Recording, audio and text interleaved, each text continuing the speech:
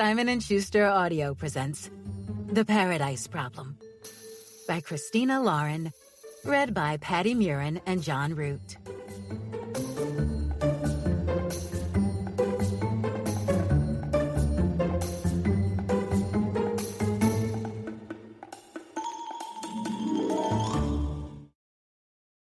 Dedicated to the things that keep us sane. Group chats, Bangtan, Harry, and Taylor. Prologue. Anna. The day my husband moves out of our apartment is also the day Resident Evil Village releases for PlayStation, and you might be surprised which of these things lands with a greater emotional impact. But given that I am not a monster, and that we have indeed enjoyed this apartment together for 2 years, I do what any woman who's been given the couch and TV in a divorce would do.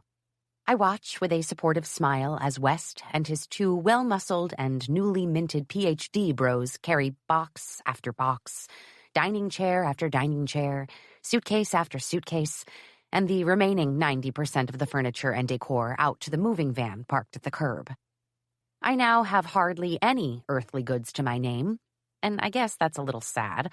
I've made great use of West's stuff over the past 2 years, but this moment was inevitable. At least I take comfort in knowing that packing my own belongings in 2 weeks will be significantly easier than this. Out at the curb, West emerges from the back of the truck and hops gracefully down to the street, gazing up at what I'm sure is a highly organized packing job. You should have seen our pantry. Truly a work of cataloging genius. My meticulous ex is 28, infrequently verbal, and one of those incredibly capable men who make complicated things like doing taxes and fixing holes in drywall look easy. I admit, beyond the sexy capability vibe, West is also a fox. He's that perfect combination of height and muscle, though I have no idea how tall he is. Is it weird that I've never asked? I realize that most tall women are obsessed with how tall other people are, but I've never had that itch. I've known lots of men who are taller, men who are shorter, men who are exactly my height. All I know is that West is chin at eye level tall. At our wedding, he had to bend to kiss me. I haven't thought about that day in ages, but I guess it makes sense that I'm thinking about it now. That kiss feels like it happened a lifetime ago. 2 years into this adventure, and I'm better acquainted with the couch he's leaving behind than I am with him.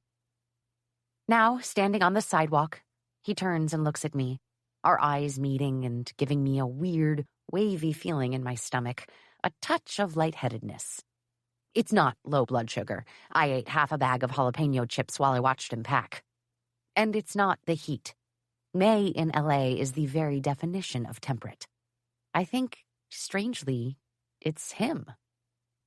West's eyes are the color of sunlight passing through a glass of whiskey. His hair is that exact same color, but with more sunlight streaking through, and so thick I suspect it alone has ruined me for other men.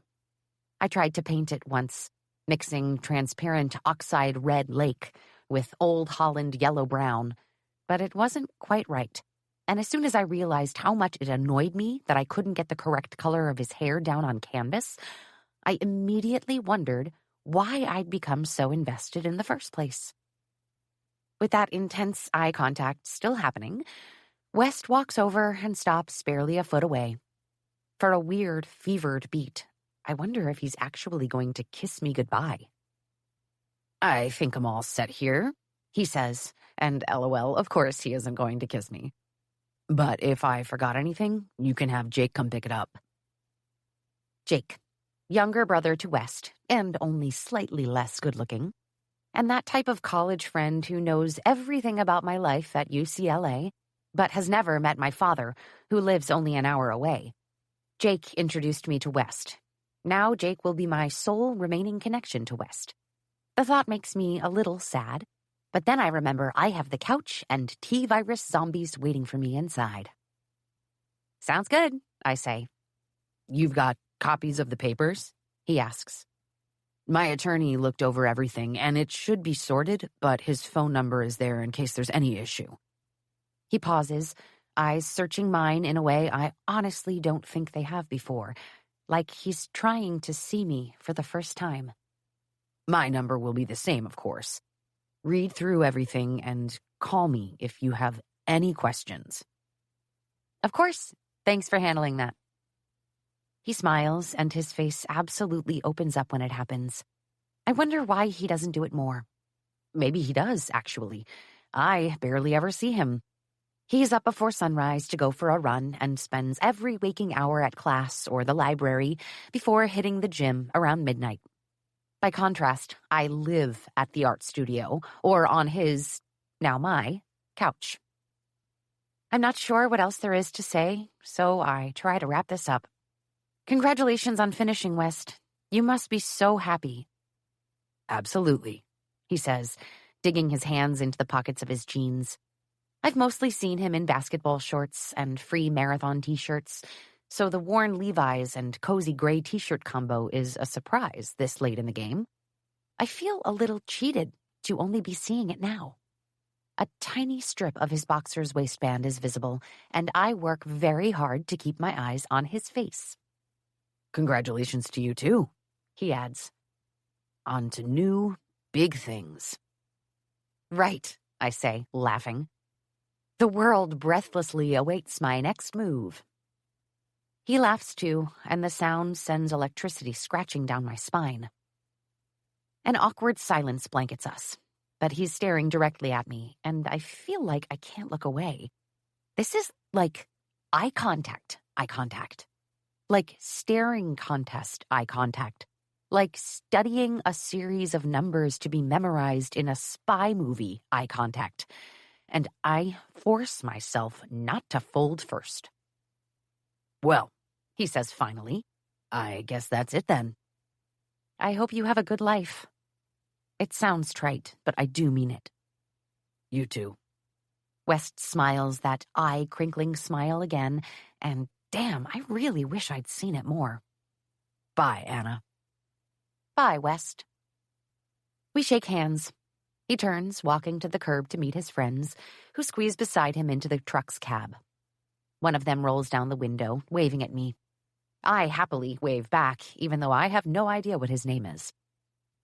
I feel a body come up beside mine and turn my head to see our neighbor, Candy, in her bathrobe. She's always in her bathrobe, so I've long wondered what she does all day. But she makes a killer key lime pie and has loud sex with her husband, Rob, around midnight every day like clockwork, so clearly she's crushing it. Are you moving? She asks, looking behind me toward the mostly empty apartment. Oh, I'm moving in 2 weeks, I tell her. West just left.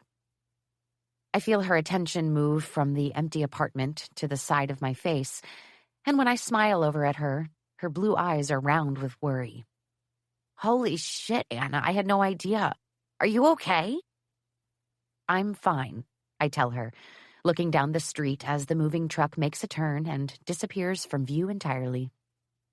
Okay, she says with a frown in her voice. I'm glad. She sets a hand on my arm. But if you need to talk, you know I'm here, okay? I realize with a gust of happiness that the cover story doesn't matter anymore. I finished my bachelor's and have a life of unknown adventure ahead. West has finished his doctorate and is on his way to his brilliant future as something impressive and serious. We both got what we wanted. Oh no, I'm fine, I assure her. I barely know him. Candy stares at me. What? I point at the apartment behind me. Family housing. He was just a random dude I married so I could live here. Thank you, though. With one last smile, I squeeze her hand where it rests on my arm and turn to go inside. I have zombies to kill. 1. Anna. 3 years later. If you'd told me back in college that my primary source of income at 25 would be working as the night cashier at the corner convenience store, I might have believed you. Having done a 180 junior year when I acknowledged that my brain does not science and pivoted from pre-med to art, I remained realistic about what life as an artist might entail. Every fine arts major at UCLA has dreams of becoming the next big set designer, costume mastermind, or art scene it kid. But those of us whose ambitions are simply afford rent and health insurance are aware we will most likely be waitresses by day and hobby painters by night. So the fact that it's 12:44 a.m. and I am womaning the register at the Pico Pick-It-Up and not at some fancy party rubbing elbows with the creative elite shouldn't surprise anyone, least of all myself. But with my dad's medical bills slowly climbing, my ambitions might have to climb too. I carefully turned the page of the Us Weekly I borrowed from the magazine rack. There are lots of lucrative jobs on display here. Do I have what it takes to be the next big art influencer, someday featured in the Celebrities They're Just Like Us page? I'm young and know how to wear a t-shirt without a bra. That's at least half of what's required, right? I imagine it. Instagram sensation Anna Green caught with a perfectly messy top knot outside of Sprouts. TikTok star Anna Green and her sexy actor boyfriend caught canoodling in front of Soho House. I wonder how much an influencer makes these days, and whether it's worth the humiliation of monologuing into a selfie stick in front of Picasso's Woman with a Book at the Norton Simon, or the patience it would take to get a ring light positioned just right to draw tiny tigers on my eyelids using only vegan skincare products. This thought exercise has clarified something for me. I'm too lazy for an influencer life. But it's fine. Between 5 nights a week here, 3 lunch shifts at Amir's cafe, the occasional dog-walking hustle, and plasma donation when things get really tight, I'm paying my rent. I'm covering most of Dad's health insurance and medical expenses. That's what matters. Deep breath. I flip the page, moving on to the red flag X's section. Anna. I lean across the checkout counter and look both ways. My boss, Ricky, stands in the doorway to his small, cramped office, his wispy blonde hair falling over his boyish eyes, tight fists planted on his narrow hips. He's wearing a Naruto t-shirt and sweatpants bearing the logo of his recent alma mater, Hamilton High School. Yeah? Could I speak to you for a moment? Sure. I hook a thumb over my shoulder toward the store's entrance. Want me to close up for a few? He shakes his head. It's 1 a.m. We average half a customer from 1 to 2. Fair. I hop off my stool and gently place the magazine back on the rack before dancing my way down the aisle. Ricky graduated last June, but had no interest in college, prompting his parents to offer him the challenge of managing their pick-it-up location at Pico and Manning, sandwiched quite literally between a Subway and a Jimmy John's. Barb and Paul are 2 of my favorite people in the world, but Ricky has been using this stern boss voice with me ever since he asked me to dinner on his 18th birthday, and I said no. Be serious. I lean against the doorway and brush my too long, barely pink anymore bangs from my face. I'm in desperate need of a cut and color, but such things fall very far down on the priority list these days. What's up? He straightens a string bean arm and tries to look authoritative as he motions to the chair across from him. It looks like one of those old elementary school chairs with the contoured plastic seat and tubular steel frame, but the closest school is over half a mile away. It showed up in the alley one day, and it's been in the office ever since. Could you come sit down, please? I take a seat, but glance over my shoulder at the front of the store. Even if Ricky has called me back here, it's still my till in the register. The last thing I need is someone bolting in and doing a quick grab of all the cash in there. The Verizon store 3 doors down was robbed just last week. Are you sure we can't chat out there? It makes me uneasy leaving the store unattended. Well, that's ironic. I turn back to look at him. From my little chair, I see that he has a distinct height advantage, which I realize now is probably intentional. Pardon? He flips a pencil between his fingers. His nails are all chewed up. There's a faded blue stamp on the back of his right hand from Randy's Arcade, and he's wearing his high school class ring. Ricky straightens his spine and tries to look taller. He's 5'7", standing on a box. It's not my most mature coping strategy, but sometimes when Ricky is particularly condescending, I'll draw little caricatures of him, dwarfed in his dad's broad-shouldered suit, his feet swimming in his dad's giant shoes. It's ironic when you pretend to be concerned about the store being robbed. Ironic? I ask. How so? I saw footage of you taking a pack of gum yesterday. You never paid for it. I squint, thinking back. I did take a pack of gum. Probably 30 minutes into my 8-hour shift. How do you know I didn't pay for it? He points to the security camera in the corner of the office, reminding me, I suppose, that there are cameras everywhere. But if he knows I never paid for it, then... You watched 8 hours of footage of me? I ask. Ricky shifts in his chair, and the faux leather squeaks under him like a fart. He tries to do it again and fails. With his face red, he clarifies, on fast forward. I know how old those security cameras are. Fast forward is, at best, double speed. So you're saying you only watched 4 hours of footage of me at work? Flushing, he waves this off. The time I spent isn't the point. I swallow down the response I know won't get me anywhere. 4 hours of your wasted time seems like a bigger theft of resources than a single $2 pack of gum in 3 years' employment, as does you being here working the graveyard shift with me when we average 0.5 customers every hour. Instead, I say, I just forgot. I didn't have any cash and I didn't want to pay a $5 debit fee for a transaction under $10. You should have put an IOU in the cash drawer yesterday. An IOU? Like, on paper? He nods. Feed out the receipt paper and use that. How would Kelly have accounted for that when she came in at 7? She could have told me you took a pack of gum and would pay for it later. But you knew I took a pack of gum. You watched the entire video. His nostrils flare.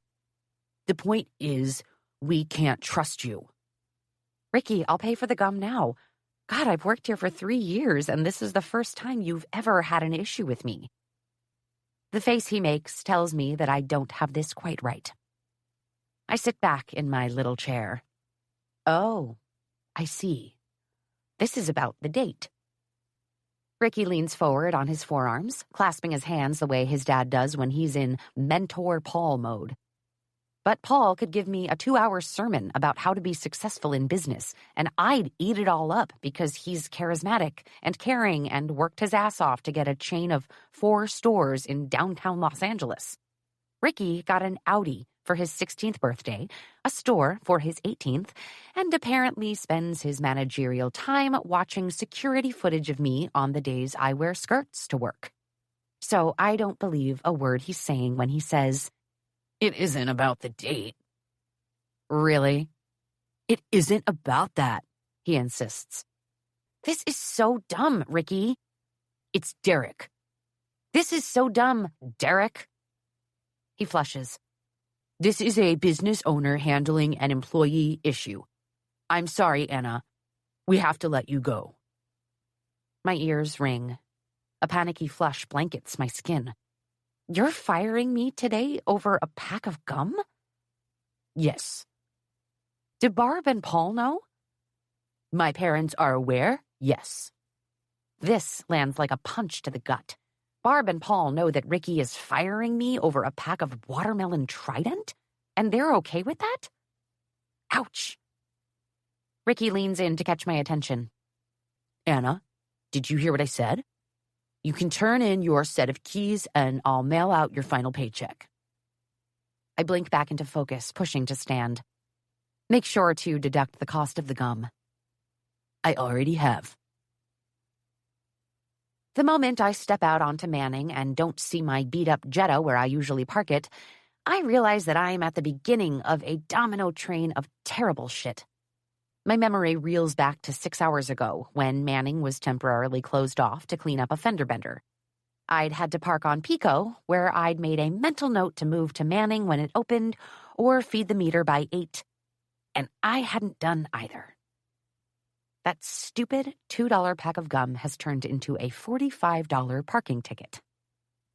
But not only is there the expected white envelope under my windshield wiper, there's also a giant black scrape down the driver's side door where someone apparently sideswiped me and kept going on their merry way. The dent has bent the frame, and now when I climb in, the door won't shut all the way. Fuck. It never rains in April in LA, but it begins the second I get on the freeway. Big, fat raindrops falling in a bratty, torrential downpour that leaves the streets slick with oil and the left side of my body soaking wet.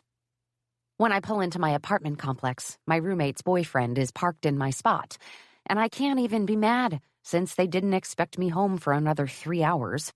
I block him in, turning off the ignition and resting my head against the steering wheel for a few deep breaths. "One thing at a time," Dad's voice says in my head, deep and low. "Get the car sorted, then talk to Vivi tomorrow about picking up more shifts at the cafe." "It's going to be okay," I say to a sky that has miraculously cleared of any evidence of rain. I repeat these words to myself as I climb out of the car, as I stare at the door that won't close, and then lean back in, digging out anything that's of any value inside, as I realize that the AirPods Dad gave me for Christmas and which I left in the center console have already been taken, as has the emergency $10 I leave there for late-night fast food emergencies. Why the fuck didn't I use that $10 bill to pay for the gum? But no, why the fuck did Derek fire me over something so meaningless? It's so petty. "One thing at a time," mental Dad reminds me. I jog up the steps to the apartment, sliding my key into the lock, and the "oh shit" on the other side translates only once I swing the door open to see my roommate, Lindy, and her boyfriend, Jack, in a deeply compromising position on my beloved divorce couch. He's stark naked, incredibly sweaty, and, oh God, still hard. I whip around the second what I'm seeing crystallizes. Her hands are tied to her ankles, so she can't even make a quick getaway, and he frantically works to free her while the two of them shout mortified apologies. My own apology for coming home early disappears into their chaos, and I press my forehead to the wall, wishing I could melt into it and live in the building's foundation for the rest of my days. I would make such a good ghost. At the sound of her bedroom door closing with a slam, I turn, leaning back against the wall, trying to decide whether the pricking behind my eyes is oncoming hysterical sobs or laughter. When I open the fridge, I see that bondage Lindy and sweaty Jack have eaten the leftover lamb tagine I'd been saving for when I got home from my shift at the store. All I find inside is a half block of cheddar cheese, an old pint of half and half, and a couple of ancient, floppy carrots. In my room, I fall back onto my bed and stare at the ceiling, too bummed out to even revenge draw a cartoon Ricky. The walls around me are stacked 3 deep with my paintings, nearly all of them giant canvases of flowers, nature's real masterpiece. No brush could perfectly replicate the intricacies of the shadows deep in a petal's core, the gentle variations of color along delicate filaments, or the complex patterns of light climbing up a naked stem. But I have to try. Can't stop trying, in fact. I finished my new favorite piece yesterday morning, an enormous red poppy with a hidden galaxy of pollen in the deep black center. It's currently leaning against the wall, partially hiding the one behind it, a tight fist of tissue-thin ranunculus petals, heavy with raindrops. Sadly, these paintings don't pay the bills. I have no idea what to do now, but I know I don't want to find another job like the one at the Pick-It-Up. I don't want to work at a 7-Eleven or a Starbucks. I don't want to be someone's overworked assistant, an influencer, an Uber driver, or a career waitress. I want to paint. But I am drowning in completed canvases and unable to sell a single one. The canned dream I keep kicking down the alley, supporting myself with my art, is nothing but a distant echo. I sold a few pieces after I graduated from college, even signed a manager after a buzzy art show in Venice Beach. But I haven't had a single painting at a show in 18 months, and my manager hasn't called in nearly a year. Whether or not I want to, I'll have to apply at every coffee shop and convenience store I can find tomorrow. My phone pings on the bed beside me, and I immediately reach for it, hoping it's an email from Barb and Paul at 2:14 a.m. apologizing for their dipshit son, but it isn't. It's a bill from the hospital for Dad's latest chemo copays. I grab a fistful of my comforter and drag it with me as I roll over, burying my face in the pillow. 2. Liam. There is a Safeway 2 blocks from my house in Palo Alto, which is great because of the convenience factor, of course, but it's also terrible because every time I shop here, I fear I'm going to be caught on camera in the Weston Foods security room, 400 miles south in Irvine. It doesn't matter how much distance, geographic or emotional, I've put between myself and my family's corporation. This is my one remaining childhood fear, that when the automatic doors part at any other supermarket and I set foot inside, my perfectly groomed mother, with her custom suit and not a hair out of place, will receive an alert. Standing in front of a wall of screens in a security room, she'll lean in, touching the tip of her manicured index finger to a tiny figure in the corner. "There, right there," she'll say into a walkie-talkie that feeds into my father's earpiece. "I see Liam in the Safeway on Middlefield and San Carlos." It's an absurd fear. Never mind that my mother never bothers herself with security footage, or that there are a million reasons I might venture into a non-Weston supermarket, including something as loyal as scoping out the competition. But this is the kind of paranoia a man lives with when his family business is the U.S.'s 6th largest grocery chain and has a decades-long beef with the 5th largest.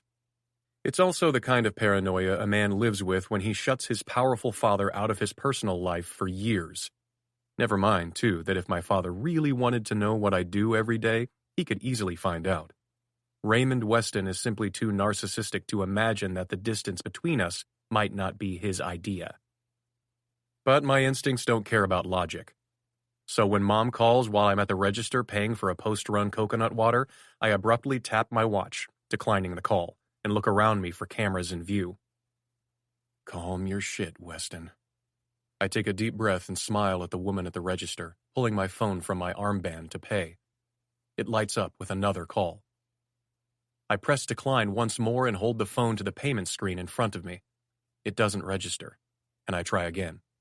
The cashier is reaching over to see if she can get it from another angle when a text lights up my screen. "William Albert Weston, answer my call or so help me I will fly to your house right now." Well, shit, we can't have that. "Yikes," the cashier says, reading the text with a sympathetic wince. "You'd better answer, William." Just then, my phone rings again. With a resigned laugh, I answer the call on my watch as I try desperately to pay for my water with my iPhone. We may be in Silicon Valley, where everyone has 15 devices on their person at any given moment, but I can still feel everyone behind me in the express checkout line glaring. I am absolutely that tech asshole right now. "Hello?" Her voice carries through my single earbud. "Liam? Finally." "Sorry, Mom," I whisper. "Where are you?" She pauses, confused. "I'm at home? Where are you?" "Just grabbing water at the Westons on Alma and University." The cashier looks at me in confusion, and I smile, waving her off. The lie was needlessly specific and likely won't work anyway. The problem with AirPods is they pick up every noise in a room. I glare up at the high ceiling, wondering how much ambient noise is bleeding through the line. My parents began dating their freshman year in high school, waited until they'd graduated college before getting married, and then waited an additional 5 years before having my older brother, Alex. All this to say, Janet Weston has been in the family business since she was 14. The woman has spent so much time in supermarkets that she could differentiate the sound of a Safeway from a Weston's, even while standing at the 101 and 80 freeway interchange at rush hour. I have to get out of here. Finally, my payment goes through. I snatch the water, wave off the receipt, throw an apologetic smile to the annoyed line behind me, and jog out of the store, ducking into an alley between buildings. "What's up?" I ask, like we both don't know exactly why she's calling. I'm grateful for the time she gives me to brace myself. I hear the tidy click of her shoes and imagine her strolling out through the living room onto the terracotta tiles of the sunroom, looking out over the Newport coast. "I'm calling about Charlie's wedding, sweetheart." I wince, pinching the bridge of my nose. "Of course. Can't wait." "We all leave for the island next week, and your RSVP arrived yesterday. I'd really hoped you'd be RSVPing for 2. We've reserved one of the 5 private bungalows for you." "You know how busy she is, Mom." "Which is exactly why she needs this vacation, darling." She sighs. "Liam, honey, it looks bad if the entire family isn't there. Vogue is coming to do a profile on Charlie and Kellen. Forbes is sending someone to interview your father. People will talk." Mom pauses. "I hate to say it, sweetheart, but your father is getting strange about it, too." My stomach drops. "Strange how?" "You know." And I do. Though I wish for once we could all just speak plainly with one another. This is as close as my mother will come to saying, "Your father is beginning to think maybe she shouldn't be in this family if she's never around." "Mom, come on." She sighs. "We barely know her," she says. "Just bring her and everything will be fine." Everything will be fine. I need everything to be fine. I'm so close to finishing this long game, I can feel the silvery promise of it on my fingertips. The last thing I want is my father turning his attention to my personal life. But he might. And the fiction of this life I've built for my family, the life upon which every plan I've made relies, is a precariously balanced house of cards. I take a deep breath, squeezing my eyes shut. I have no idea how I'm going to make this work, but I'm backed into a corner, and I know it. So, I let the words burst free. "Okay, Mom. We'll both be there." The tremble in her relieved exhale is amplified through my AirPod, and the confirmation of how stressed she's been sends a wash of renewed resolve through me. "We'll figure it out." "That is wonderful news, sweetheart. Oh, I'm so thrilled. Why don't you fly down to John Wayne the night before, stay at the house, and we'll all take the plane over together? The flight to Singapore is a bear." "We'll get ourselves there." I say it more sharply than I'd intended, and my words are met with a nervous pause. I wince, and my eyes land on a discarded crate with a word stamped in red across the bottom. Desperate to alleviate her worry that this is about the continued friction between me and my father, I add a bewildering lie. "She'll be coming from Cambodia." Oh, God. God. Why did I say that? No one handed me this shovel, but I'm digging my own grave anyway. "Cambodia? How exotic!" "Right." I squeeze my forehead. Panic is setting in. "So we'll meet you there." She leaves another pause, and I realize I can't escape it after all. "Liam, darling," Mom says quietly, "even if you travel separately, perhaps you could call your father beforehand? I'd like you two to iron out your wrinkles before we arrive on the island with everyone else. I don't want any tension to be visible from the outside." I take a deep breath, trying to not react to her use of the word wrinkles to refer to my father's enormous betrayal. "Mom," I say, wincing when a delivery guy on a bike darts through the alley, almost clipping me with his handlebars. "I think these are more than wrinkles.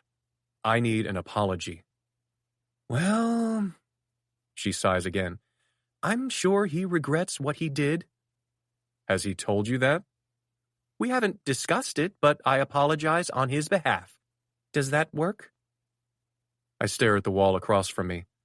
My parents haven't discussed the absolute shit show that resulted in my father and me not speaking for nearly 5 years. What a perfect example of the Weston family dysfunction. "Not really." She ignores this. "We'll both be on our best behavior," she assures me. "I won't say a word about her clothing or her hair." I tighten the grip on my forehead. You need to leave by Wednesday afternoon, she continues. May 1st. The private transport will meet you at the airport, so please send along your commercial flight information and I'll arrange it. She says commercial flight like she's expecting a rotten banana in her inbox. We'll arrive in Pulau Jinga the day before you and have activities and a wonderful 10 days planned for everyone. 10 days. 10 days on a private island with my family. 10 days on a private island with a virtual stranger. If I'm lucky. For a fevered second, I consider telling my mom everything, untangling myself from this web of lies. But I know she'll tell my father, who will only use the information as leverage. Renewed fury climbs its way up my throat like a predatory vine. I swallow the impulse to come clean. Liam? You heard me, honey? Arrive in Singapore by the 3rd. I close my eyes and rub at my temple where one hell of a headache is starting. Got it. We'll be there. Let me know if there's anything I can help with. I'll email over the wedding itinerary. Love you, sweetie. Love you too. Mom hangs up and I stare down at the screen. Not to be melodramatic, but it feels like my life has just been sawed into 2 halves. Before and after. Sure, before was a pile of lies, a complicated cover story that started with an innocent scam and slowly turned into full-on deception. Before was a boulder, precariously balanced on the edge of a cliff. But before had also reached a sort of uneasy stasis, a tentative calm. After is the wake of chaos and destruction when the boulder gets a sudden, hard shove. The way I see it, I have 3 options. 1. Fake my own death. 2. Finally admit to my parents that I've lied to them for 5 years. 3. Fly to Los Angeles and bargain with my wife. 3. Anna.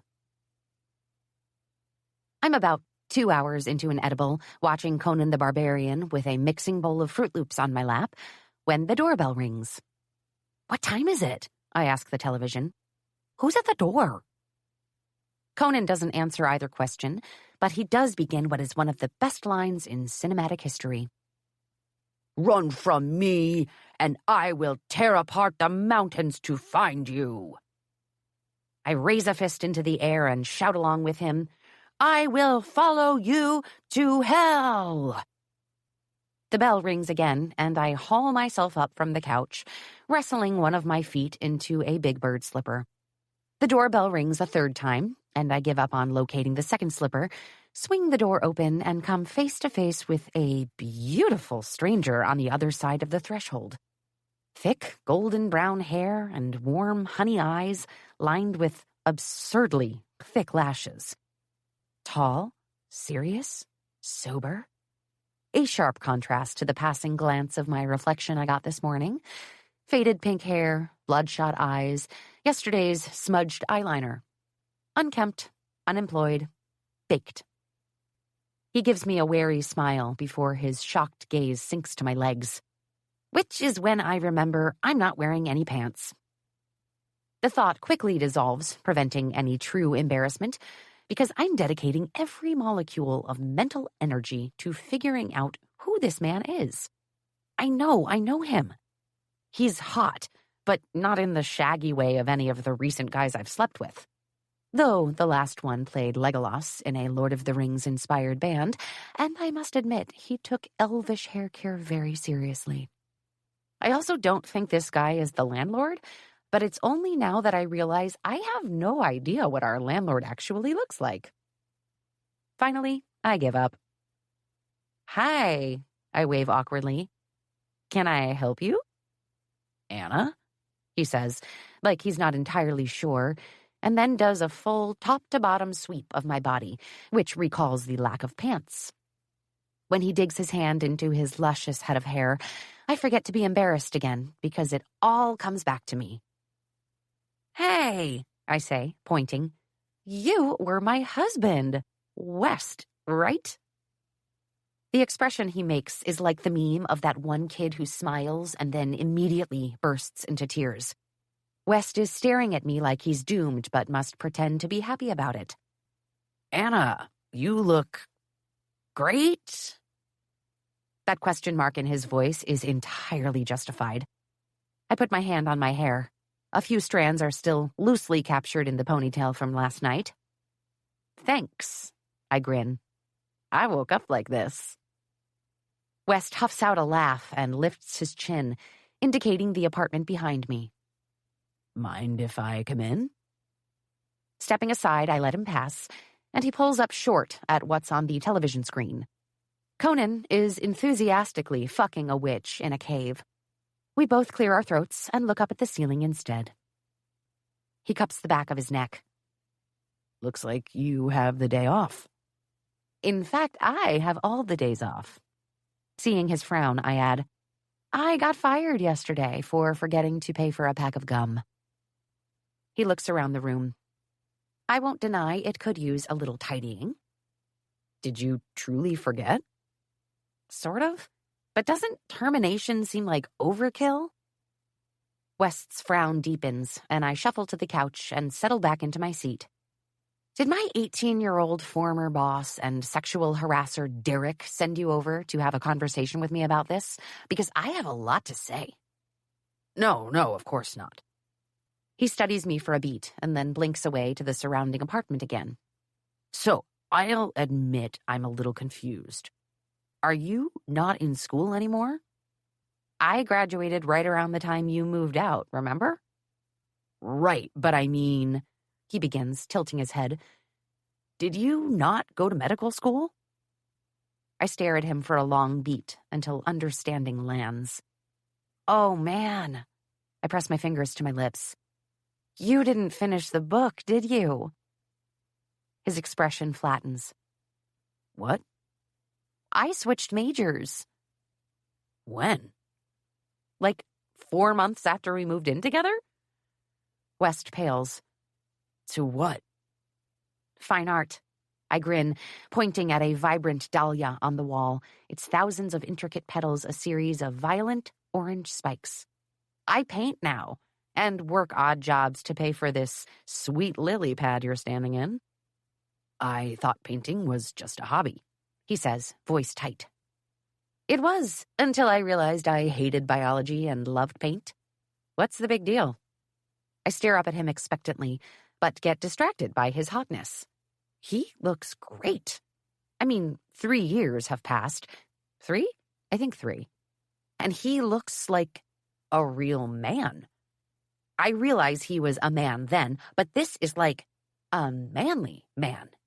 A professional man. A man who does not get high at 10 a.m. and eat cereal out of a mixing bowl. It might be the current state of my brain, but he seems to weave in place a little. Hey, are you okay? I ask. He passes a hand down his face. Yeah, I'm just... He exhales, and I swear he finishes his sentence with a whispered, fucked. Can you tell me why you're here? I ask. I'm high as shit and can't tell if I'm imagining you. West frowns and glances down at his watch. High? He asks. On a gummy. His expression relaxes. Oh. He looks around the apartment and then back to me. Is that the same sofa? It has the same bones. I don't think either it or I will be the same after what my roommate and her boyfriend were doing on it last night. Condolences. Thanks. So, listen, I find myself in a strange situation, and I'm wondering if you can help. He pauses, and the misery seems to overtake his expression again. Though I seem to have made a much bigger mess for myself. It takes a beat for this to sink in. You need my help? Yes. I press an index finger to my breastbone. Specifically, me? West sighs mournfully. Yes. Should I put pants on for this? It feels like we're leading up to a pants-on conversation. That's entirely up to you. I stand, limping in one slipper to the bedroom. When I emerge in a pair of shorts, West is still standing exactly where I'd left him. You can sit, you know. I gesture to the splendor of my living room, The half-empty big gulp cup on the coffee table that Jack left a few days ago, the dog toy on the floor that Lindy bought even though we don't have a dog, the laundry basket overflowing with clean clothes neither of us feels like folding. I know the place feels like an interior design showroom, but we aren't fussy. With vague trepidation, West sits on the couch. I climb back on, leaving a little distance between us, but reach out to poke his knee. Okay, you're real. He squints at me. How high are you? I'm like 5 right now. I can't ever get to a 10. I only sort of like edibles, but I didn't know what else to do today. A job search felt ill-advised. I thought I deserved a day to wallow. He looks around again like he's not sure I can afford to wallow. He's right. What have you been up to? I ask. I'm a professor with a joint appointment in economics and cultural anthropology at Stanford. My brain screeches to a halt. Wait, are you fucking serious? Like Indiana Jones? He exhales patiently, and even stoned me realizes he must get that a lot. He runs a long finger along an attractively dark eyebrow. This is anthropology. You're thinking archaeology. Do you go in caves? Swing from vines? I lean forward. Yes or no? Have you ever been chased through a jungle?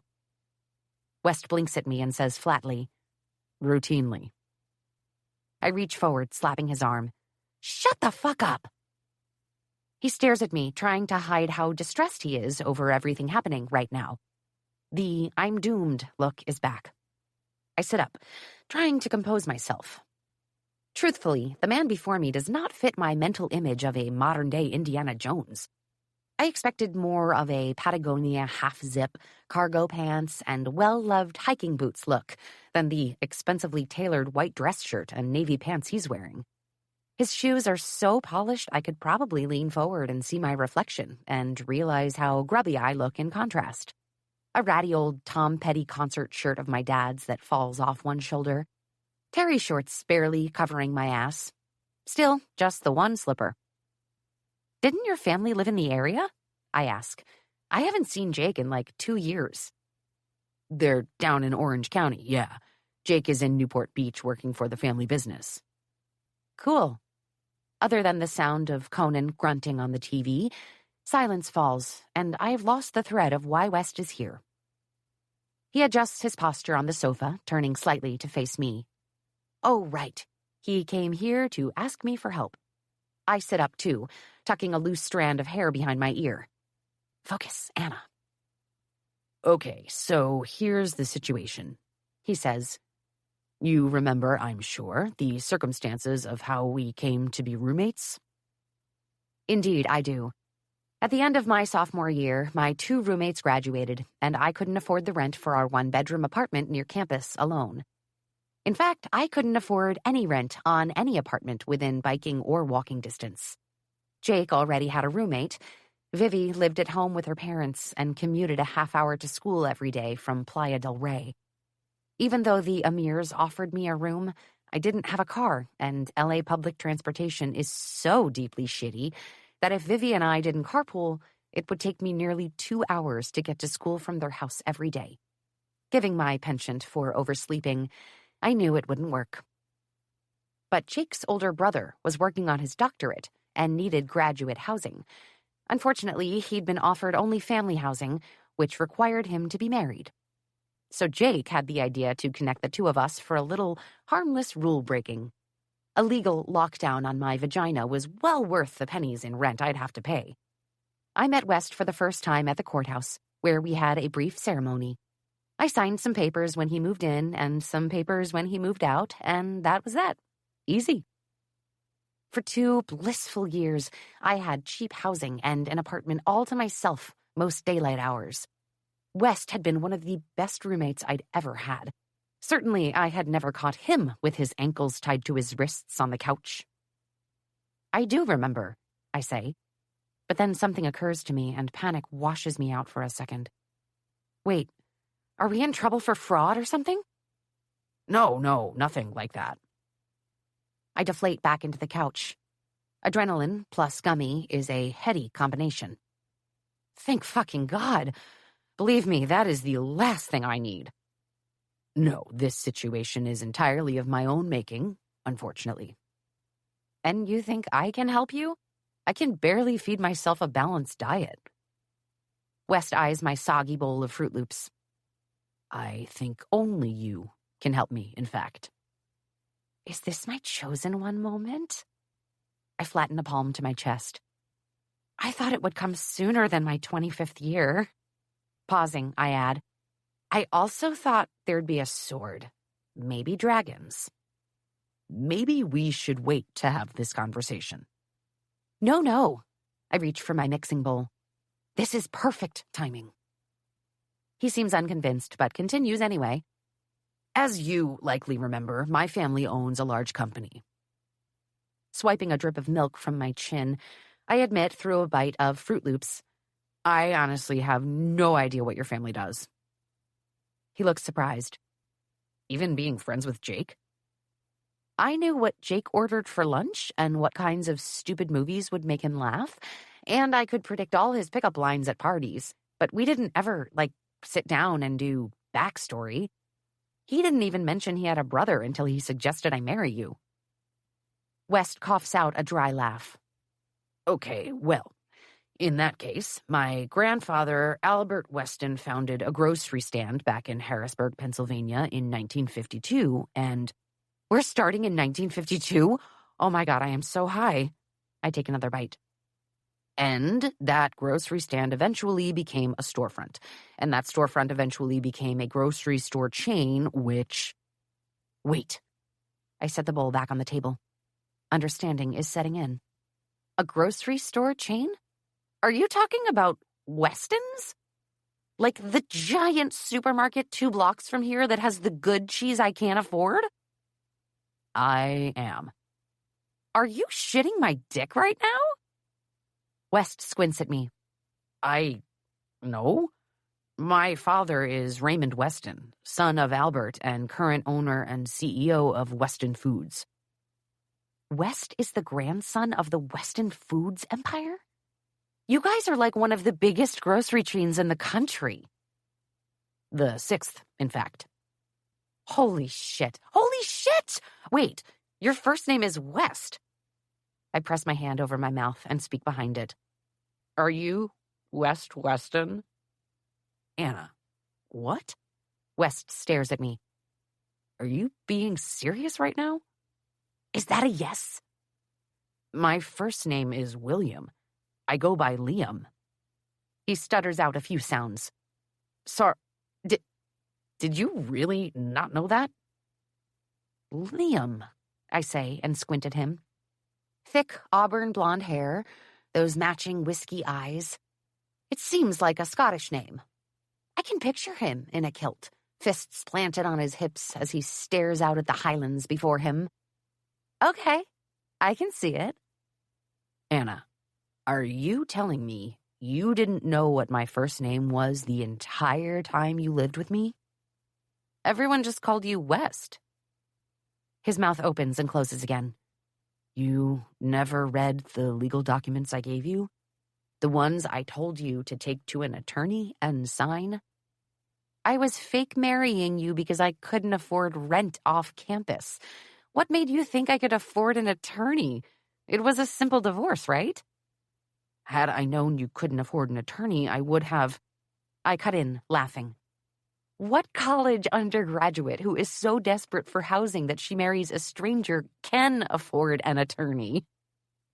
He gapes at me for a beat longer and then bends, resting his head in his hands. Oh, shit. Oh, shit, what?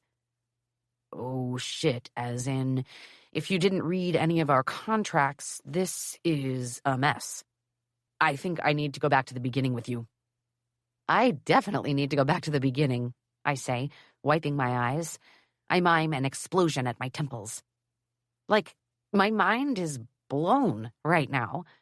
You dressed like a middle schooler around the house. All basketball shorts all the time. You drove a Honda. West, you're incognito rich. No wonder Jake never told me anything about his family. I would have made him pay for Jersey Mike's every fucking time. Wait, why did you need to live on campus? If you're the grandson of the founder of Weston's, you could probably buy an entire apartment building on Sunset. In theory, yes, he says, shifting uncomfortably. But just before we got married, I found myself suddenly having to pay for housing, tuition, and living expenses without a job. What? Why? My father supports his kids financially, provided we do what he wants. His plan had always been that I would finish my MBA, join Weston's corporate office, and eventually take over his role at the company. But by the time I finished business school, I already knew I didn't want to do that. I'd interned there for a year after college, and it was miserable, due to reasons that aren't worth detailing now. I told my parents that I would be continuing school to get my PhD. My father and I had a huge fight where a lot of these old issues came up. He cut me off completely until I agreed to come work for him. Well, he sounds fun. Initially, our marriage was just so I could cheaply live on campus and finish my degree. But once we were officially married, I realized what I'd inadvertently done. Granted, I'm super high, you've mentioned. But is it weird that I'm not sure I've ever heard someone use the word inadvertently? Wes takes another deep, patient breath. Sorry, I mumble. What had you inadvertently done? My grandfather left money to each of his 4 grandchildren, my 3 siblings and me. A condition of the trust was that our inheritance would become accessible to each of us only when we got married. It's my turn to gape. What in the smelling salts waistcoat gentleman shit is that? Agreed. I attempt a British accent. The Lord must find a wife. Well, as far as the family attorneys knew, I did. That lands in a puddle of silence, and it hits me after a couple of seconds filled only with the sound of Conan kicking someone's ass on TV that West expects me to catch his meaning. And then I do. You mean marrying me triggered your inheritance? Correct. He looks down to his lap. Only Jake knows the real situation. The rest of my family was disappointed that I didn't let them throw me a big wedding, but I guess they weren't all that surprised. I've always been private. So you married me for housing, but ended up getting a ton of cash, too? He nods. With the inheritance, I could pay my tuition and living expenses and avoid having to ever work with my father. Okay, I say, dragging the word out. I'm happy for you, but you started stressing out about the legal documents, and now I'm stressing out about them. What exactly did I sign? I thought the first was a standard prenup. He nods at this. It was a document saying you are not entitled to any of my income or property. I frown. That's a bummer. I get nothing? I grimace, realizing I sound greedy. I guess I already got this couch and the old TV. You also get $10,000 once our divorce is final. Sitting up, I feel my lips stretch into a smile. Seriously? West gives a tiny flicker of a smile. Seriously. $10,000. I pass a hand down my face, trying to keep it together, but that amount of money is life-changing. I could pay down over half of Dad's remaining hospital bills. And then his words penetrate my fog. Wait, what do you mean once our divorce is final? Are you saying we aren't divorced? He nods slowly. I'm saying we are not divorced. I have to reach out and touch his leg again to make sure my brain isn't making up this entire conversation. The firmness of his thigh under my fingers, the sheer strength of muscle there, tells me I'm not. I thought the second set of papers I signed when you moved out were, like, standard divorce papers. He purses his lips, swallows. They were not. I lean back against the couch. Whoa, this is heavy. Wes nods. The trust stipulates a 5-year marriage. It does this to prevent one of the grandchildren from marrying someone and immediately divorcing them simply to get access to their money. The trust pays out a stipend every year for 5 years, and then the entirety of the remaining balance is mine. If we divorce before the 5 years passes, I forfeit the remaining balance of my trust. What is your grandpa's deal with being married? Like, can't a dude just date? Sow some wild oats? He and my Granny Lottie have both passed away, but they were very happily married for nearly 60 years. He created the business to be a family business, and this marriage stipulation was a way, he thought, of ensuring that it stayed a family business. There's something in his eyes, some tension that I am too high to translate. He wanted that happiness for his grandkids. Well, you do seem blissful, West. Really, just a portrait of laid-back joy. I am rewarded with a smirk. The contract you signed before I moved out states that we would remain married until September 1st of this year. I count out the remaining months on my fingers. May, June, July, August. 4 more to go. Okay, that's not too bad. After September 1st, he says, I can tell my family that things didn't work out for us. What if someone had wanted to marry me in the meantime? He hesitates just a little too long. It could happen. You do realize we talked about all of this before I had the second contract drawn up? I wince, drawing my shoulders up to my ears. It's possible it felt like a lot of irrelevant details? At his expression, I deflate. I had a lot going on. I was graduating and finding a new place to live and dealing with stuff with my dad. We stare at each other. West? Hello, I still have no idea what the fuck is going on. How am I supposed to help you right now? My family still thinks we're married, but there's tension there with my father. He wants me to return to the family company. Just tell him you're very sorry, but you're too busy being Indiana Jones now. It isn't that simple, West says gently. If my father suspects that our marriage is fraudulent, he will use my inheritance as leverage to get me to come back. I can avoid the conversation if I don't see him, but seeing him is about to be unavoidable. Unless you help me, I'm concerned that he'll begin to wonder whether I married you only to trigger my inheritance. Because you did. Not intentionally. Dude, you have a job. Why not just let go of this inheritance and live your happy life without it? West nods, understanding. I do have a job. And so far, the trust has paid out $1 million over 5 years. I whistle long and low. I mean, holy shit. 200 grand a year would change my life in ways I can't even wrap my head around. But, he continues, the remaining balance I stand to inherit is nearly $100 million. It's hard to walk away from that. I choke on air. Oh, I guess that does change things. It does. And I've recently discovered a loophole I didn't know about before. A very big loophole. I lift my chin, grinning smugly. Well, look who else missed some fine print on a contract. West swallows audibly. It's complicated and boring, but the point is this. I don't think anyone in my family knows about this loophole, and I really need it to stay that way. No one else can find out that you and I are married in name only.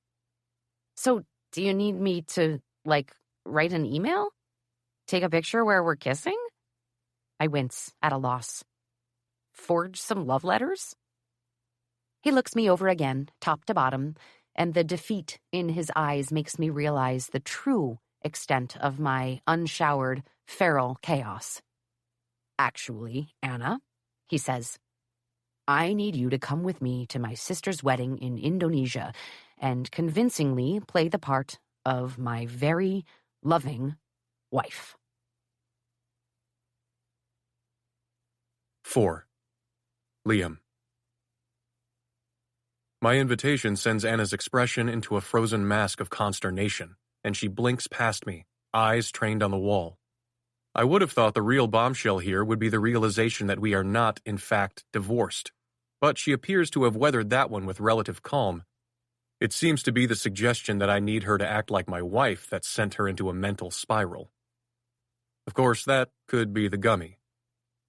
Regardless of what's going on in that brain of hers, I don't blame her for being upset. Yes, it was her responsibility to read through any legal documents before signing, and it would have been incredibly bad for both of us had she become seriously involved with someone. But we seem to have dodged that bullet. Now we just have the cannonball of Ray Weston to contend with, and I feel like a dick already knowing I won't warn her about how bad it might be. I need her to say yes, too desperately.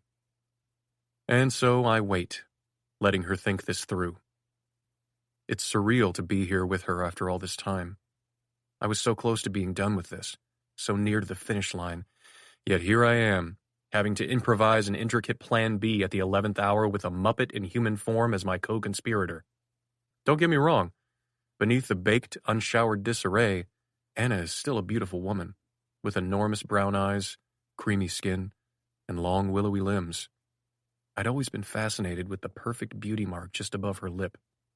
Unfortunately, right now she looks like she's fallen out of a tree and crawled through a field of tangly briars to get back to her apartment. This is probably the closest I've ever seen to her natural hair color because the pink has grown out a good inch, leaving a stripe of brown at her roots. Her makeup is, I presume, from yesterday. Shadows of mascara carve dark circles beneath her eyes. Despite the old makeup and frazzled appearance, there's still something striking about her. Her eyes are enormous and bright, framed with dark lashes. Her steady gaze entirely without artifice. Though I am nearly certain her mind has wandered to something other than the topic at hand, I let her stare at the wall a little longer so I can stare at her and reconcile this version of Anna with the one I lived with for 2 years. Let's start with the biggest surprise and, more importantly, a huge wrinkle in my already flimsy plan. Anna is not a medical student. As roommates, we didn't know each other well. That much is probably obvious. But there is an intimacy to sharing a space with someone, a certain kind of kinship that comes with daily proximity. Anna was reasonably tidy and paid her half of the rent when it was due, but she'd never struck me as the organized, driven, pre-med type. The one time we talked about it, she said something about medicine being the most palatable of the real job options, but she seemed overwhelmed a lot, studying late into the night and painting to decompress in what little free time she had. That she ultimately switched her major to fine art makes a certain amount of sense, but I want to punch myself for not realizing she wasn't studying medicine at all anymore. Especially after everything I've told my family to keep them out of my business. I haven't quite wrapped my head around how this will work, how this messy, stoned, unemployed wreck of a woman will fit into the glossy stories I've carefully manicured over the past several years. But here I am. I'm committed. And I suppose the sooner she agrees to this, the sooner we can get started on all the work we have ahead of us. Anna? I prompt. Slowly, she turns her face back to me, blinking into focus. Sorry, this is a lot to absorb. I'm sure. Indonesia? I nod. The wedding will be on a small island called Pulau Jingga. Anna squints at me. You said small, but I think you meant private. Your sister's getting married on a private island, isn't she? Yes. I work to not let my gaze do another sweep of her apartment. I've never been to Pulau Jingga, but my mom has been sending me info that I've mostly ignored for months. I know the basic idea, a luxury resort and conservation area set in the Indonesian archipelago, and it's about as far from this dark, cramped living room as I can imagine. Right now, I need Anna to believe she can do this. Yes, she may be at rock bottom, but I need her to think she is just one fairy godmother moment away from sliding gracefully into the world she's imagining. Who will be there? She asks, her voice a little wobbly. My family. You know Jake, of course. Family friends, some of my sister Charlotte's friends, her fiancé's family, some business partners of my father's, some press. Press? Yes. To cover the wedding. And to write a profile on my father, I think. Just the standard Weston bullshit. She lifts her hands, making air quotes. The standard Weston bullshit. Right. So lots of fancy people. I don't sugarcoat it. Very fancy people. Anna looks down at herself and I follow her attention to the front of her shirt, where a Fruit Loop adheres to the cotton over her left breast. She plucks it off and pops it into her mouth. Why not just find someone who can pretend to be me and who knows how to behave around society? Because my mother knows what you look like. She squints at me. How? I've never even met her. I hesitate. I've shared a few photos. Anna cocks her head. Photos from when we were roommates? Did we ever take any together? I have the one of you and Jake hiking the hills in a frame in my living room. It looks enough like me from the back. I pause, scratching my jaw. And I've had a few others digitally photoshopped. That's... She whistles. That's weird, my dude. I blow out a breath. It's very weird. I concede that. But I guess I'd do weird shit for $100 million too. She looks to the side, thinking. Why can't you hire a lookalike? 5'10", pink hair, beauty mark, an oddball fashion sense. I seem to remember my mother saying something about your nose. Her hand moves to her face. My nose? That it's small, upturned. She described it as the nose Jenny Nelson wanted and didn't get. She'd notice if it was someone else's nose. That sounds crazy, West. I know. This isn't only her rock bottom. It's mine, too. In what universe am I your type? You were present and willing. At the time, that's all I required. She twirls a pretend mustache. Ah, amor. This isn't about romance, Anna.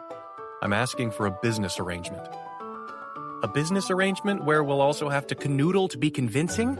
This feels very indecent proposal. I'm sure my family doesn't expect me to be overly affectionate in public. It's not really my style. She guffaws. Really? We'll have to share a bungalow, I say, ignoring her. But I expect it will be large enough that we'll have our own spaces when we're alone. When is all of this happening? We'd have to leave on the 1st. A pause. May 1st? She slowly counts on her fingers. That's 4 days from now. You're unemployed and high before lunch, I say, carefully fighting a laugh. Can you squeeze this in? Excuse me, Mr. Weston, not everyone gets to live off their grandparents' money for the rest of their lives. Working for a living is hard. Sometimes we sullied masses will make mistakes and take a pack of gum. I don't love the implication that I don't work, that I'm trying to breeze through life on my inheritance, but I understand why she sees it that way. The truth behind everything isn't important right now, and if this goes the way I hope it will, this will be an easy 12 days together, and then we'll never have to see each other again. Anna, are you available to do this? Please. I will pay all your expenses. I will even give you some money if you need to buy clothes. She sits up, self-consciously straightening her ancient t-shirt with its frayed hem. I have clothes. I'm skeptical that we mean the same thing. She's removed the Fruit Loop from her breast, but the ketchup stain on the collar remains. Anna points at me again. Okay, I see that look, and so let me ask. What manner of clothes are required on this trip? I sigh. My mother keeps a pair of Gucci slides by the back door to wear to take the recycling out. I'm proud of her for not making the butler do it. He gets off work at 6. Her expression deflates. Oh. So, an all-expenses-paid trip and a clothing allowance. Do we have a deal? Anna opens her mouth to respond and then closes it again, eyes narrowing shrewdly. No way. That isn't enough. It isn't enough? I look around her apartment like, are you fucking kidding me? $10,000 after our divorce is fine, she says. But I think you should also pay me for my time. This is separate, and I'm sure you didn't think to put this in the contract. I won't be able to search for a job while we're on the private island. I consider this. That's fair. What's your hourly wage? I'll double it and pay you for 2 weeks of work. No. Anna sits up and runs her fingers under her eyes, clearing away much of the mascara there. She pulls her ponytail free and reties it. Both actions do wonders for how chaotic she looks. This is much more demanding. I'll have to act. I'll have to learn about everyone I'll be meeting. I'll have to manage your complete lack of humor. I'll have to hobnob. This is an entirely new skill set. Name your price, then. She takes a deep breath through her nose, studying me. Another $10,000. I gust out an involuntary laugh. Done. Her eyes go wide. That fast? She snaps. Like that? Yes. Then I want more. Anna, you named a price and I accepted it. This isn't how negotiations work. Says who? I could be perfectly happy spending those 12 days eating gummies and watching Conan the Barbarian. I have nothing to lose. Can you say the same? What do you want then? What number would make you sweat a little? I don't understand. Sure you do, she says, leaning forward. Tell me an amount that would be just on the border of you saying no, but you'd still say yes. Is it 20,000? I try to sound very stressed out by this. Yes, that's a lot of money. You're a fucking liar. 50. My jaw twitches. I'd pay 50. Then pay me $100,000, West, plus a fancy clothing budget. She holds out her hand for me to shake. If you can agree to that, then we have a deal. 5. Anna. It's been 5 hours since West shook my shaking hand and left my apartment, and I'm not entirely sure what happens now. I still feel like I might vomit. He put his number into my phone after reminding me that I should already have it. But the way he left things had a very don't call me, I'll call you vibe. And as my gummy wears off, the sense of, oh shit, what have I done, starts to take hold. Google tells me that West is the son of a billionaire, and a glance at my banking app tells me I am a $30 heir. We don't exist in the same galaxy, let alone metaverse. I haven't been to a salon in months, haven't shaved my legs in weeks, and haven't carefully looked in a mirror in a few days, unless you count this morning's passing glance in the toaster. I do not recommend.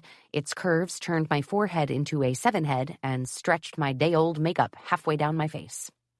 Yet somehow, I'm supposed to convince a bunch of 1%ers that I'm now one of them. Have, in fact, been married to one of them for 5 years now? Guffaw.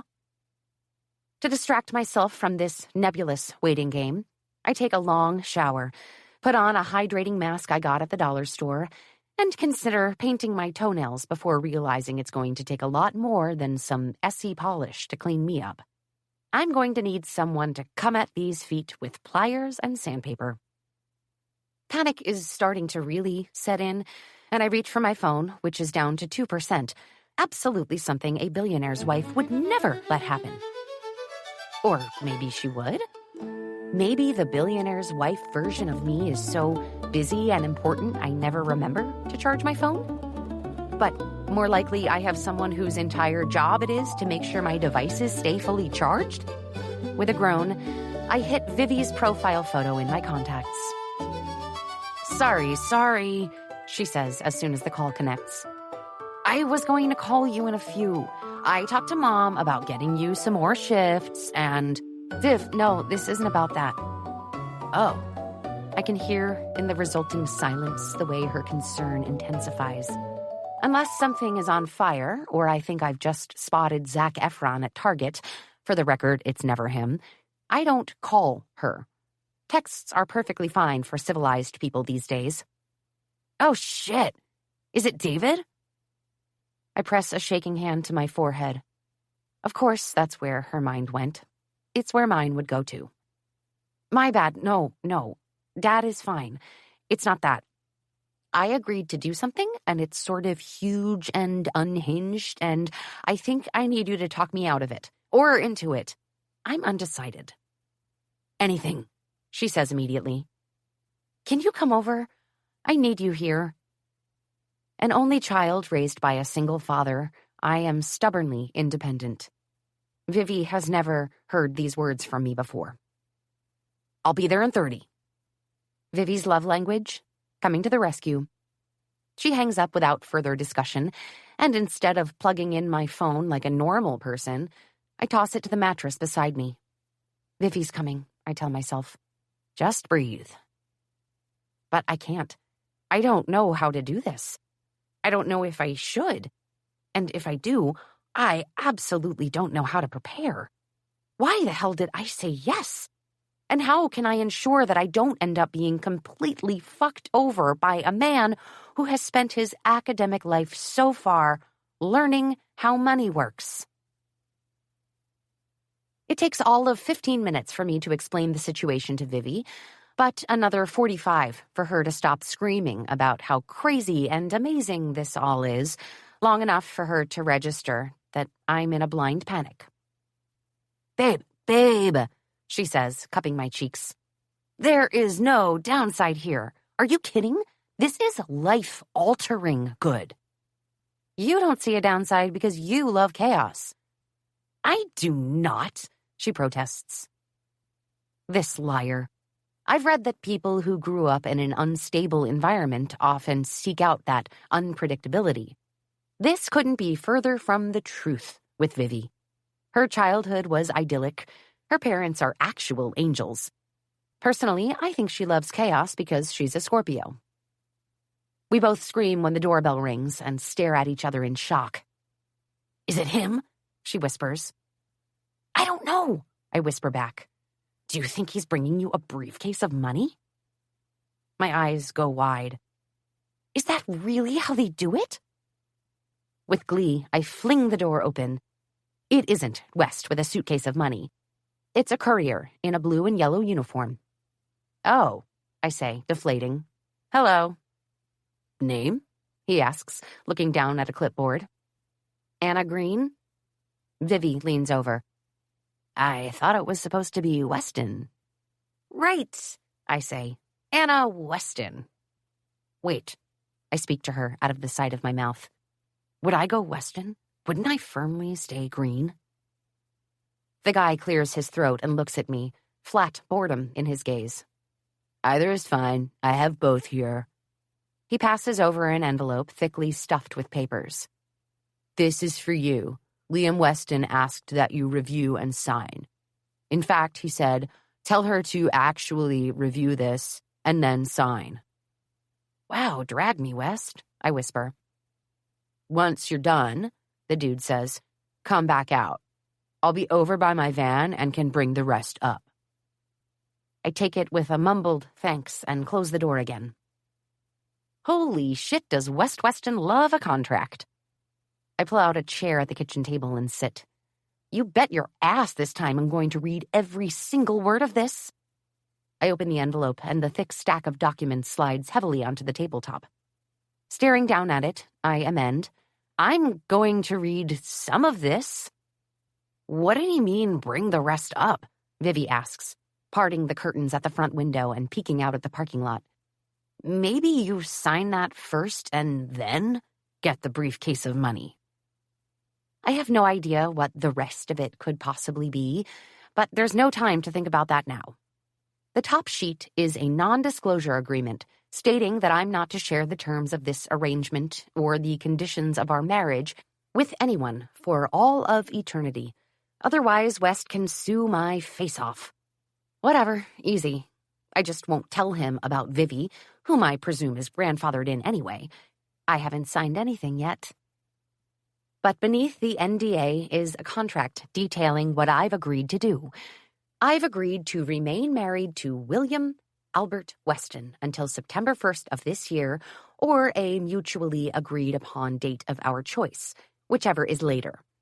I've agreed to come to the wedding of his sister, Charlotte Weston, to a man improbably named Kellen McKellen, I bark out a laugh, on the private island of Pulau Jinga from May 1st through 12th.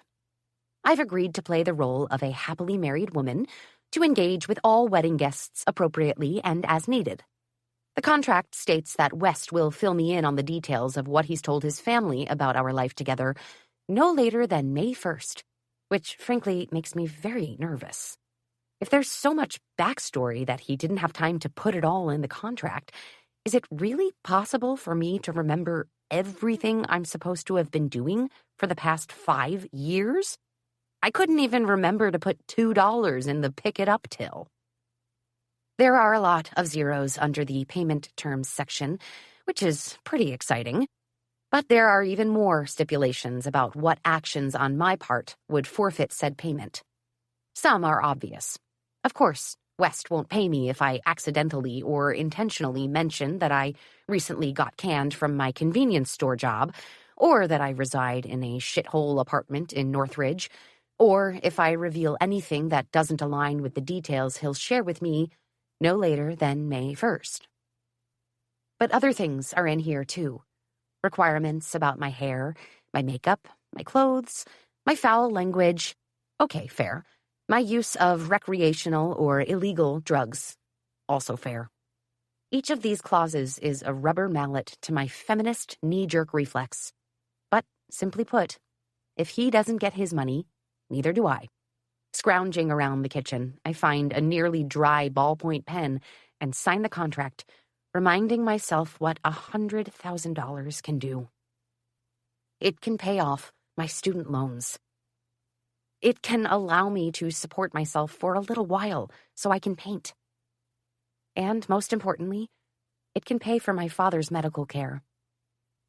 When it comes down to it, there's absolutely no question. I'll dress like a Kardashian and act like a fembot in a heartbeat if it means I can take care of my dad. When I wave to the courier out in the parking lot, he nods and strolls to the back of his van, hauling out a large parcel onto a dolly and wheeling it directly into my living room. It's even bigger up close. "Several briefcases could fit in that," I whisper. "A body could fit inside that," Vivi whispers back. I stare at it. I'm really hoping there's not a body in there. "Me too," our courier says dryly. I hand him the sealed envelope with the signed NDA and contract, and, after a pause, he leaves. Shit! I stare at the closed door, finally translating his hesitation. Was I supposed to tip him? Let West tip him. But it's this kind of stuff I don't even know, I say. Like, who gets tipped? That guy? And how much? Is couch change insulting? I think it depends if there's a dead body in there. We'll add tipping etiquette to the research you have to do later. Research? Designers, real estate, restaurants, travel. How do you know all of this? I ask. Vivi shrugs. Real Housewives. We get to work on the box, coaxing it open with a steak knife and spatula. Inside there is neither a stack of briefcases nor a dead body, but another box, this one with an envelope taped to the outside. The envelope contains a set of papers stapled together and folded into neat thirds, a check for $10,000, initial deposit, it says in the memo section, and hello, this feels very pretty woman, an American Express black card, holy shit, it's heavy, and a first-class plane ticket on Singapore Airlines. I need to sit down again. Vivi takes the metallic credit card from my hand and whistles, tapping it against her manicured nail. I've never even seen one of these. You could buy a house with this card. I know. I take it back looking at it. It has my name on it. Goosebumps break out along my arms. How does he know I won't use this to buy a giraffe? Is West this trusting or this desperate? We work together to pry open the interior box, which holds a beautiful set of bright blue Rimowa luggage, complete with personalized luggage tags. AGW, I read. I guess I went with Weston after all. Vivi runs her hands over the suitcases. These are the sexiest bags I've ever seen. But overboard, maybe? I stare down at them. They're gorgeous, but come on. I have luggage. Anna, I've seen your luggage. The only thing sadder would be a handkerchief tied to the end of a stick. Okay, but this? I point to the gleaming, hard-sided cubes. These look like transformers. Vivi ignores this, unfolding the crisp set of papers. He sent an itinerary. She whistles. Girl, there's a party almost every day. My stomach drops. What? More than just the wedding? Vivi openly laughs at me. Rich people love a party. Oh, she says, perking up. There's a list of the clothing items you'll need. Distractedly, while I try to figure out how to set the lock combination on my new robot bags, I listen as she reads the list aloud. Travel attire, 4 cocktail dresses, 3 day party dresses, a rehearsal dinner gown, wedding guest gown, casual outfits for 10 to 12 days, 3 to 4 bathing suits, shoes, undergarments, blah, blah, upscale loungewear. I look up. What's upscale loungewear? Like yoga pants? Vivi stares at me in concern. No, sweetie. Like cashmere robes and silk pajamas. Cashmere on an island? I'm pretty sure when you're this rich, you pay somebody else to sweat for you. Besides, I'm just describing the category. He probably means you should have a set of pajamas that perfectly complements your diamond necklace. I don't have a diamond necklace. She holds up an iconic turquoise box. You do now. Holy shit! Do I open it? Seems the only way you'll find out what's inside. I could open it if you want. Give it to me. I tug at the white satin ribbon and take off the lid. Inside is another turquoise box, this one velvet and hinged. Inside sits a diamond solitaire pendant on what I assume is a platinum chain. I can barely breathe.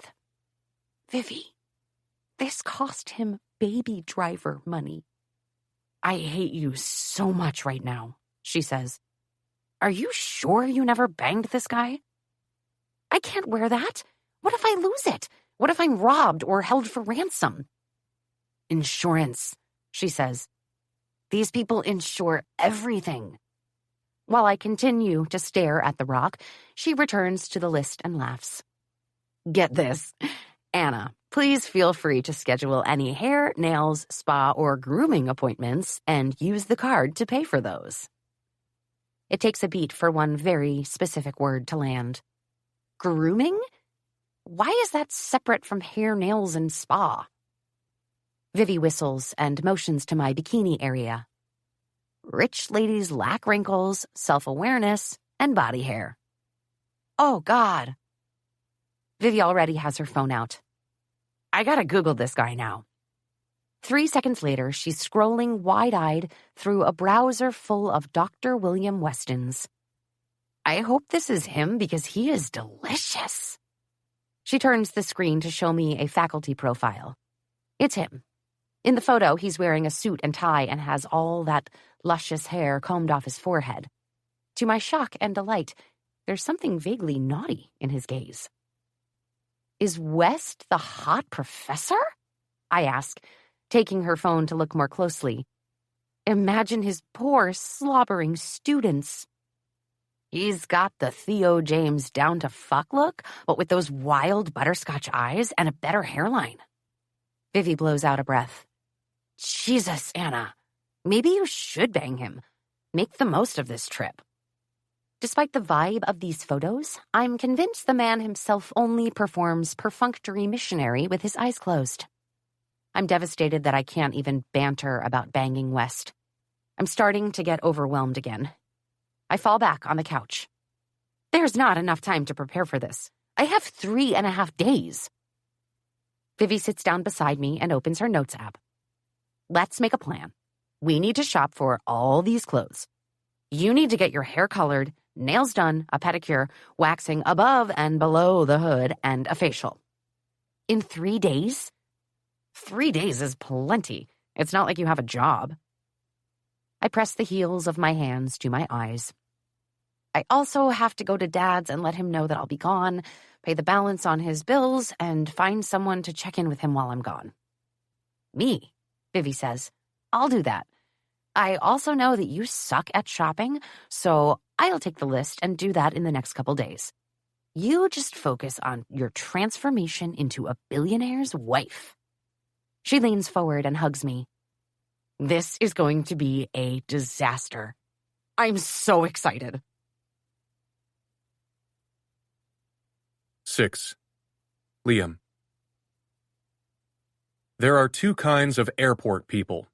Those who like to get to the airport 3 hours before departure to sit within eyesight of the gate, and Anna Green.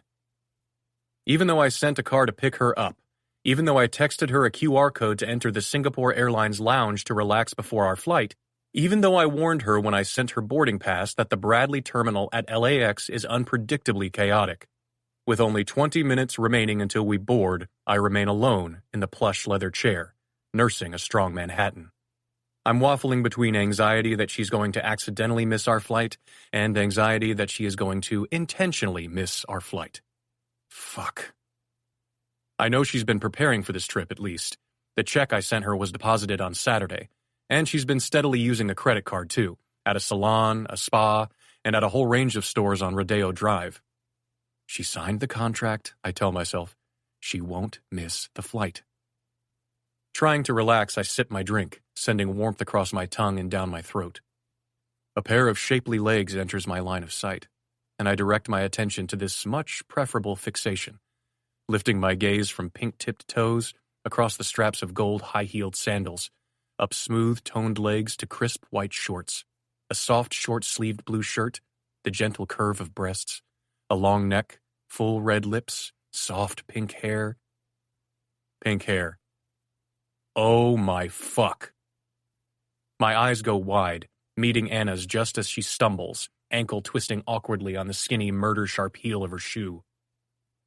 Motherfucker, she cries, collapsing into the seat beside me, seemingly unaware of the attention she's garnered from both her incredible hotness and loud swearing. Vivi said these would be easy to walk in. She's a fucking liar. I almost flagged down one of those little airport cars. She claps a hand over her mouth. No swearing. My bad. I can't find words. Now that she's here, I realize I hadn't even tried to imagine who might show up today. But this person in front of me is unlike any version of Anna Green I've ever seen. During the tenure of our roommateship, she never wore much makeup.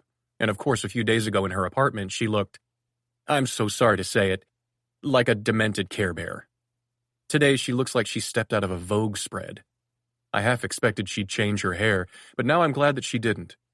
It's bubblegum pink and falls around her shoulders in shiny waves. Her skin is glowing, eyes bright, nails.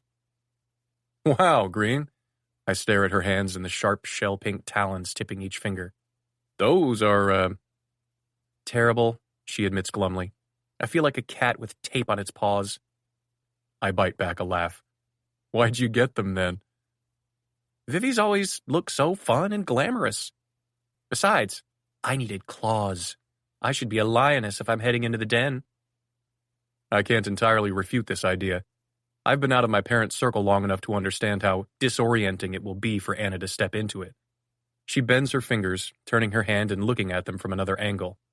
Frankly, they're so pointy I'm worried she'll scratch her own cornea.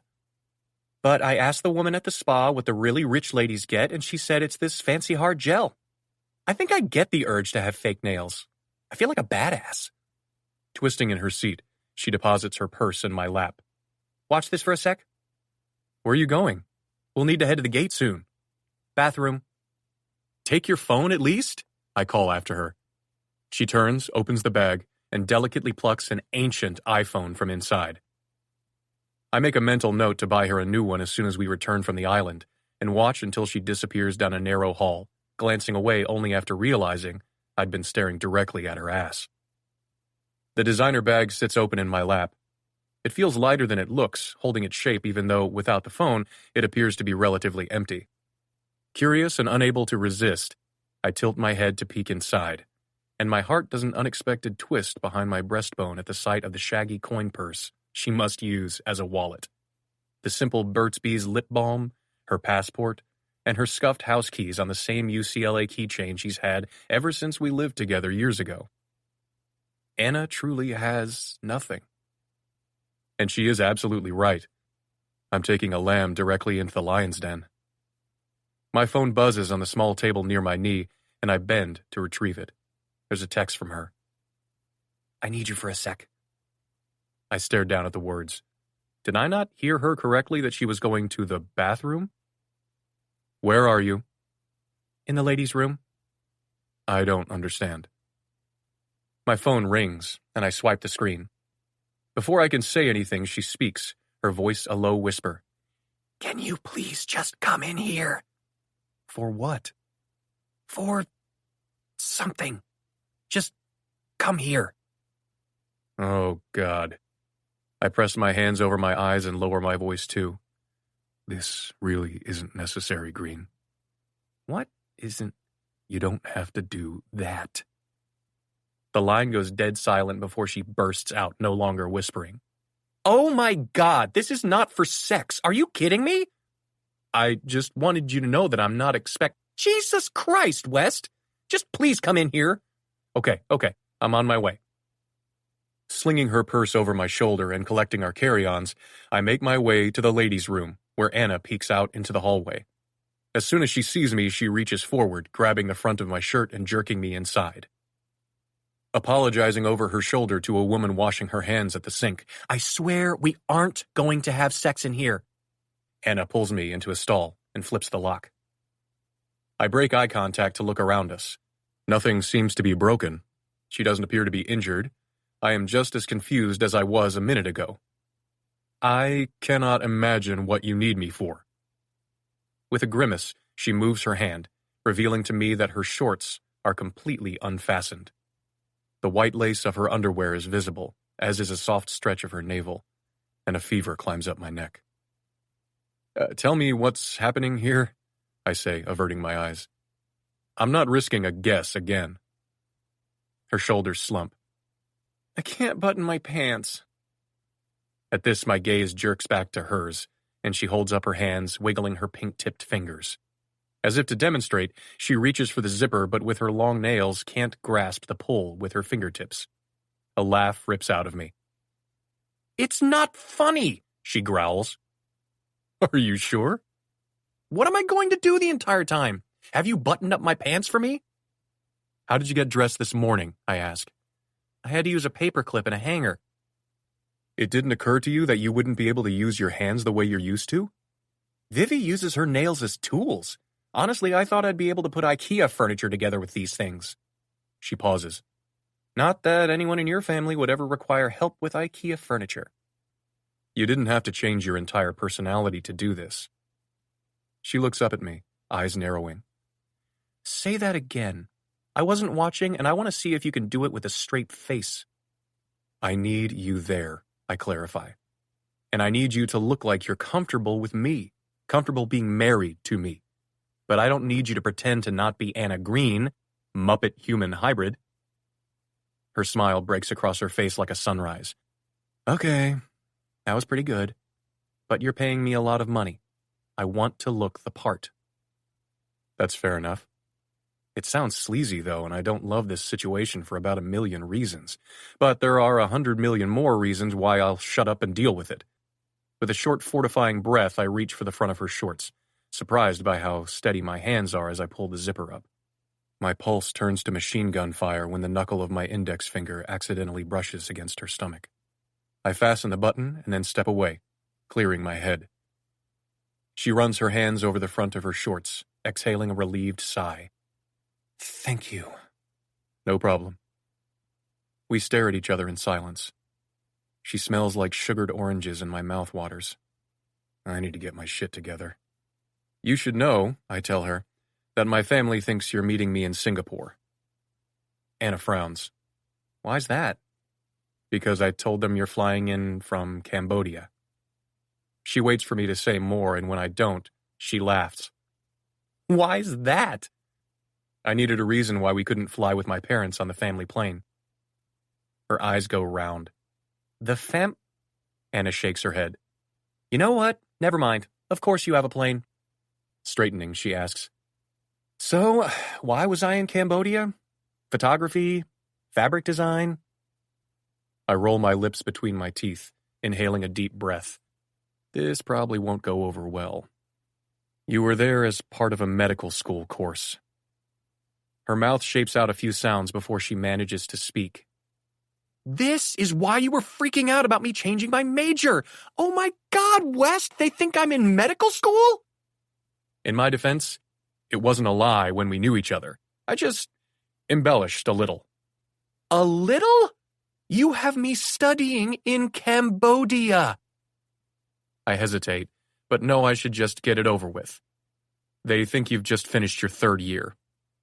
West, there's a reason I switched to fine arts. I was a solid C- student in every pre-med class.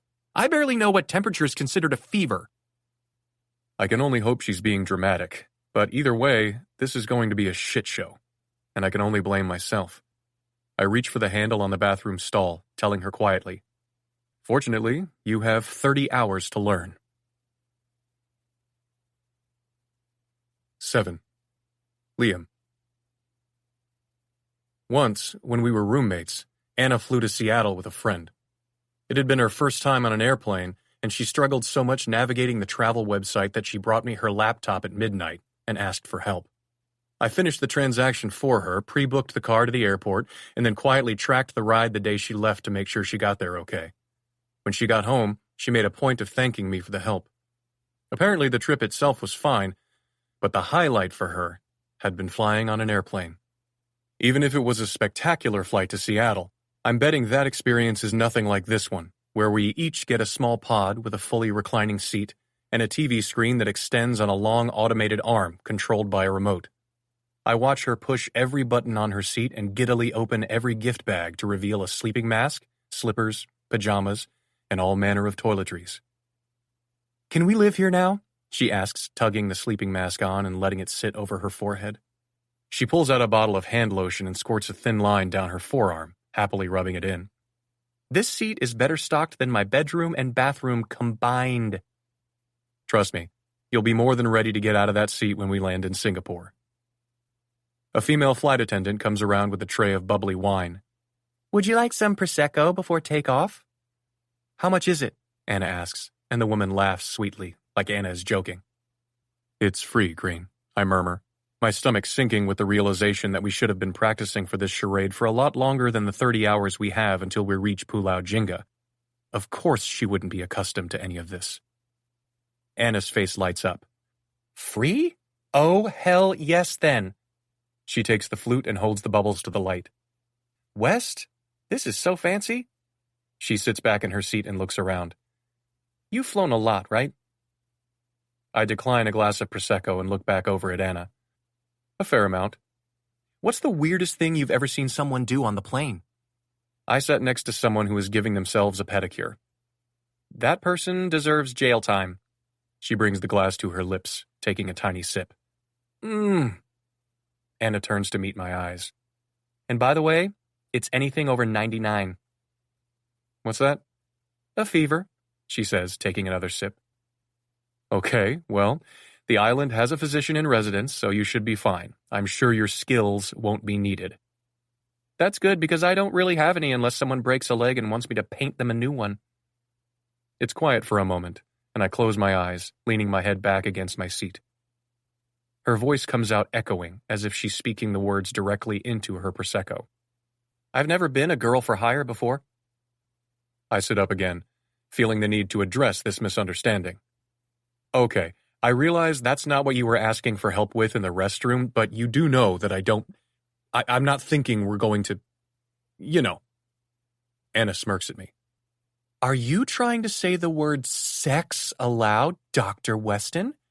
You're saying you're not expecting sex? I feel the shifting of a few passengers around us as they turn our way. Of course not, I whisper. I appreciate that, and I'm not for sale in that way. She pauses and then grins at me. But for 200,000, Anna, I'm kidding! God, lighten up. Careful of her nails, she gingerly pulls out a pencil and a thick sketchbook. As she flips through it, I catch flashes of drawings and a handful of vivid watercolors. Coming to a stop, she smooths a hand over the blank page and looks up at me expectantly. I have 30 hours to learn everything I need to know about being a med student married to a bajillionaire. Let's start with your family. Tell me about your mom. Her name is Janet Weston. She's been working for the company since she was 14. That's how she met my father, Ray.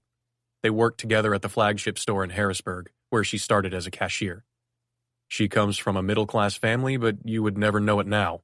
She doesn't have an official role at the company anymore, or if she does, it's like president of customer experience or something. Anna's smiling at me like I amuse her.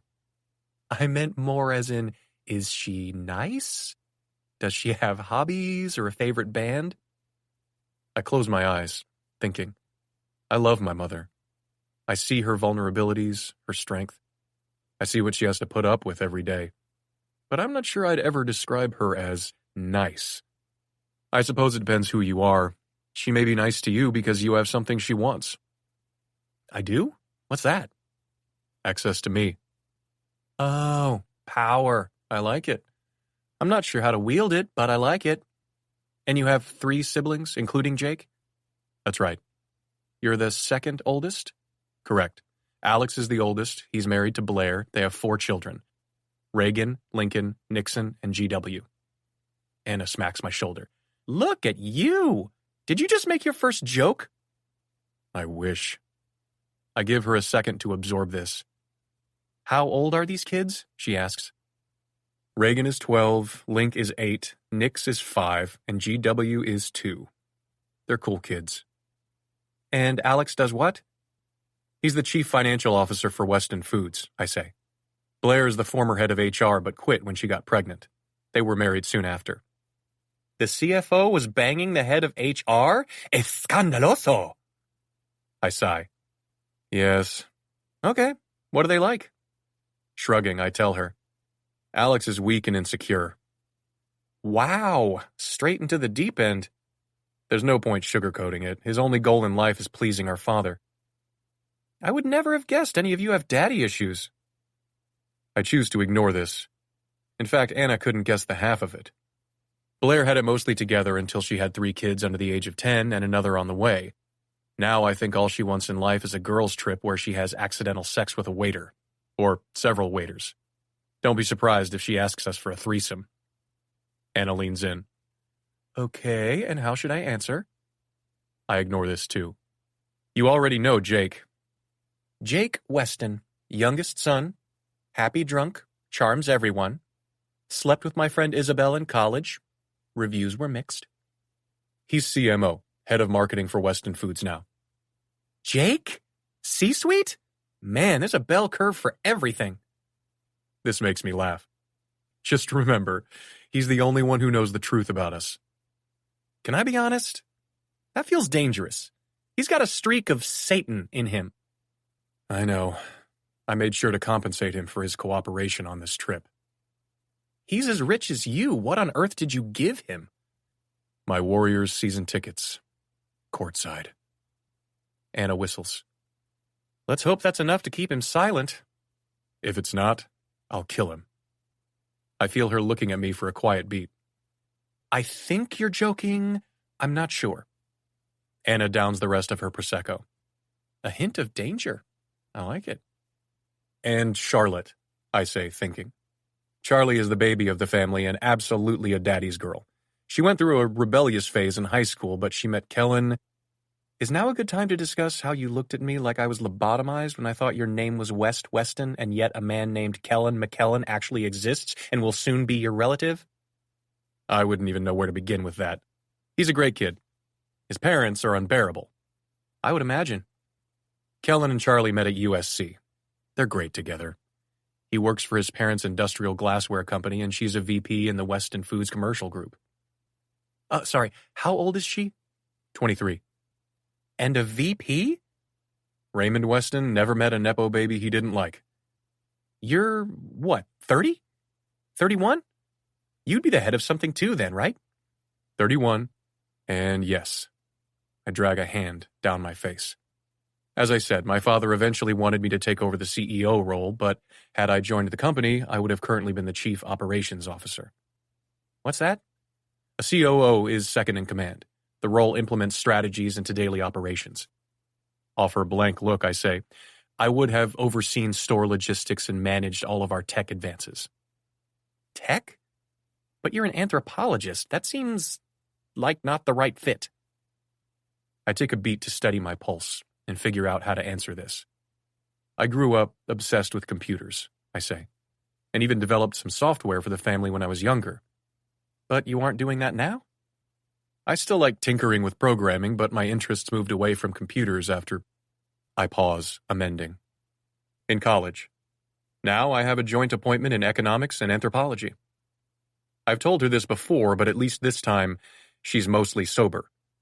My research is on sociological anthropology, specifically the ethics and behavior of people working within a corporation, but also how a good business does not encourage a one-size-fits-all approach.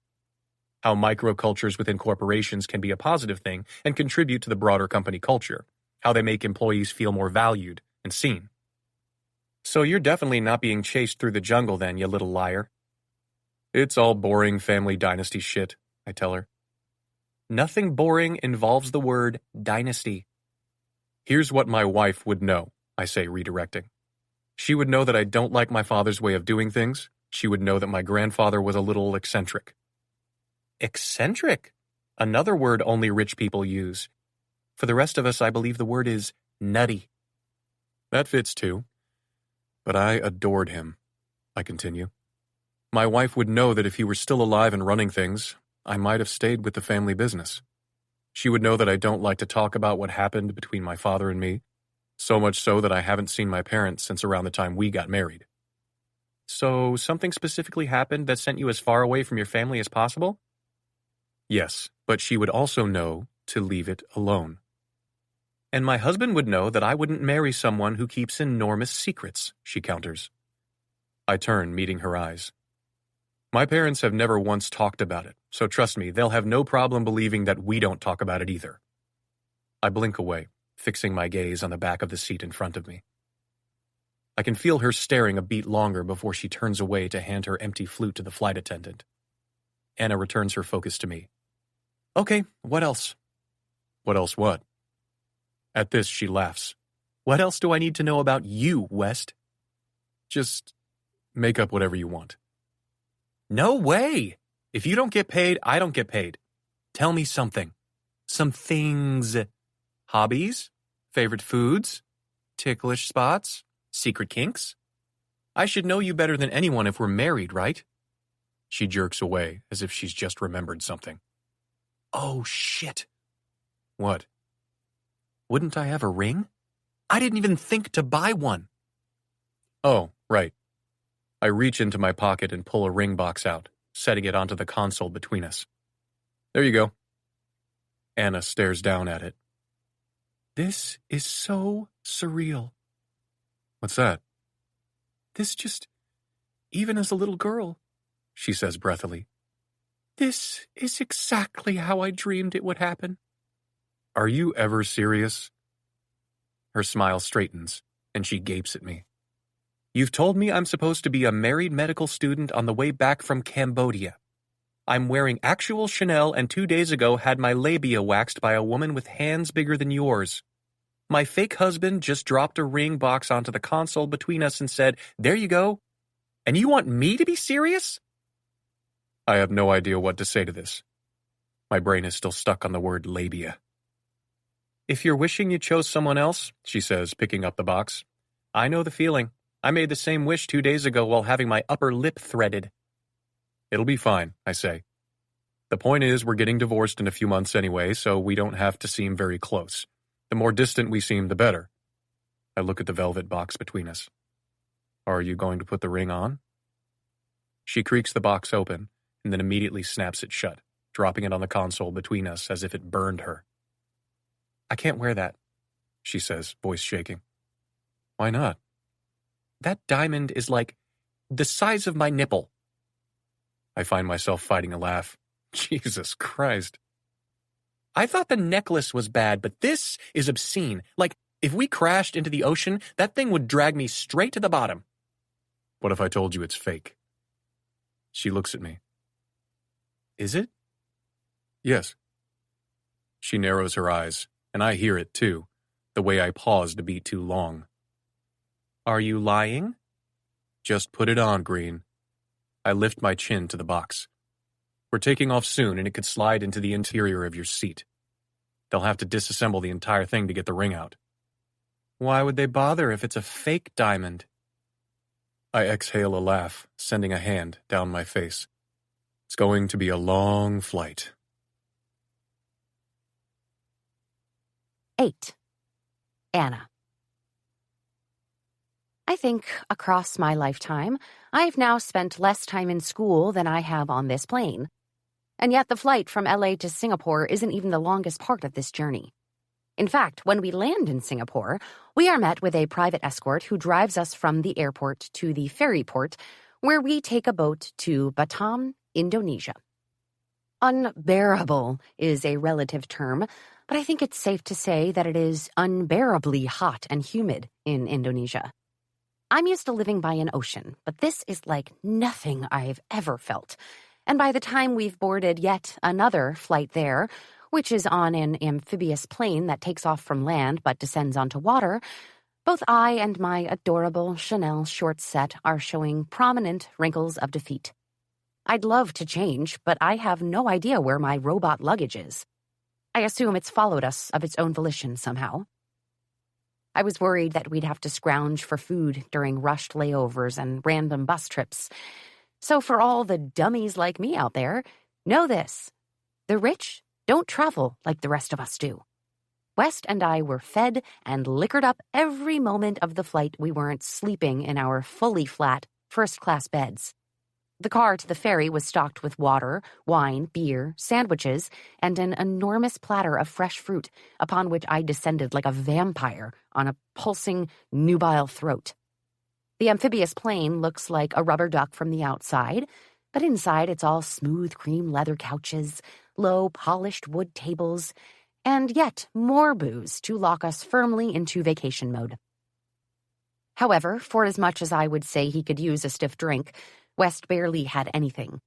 He barely smiled, either, but that's how he's always been. And as much as I wanted to be sauced the entire time, I took it easy, too, because the closer we come to the gleaming white sand, the more aware I am that I'm on the job. Everything I've seen so far tells me that the money Vivi spent on the clothing in my luggage is a drop in the ocean for this family. The $10,000 check that was life-changing for me is nothing to the Westons. That realization is both intimidating and nauseating. The odds are very high of me spilling wine on an article of clothing that is worth more than my life. I can absolutely imagine I will, at some point, crack an inappropriate joke to someone who turns out to be the leader of a NATO country. I'm probably not going to like anyone there, but I must make them like me anyway. I simply don't know if I possess that level of moxie inside my underfed, lower-middle-class body. I feel the warmth before I hear his velvety voice. Gorgeous, isn't it?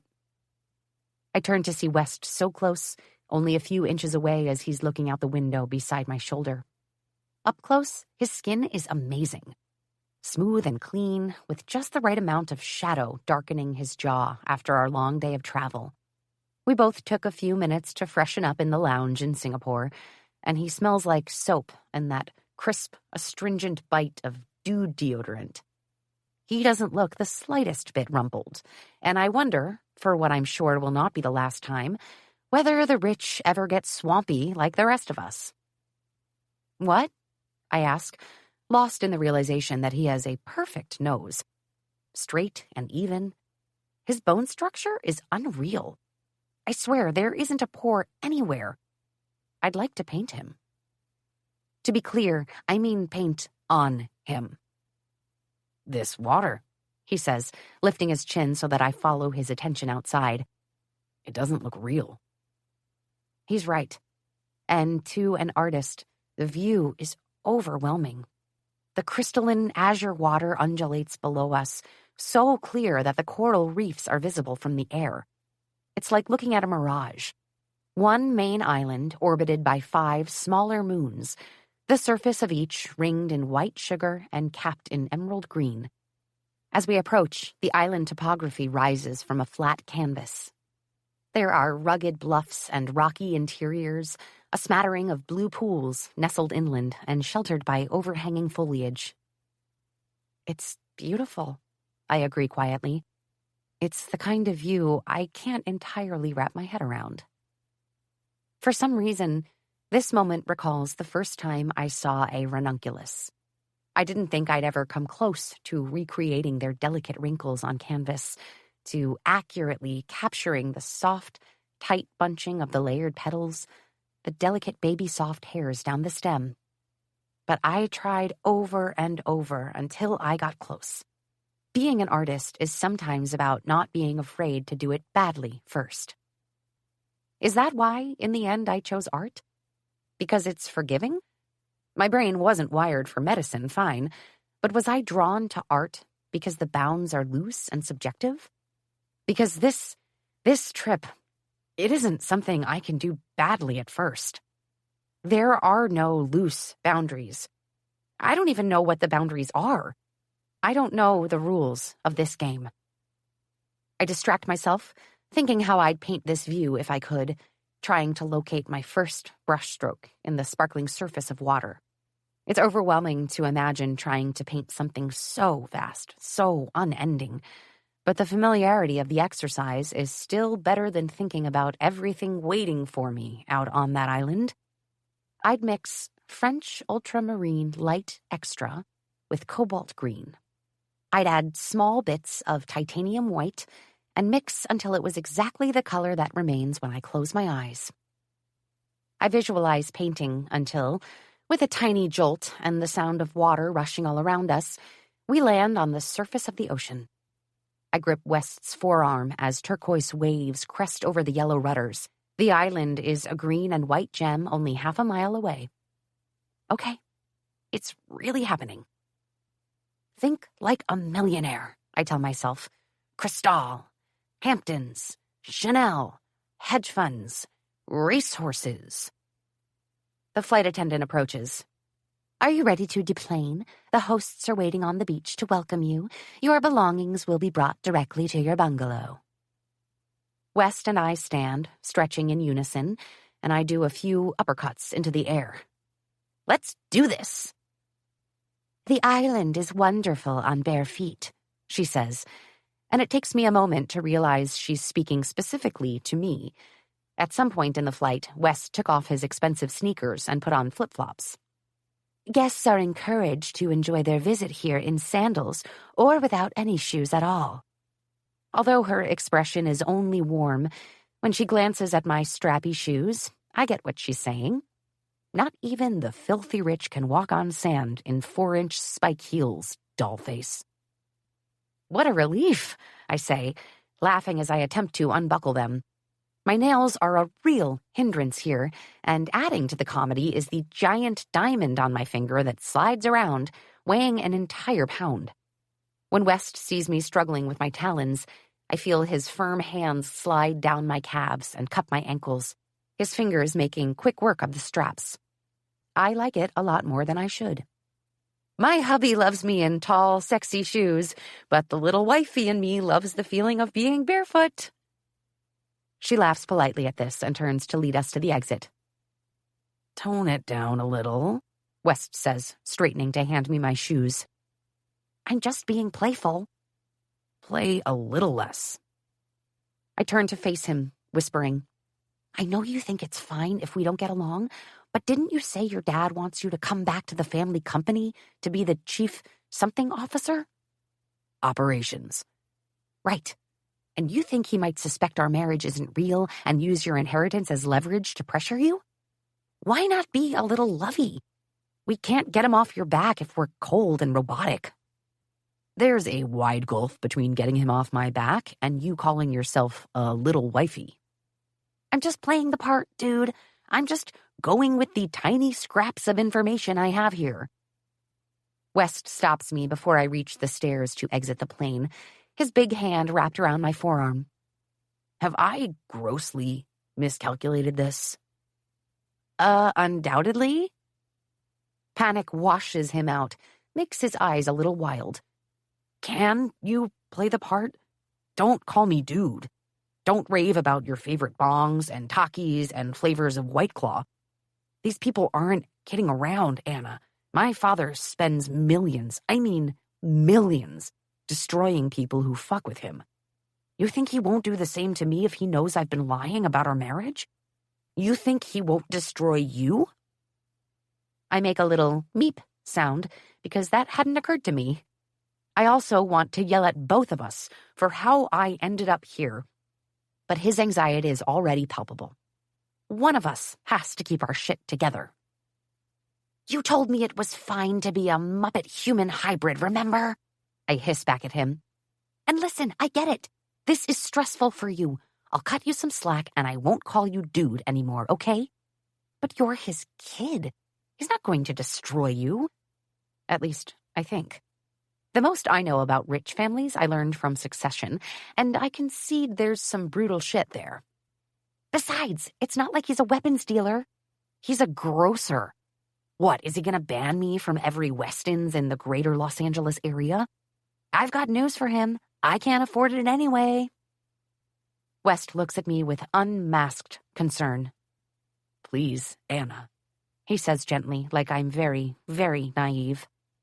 Just follow my lead. I move to take my first step onto the dock and stop, seeing West's outstretched hand, his expression expectant, and the tiniest bit pleading. I reach forward, and his fingers wrap firmly around mine. Yes, it's part of the show, but it's also a physical reminder that we're in this together. If he sinks, so do I. We follow the pilot down the pier, and it's somehow even more beautiful up close. I spy brightly colored fish in the water beneath us, and the corner of a guest bungalow on tall stilts in the distance where the shore begins to curve. What I don't see, or hear, are the things one usually associates with a resort. Aside from a pair of kayaks cutting silently through the water, there's no marina traffic, no noisy tourists, no cheeky steel drum serenade. There are no flower beds, pots of foliage, or anything remotely manicured. It feels a little wild, truly isolated, but not deserted. A utopia. At the end of the narrow boardwalk, our feet sink into the sand. It's so soft and fine it sifts like warm water between my toes. Waiting a few yards up the beach is a group of 4 employees. The vibe is very White Lotus. All of them stand shoulder to shoulder, smiling in welcome, wearing matching khaki shorts and white polo shirts, and holding something for us. Small bunches of local flowers, a bowl with cool, wet cloths, a tray with cups of ice water, a plate with sliced fruit. The 4 hosts introduce themselves as Maria, John, Echo, and G'day before handing us their items. While we wipe our hands, drink the water, and eat the fruit, G'day steps forward. Welcome to Palau Jinga, he says. I am your private butler for the duration of your stay. May I tell you a little about the reserve? Holy shit, I mutter under my breath. A freaking butler. This is amazing. But I remember I'm rich. That would be lovely, thank you. His face breaks open in the most delightful smile I've ever seen. In 1993, dynamite fishing was declared illegal within the 100-mile radius surrounding Palau Jinga. Now, the island you stand on, as well as the 5 neighboring isles, are a certified conservation area. With a sweep of his arms, he gestures around us. The entire resort was constructed using traditional Indonesian methods and built to protect the shoreline from erosion, as well as from destruction of the undersea ecosystem and the local flora. There are 35 guest villas, 15 tent cabins along the beach, 15 cottages in the gardens, and 5 luxury overwater bungalows, which is where you will be staying. Luxury overwater bungalow, I whisper to West. The best 3-word combination ever uttered. He smiles stiffly, and G'day continues. Hot water and electricity are generated by solar and wind power. Waste is recycled and reused. Meals are all locally sourced, and our restaurants are Michelin-starred. Everything is inclusive, including meals, spa treatments, and activities. We offer kayaking, paddleboarding, and snorkeling. You may also take a paddleboat to any of the nearby islands to fish. Snorkeling equipment is available in the boathouse just there, he says, pointing, and there are 2 shipwrecks nearby to explore. The interior of the island is thickly forested, and there are marked trails to follow if the mood strikes. Or you may do absolutely nothing while you are here. Aha! I laugh fancily, setting my left hand on my chest to display my ring. That sounds amazing. I can be of as much or as little assistance as you want, G'day says. Just let me know. He holds out his hand, gesturing down the beach to the bungalows. You'll find more information in your bungalow, but we can answer any questions that come up along the way. We rarely keep to a schedule here, but according to the itinerary provided by your party, you have a few hours before the cocktail reception at our flagship restaurant, Jules Verne. Perhaps you'd like to retreat to your bungalow to rest and refresh? Frankly, what I really want to do is drop my fancy purse and run like a maniac down the beach, splashing in the surf before taking a nap in one of the hammocks stretched between the sky-scraping palms. But West still carries visible tightness in his shoulders, and we both could use a shower and a change of clothes. That sounds divine, I drawl, sliding my arm through West's. Don't you think, sweetheart? He gazes down at me, quickly tucking away a flash of amusement. Yes, very divine. Waving goodbye to our 4 new friends, we begin the surprisingly long trek toward the overwater bungalows. I do my best not to skip along the sand, because I don't think a Weston wife would do that, but the plane hostess was right. The island feels amazing on my bare feet. Meanwhile, West walks beside me, quietly miserable. At least he looks great. His linen pants rolled up just above his ankles, his white button-down flattened by the breeze into his chest, revealing to me that he's got some great muscles. His flip-flops dangle loosely from his fingers. What must his life be if he can be walking in literal paradise and look like he's being led to the gallows? But then I look up to see 2 figures walking toward us. The man is small-framed and rigid, with salt and pepper hair and a boardroom stride that looks wildly out of place in this tropical oasis. The woman is thin and graceful, with platinum blonde hair. Her glamorous maxi dress billows in the island breeze. I know, without even asking, who they are. 9. Anna. Seeing West's father walking toward us on this tiny island in linen shorts and an open-collared floral shirt is a little like seeing a wildcat at the mall. Mortal danger completely out of context. However, he is also oddly compact, standing a good 6 inches shorter than his barefoot wife.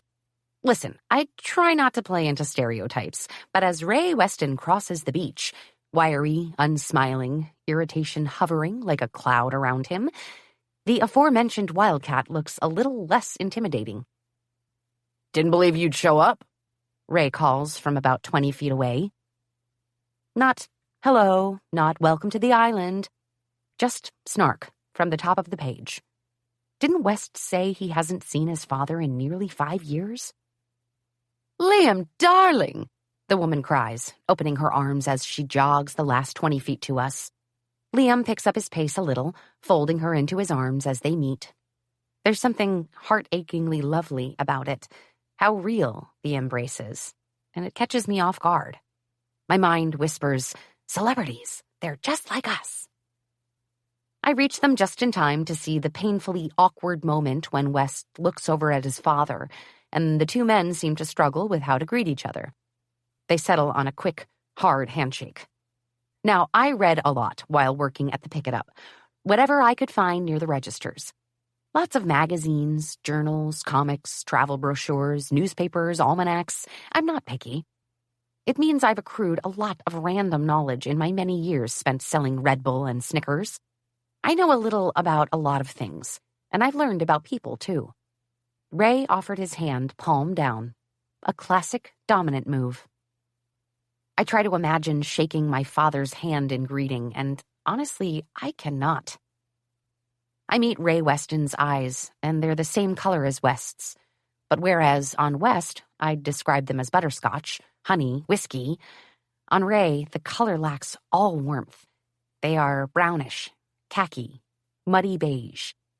His are the amber eyes of a predator. And even though West greeted his mother first, and warmly, he presses his hand to my lower back and angles me to face his dad.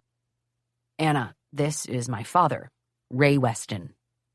"Yes, hi," I say, and extend my hand to him. "Nice to finally meet you."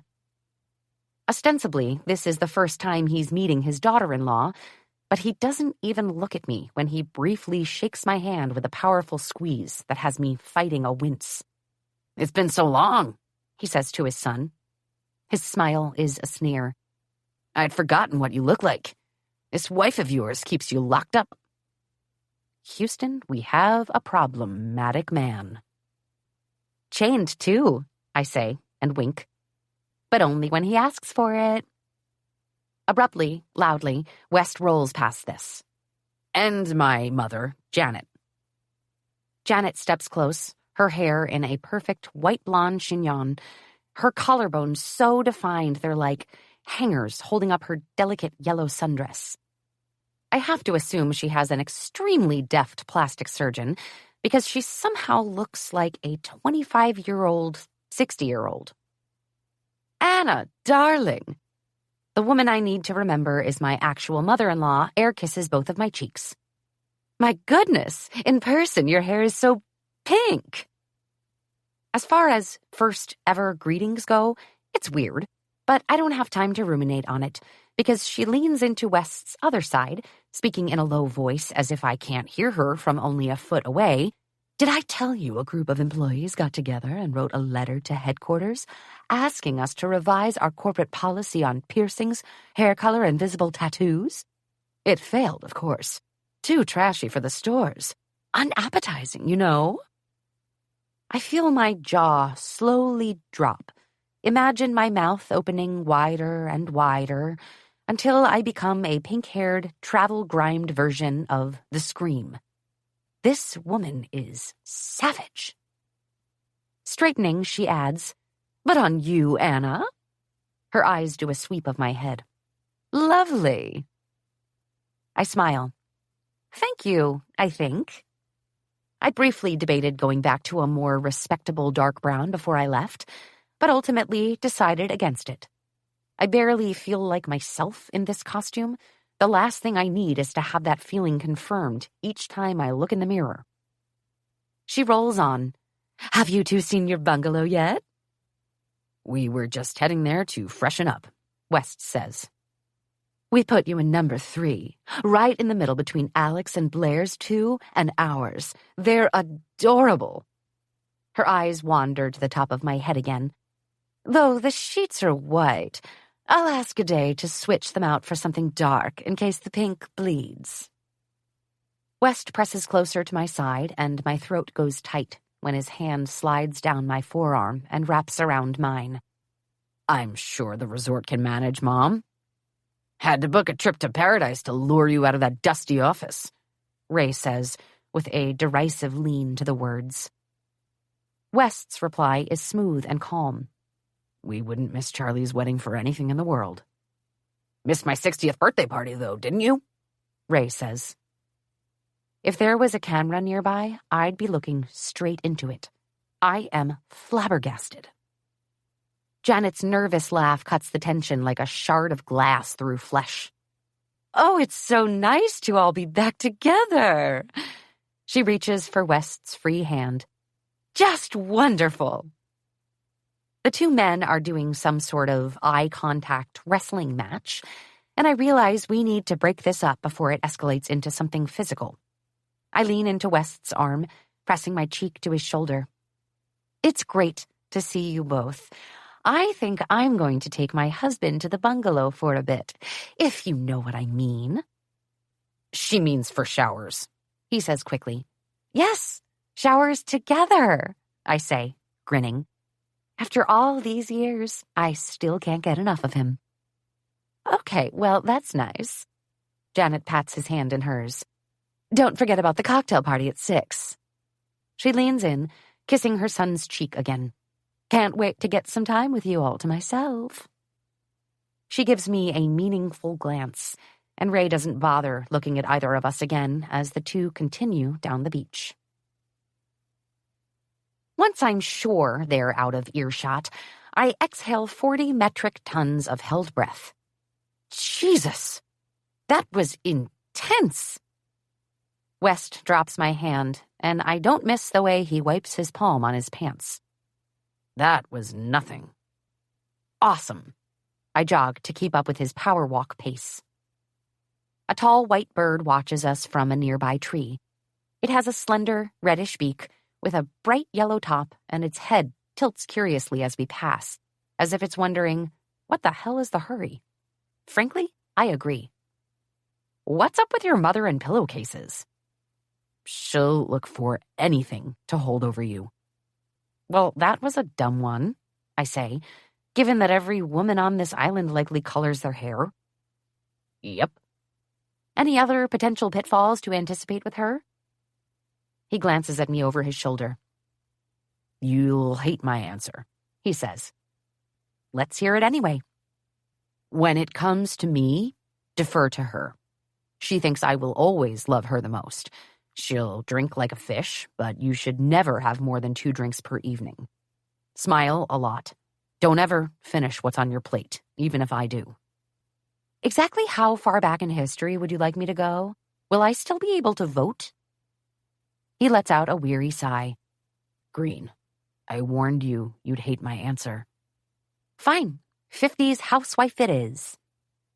Anna, he says finally, very gently. The truth is, you could just smile on my arm and be okay. I promise I'm not trying to leave you unprepared. The sad reality is that my parents are unlikely to pay you much attention regardless. I picture David Green meeting someone I was literally married to and not taking a very keen interest. I try to imagine him only now meeting someone I'd been married to for 5 years, and I just can't. It would never happen. If I as much as mention a 3rd date, Dad wants me to bring the guy over for dinner at home. We'd never set foot on a beach like this. Would never in our lives be able to afford even the coach class plane fare, but we have something much more valuable. I glance up at West and feel a pang of sadness for him. We continue in silence.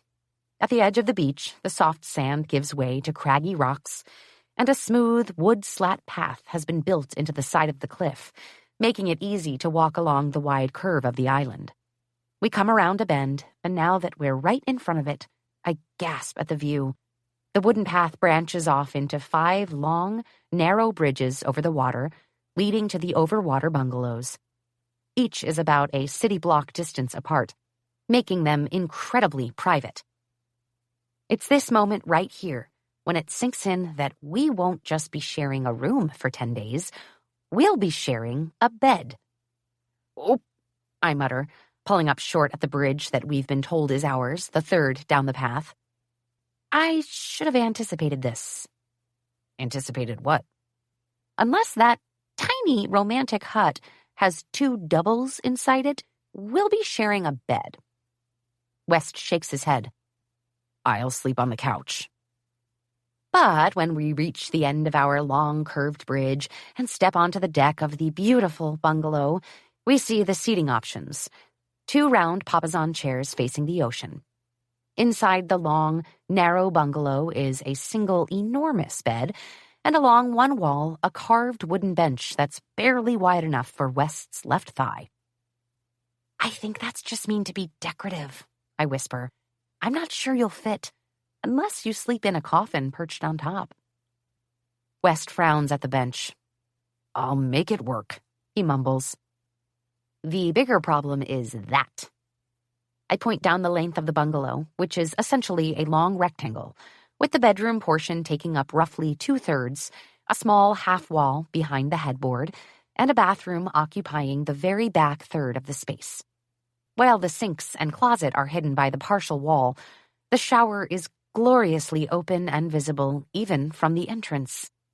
The only space that closes with an actual door seems to be the tiny room with a toilet inside. Help. I cannot imagine pooping in there when West is anywhere in this bungalow with me. I can shower in the spa, West says. That won't look suspicious. We'll just have to time it all strategically. Or we'll just have to decide to deal with it, I say. After meeting your parents, I can't imagine seeing me naked will be the hardest part of this trip. Point taken. I do have a point, but I can't help the warm crawl of awareness that he is a man and I am a woman, and we are going to be cohabitating in this very small, very romantic place. Okay, let's just put on our big kid pants, or take them off, I guess, and deal with it. He stares. I stare back. West blinks a few times rapidly. What? Now? West, we've been traveling for 700 hours. I need a shower. Don't you? Yes. He sighs. You go ahead. I'll be outside. He walks out to the bi-level balcony, one level in the shade and one in the sun accessible by a set of stairs on the side of the bungalow, and rests his arms over the railing of the lower level, looking out at the ocean. I follow him out and stand next to him for a moment, taking in the view. The horizon stretches forever, and I'm not sure I could come close to capturing the feel of the undulating clear turquoise water. The tide rolls toward us, breaking against the wooden deck piles and stilts supporting the bungalow. We're several feet above the surface, but it's hard to wrap my head around the fact that the sea is directly under our feet. What if there's a tsunami? I ask. There are so many great potential answers. Then we make this bungalow into a ship and sail to Singapore. Then we surf our way back to the California coastline. Then we grow gills. But no. West says without hesitation, then I suppose we get swept out to sea. He's going to be fun. I walk back inside, realizing I'd been so focused on the sleeping situation, I haven't properly flailed over the sheer bliss that is our bungalow. In fact, I'm pretty sure the only thing in here I could afford is the roll of eco-friendly toilet paper I can clearly see from where I stand. And even that looks pretty fancy. There's a real Isle Esme feel to the decor, if you know, with carved bamboo, recycled teak, jellyfish light fixtures, and a massive canopy bed. Wide windows and the open entrance bring the outside in and allow me to glance over at West, who seems to be mid-mental spiral, managing to look even more morose than he did 30 seconds ago. Isle Esme vibes or not, there will be no headboard breaking here. Near one wall is a chest with our names stamped into the top, a pair of towels folded to look like stingrays, and a jar of chocolate chip cookies that are probably made with the world's most expensive chocolate, but hey, G'day did say it was all-inclusive. I help myself. For the record, they are fucking delicious. Our bags have already been brought in and unpacked for us. Our clothes hang in the closet or are neatly folded on the shelves nearby. I haven't seen most of what Vivi bought for me, but I'm praying that somewhere in the dozens of outfits there is a pair of shorts and a t-shirt I can pull on before curling up with my sketchbook in a papasan chair, because this Chanel doesn't breathe in 95% humidity. Suddenly, I can't wait to get out of my clothes. They feel velcroed to my skin, itchy and definitely unfresh. Looking to make sure West is still staring morosely out at sea, he is. I toss all my clothes in the woven hamper and climb into the shower, turning on all 3 shower heads. If I had to choose between this shower and a lifetime supply of Takis, I would choose this shower. If I had to choose between this shower and seeing pick-it-up Ricky Derrick walk face-first into a sliding glass door at a party, I'd choose this shower. If I had to choose between this shower and a date with Harry Styles, I would choose Harry Styles, but I'd hesitate. This is the best shower of my entire life. Unfortunately, if West is feeling what I felt 10 minutes ago, then he's itching to get out of his clothes too. So I turn off the water and wrap myself in a giant, fluffy towel. "I'm done," I call, grabbing a hairbrush and padding barefoot into the bedroom area. West passes me as I sit on the end of the bed, facing the water. When his clothes land with a whoosh scratch in the hamper, I ignore the way the sound makes the tiny hairs on my arms stand on end. I ignore, too, the gentle slap of his bare feet stepping into the shower, and the way his low groan of pleasure rattles down my spine. Did I make those noises when I was in there? Oh, God, I think I did. I think I spent the entire shower talking dirty to the hot water and organic body wash. Now he's totally naked behind me. Why do I care? He'd been naked on the other side of a wall from me hundreds of times when we lived together, and it barely registered. But it all feels different now, because we are pretending to be in love, pretending to be familiar in a way that I honestly cannot imagine being with anyone, but maybe especially him. I have no idea how often married people have sex, but I happen to like sex, and I like to think if I was married, I'd have it a few times a week at least. 5 years times 52 weeks times 4 times a week is like, I have no idea, but it sounds like 1,000. 1,000 times we would have had sex, at least.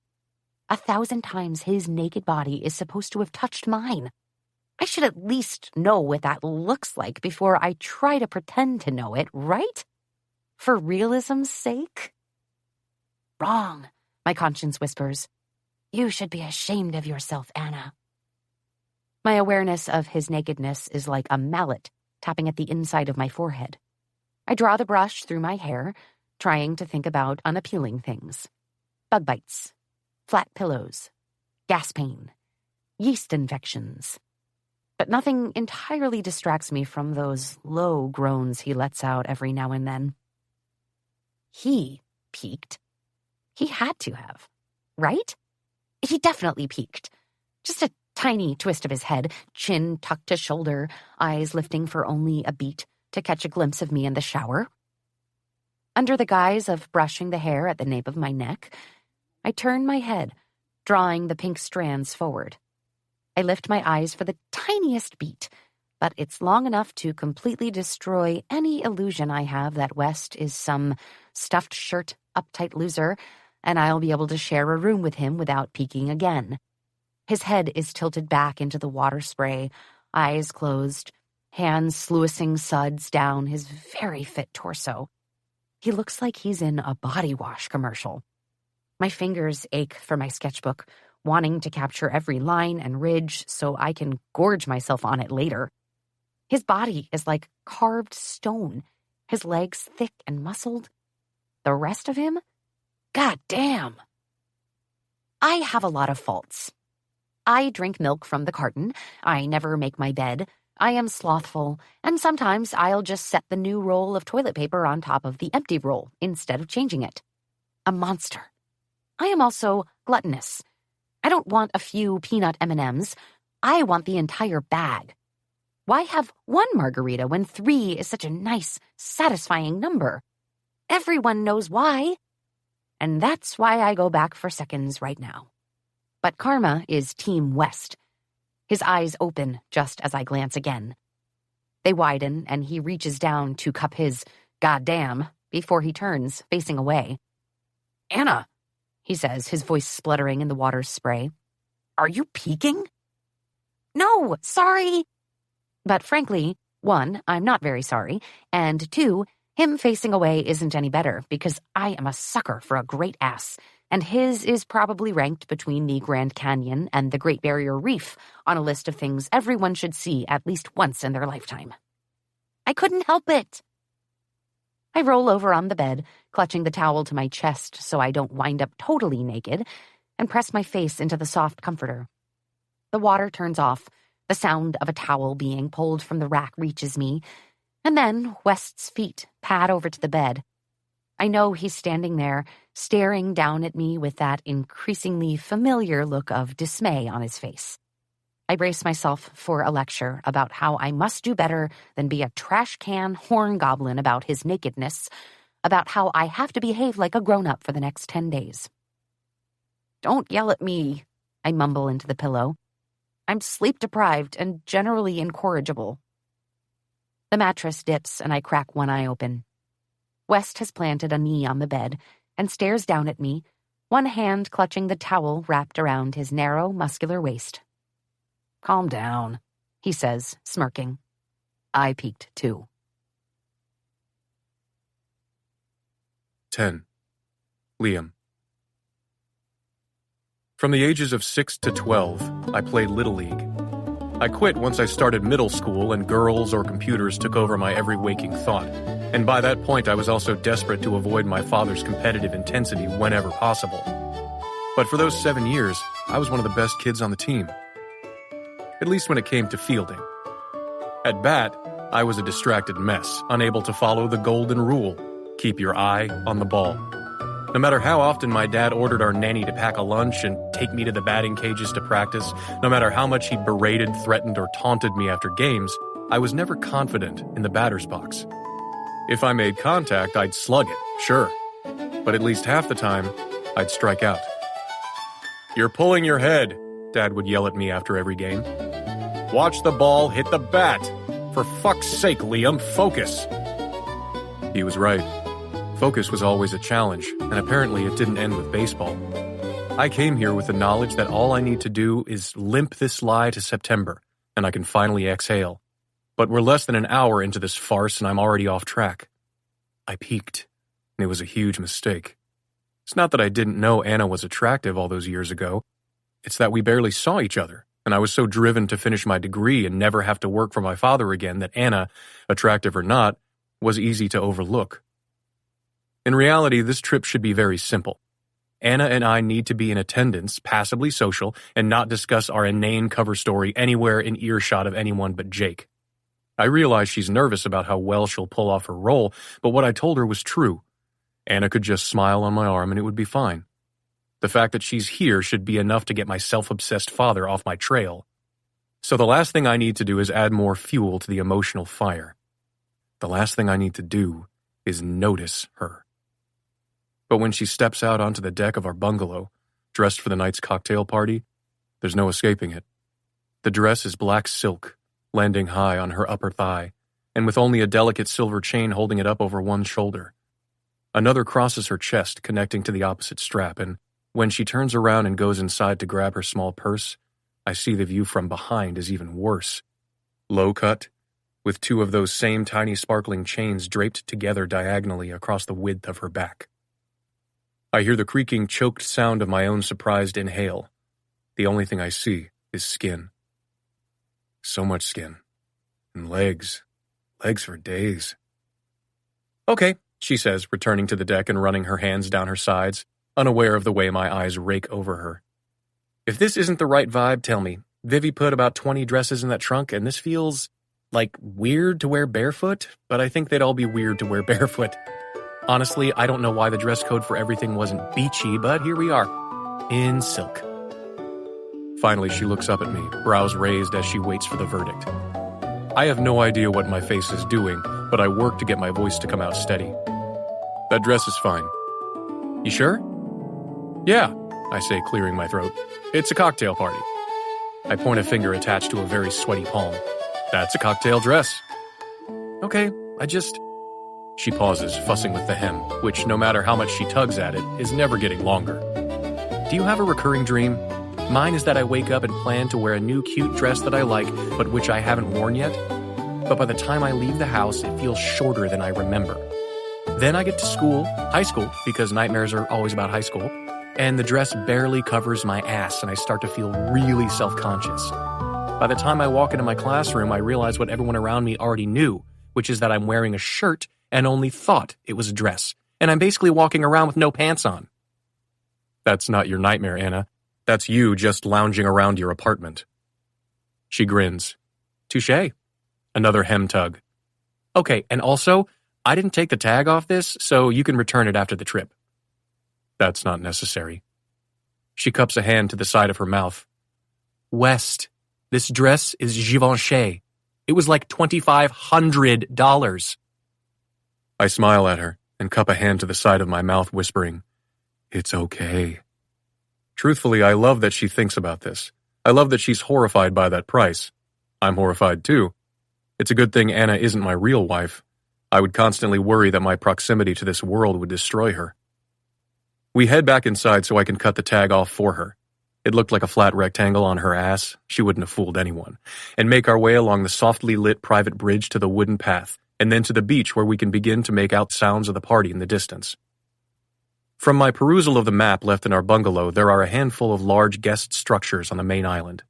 2 restaurants, 2 bars, an enormous infinity pool and pool house, a reception hall, a gym, a spa, a learning pavilion for classes and activities, a retail shop, and a greenhouse where guests can help plant, tend, and harvest some of the plants and herbs used on Pulau Jingga. According to the information in our room, the restaurant where tonight's party is held is known not only for the amazing menu, but also for its custom as well as classic drinks, a long list of zero-proof cocktails, and a heavily curated list of top-shelf and very expensive wines and spirits. The itinerary said that dinner will be a mix of drinks and various small dishes prepared exclusively for our party. So, a quick meal and enough alcohol to plow through the night. I can do this, I think. We can do this. But as we near, the sound of my father's braying laugh makes a chill crawl up my spine. As if she senses the tension rising in me, Anna slides her arm through mine and squeezes. We've got this.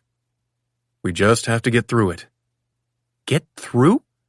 Beside me, she stops abruptly. Look around you. Look where we are. We can do more than just get through this. This is literally paradise. I look past her, out at the crashing surf, the swaying palms. Just moments from dusk, the lip of the sun still clings to the horizon, melting like spilled paint into the sea. She's right, I think, looking over as the last rays of sunlight wash her in gold. Even being this tense means that my father wins again. Okay. Is your whole family here? She asks. They should be.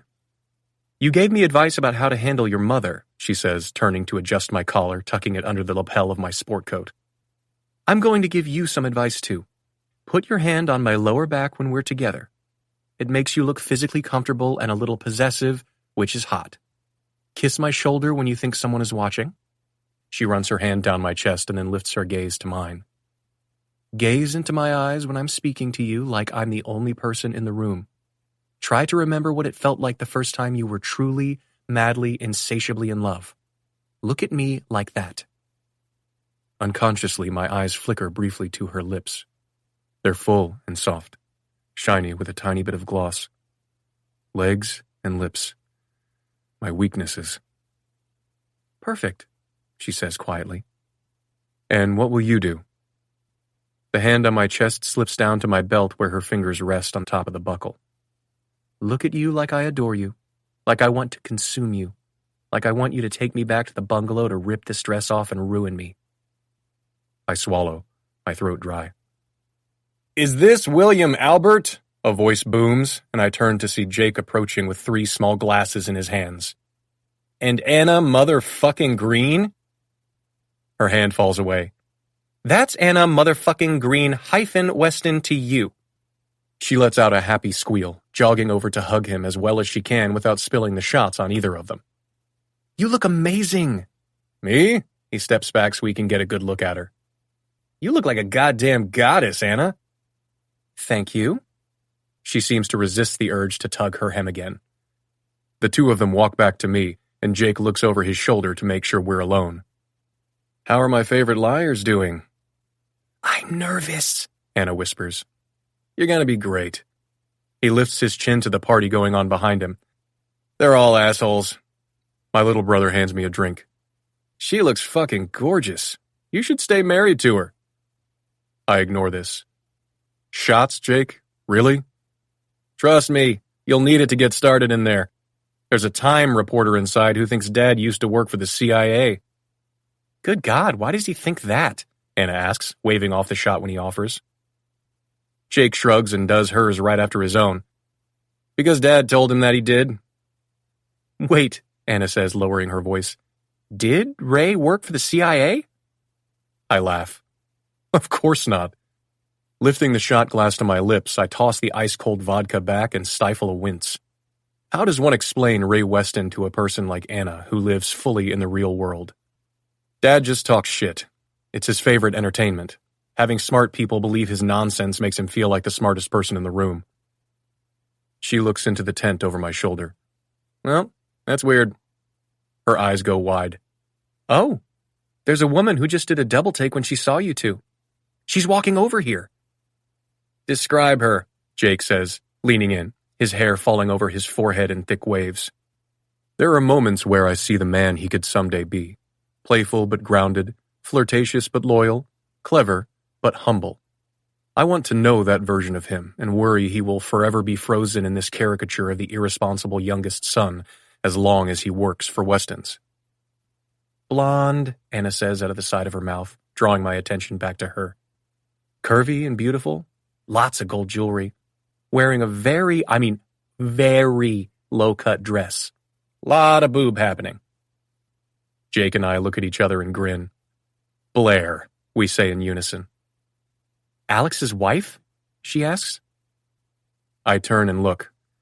Yes. My sister-in-law waves excitedly and I lift a hand, smiling.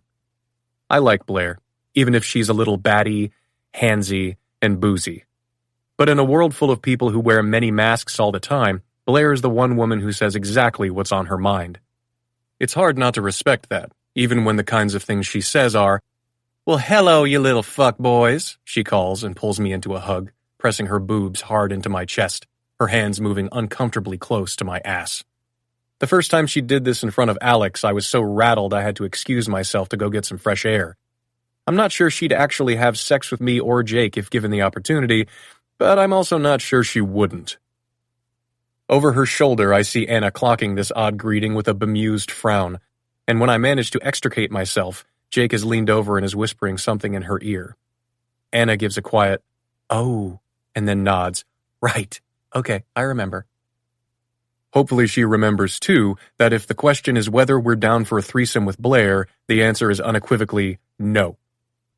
Anna, I say, I'd love to introduce you to my sister-in-law, Blair. Blair, this is my wife, Anna. My voice breaks on the word wife. The sound of it seems to ping-pong around the small circle we make, but thankfully Jake doesn't say anything, and Anna follows Blair's lead, accepting her air kisses with a smile. It's really nice to finally meet you. You too, honey, Blair says in her Dallas twang. Liam's been keeping you all to himself for so long. She cups Anna's face, and for a second, I worry she might lean in and kiss my wife on the mouth, but instead she just looks at her for a few beats longer. Finally, Anna's eyes slide to me, like, help. I sidle up to Anna, putting my arm around her shoulder, and Blair steps back. She's a pretty one. That she is. I look down at Anna and we share a brief, look at us rolling with it, smile. And it's possible I like how her shoulder feels in my cupped palm. Where's Alex? I ask, though I don't really care where Alex is. Blair shrugs, not bothering to look behind her. Blair doesn't care where Alex is either.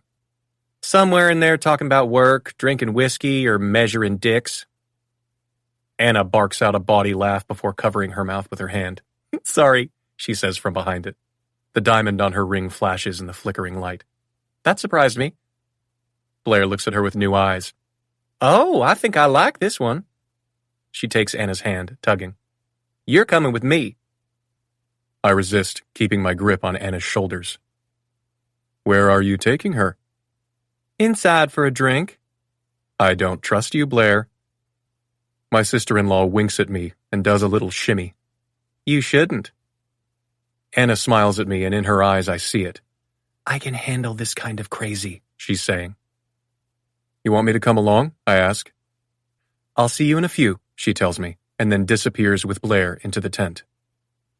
I groan as Blair leads Anna through a mass of bodies. This could be bad.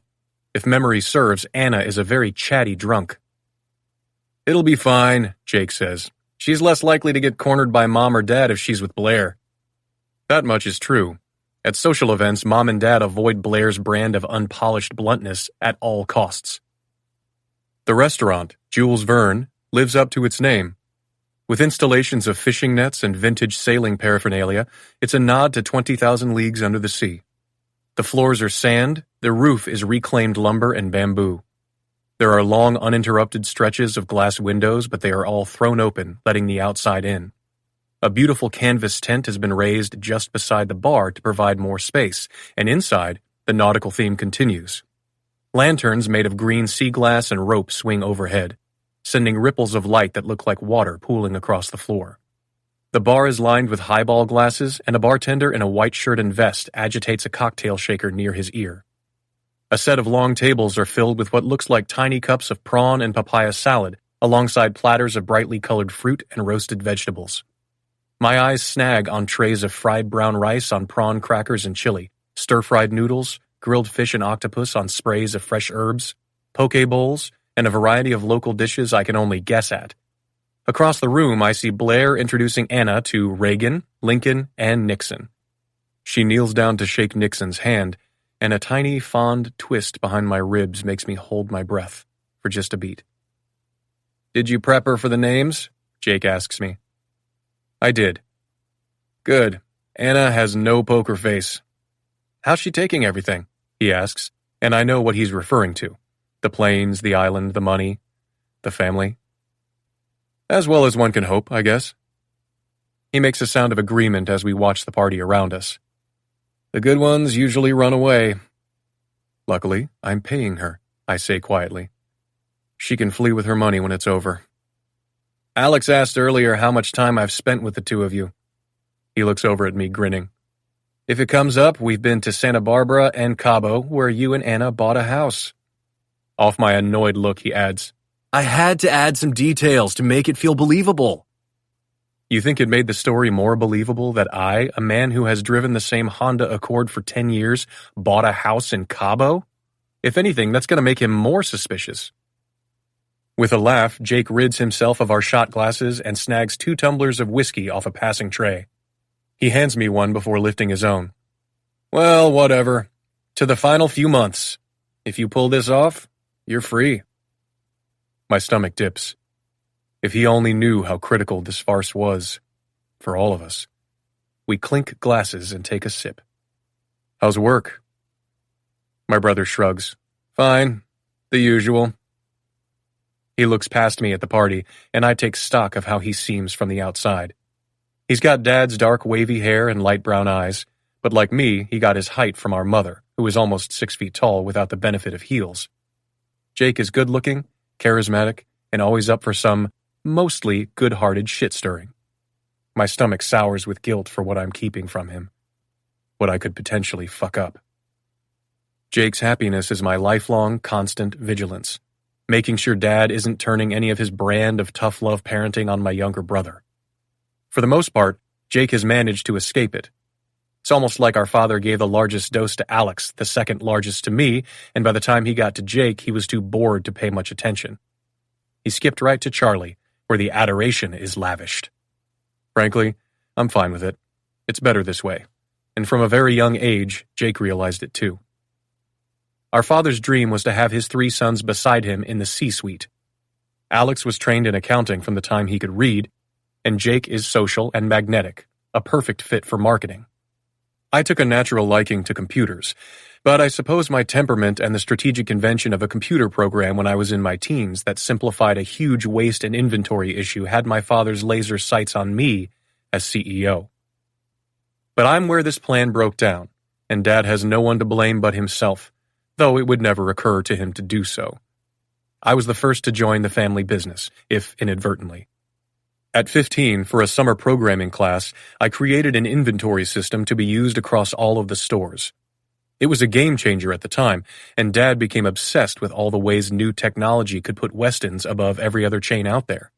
He pulled me from school, hired private tutors so that I could spend more time programming new systems, tinkering with employee portals, forums, and retail pages, and less time in the classroom. I did everything he asked of me, and yet, years later, when his feet were held to the fire, he fucked me over. But like Jake said, I'm nearly free. If Anna and I pull this off, we're all nearly free. And standing here with my little brother, I'm relieved that even working for Dad, he seems good too. Maybe we'll both survive our father with minimal damage after all. Anna really does look amazing, Jake says, pulling my thoughts in a new direction. You've mentioned. I search the room for her, finding her still talking to Blair. And I agree, she does. I mention it because... Have you two... No, I say too quickly, blinking down into my glass. It's not like that. It could be like that. I saw you looking at her in that dress. Everyone's looking at her in that dress. I turn to him, suddenly curious. Did you two ever hook up? He asks and takes another sip. No, but I did sleep with her friend Isabel. Jake leans in. The best sex of my life, no lie. I stifle a smile. At least I know now which way those mixed reviews went. Poor Jake. That's good. But you... I hear a squeal, and then am attacked from behind by a set of familiar arms thrown around my torso, 2 hands weaving together against my chest. My sister presses her face to my back and squeezes. Liam! Turning, I pull her in for a long hug. Hey, little miss, I say, kissing the top of her hair. I've known a lot of people who grew up with complicated feelings about discrepancies in the way they versus their siblings were treated by their parents. Jake and I have been to therapy to work through ours. Alex would never, and Charlie simply won't have to. I don't begrudge her this. I wouldn't have it any other way. You know those best of and most likely to lists they put in the back of yearbooks? Charlie would be voted best all around every time. Her face is welcoming, always with a smile that makes her nose scrunch and a dimple hollow out each of her cheeks. She has the best of our mother's features: golden hair, wide eyes, skin that benefits from genetics as much as money, all in a pint-size Weston package. It's been at least 6 months since I've seen her, and a tight clawing sensation invades my chest. I miss her. I miss Jake. I don't want to lose these two, no matter what Dad does to fuck it all up. Lifting Charlie's hand, I pretend to be blinded by her engagement ring. Good God, how do you walk? She laughs, angling her wrist so the diamond catches the lights overhead. I know, right? For 6 months I just walked around taking photos where I had to casually point at something with my left hand. She scans the crowd. Where's Anna? I look up too, searching the room again. She's over by the dance floor, jumping around with little Nixon's hands in hers. The band is playing covers of pop hits, and Anna is entirely in her element, laughing, dancing, blissfully forgetting where she is. I'm relieved she hasn't been cornered by some asshole hedge fund bro or senator's son. As she and Nixon turn and dance, she looks up and her eyes meet mine. Her smile could light up the sky outside. Come here, I mouth, lifting my chin to her. She nods, bending to say something to Nixon, who turns and holds tight to her hand, unwilling to let her go. But halfway across the room, as she skips over with Nix, Anna's smile falters. Blinking away, I look to the side, and I see why. My parents are approaching with Alex in tow, and there's no way for Anna to turn around. She's headed right into the belly of the beast, about to be the center of attention with all of the Westons together. 11. Anna. Well, shit. There's no way out of this. I know West sees it roll through me, the instinct I have to do an immediate 180 and go back to dancing with a 5-year-old as far across the room as I can get. But his eyes widen, and he does a quick, warning shake of his head. It's okay, his lips say. And I can do nothing but trust him. Little Nixon is smarter than I expected, peeling off and running back to Lincoln just as we approach the circle of his family. Ray, Janet, Jake, and West. And with them, the 2 people I assume from family resemblance are Alex and Charlotte. Like his father, Alex is shorter, with Janet's thin, bird-like frame. Honestly, he looks almost exactly like I imagined he would, hawkish and intense. But Charlie got the best of all of them, the thick, honey hair, full mouth, and graceful posture. Each child has inherited their father's eyes, but like West's, Charlie's are warm. They're also playful, like Jake's, and she immediately turns to me, pulling me into her arms. Finally, she sings. There is no excuse. None. I am never letting you go. Another sister. Laughing, she pulls back and, hello, I am immediately in love. It's so good to meet you, I say, taking her hands in mine. It's crazy that it's been this long. It must be so amazing, though, to be in medical school and go to Cambodia for a class. Your life is unreal. I glance at West, and he avoids my eyes, lifting his glass to his lips. It is actually unreal, I agree. I was in Thailand a couple weeks ago, and I could have come to visit you in Battambang if I'd known sooner. This cover story has made my palms so sweaty, I'm tempted to reach up and drag them down West's chest in retaliation. No apologies needed. I hope after the wedding we'll see each other more. We absolutely will. Hoping to head off any questions from Charlie about Cambodia, a place I sadly have only experienced through the LA food scene, I turn to Alex. Hi, I say, extending my hand. You must be Alex. I'm Anna. It's lovely to finally meet you. Yes. He loosely clasps my hand in his and then lets go. If Ray Weston gives a grizzly bear handshake, Alex Weston's is a jellyfish. He says nothing else and aims a pained smile somewhere over my shoulder. A brick wall. Interesting. I knew West and Alex didn't get along swimmingly, but this is bigger than I imagined. West still isn't looking at me. He appears to be listening to a conversation between Jake and Ray, but I can feel his passive attention anyway. And there are 100,000 reasons why I need to up my charming game.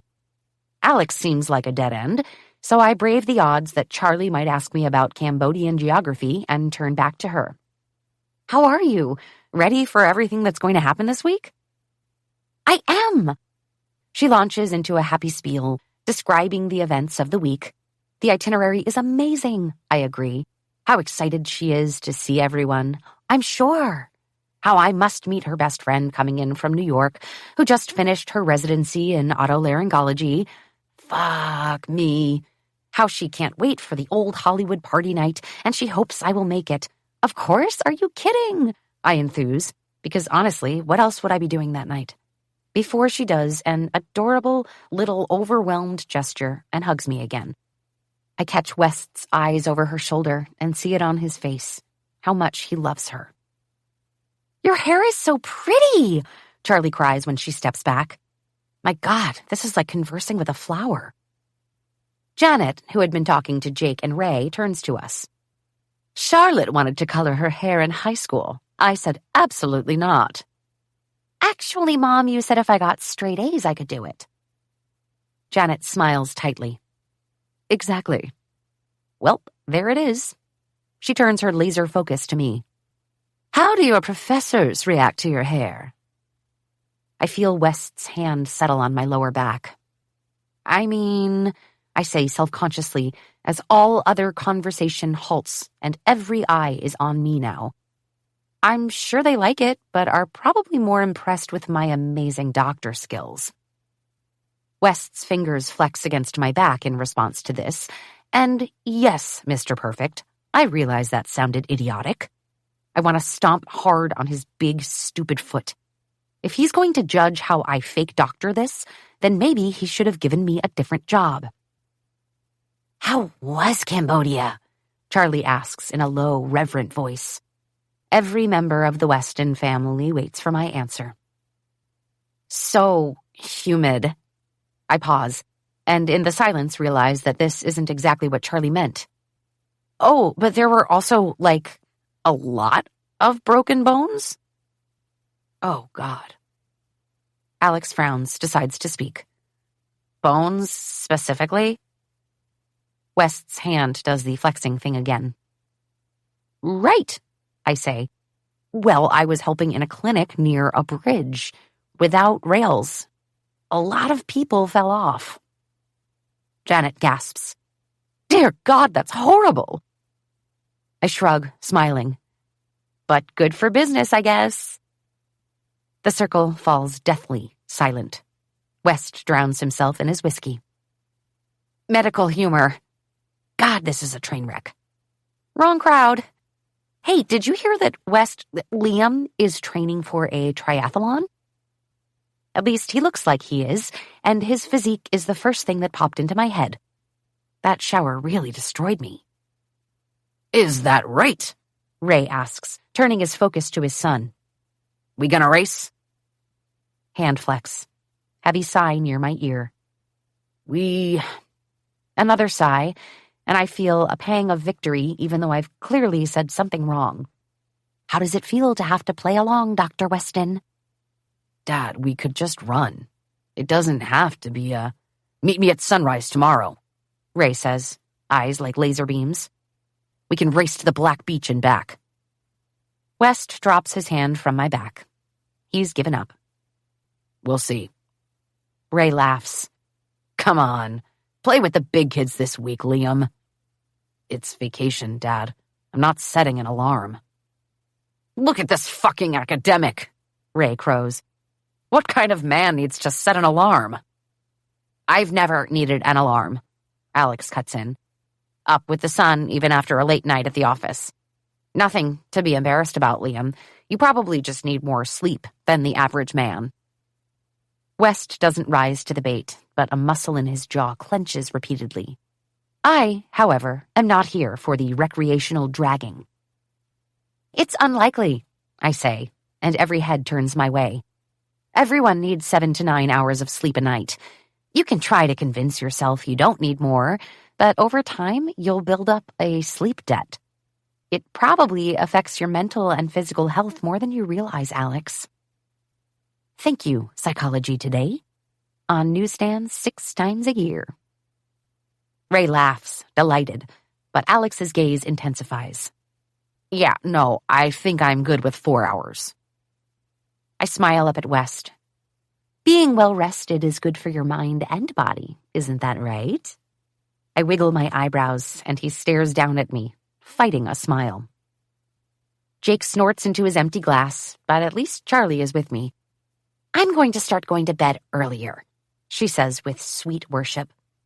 I agree, we all spend too much time talking about how busy we are and not enough time taking care of ourselves. Do less, but better, I say, raising my drink to her. Her jaw drops, and she stares at me with worship. Less, but better. Oh my God, that's so inspirational. Jesus Christ, this generation, Ray mumbles, and puts a hand on West's shoulder, turning him. Ray tilts his head, indicating the rest of the room. Has the Forbes guy found you yet? West frowns, and it's clear he would rather be at the top of an active volcano than right here. Not yet, no.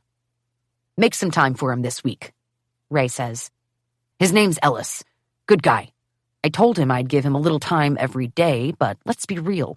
That's top-tier access. Some of that time you all can take for me. On it, Alex chirps. But Ray keeps his eyes steadily on West. Tell him about the company, the growth I created after Pops died. You know. West lifts his drink to his lips. He hasn't agreed to do anything, but I don't think Ray's noticed. I could have breakfast with him tomorrow, Alex says, wedging his shoulder between Ray's and West's, and frowning in a way that looks like his brand of excitement. He consults the calendar on his phone like we aren't on a private island with all the time in the world. Around 9? Am I your secretary? Ray laughs a get-a-load-of-this-guy laugh and hooks a thumb at Alex. Just take care of it. On it, Alex says again, furiously typing something into his phone. Jake pulls his attention away from this and pretends to see someone across the room, wandering off. Charlie and Janet start bickering about some details of the wedding. The family dynamic is so loud, it's thunderous. With Alex vying for Ray's attention, Wes takes the excuse to pull me aside. Let's get out of here. It's barely been an hour, I say. Are you sure that's okay? He nods. It's perfect. You met Charlie, you met Alex, my family saw us here. Let's go. We walk to the bar, grabbing cocktails to take back to our bungalow, and then duck out a side exit. The stone path is smooth under my bare feet as we walk in silence. A look at the water shows the tide coming in, the waves frothy in the moonlight. Phthalo blue, cadmium yellow light, and a touch of titanium white, I think, still pondering over the right mix of colors. A little burnt umber to capture the way the water moves in the moonlight. Charlie is a delight, I say, and do a quick hopscotch once we hit the sand. I feel like I've had a personality shower. She's great. A little sheltered. A pause, and he amends. A lot sheltered, in fact, but she has a good heart. Charlie is a pure soul living in a very plush bubble. West's tone is flat and detached, incongruous with the gentle words. I glance up at him. His jaw is tight, eyes narrow and focused on the steps ahead of him. On the other end of the spectrum, I say, hoping I'm reading him right, your dad sure is something. The jaw clenches tighter. I know it's not fair to compare our fathers. They come from completely different worlds, have led starkly different lives, but all I can think as we walk is, David Green would never. A dad like that casts quite a shadow, I imagine. It's a good 5-second pause, but then we both burst out laughing. I wasn't making a short joke, I say, still laughing, but now that I said it, I mean, it's odd. I expected him to be tall too. The height is from my mom's side. You'll notice she never wears a heeled shoe. I would say we love a short king, but in your dad's case, I'm not sure we do. West laughs again. We do not. And what's the deal with Alex? Based on the way you talked about him on the plane, I expected you two to jovially poke at each other, but that was like dragging a proverbial sword through each other with your eyeballs. It's always been like that between us. But why? Well, mostly because he's an asshole. But also, kids growing up in a normal family get to be themselves, whoever that may be. But in families like ours, one where everything basically revolves around keeping a single person happy, my dad, everybody has a role. My therapist used to refer to Alex as a flying monkey. I laugh. Sure, I've heard this wrong. A what? Like in The Wizard of Oz? Alex was my dad's willing henchman, doing everything he said, kissing his ass, stirring up shit just to turn us all in, then sit back and look like the good guy. He's never grown out of it. That sounds healthy. And for all of Alex's ass-kissing, Dad is probably the hardest on him. So if Alex was the ass-kisser growing up, what were you? If you asked Alex, he'd say I was the golden boy. And if I asked you? I'd say I worked hard, so I didn't embarrass my father. This sends a tiny spear of pain through my side. And Jake? As soon as Jake could, he just stayed away from home. I mean, like when he was 10, 11, Jake was the invisible son. He does whatever he needs to do to fly under the radar. Work for Dad? Sure. Crack a well-timed joke to diffuse tension? Sure. Avoid Dad at all social functions so he's never in the spotlight, but also doesn't risk doing something wrong? That's Jake. It's one of the reasons Alex thinks Jake doesn't deserve his current title. He thinks Jake didn't put in the time learning from Dad and walking in his shadow, and he's probably right. But in my opinion, Alex spent too much time doing that. Dad wants us to listen to him and do what he says, but the irony is he doesn't respect a yes man. To Dad, Alex's drive looks like desperation instead of ambition. West runs a hand through his hair, blowing out a breath. I tell you what, Alex is not going to be happy if he thinks I'm back in the picture. So you're saying Alex wouldn't mind if you lost your inheritance? He hesitates long enough for me to notice. I think as long as I don't get in his way, he'll leave me alone. The issue is that even if I try to stay out of his way, Dad might drag me back into it. Is Alex smart enough to take you down? This question seems to throw him for a beat. I don't know. If he was truly smart, he would already know enough to not try. What does that mean? I ask. If Alex knew enough, he wouldn't try to take West down? Is this about the mysterious loophole in the trust? West doesn't answer for a few long seconds, and I realize he's not going to. Whatever. Money is so messy. This is some serious K-drama shit, I mumble. You'll get no argument from me. Everything is so much better when we're not all together, but... He gestures around us, and I must assume he means he couldn't exactly miss his sister's wedding. This is so icky. I always saw the Weston commercials and thought it was like this sweet family company. I'll pass your compliments on to Jake's marketing team, he says with a laugh. I like his voice. I like his laugh, too. And my filter is fried after all the hard work tonight. The words tumble out of me. You have a nice laugh. He sobers, glancing at me and then quickly away. Thanks. What a sudden change in his demeanor. I can't help but call him out on it. Such a flirt, too. We don't have to flirt when we're alone. Something flies overhead, and I remember the conservation material saying we might see fox bats at night, and to simply leave them alone if we do. I blink up at the sky, hoping to see one. Maybe if we did, it would feel more convincing that we're married. Frowning, West concedes. True. We reach the entrance to our bungalow, and I follow him inside as he sheds his sport coat. I don't know how he managed to keep it on. I'm practically naked in this dress and sweating in the humidity. A glance around the room shows that housekeeping has been here.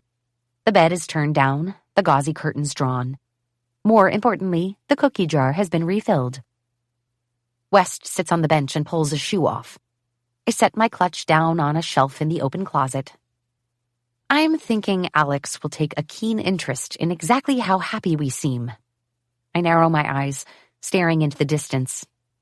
West, this assignment is no longer just show up and wear a wedding ring. West is still holding the shoe he took off, and he stares down at it in his hand. I think you're right.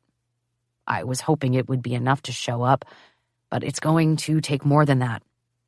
This is actually kind of fun. I walk over to him, taking the shoe and then his other one and setting them near the wall.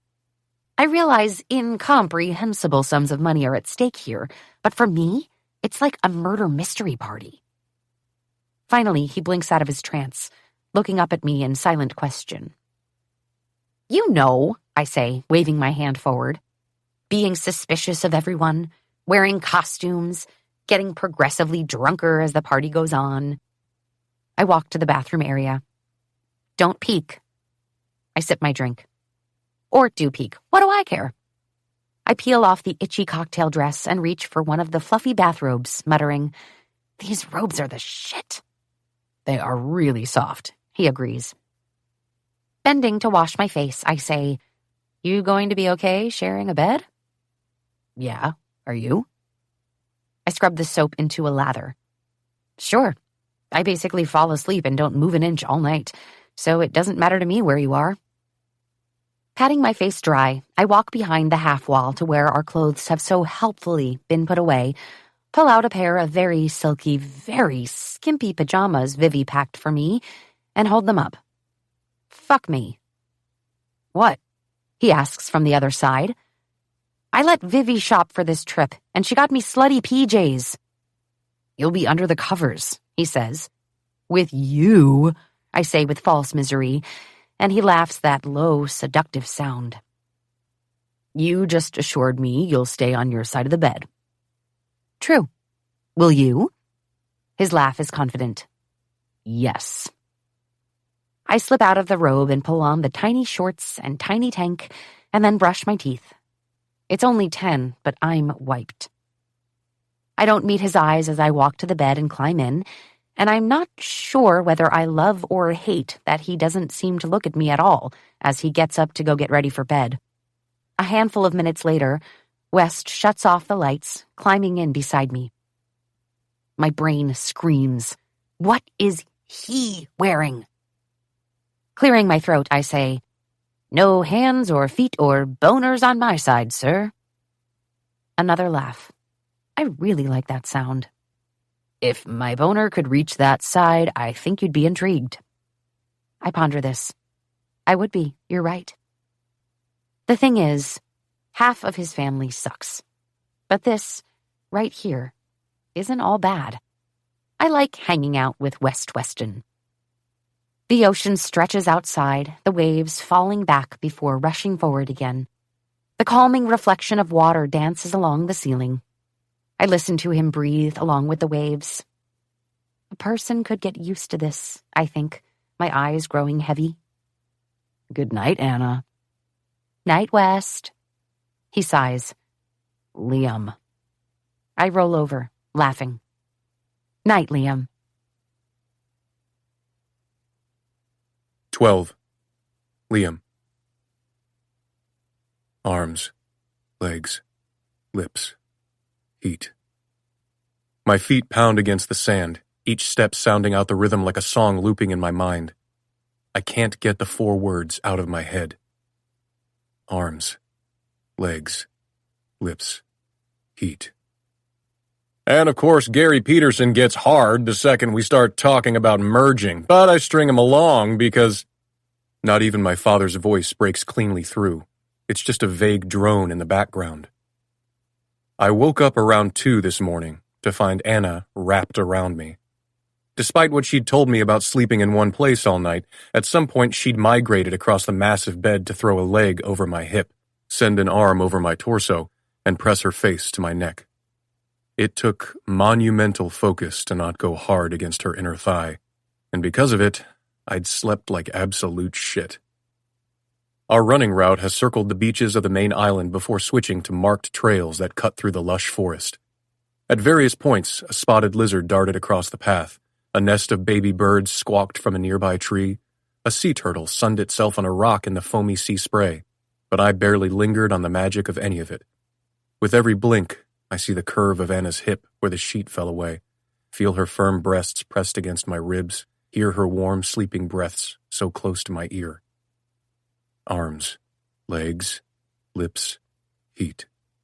Arms, legs, lips, heat. Some hot piece on the back 9, and I said, "Steve, I'll let you take a shot at..." We reach the end of the main beach again, and I bend, cupping my knees, trying to catch my breath as my father finishes whatever one-sided conversation he was having. Doug Krantz all over my jock, and that's where I need him, because he's got that connection to the dairy lobby. Should I bring it up with her? One night in, and I already feel like Anna and I need to set clearer boundaries. Or should I let it go? It's not like she intentionally did anything wrong. Some people are just sleep cuddlers, I guess. But if I let it go, it's unlikely to be a one-time thing. If she found her way to me on our first night together, she's only going to do that more as we grow more comfortable with each other. What do you think? My father's question penetrates my fog, finally, and I straighten, pushing my saltwater and sweat-damp hair off my forehead. The sun has only just come up, and it's already sweltering. I bet Anna has already kicked off the blankets, letting the air cool her overheated skin. Her legs. Liam? I snap over to where he's watching me expectantly, annoyance etched in every line of his face. There's some real dark magic at work here because he's 61 years old and barely breaking a sweat. About what? I ask. About Krantz. I squint to the distance, piecing together the words from the past few minutes. It infuriates me that he thinks he can ask me for my thoughts on business issues after everything, but I know Anna is right, and showing up isn't enough. The only way to placate him this week is to play along. I think if he can't even come up on share price, then he doesn't get a meeting. 80 is a non-starter. Call Marty Chu over at Liberty and see if he's willing to play now that Doug is hungry for it. Marty always lets others do the legwork for him. I bet he bites now. I hook a thumb over my shoulder. We good? I'm gonna go shower. Without waiting for an answer, I turn and jog back to the bungalow and the woman who, after a single day here, is hijacking my every waking thought. Jesus Christ, I blurt, the second I turn at the corner of our bridge and step onto the deck of our bungalow. Anna is curled up in a papasan with a sketch pad on her seemingly bare lap. Honestly, from the first glimpse I get, I think she might be naked. What are you doing? I've got a hand over my eyes, but I hear the creaking sound of her standing, the soft padding of her bare feet on the deck. I'm sketching. What the heck do you think I'm doing, you weirdo? I can smell sunblock and her shampoo, and carefully lower my hand to find her only a foot away from me. I'm relieved to see she isn't actually naked, but she might as well be. Her bathing suit is essentially a few palm-sized scraps of tropical print fabric. Oh, I thought you were sitting naked in the chair just now. Right? She says forcefully, gesturing to her, wow, incredibly lithe body. Vivi bought me 4 suits, and this is the one with the most coverage. How am I supposed to swim in it? It's dental floss. Also, the tag was still attached, and I pulled out my phone to do the math. The price per square inch is criminal. I might have to wear it to the wedding to help justify the cost. My tongue feels too big for my mouth. Thank God she managed to get it on with those nails, because I never would have survived having to tie those flimsy straps around her back. I need to shower. I see that, Mr. Shirtless. I frown, and she laughs, amending. Sorry, of course I meant Professor Shirtless. I turn to walk inside, but she stops me with a hand on my arm. The muscles of my stomach jump with the contact. Just be quick, okay? Because we have kayaking in an hour and I want to grab something to eat first. Kayaking? I shake my head and walk toward the bathroom. Pass. Anna follows me. She's loosely made the bed, but it still looks rumpled, slept in, by both of us. I squeeze my eyes shut against the reminder. You can't pass, she says. It's on the official itinerary. It's not like they'll fine us if we don't show up to everything. Sounds good. I'll send a message to your mom that we're too busy having kinky sex to see anyone today. I'm sure she'll understand. My brain shorts out before I can formulate a response. She glowers at me. It's your sister's wedding, you cyborg. You're a groomsman. I sigh. I know she's right, but I'm already sleep-deprived and functioning on less than full brain power today. I'm not sure I'm capable of dealing with both my family and Anna in this suit after last night. Fine. But she doesn't move. I raise my eyebrows. Hello? What? Her eyes are focused on my bare chest, and I feel a current of satisfaction at seeing her derailed too. Perhaps she doesn't remember what showering in this tropical goldfish bowl means. It means I'll be standing in a very beautiful but very open tiled corner at the back of the room. Fuck it.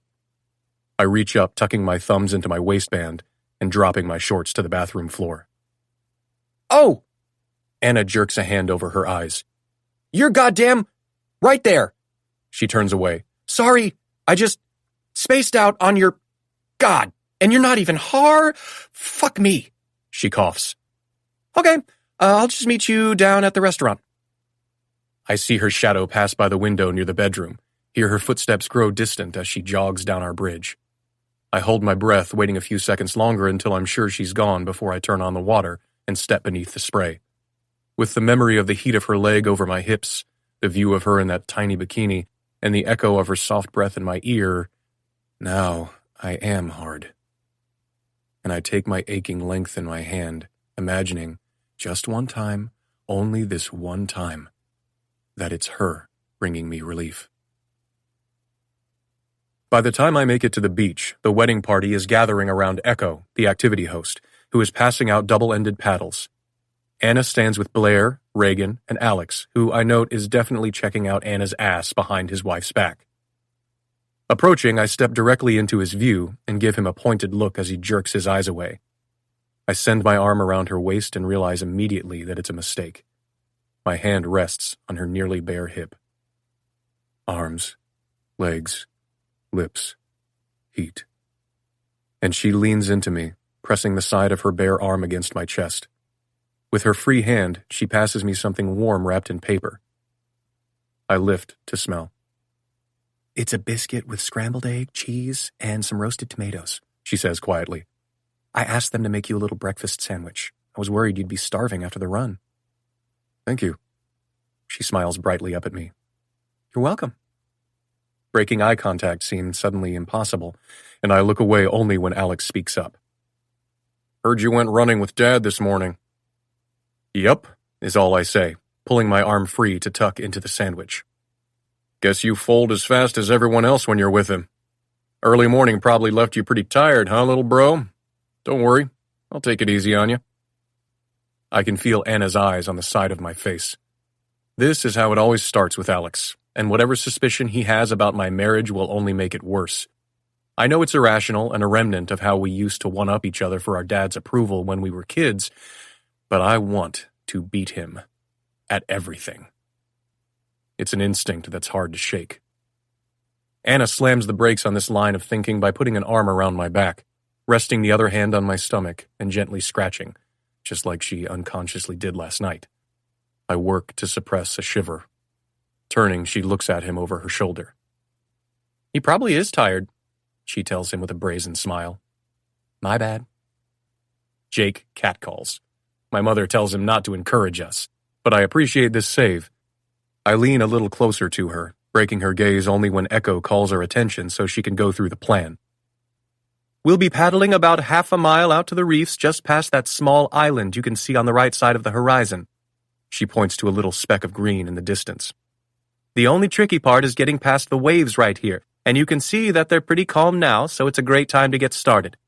Once we're out there, we can tie the kayaks together, and everyone is welcome to hop in and do some snorkeling. She looks around at those of us gathered and splits us into pairs. Me and Anna, Alex and Blair, Jake and Reagan, Mom and Dad, Charlie and Kellen, Kellen's parents, and 2 of Charlie's bridesmaids who I think arrived last night. Echo goes through the basics of paddling, giving us tips about what areas of the reef to avoid as we approach. Is everyone comfortable with the basics of kayaking? She asks. Alex squints out at the water. Got a couple Nash Seahawks back home. Blair and I take them out on the back bay most mornings. Here we go, Blair rolls her eyes. It's not a race, babe. Alex and I exchange a look. We were raised by Ray Weston. Everything is a race. I reach back, pulling my t-shirt up and off, tossing it to the side. Alex hesitates and then does the same, his expression turning homicidal when I smirk down at his soft little paunch. Beside me, Anna claps obliviously, bouncing on the balls of her feet. I'm excited for kayaking. Alex snorts, looking at her derisively, like she's an idiot. In a hot flush, my hackles are up, and every rational thought goes out the window. Course you are, sweetheart, I say, steadying my voice and looking down at Anna. I went running without you this morning, and you really let me have it. She looks up at me confused. I did?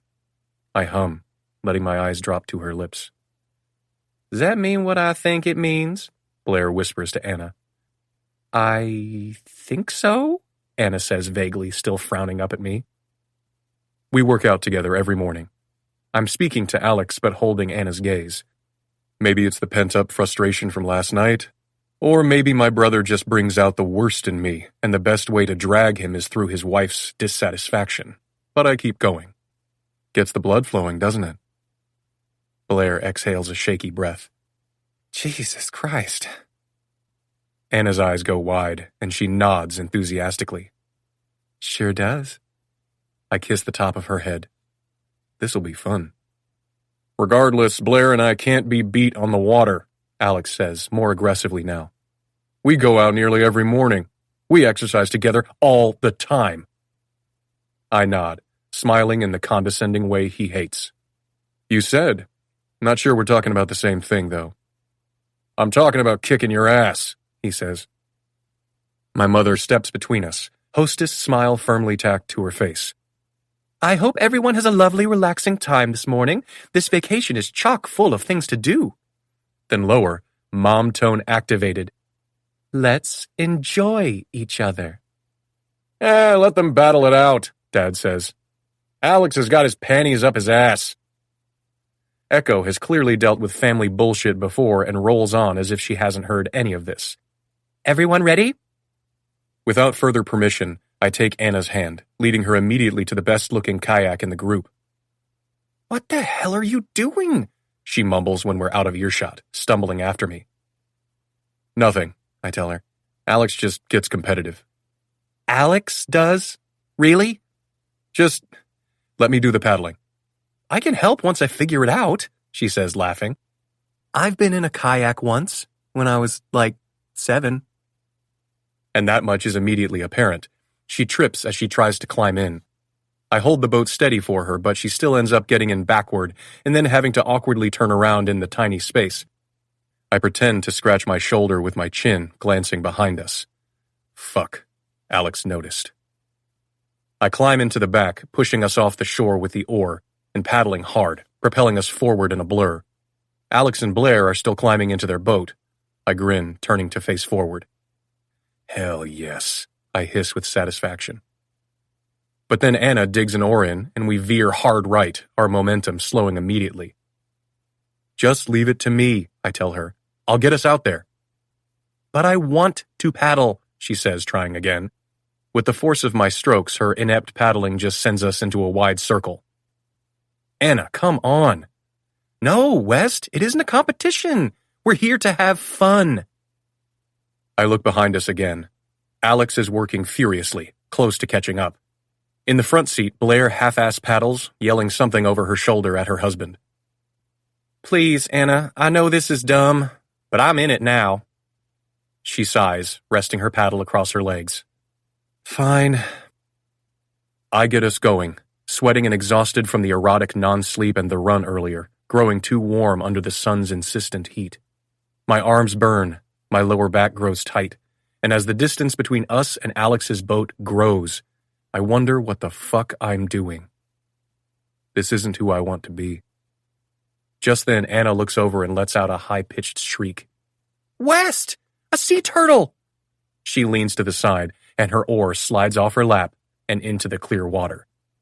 Shit, Anna, your oar! I point to where it starts to float away. Grab it! The kayak wobbles precariously as she leans to get it, and already it's out of her reach. With a tiny yelp, she dives in, but no sooner has she dog-paddled a few feet from the boat than she screams, scrambling for the side of the kayak. Oh my God, something touched my leg! It's just the water moving, I tell her. Grab the paddle. It wasn't the water! It was a shark! Or a ray! Oh my God, West, pull me in! I reach for her, but she's panicking and slippery with sunscreen, and in the chaos, my paddle falls in too, and I dive in to fetch it. I can't even see hers anymore. It's already been carried away by the current back toward the shore. Please, she sob-laughs, seemingly aware how crazy she's being, but unable to help it. Help me in, West. I'm terrified of deep water and had no idea until right now. I set my oar on a stable point in the boat, and then help her climb up and flop onto her seat before hoisting myself in. I'm so sorry, she says, twisting around to look at me. The sky is a perfect stretch of clear blue behind her. A flock of black-headed gulls fly overhead. I won't fall in again. And look, I can't even paddle, so it's all you now. We can still beat them there. I look to the side and realize how far we've drifted from the group, our kayak bobbing gently in the current. The other boats are small, colorful dots just passing the small island about a half-mile out from shore. It really is beautiful out here. I wish I could pull my head out of my ass long enough to enjoy it. It's fine, I say. Leave it. She gestures helplessly to the water. Don't you want to go snorkeling with the group? I shake my head, feeling immense relief the second I decide to let this stupid race go. It's nice just to be out here. We can snorkel here if we want. I tell you what, I am not getting back in that water. The ocean is monster soup, and I don't want to die today. She lies back against the stretch of kayak between us, and I stare down at her nearly naked body, wondering precisely how fucked I am. With her eyes closed, Anna says, Tell me more about your relationship with your brother. It's not therapy hour, Green. Okay, then I want to go snorkeling with the group. He and I have never been close, I say quickly, suddenly, and deeply uninterested in spending the morning anywhere but right here with Anna. I think from the moment he was born, the only thing he cared about was impressing our father. What's the age difference? She asks. He's 3 years older, I say. Then Jake came 4 years after me, and Charlotte 4 years after that. Your mom was pregnant and raising kids for over a decade? Anna whistles, dropping a hand over the side of the boat to skim her fingertips through the water. Her limbs are so long, so graceful. With her eyes closed, I can just look, admiring the shape of her collarbones. the small valley of her breasts beneath her swimsuit, and down the smooth skin of her stomach. Actually, so was Blair, now that I think about it. No wonder they always have drinks in their hands. Oh, don't worry, I say, forcing my gaze away. They have help. Anna laughs. Help being pregnant and birthing children? No, I mean nannies. Look how quickly you dismiss all that work. Anna lifts her hand, flicking water back at me. Your mom birthed 4 babies and helped your dad manage an empire. Blair birthed 4 and is married to Alex. Of course they have nannies. We bob in the water while I sit with this.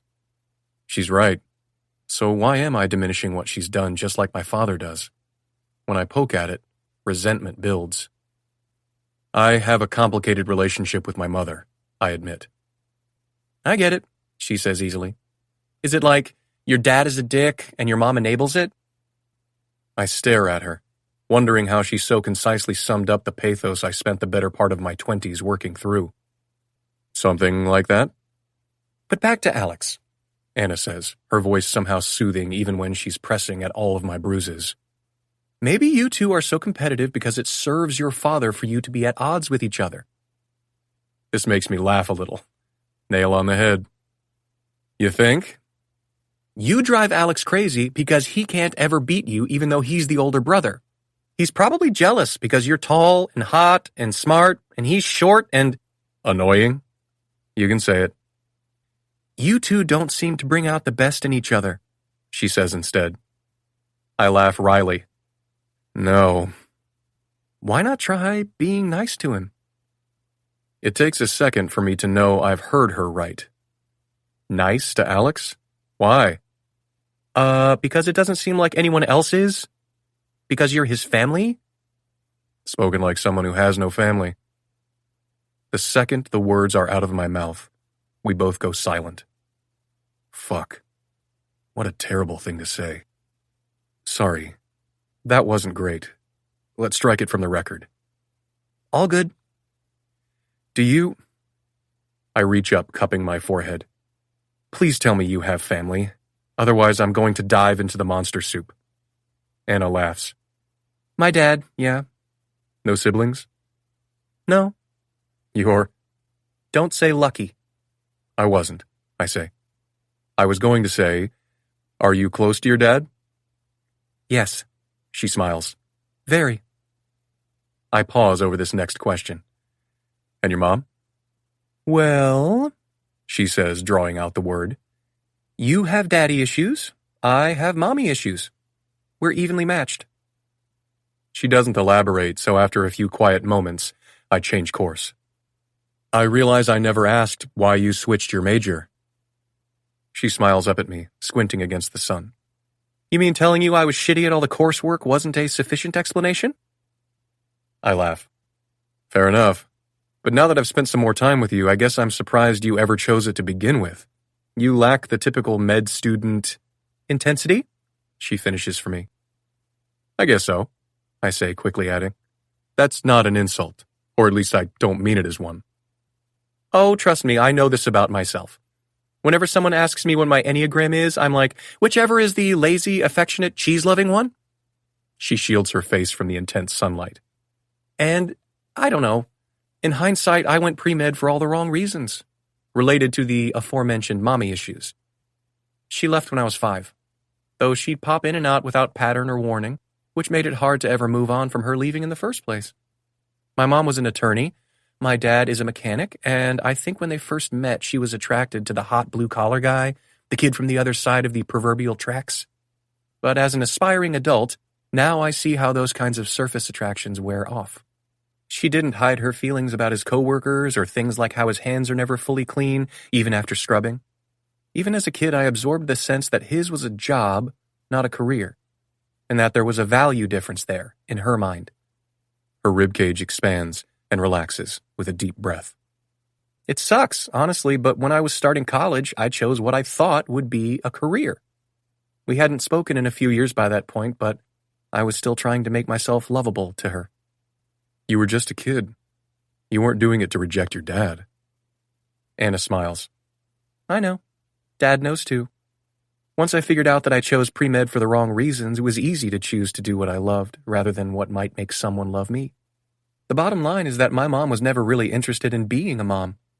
But David Green more than made up for it. She says this like any other fact. It's hot today. The sky is so clear. My mother wasn't ready to be a mother. For a breath, I'm so envious of her easy vulnerability. My siblings and I were raised with our shields up, swords drawn. It's taken me years of therapy to be able to talk about what's going on inside me, and I'm still not very good at it. Remind me where you grew up? I ask. Anna pulls her hand from the water and sends it absently down her stomach, leaving a trail of water that quickly pulls into droplets and evaporates in the heat. Is it weird that we lived together for 2 years and you don't remember this?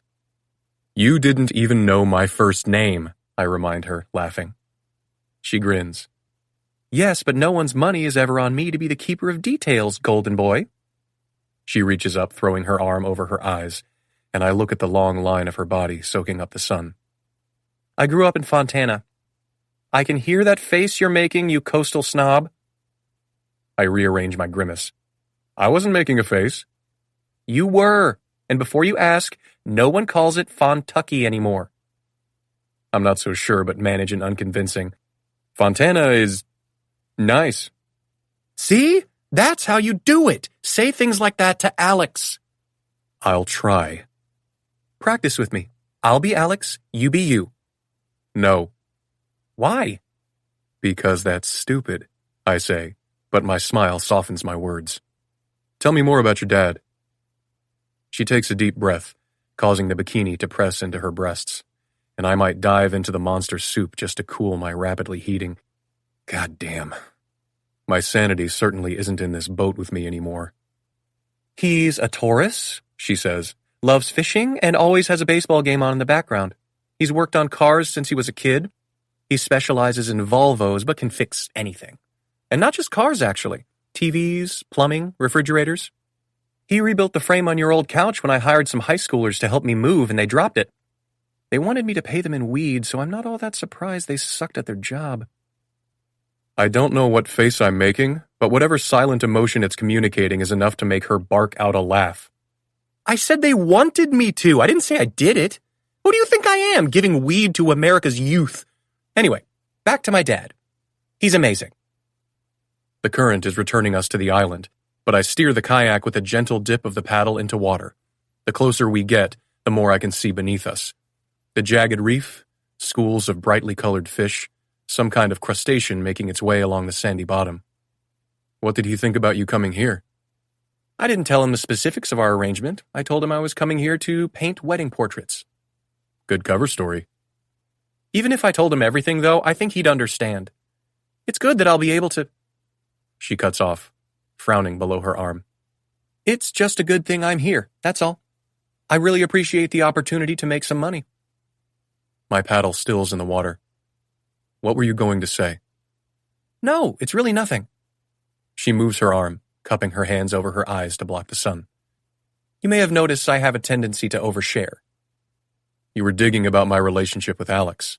Isn't this therapy hour? What's said in the kayak stays in the kayak? She laughs but doesn't elaborate further. It bothers me for reasons I can't entirely dissect, and which certainly don't feel fair, that she's suddenly sealing up with me. Are we moving? She asks, pushing up onto an elbow to watch. The tide is taking us back, but we can stay out here as long as you want. I squint, though, realizing a number of the boats are already returning to shore. Even from out here, I can hear shouting. What is that? Anna asks, pointing. Paddling in earnest now, I tell her, I don't know. Something's going on. Let me see what it is. The second the kayak pushes up on the beach, I'm out and jogging over to where Jake is sitting on the sand, his leg covered in ice. What the hell happened? Our father paces on the sand, on the phone with someone, voice raised. I get the impression the island doctor isn't in-house today. Mom bends beside Jake, rubbing his back. It's only now that I realize her cover-up has the word Gucci printed all over it, and she's wearing bulky gold jewelry on her neck, wrists, ears, fingers. I got stung by something, Jake says, and Anna's head whips to me, her eyes wide like, see, death brew. Echo winces. We think it was a jelly, but they're not often in these waters. Mom waves Anna closer, her bracelets clinking together along her thin wrist. Dear, can you take a look at it? Anna recoils. Why? I set my hand on her lower back. Because you're the closest thing we have to a doctor here, sweetheart. She snaps to attention with a muttered, Oh, right, and with obvious trepidation approaches Jake's rapidly swelling leg. He gazes up at her, smirking. What's the prognosis, Doc? Gingerly, Anna lifts the ice, gasping at the small wound there. She sets the ice back down, flushed, and nods decisively. You'll live. You sure? He pokes. What's the best thing for the swelling? Ice, I tell him flatly. My brother grins at me. I asked the doctor in training. Ice, Anna says robotically. That's it? You're not going to touch it? Inspect it? Drain it? Anna scowls at him, and with a circle of people watching, crouches down, setting 2 fingers on his leg. She immediately jerks her arm back. Wow, it's hot. Is that normal? Jake asks, feigning worry. Are you sure I'm not going to lose it? It's my favorite leg. It's normal, Anna says, cheeks turning pink from embarrassment. It's the blood and oxygen interacting. With the inflammatory cells, I break in, frustrated with Jake, and frustrated with myself for putting her in this position in the first place. If I've heard her talking about inflammation once, I've heard it 1,000,000 times. Luckily, Jake, looks like you're going to live. He frowns up at me. I wonder if Anna should start an IV, just to be safe. I could pee on it if you want. Reagan gags. Gross. I'm good. Jake waves me off. I take Anna's hand and tug it. Let's go get a nap. To the side, Blair sighs. He means, let me throw you around the bed until the party tonight.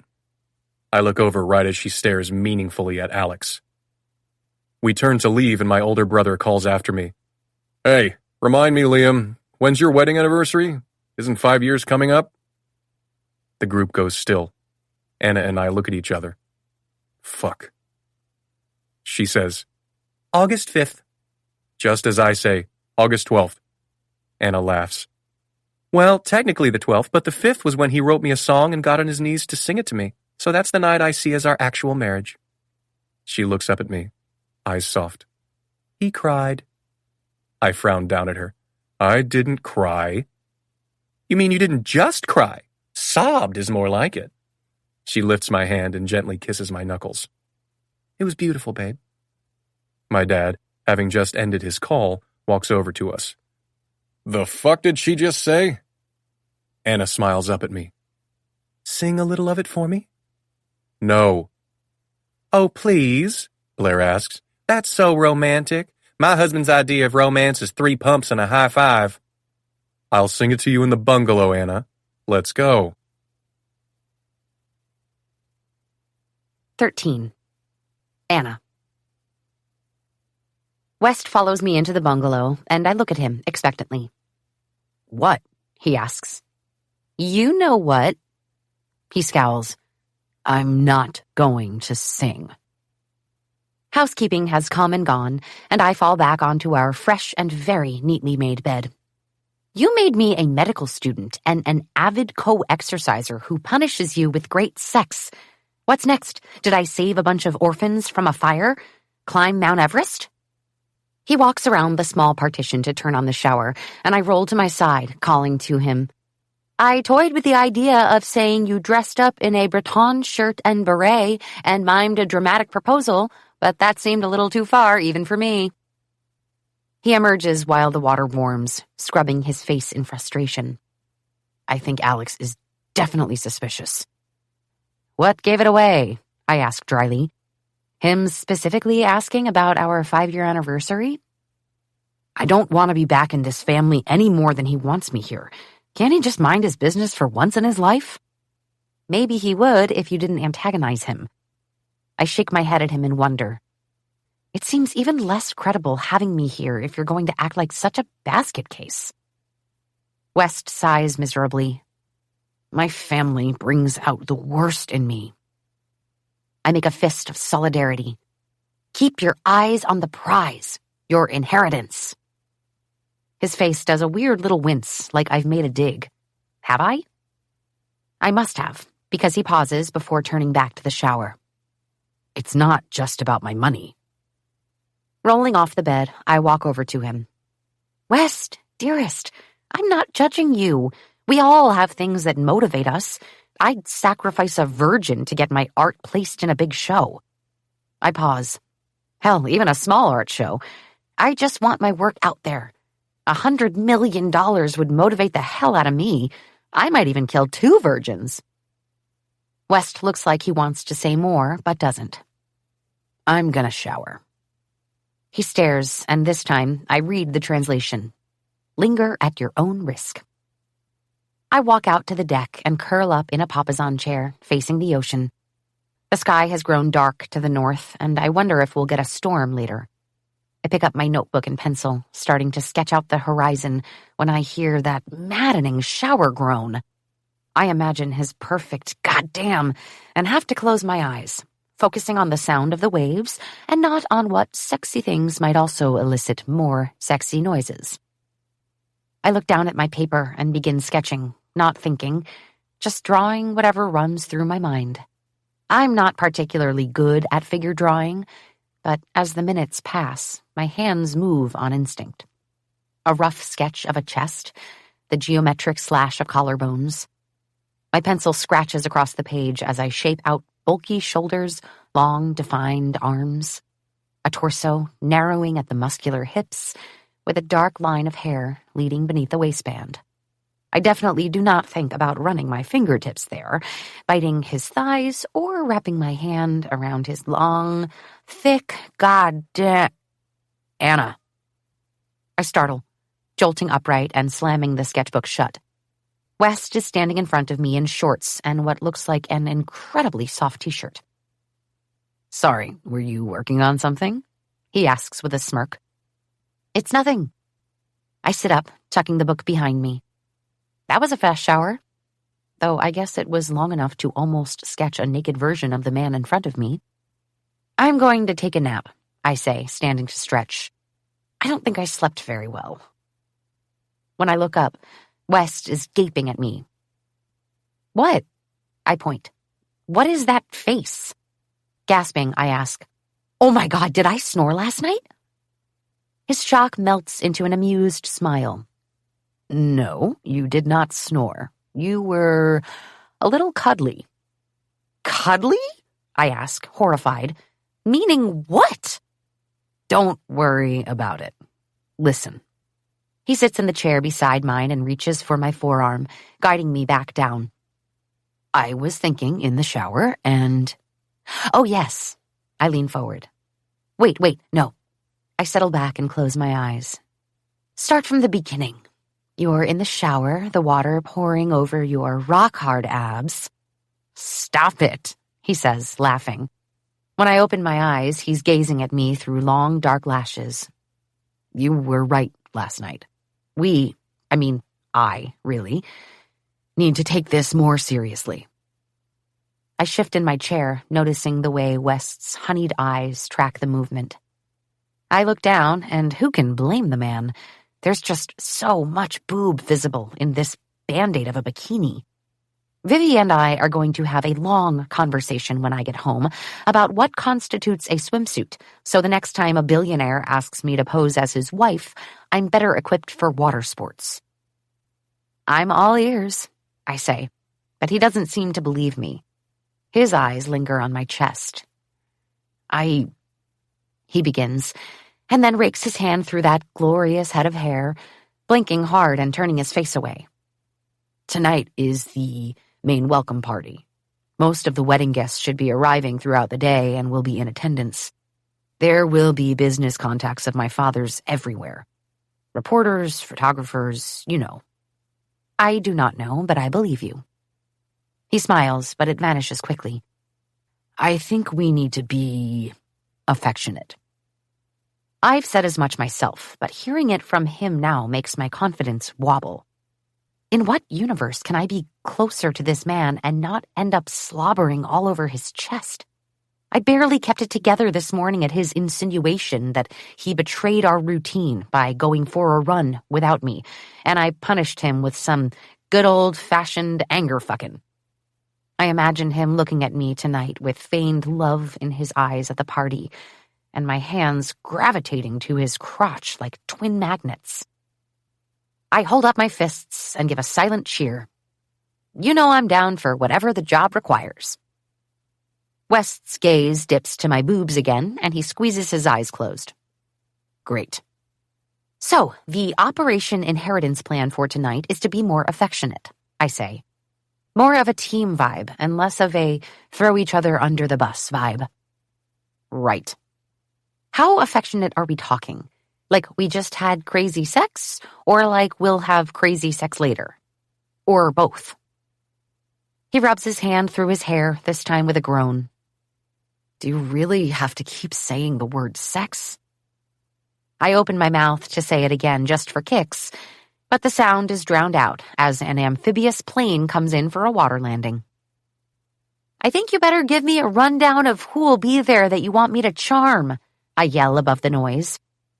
Right, he says again, his voice rising as the plane lands smoothly on the water only a couple 100 feet from our bungalow. Well, the best ones to read up on a little are Danny Shue, Patrick Lemon, and Nicola Ritchie. I see movement behind him and stand up in shock because a toddler, who must be 2-year-old GW, has somehow walked along our narrow bridge all the way out to our bungalow? Sweetie, what are you doing? I run over to him, picking him up, and immediately West is there too, taking him from me, holding him tight in a panic. This tiny human just walked out alone along a bridge with no rails built directly over the ocean. It hits me like a slap. What the fuck kind of place builds a long-ass bridge to a bungalow and has nothing but a flimsy rope for a handrail? Does no one ever bring children or disabled or elderly people here? Are the guests who come here so obsessed with capturing the perfect vibes in their Instagram post that they don't want fucking guardrails ruining their shot? West walks in a few circles, hugging his nephew and talking quietly to him, and I'm temporarily distracted from my disgust. My ovaries stand up and exit my body with a forlorn salute, launching themselves into the monster soup. Is he okay? I ask, coming up and resting my hands on GW's shoulders. You okay, buddy? He seems fine, West says, and meets my eyes. I'm sure he has no idea how dangerous that was. Do you, kiddo?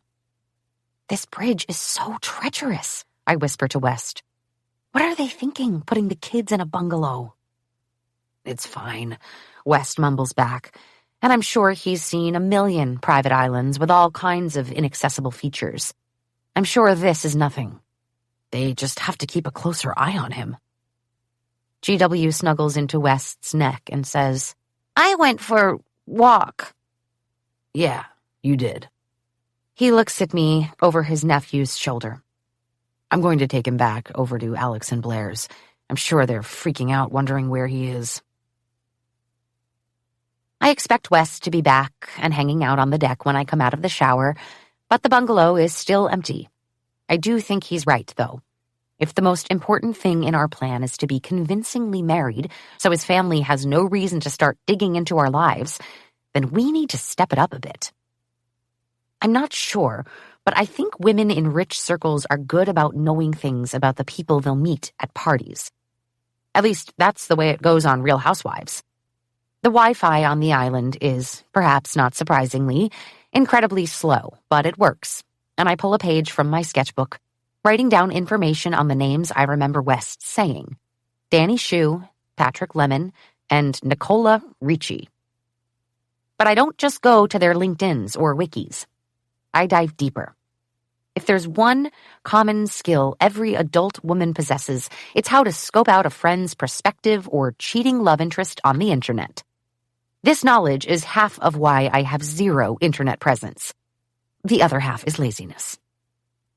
And thank God I dive deeper, because after some Instagram cross-referencing between West, Jake, and Charlie, I realize that Danny Shu is, in fact, Danielle Zhu.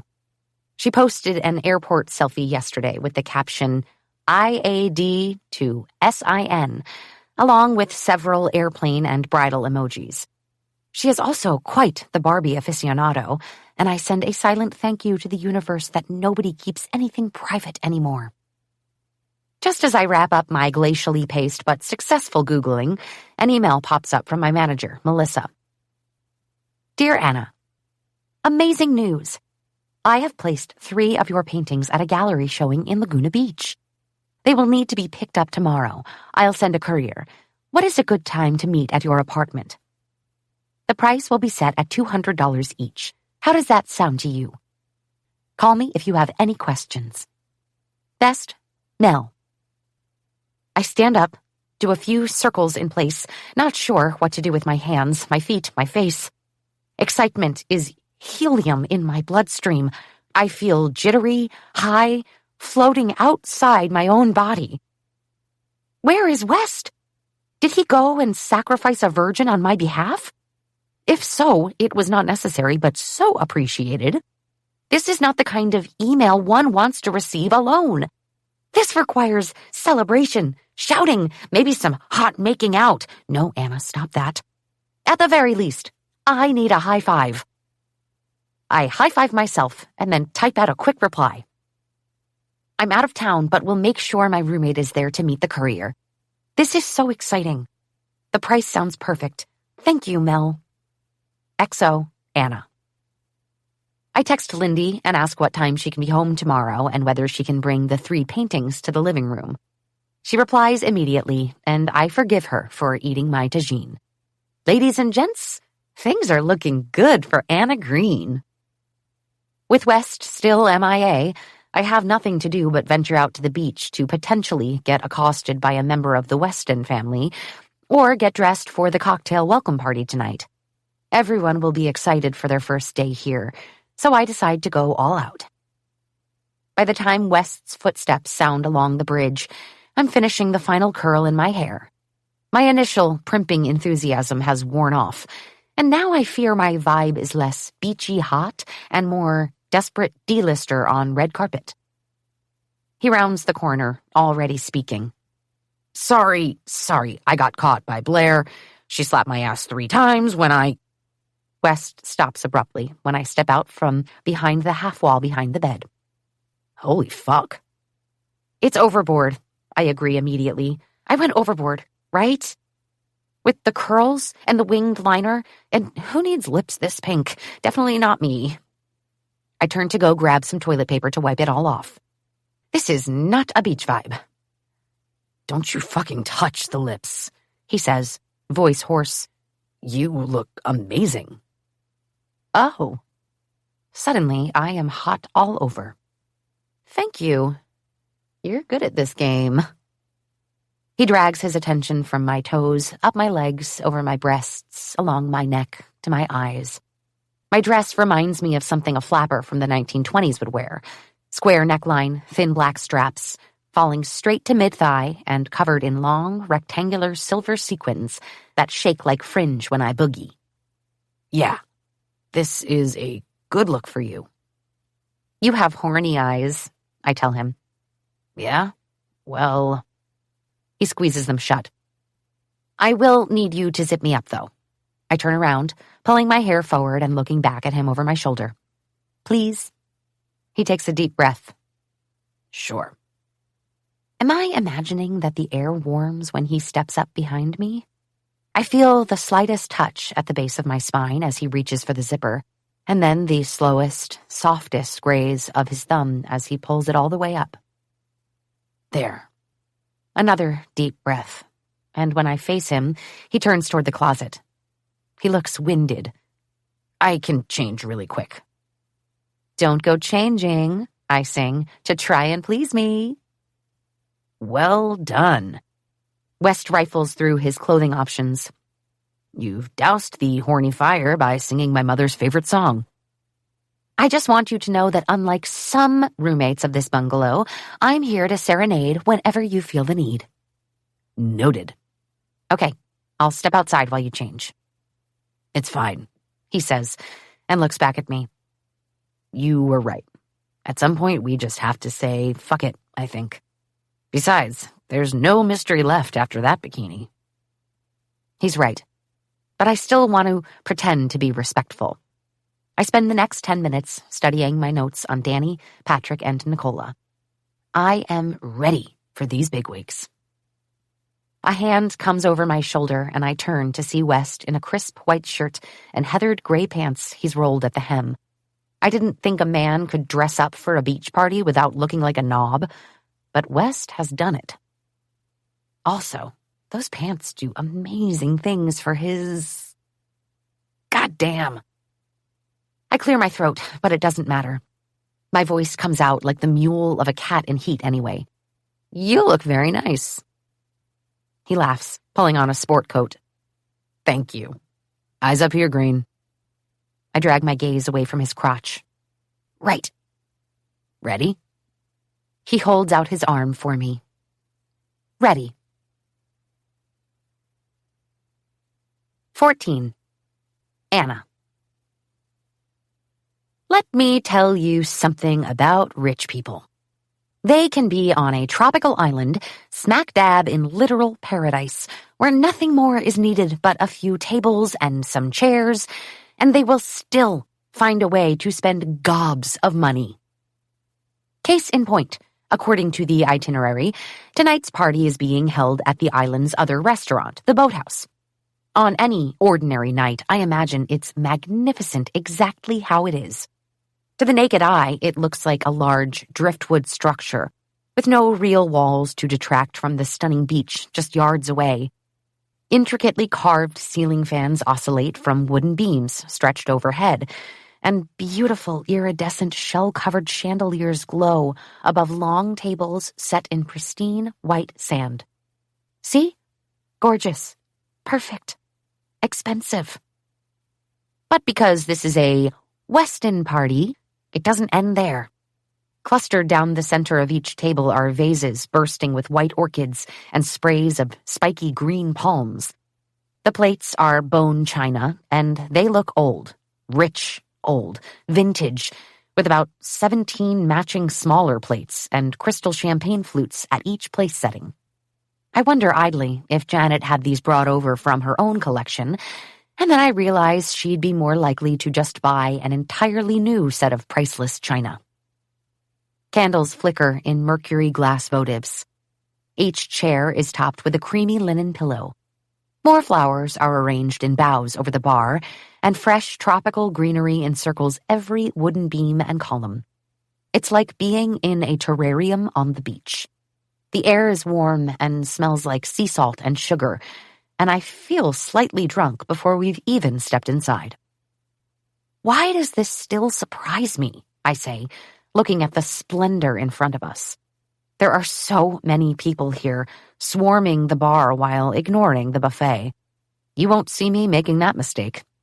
Thanks to Vivi's crash course in being fancy, I spot Valentino and Chanel, Dior and Bottega Veneta, Hermes bags, and red-soled Christian Louboutin sandals. Brands I can barely pronounce, let alone spell. It's a safe bet Janet isn't the only one in attendance who takes her trash out in a pair of Gucci slides. I know what you mean, he says, and there's a hint of sadness there. Disappointment? He's also hesitating, his feet planted in the sand like he's being led to an audit. With a hand on his elbow, I coax him to turn toward me. Hey. He smiles, and I wonder for the 100th time why he doesn't do it more often. Hey. I forgot to tell you something awesome. He tilts his head, the stars reflecting in his eyes. I love awesome. My manager emailed while you were being accosted by your sister-in-law, and 3 of my pieces will be at a showing in Laguna. His smile grows, and I screech as he wraps his arms around my waist and lifts me from the ground. That's amazing, he says, peering up at me. Congratulations, Green. Thank you. After an awkward amount of what now eye contact, West sets me down, and I'm glad to see that his expression is lighter, his shoulders looser. Mission accomplished. See? No virgin sacrifice required, he says. Oh, good to know, I say, grinning. You were gone so long I wanted to ask if thanks were due, but it felt like that sort of gift is best left unmentioned. Just your talent, absolutely zero blood spill. Music drifts from the restaurant as a band begins to play. Okay, I say.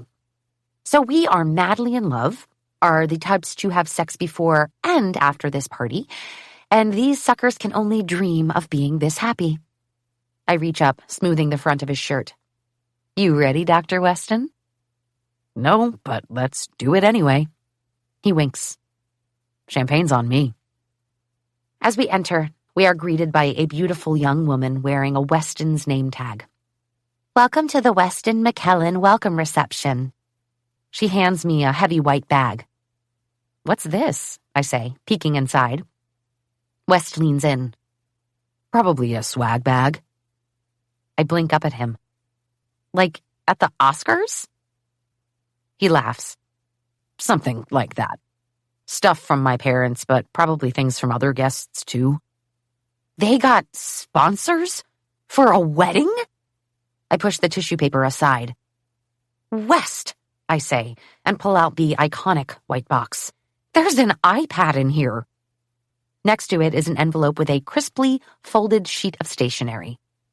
Oh my God! 10 shares of Samsung stock? A week at a luxury Canadian resort? It goes on and on. A canister of hand-harvested gourmet dates, Belgian chocolates, a year's supply of vitamin supplements, luxury bath salts, several vouchers for skincare products, and my excitement deflates. A gift card for liposuction? West lifts one weary shoulder, leading me farther inside. Across the room, Charlie and Kellen greet guests as they arrive, and she looks so genuinely happy that my heart grows 4 sizes.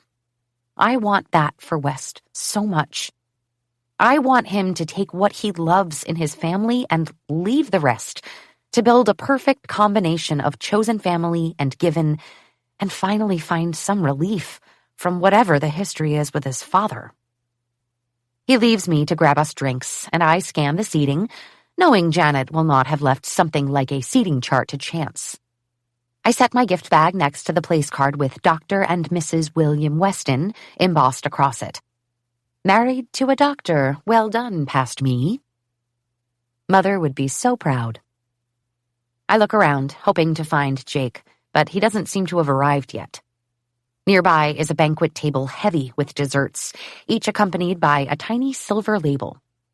Saffron poached pears with gold leaf and spun sugar cages.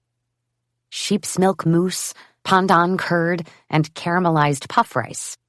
White chocolate mousse with cardamom espuma and clementine sorbet. Papaya curd with blackcurrant jelly, oatmeal, and mint glass. I think of the last wedding I went to, of a friend from high school who was married at the Los Angeles County Courthouse and had the reception at Level Up Dance Studio in Signal Hill. She ordered Domino's, and afterward we all shared a chocolate sheet cake she got for free because the bakery accidentally piped, "Congratulations on your wedding." Best cake I've ever had. I reach for a plate, filling it with everything I can carry, and turn to see West on his way back. But he doesn't just have drinks. He has an older, red-haired man with him. Anna, this is Patrick Lemon. Pat, this is my wife, Anna. I set down my plate and shake his hand enthusiastically.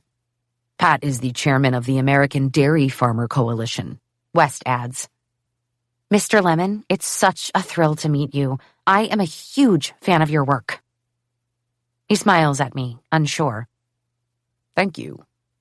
I personally think a mixing bowl is the correct serving size for breakfast cereal, I say, winking at West.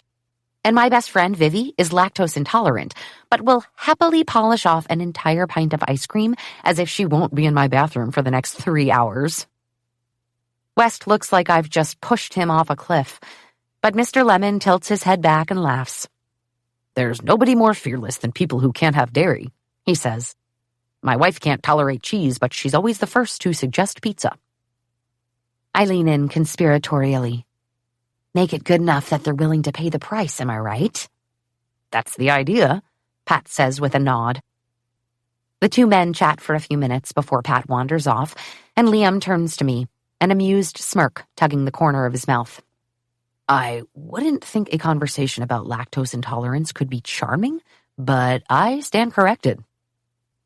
My cheeks are still warm from his praise when he introduces me to Danielle Zhu, the congressional aide and avid Barbie collector. As luck would have it, my former boss, Barb, kept old issues of Fashion Doll Quarterly in the back office of the Pick It Up, which I, of course, devoured.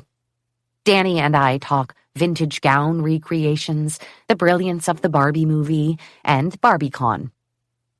I note the wedding ring on her finger. Where is your Ken, or your Barbie? She laughs. My Ken is back home with our kids. He's a litigator, so he's thrilled to get some downtime playing dad this week. I wrap my arms around West's torso. My Ken's job this week is beach. And drinks, he says, taking our empty glasses with a charming smile and leaving to get us refills. The night goes on like this, easy and surprisingly fun, and it's only after West and I say goodnight to Nicola Ritchie, a Vitamin Corporation CEO and new emu farmer, thank you to the emu subreddit for all of the amazing intel, that I realize how chatty I've been, while West played the part of bemused bystander. When we're finally alone again, West puts his hand on my lower back and leads me to the edge of the party. Okay, I start.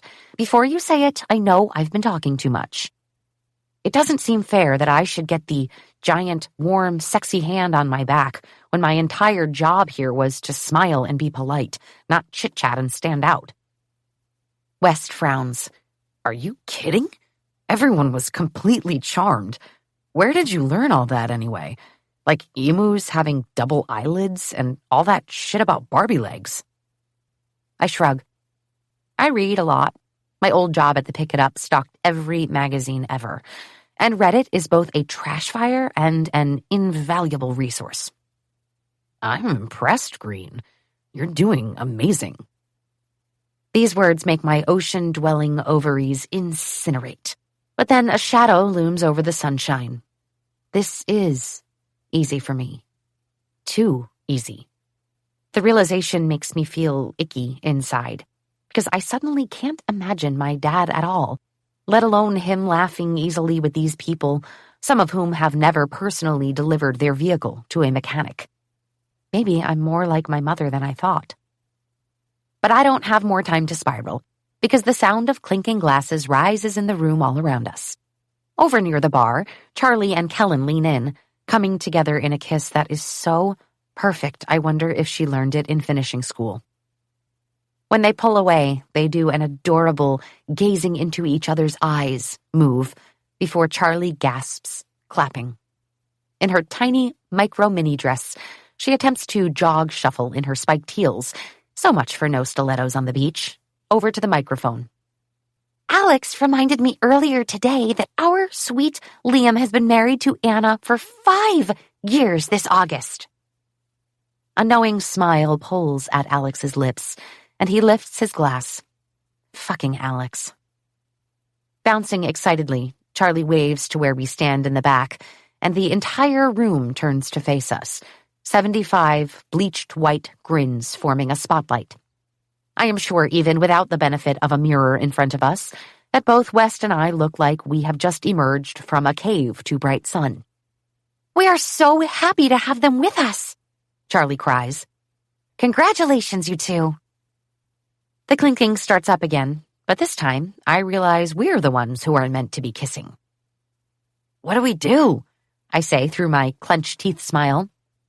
I think, he says back through his own tight grin, that we kiss. My jaw is cramping. I'm fake smiling so hard. Okay, great. Yeah? He asks, and his own smile is now straightening, his expression turning to determined focus. A big hand comes up, cupping my jaw, and I manage to get out a breathy, yeah, as my knees turn to jelly. His eyes drop to my mouth, and I hold my breath as he leans in.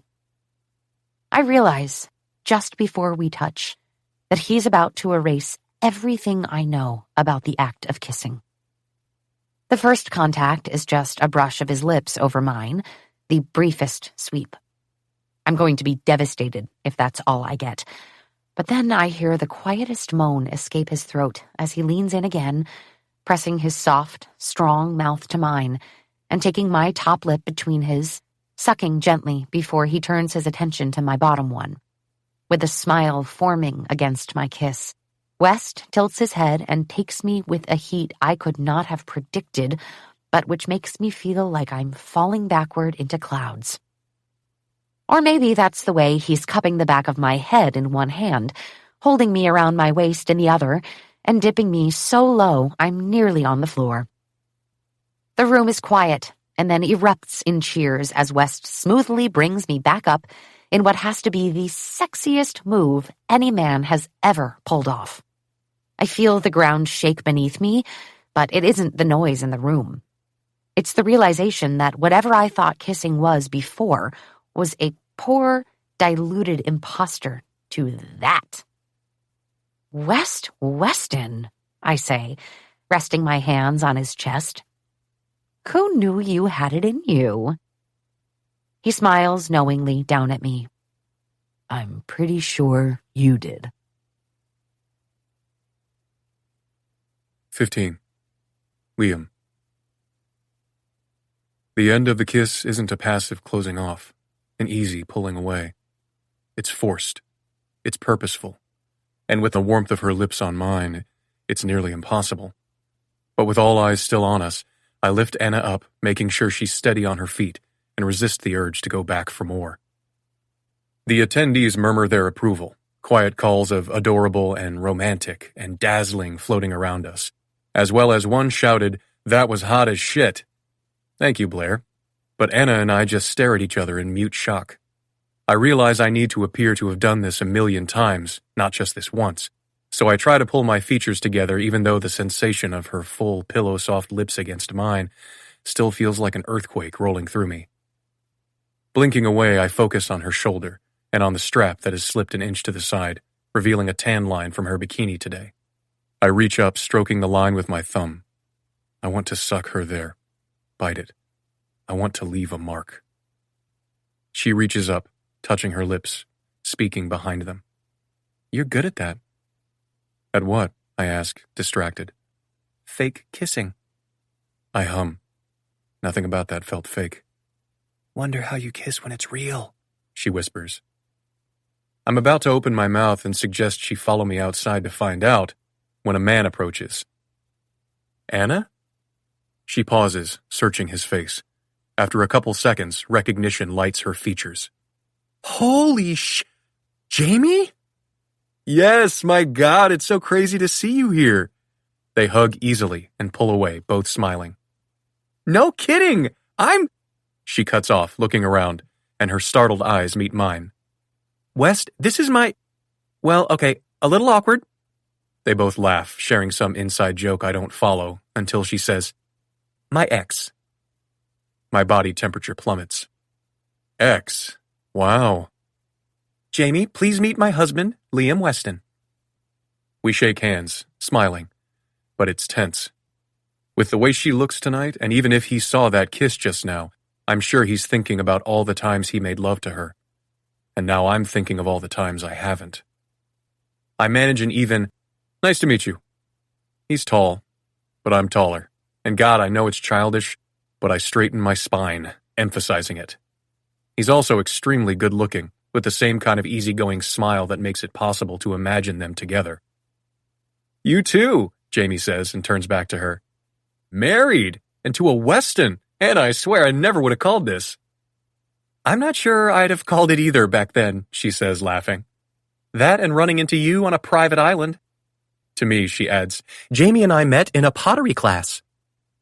She was a virtuoso with her hands, he says, and I know he means it playfully, but the innuendo lingers like a sneering echo. I imagine landing an uppercut that sends him through the ceiling. Meanwhile, Jamie finished his project. Pretty much all I can say about that, Anna teases. Hey, he protests, laughing. My grandmother still uses that coffee mug. She would have to, Anna says. That thing was so huge, I'm sure it's still full from the first time she poured coffee into it. I am not here for this flirting. I step closer, sending my hand around her waist, pulling her into my side. Redirecting, I ask, Jamie, what brings you to the island for the wedding? My father is the U.S. head of operations for Bimbo, but he's under the weather, so I'm here in his place. Beside me, Anna startles, delighted. Did you say Bimbo? He nods, laughing, but I cut in. Jamie has had enough screen time. Grupo Bimbo, I explain. It's a global food company. They have some American brands now, like Oro Wheat, Thomas's English Muffins, Entenmann's, a few others. Leave it to my father to invite business contacts to his daughter's tropical wedding and use it as a tax write-off. I had no idea you'd even gotten married, he says to Anna. And 5 years ago, too. Wow. I must have been living in a cave. Some unspoken communication passes between them, some disappointment on his end that he's run into her too late, and I can't read in her silence whether she's sharing his regret. I look down at her, drawing her attention to my gaze. Fuck. I hope she wasn't dating him when we were roommates. When did the two of you... I begin. Sophomore year, she says quickly, understanding, I guess, the tension in my eyes.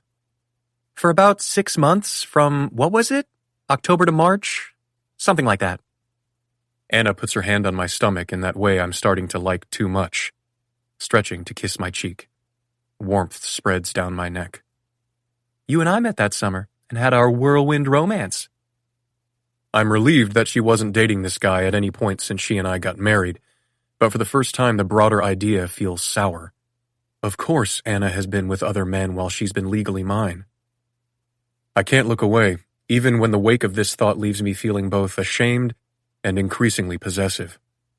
I want to take her away from this party and find a dark place to kiss her until she's gasping for more. I realize we've been staring at each other too long only when Jamie leans in, chastely air-kissing her opposite cheek. Good to see you, Anna. Nice to meet you, Liam. I'm sure I'll see you more this week. We shake hands and he walks away, but I don't take my arm from where it circles her waist. Instead, I pull her closer. You had a little bit of a vibe there, she says, grinning up at me. A vibe? I did. A little... She curls her fingers into claws, pretending to growl at me, but my eyes are drawn to the tan line again. Like you were on the verge of kicking his ass. That was some good acting. Well, I look around the room, grateful that Jamie has fully disappeared into the crowd. He didn't need to comment on your skill with your hands.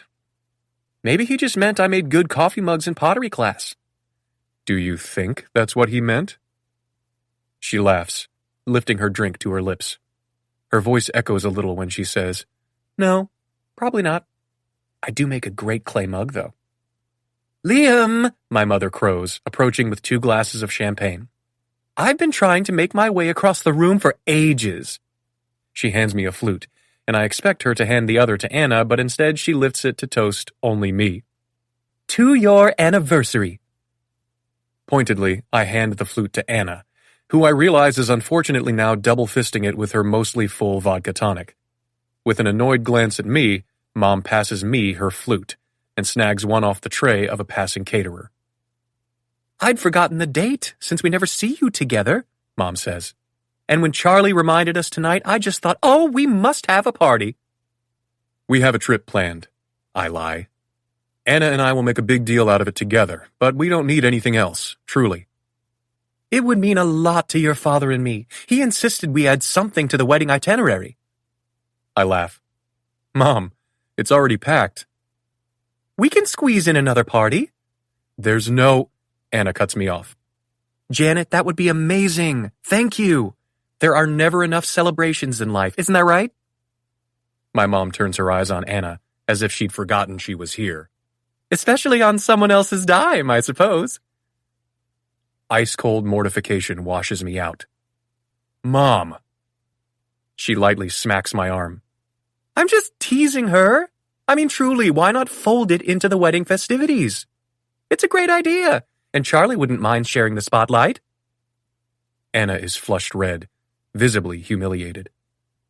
Mom, I say, you suggested it. She's just agreed. Liam, my dad cuts in, suddenly appearing at my side. Son, I need you for a minute. I've got the senior editor of Forbes over there. Ray, honey, Mom says quietly. Do we have to do this tonight? It's a party. I'm holding a glass of champagne, my father says irritably. What the hell else do you need me to do? That's my husband, always working, even at his only daughter's wedding. I smile with false warmth at my father, but my pulse is still thundering over what my mother did. We were just talking about the anniversary party you want to throw us. Dad squints. The fuck are you talking about? Mom threads her arm through his. Raymond, didn't you hear Charlie just now? Liam and Anna are coming up on 5 years married. My dad snorts into his champagne glass. Call me at 20. If you're still sharing a bed, then we'll throw you a party. Oh, God, Anna exhales. Against me, she's shaking from the tension. Mom does a double take when a catering cart passes, full of some non-Weston brand soft drinks. Mystic Cooler? Not on my fucking watch, she growls, stalking off after it. Liam, Dad claps a hand on my back. Follow me. He turns without waiting, and I look down at Anna and her 1,000-yard stare. I reach for her chin, tilting her face to mine. Hey, you okay? Our eyes meet, and when she nods, I see how this must be for her. Raised alone by her father, who, I can tell from the way she talks about him, wouldn't dream of answering even the stupidest of her questions with, "The fuck are you talking about?" Would never in his life gaslight her the way my mother just did. But then, her eyes clear, she straightens and puts on a brave smile. I'll be fine. I'll go find Blair or Jake. She sends her hand down my arm, squeezing my fingers. Go. Without thinking about it, I bend, giving her a soft, brief kiss on the lips. Before she can react, I speak into her ear. You're pretty good at this too. Her breath shakes on my neck. At what? All of it. 16. Liam. There he is, Dad says by way of greeting. My middle son, Liam, the future CEO of Weston Foods. My heart comes to a sudden lurching stop, and I'm unsure how to respond in front of the senior editor of Forbes, Ellis Sikora. Throughout my life, Dad has said this to me 100 times, but given that we haven't spoken in 5 years, after the fight about my return to school rather than my return to the family company, any rational person would have assumed he'd have given up on me succeeding him at the top. It's one thing to hope I'll come back to Weston Foods. It's another thing entirely to think I'd ever step into his corrupt shoes. But of course, most people don't know my father the way I do. In the handful of seconds that follow, my brain cycles through a dozen different responses, trying to estimate the public fallout as well as my dad's reaction to each one. A yes would be binding. A no would make the family gossip fodder and send the stock tanking, not to mention sending my father into a rage in private later. He's daring me to choose which way I want to drag the razor blade across my throat. What I'm not sure of is why he's chosen to do it now. So I play his game, sinking a hand into my pocket, adopting an easy posture. I think it's better for you to keep me on the outside, I say, all corporate chit-chat, cagey evasion. I advise you whenever you ask me to, but you don't have to put me on the payroll. Both men laugh, but Dad's is forced, his eyes tight. He's a professor at Stanford, no? Ellis asks, and then sips his drink. Specializing in corporate culture and ethics? Would be an interesting transition back to C-suite for the family business. It's been a great way to get diverse leadership experience, my father agrees, as if the way I broke ties with the company and decided to pursue academia was his idea from the start. He gets to dabble in his models of corporate harmony shit and learn the ropes of administration constipation, then come settle down in the family business and put it to good use when he's ready. I guess he's always had a hand in the family business, though, Ellis says slyly, eyes hawkishly on me. Even as far back as when you were a teenager, I mean. Liam, the technology you built was objectively extraordinary. I know you've never commented on the pizza scandal, but... And I'm definitely not going to at my sister's wedding, I say, cutting him off and forcing my voice to remain steady. Even the sound of the acronym still sends a chill down my spine, makes me want to sink a fist into my father's jaw. It's great to meet you, Ellis, and I'm sure there will be plenty of time to talk business after this vacation, right? Right. Ellis lifts his glass to me. I lift my gaze, searching for Anna. I find her standing near the bar talking to Jamie. Her dress sparkles in the low light, rendering her a glowing goddess in a room full of mannequins. Beside me, my father says my name in a way that makes me think Ellis has had to ask me something more than once. I blink back to him, leaning in. Sorry, what was that? I said, Ellis says with a smile, I realize we aren't going to touch on pizza tonight, or any night, I correct, as much to Ellis as to my father. Just so we're clear, even if we were at an event where it felt appropriate to speak on the matter, I wouldn't. Okay, he says, not working to mask his disappointment. I wish you felt differently, but I understand. I'd still love to hear any comments you might have about taking over the CEO role when your father retires. How about not a chance in fucking hell, I think, but Anna's bright laugh rises out of the din, teasing at my attention. A statement? Right now? I look around us, gesturing. Is this a board meeting? Dad, do we have a quorum? Dad laughs heartily at this, but his eyes are still ice. I know for a fact that we don't. Only 3 of 11 members have arrived, in fact. I've been counting. I think any statement would need to be cleared by the board, I tell Ellis. I know Forbes is excited to get some buzz out there, but let's do this the right way. What do you say? There. Evasive enough, but not a flat-out denial. I hold out my hand and Ellis takes it with an amused smile. Have a great time on the island, okay? Without acknowledging my father, I turn to leave, intending to walk directly to Anna, but she's no longer at the bar. As calmly as possible, I wander around the party, shaking hands when I'm stopped, saying hello, returning hugs, but everything gets only half of my attention. My mind spirals beyond this moment, beyond this room, wondering what my dad is up to, wondering where Anna has gone. It's then that I notice I don't see Jamie either. With tension ratcheting in my gut, I walk out of the restaurant, heading down the trail toward the beach and the bungalows, searching every shadow for her and dreading what I might find. 2 figures entwined in the shadows, one long and willowy, wearing a dress like a million tiny stars glimmering in the moonlight. I hear her voice, low and reassuring, her quiet, husky words reaching me in a shapeless murmur, as if she's having a private conversation. My pulse rockets, jealousy raging inside me.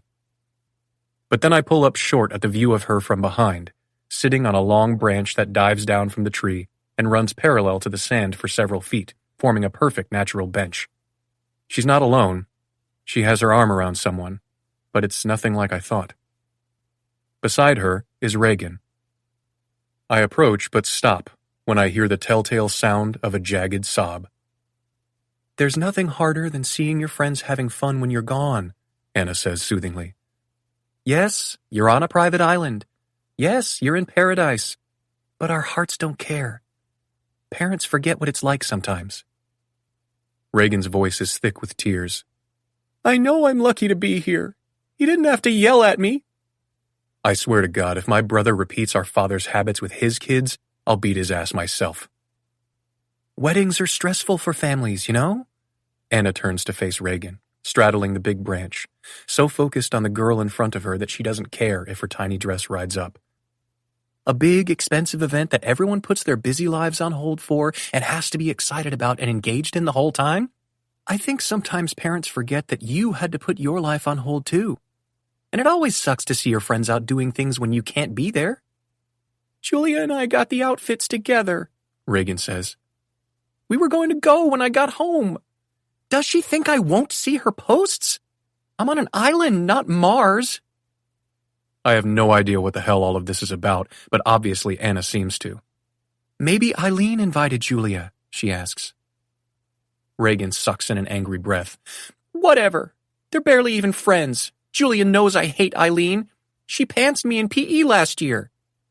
She didn't, Anna says with the appropriate level of dismay. They suspended her, and she blamed me. She's been so mean ever since. Reagan sends a hand across her tear-streaked cheeks. She's always trying to start drama with everyone. Julia should have said no. She's been my best friend since first grade. How about this?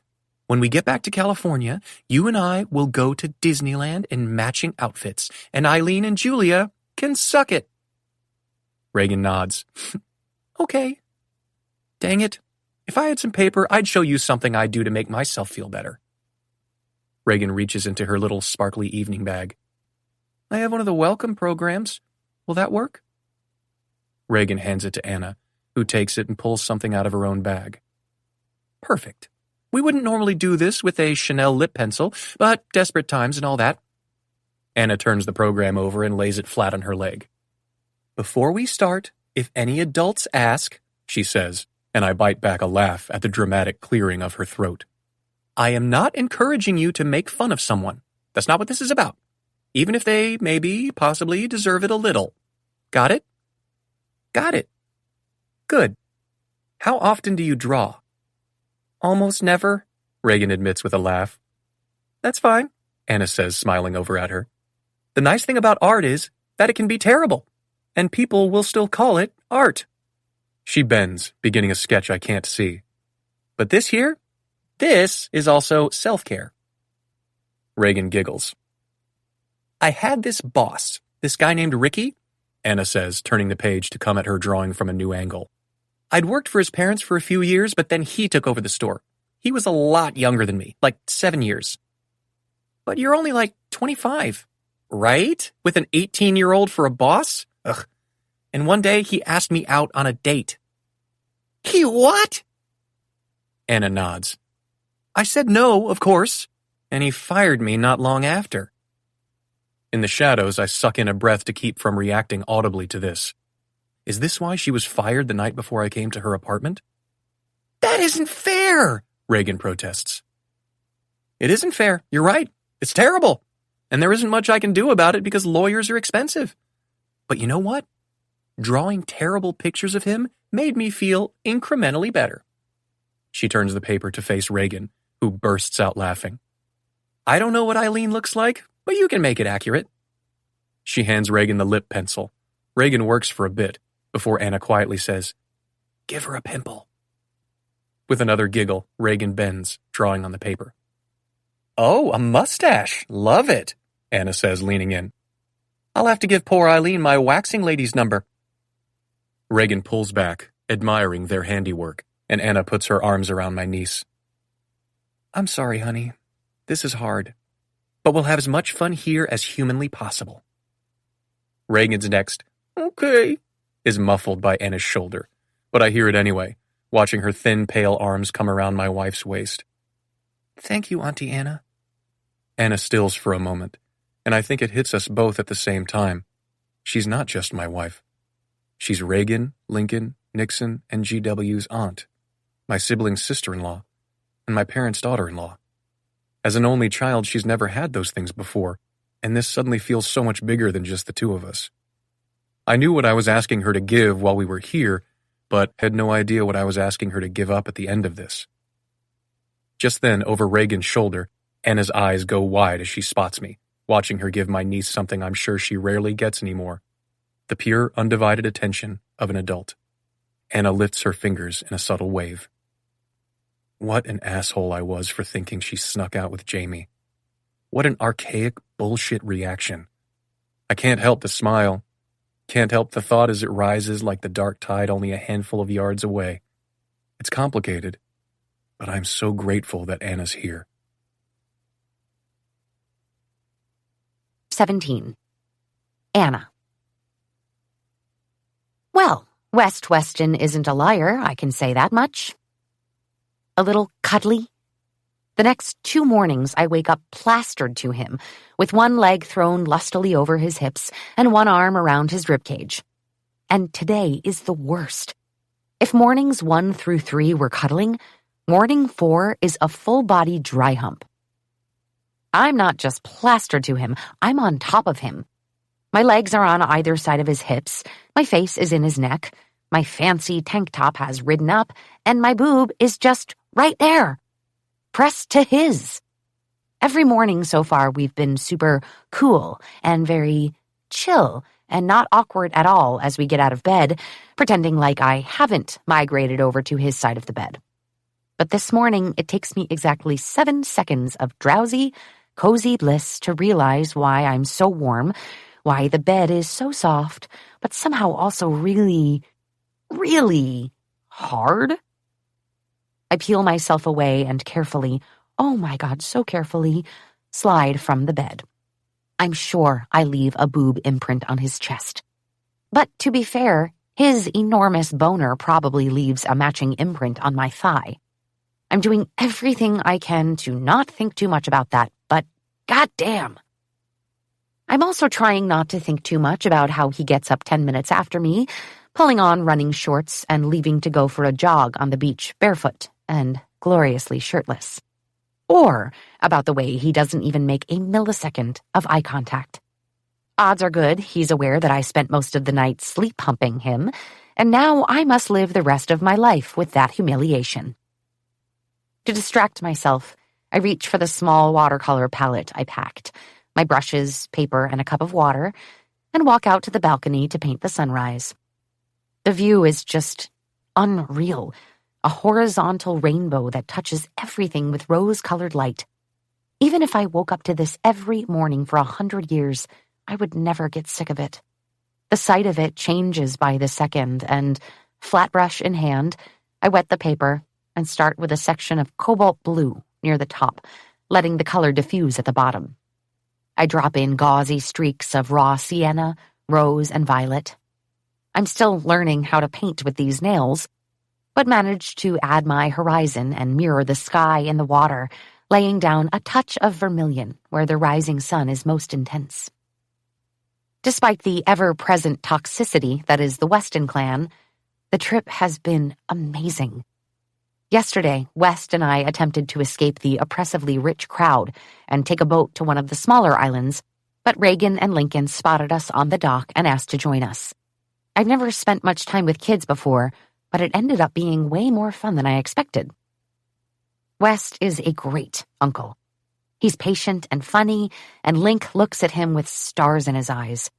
While West and Link attempted to fish yesterday, Reagan and I talked about school and boys, music and life and friends. She showed me the sketch we'd done together and how she'd added train tracks for Eileen's braces and a conversation bubble over her head that said, "I'm a buttface." I should have done the adult thing and reminded her not to call people names, but that kid pulled Reagan's pants down in front of a gymnasium full of 6th graders. Reagan deserves to be a little salty. When my phone pings in my backpack, I dig it out, my pulse taking off when I see a text from Vivi. "Hey, favorite." "Hey, is my dad okay?" "He's perfect. We just watched the Lakers cream the Suns. He ate an entire burrito." "Oh, that's amazing." "I was just checking in to see if you've banged the husband yet." "Well, this is a track change." I stare down at the screen, wondering whether Vivi installed a camera in the robot suitcase and watched me sleep hump the poor man last night. "Absolutely not." "It's just a matter of time, Anna." "No." I hit send, and then send another, just to be clear. "No." There's a story behind your need to repeat that. I don't need these ideas in my head. We kissed the other night. Oh, and we went to a party that was very fancy. You would have loved it. Are you trying to distract me from asking about the kissing? Yes. How was it? The kissing, not the party. His mouth is really great. Like, really great. But that's not why I'm here. Isn't it a little bit why you're there? To fake kiss him? I'm being paid to be the perfect wife, and so far I'd give me a C-. I think a perfect wife bangs. Which is why banging could and should happen. It would definitely knock you up to an A. Vivian Amir, please. Also never say knock you up in a fake wife situation. You wouldn't say that if you weren't already thinking about sex. Hush. Your last sex was Micah, right? Micah, a waiter at her parents' cafe. Very hot. Very unskilled. Yes, 2 stars. Would not return. which is honestly such a bummer. He looked like he knew how to read a map, but I guess not. Narrator. Like most men, Micah didn't stop to ask for directions. And now every shift we work together, I'm like, "Sir, I know she left your bed as soon as she could. Like, the body wasn't even cold. And he knows I know. And it is all very awkward." Okay, but real talk. Dad is okay? David is great. He said he might be up to coming to dinner at the cafe this week. I almost can't believe the words I'm seeing. Dad eating? Dad getting out of the house for a meal?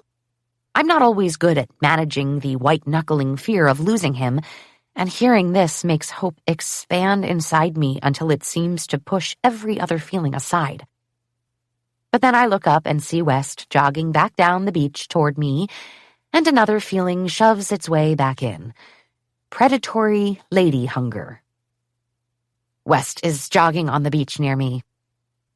Vivi replies with a gif of Whoopi Goldberg saying, "You in danger, girl," and she could not be more correct. Okay, gotta go actively resist this. Love you. LYB. Footsteps pad along the bridge, and then West is there, turning the corner onto the balcony. "Hey," he says, wiping a forearm down his sweaty face, and I have the intrusive thought that I wouldn't even need to be dared to lick his chest right now. His nipples are, well, I enjoy them. I would like to touch them, maybe with my boob again. Hi. He walks over, pulling a towel from where it's drying on the railing, and uses it to wipe down his torso.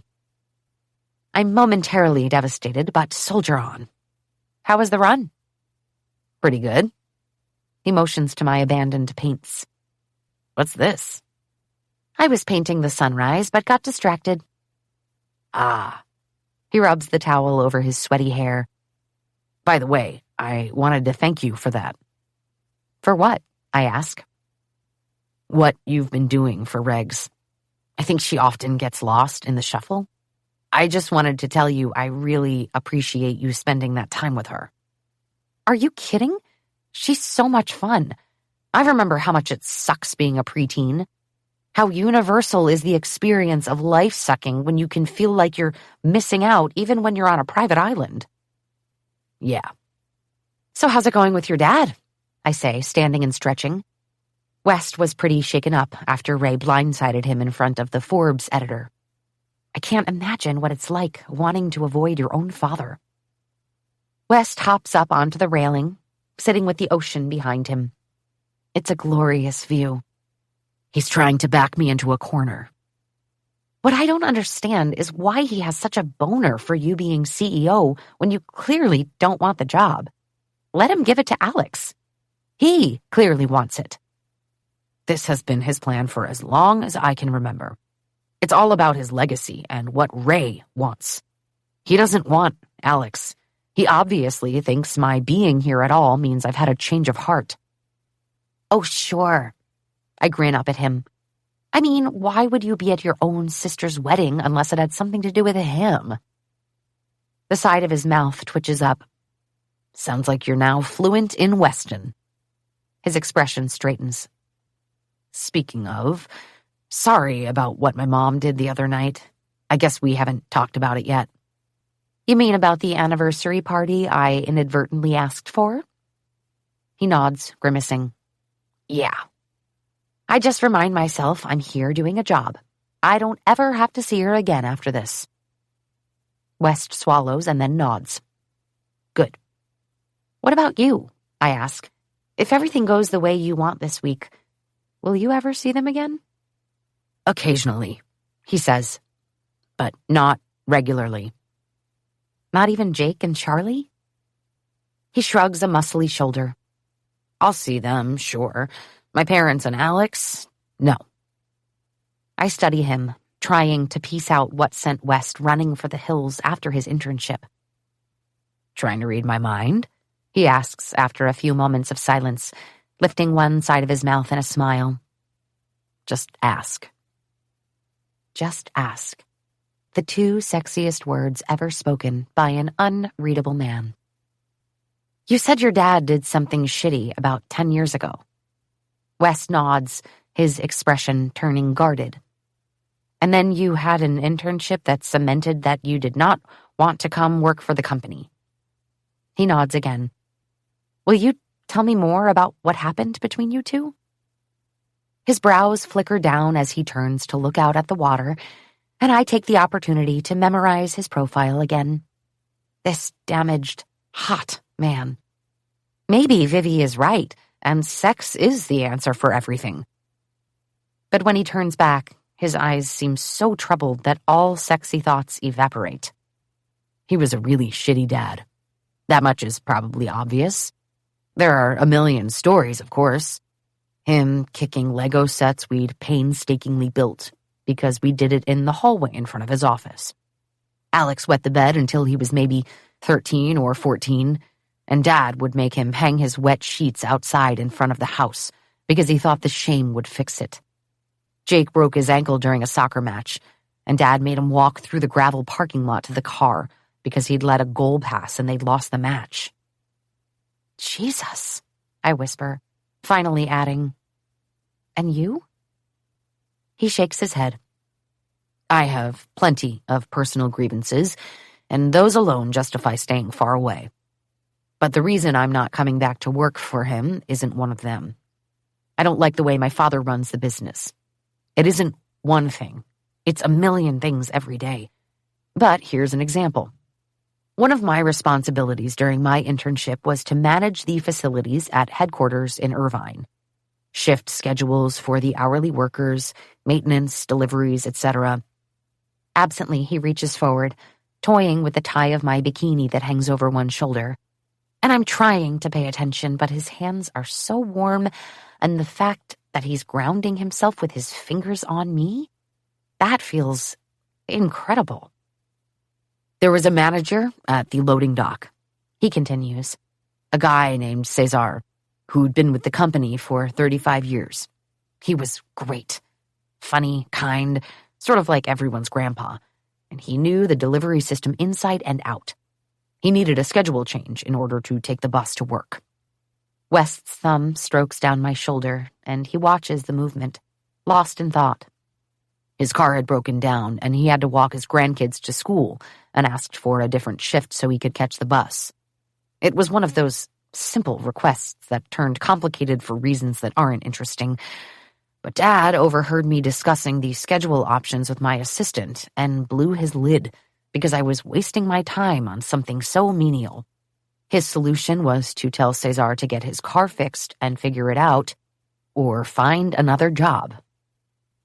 A breath escapes my lips, and I put my hand over his on my shoulder. Wow. This man was one of his first hires, and he's telling him to find another job because we aren't paying him enough to get his car fixed? Because we can't move a few things around? Dad wouldn't ever bother himself with something like that if he hadn't walked in on me talking it out. Right, I say quietly. It was such a crystallizing moment, West continues, because it's so clear to me that it's the people who make the company great. But Dad thinks everything that matters is at the top. Without Cesar, that entire department wouldn't be what it is. The loading dock would be a disorganized mess, and shipments to stores would be disrupted. Moving his shift would prevent all of that. West shakes his head. Everything about a good business starts at the bottom. Anyway, that divergence in our philosophies combined with everything Dad and I had been through when I was in college, I didn't want to stay at Weston's anymore. But I was inspired to find out whether and how corporate culture can be changed. It's why I decided to pursue my PhD and what ultimately sent me and my dad into estrangement. It takes a lot of bravery to walk away from the security of an executive position when you're only, 26? He exhales a sharp laugh through his nose. Nothing about interacting with my dad ever makes me feel brave. It makes me feel placating and restrained and disgusted with myself. I don't see it that way, I tell him. Whatever this loophole is, it's important enough to you to come here and do what you have to do. West meets my eyes, and his gaze clears and then softens. Yeah. His attention dips to my lips. Thank you for reminding me. I take a step closer, moving into his space, and I realize the moment he registers he'd been touching me. His eyes go a little wide, and he gently moves his hand from under mine. The only answer here is to avoid him for the rest of the trip. His lips curl in a surprised smile. Oh yeah? How should I manage that? I think it's because he's shirtless and sweaty, or maybe it's because I left my dignity along with my boob prints all over him this morning, but the words bubble right up and out of me. We could make out the whole time. Coughing, West squints out to the side, farther down the row of bungalows. You might be onto something. Jake confirmed that Alex thinks we're full of shit. That's probably because we are full of shit. Well, if he gets wind of what my dad told Forbes, he'll figure out a way to prove it. I angle my eyes over his shoulder and speak of the devil. There, down the beach, is Alex. He's too far to hear anything we're saying, but he's just standing there, looking up at us, watching us interact like tentative strangers having one of their first vulnerable conversations. There's something in Alex's posture, some gotcha, that makes me deeply uneasy. Without letting it show on my face that I've seen him, I step closer to West, hand high on his bare thigh, just below the hem of his shorts. West's brows disappear beneath his messy, glorious hair. Hello. Don't look, but Alex is watching us from the beach. West drags his attention from my hand on his leg to my face. Oh, yeah?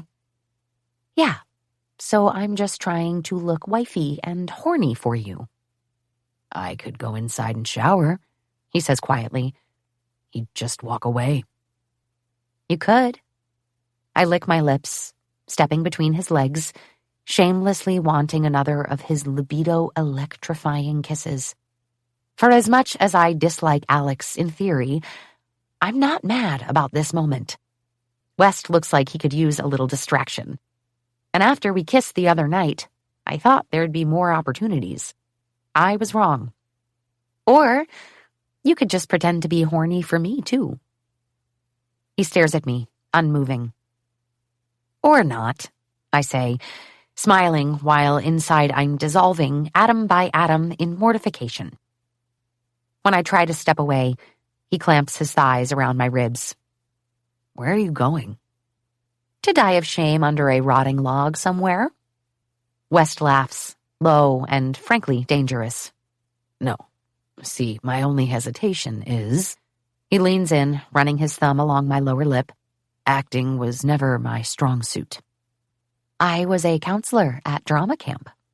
I speak against the pad of his thumb. I'll give honest feedback. He laughs, his lips so close. Thank you. West's mouth brushes over mine, giving me one of those feather-soft kisses again. Well, I say as we share a breath, that wasn't bad. He kisses the corner of my mouth.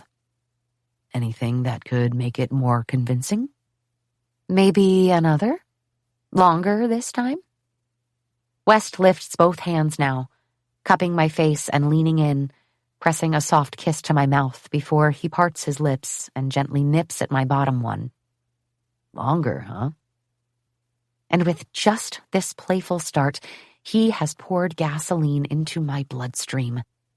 Does he know how fragile my restraint is right now? I am a sex demon in disguise. I am a fembot with only one program. I am only seconds away from licking the residue of sweat from his chest.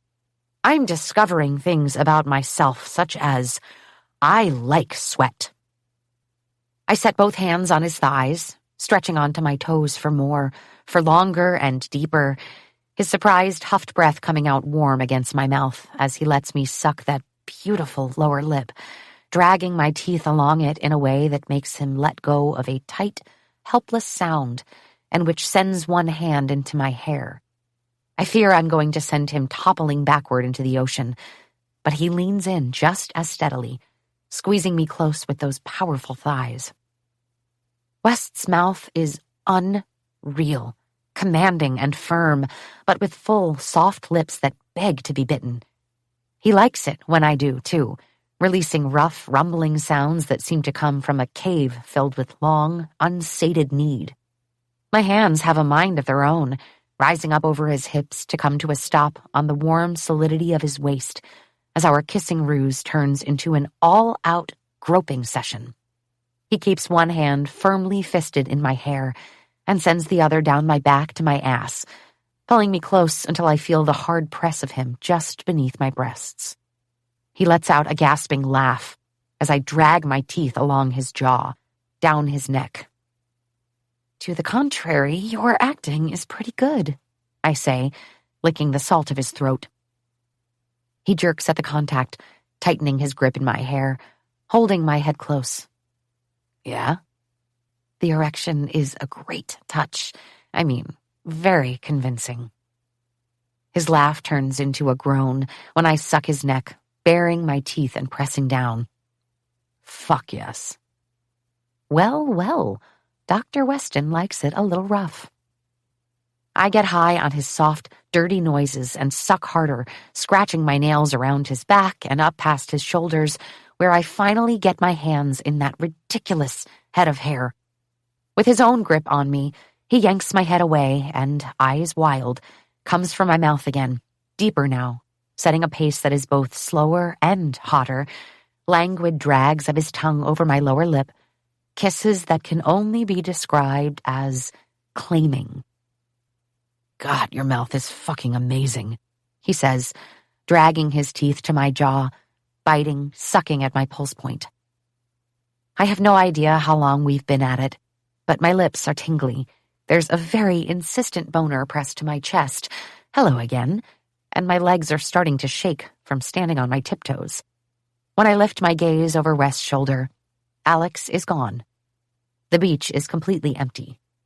Future me will kick myself for the rest of the day for saying it, but the words slip out. He's gone. West exhales shakily near my ear and then rests his forehead to mine. Well, good. I guess we can stop. I guess we can. Leaning back and taking stock of him, rumpled hair, swollen lips, scratch marks on his sides, I realize I've also left a small purple bruise on his neck. Oops. He frowns at me. Did you give me a hickey, Green? I might have. I don't miss the way his pupils dilate, inky black in the golden pools of his irises. Well, the good news is now everyone will know for sure who you belong to. He laughs. Unfortunately, Blair will still grab my ass. It's a pretty great ass. I step back, telling my body and brain to calm the hell down. Sorry, you're... West gently runs his thumb over my lips one last time. You're all red from my stubble. Maybe so, but I'm not the only one who looks like they just went at it pretty hardcore. His neck and chest are flushed, his eyes still burning as he hops from the railing. I absolutely do not look down at his shorts. What kind of a trash goblin do you take me for? But if I did look down, I would see quite a tent happening. Careful where you swing that thing. He laughs wryly. I'm going to go take a cold shower. I nod, swallowing down the lusty scratch in my throat. I'll give you a few minutes of privacy. He retreats, and I pull my phone out of my backpack, texting Vivi. SOS. I am so fucked. 18. Liam. Contrary to whatever Anna thinks I'm doing in the shower, I'm actually lecturing myself. You fuckwit. You imbecile. You are stronger than this. This absolutely cannot go any further. I'll say it as many times as I need to because it's the truth. Anna and I are two strangers in paradise, experiencing an attraction that absolutely would not persist back home. We are two different temperaments, lifestyles, ambition, location. And we have one very simple task: fake a marriage. The goal here is to make it through the wedding, return to life as we know it, and quietly divorce in September. The goal here is the clean removal of my father from my life. But my body continues to deprioritize all that. Last night, I climbed into bed to find Anna curled up on her side, already asleep. She'd been wearing one of those absurd excuses for pajamas that her friend Vivi packed for her. Tiny satin straps on her camisole, shorts barely covering her ass. But as I'd pulled back the sheets, I hadn't been transfixed by her body, but by that stupid tan line. I wanted to slide in behind her, press my hips against the soft curve of her ass, draw that strap off her shoulder, and suck at the skin there. That tan line that feels, strangely, like it belongs to me. And somehow, I ended up with my fingers all over it today without even realizing. This is the exact brand of thought that I cannot have, but with it back at the forefront, my mind wanders to the feel of her lips gasping open just now, when she felt my cock pressed against her chest, of her small, soft tongue licking at mine, so paradoxically gentle while her sharp nails dug a path of fire around my ribcage and up my back. The bite of her teeth on my neck, the bright sting of those nails. I wanted more, and harder. It shook me how she could pay such close attention to learn, so quickly, what I like. I reach forward, shutting off the water, squeezing my eyes closed as the cool droplets run from my hair and down my face. I've hired Anna for a job. Like she said, I just remind myself I'm here doing a job. For all intents and purposes, she is my employee, and it's enough that she's having to deal with my family. It's enough that she's forming emotional connections to my niece. I cannot let this turn sexual and risk her getting hurt in other ways. Unfortunately, the sight of the hickey on my neck in the mirror sends renewed heat across my skin.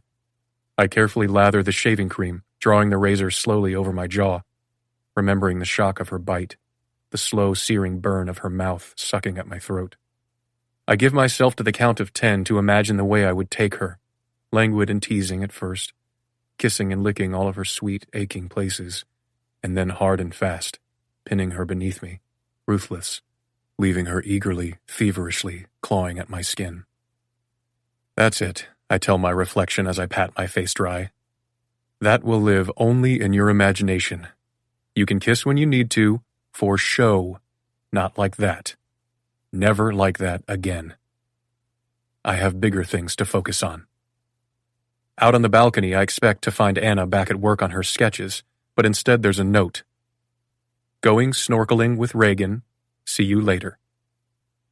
I blow out a breath saying, thank fuck, aloud, even though a betraying twinge of disappointment snakes through me. And the feeling darkens when I glance at my watch and realize that in 5 minutes, I have to meet the groomsmen, including both fathers, for the suit fittings. Charlie has chosen cream linen for the groomsmen, and I trust that she knows what she's doing, because in this heat and humidity, I suspect it will be only a half hour before the wedding party looks like a collection of wadded-up newspaper. But there's food and drinks and a mostly great group of guys. We're in the groom's prep room, a wide, bright space where a few tailors have set up for the day. My father and Alex aside, Kellen and his best friend Nate are hilarious together. Add in Jake, and the room gets loud with overlapping accent impressions, stories of Kellen's pre-Charlie mistakes in romance, marital predictions that I probably don't want to hear, and laughter. How are the toasts coming? Kellen asks. The Weston brothers have each been tasked with a short speech at the wedding. Alex will probably use his time to kiss Dad's ass. My speech will be thoughtful, sentimental, and most importantly, short. Jake is the wild card. Given the way he was expected to be either charming or invisible as a child, my baby brother never misses an opportunity to be the center of attention in a crowd, and standing on a wooden pedestal at the front of the room is his time to shine.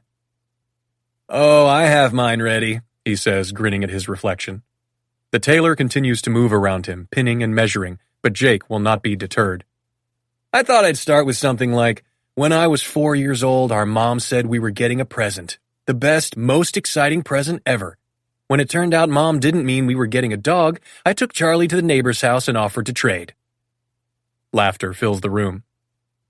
Or I could talk about the time when I was 12 and we were watching Forrest Gump. After the movie, Charlie looked at me and asked what I thought the most important lesson from the movie was. Wanting to be a good big brother, I told her I thought it was about never underestimating yourself. Now, I should have prefaced this story with a few things, he says, adjusting his tie. First, I had blood sugar issues as a kid and couldn't eat a lot of sweets. Second, I had 2 older brothers who gave me copious amounts of shit, so I spent a fair amount of time giving it to Charlie. So this adorable little 8-year-old looks up at me with her big innocent eyes and says, "No, the most important lesson is that life is like a box of chocolates." Do you know what that means, Jakey? It means that you're fucked. The room erupts. Finished with his fitting, and like the great performer that he is, Jake grins widely and steps off the podium to head my way. Unfortunately, this is also the moment he zeroes in on my neck. Wait a minute, he says, quieting the room as he leans in to get a better look. Hold the phone. Does my big brother have a hickey? Catcalls surround us, and I shove him away, feeling my skin heat under my collar. Not surprised, Alex calls from his side of the room. They were putting on quite a show earlier. He lowers his voice. You'd never catch me behaving like that. Yeah, your wife has mentioned this once or twice, Jake says, and the laughter starts up again. Oblivious to the jovial atmosphere in the room, Dad steps up beside me at the long mirror and doesn't waste any time. What kind of bullshit was that last night with Ellis? It wasn't the time or place, Dad. The tailor approaches, crouching to adjust the unfinished hem of my dress pants. It's not the time now either. The last thing I want is for Alex to hear any of this and mistake whatever it is for me gunning for the CEO role. But my father doesn't pick up on the cue. Are you fucking kidding, Liam? More business happens at a wedding than at a week-long conference at a Hilton. Why do you think I have half of these people here? To celebrate the beginning of your only daughter's life with Kellen McKellen? I unbutton the collar of the shirt and then tug my cuffs down in the linen sport coat, looking at the tailor. Could we lengthen the sleeve on the coat a bit? Nodding, the tailor helps me out of it and pins a note with measurements to the sleeve. I'm done with my fitting, and despite all the laughter and how much I needed a little time to think about nothing, I am suddenly, keenly ready to get out of here. My father stops me from leaving with a hand on my arm. This has to be settled. It is settled, Dad. I glance across the room to make sure Alex hasn't heard. And regarding last night, it is absolutely not going to go over with the board if you soft launch me in front of the editor of Forbes as your successor without their input. When I look back, my eyes meet Dad's in the mirror. Are you saying yes, then? He asks. How on earth does that translate to yes? I run my thumbnail along my eyebrow, trying to keep my cool in this crowded room. Dad, I'm not coming on board. I have no idea why you would think that. You're the only person in this family who has what it takes to do this job. I stare at my father in shock. There are about 1,000,000 things I want to say in response, but what comes out is the one I would want to say the very least, the most vulnerable. Then why did you throw me to the wolves? There's a shocked pause, and then my father tosses his head back and laughs.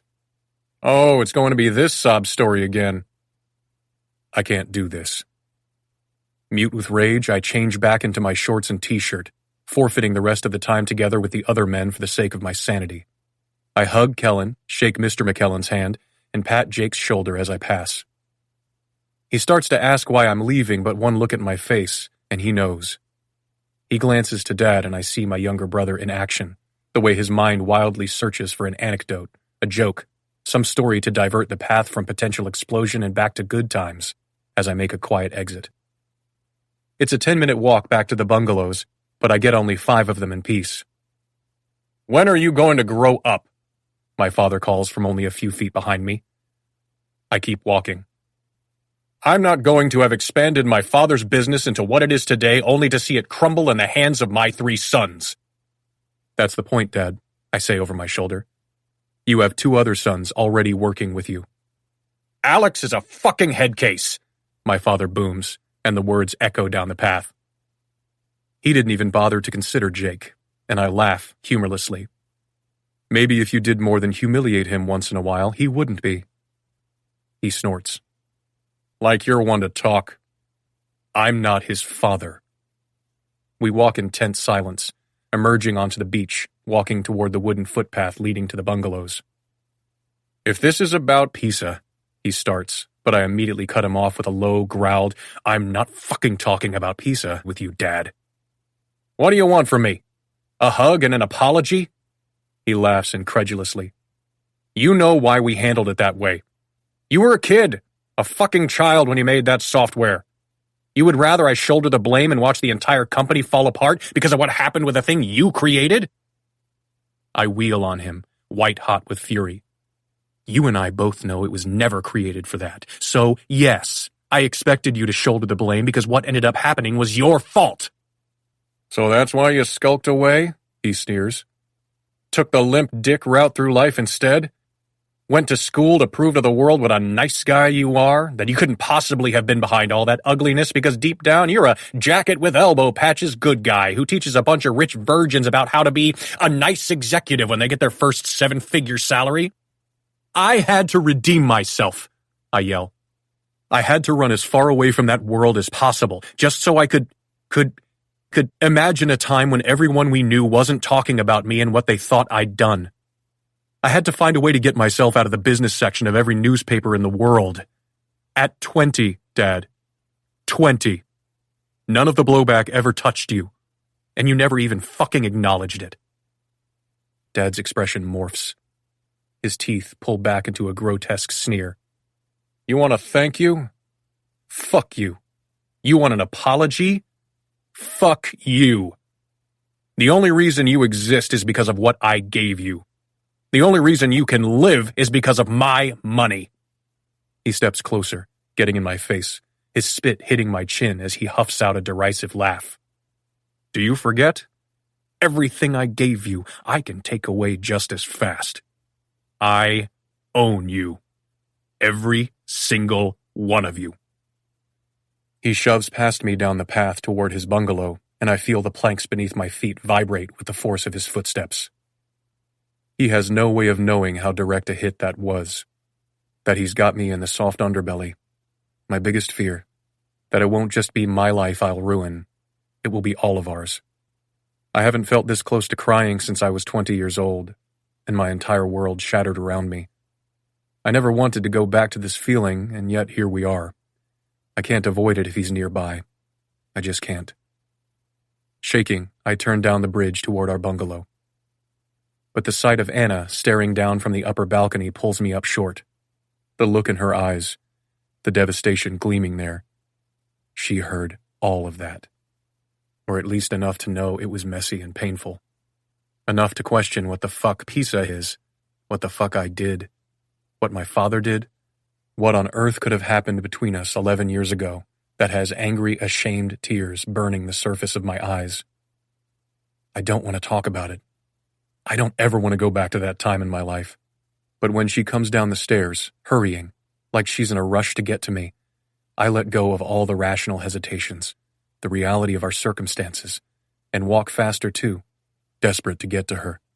We crash together with her 2 steps above me on the stairs, pulling me into her arms. Wordlessly, she presses my face to her ribs and holds me, whispering a soothing, "Shh, it's okay," against the top of my head. I send my arms around her hips, curling into her as I shake. I don't know what she can possibly be thinking, and for the moment, I don't care. I have never needed anything more than I need this from her right now. 19. Anna. I have always been an oversharer. Whether I slept badly, am experiencing some minor tummy upset, or have strong emotions about the ending of a long-running TV series, chances are, if you ask, I'm going to tell you how I feel. If someone doesn't really care how I am, then why not just say hello and go about it? I prefer honesty. I prefer openness. I prefer real. I know I'm lucky to have been raised by a dad who impressed upon me the importance of sharing my emotions, but I don't think I realized just how lucky until I was surrounded by a half-dozen dysfunctional Westons. It's not that family breakfast the next morning is awkward exactly, but the elephant in the room, that Ray Weston is a controlling, narcissistic asshat and his entire family has to make excuses for his behavior and accommodate his moods, is impossible to ignore. Everyone is walking on eggshells.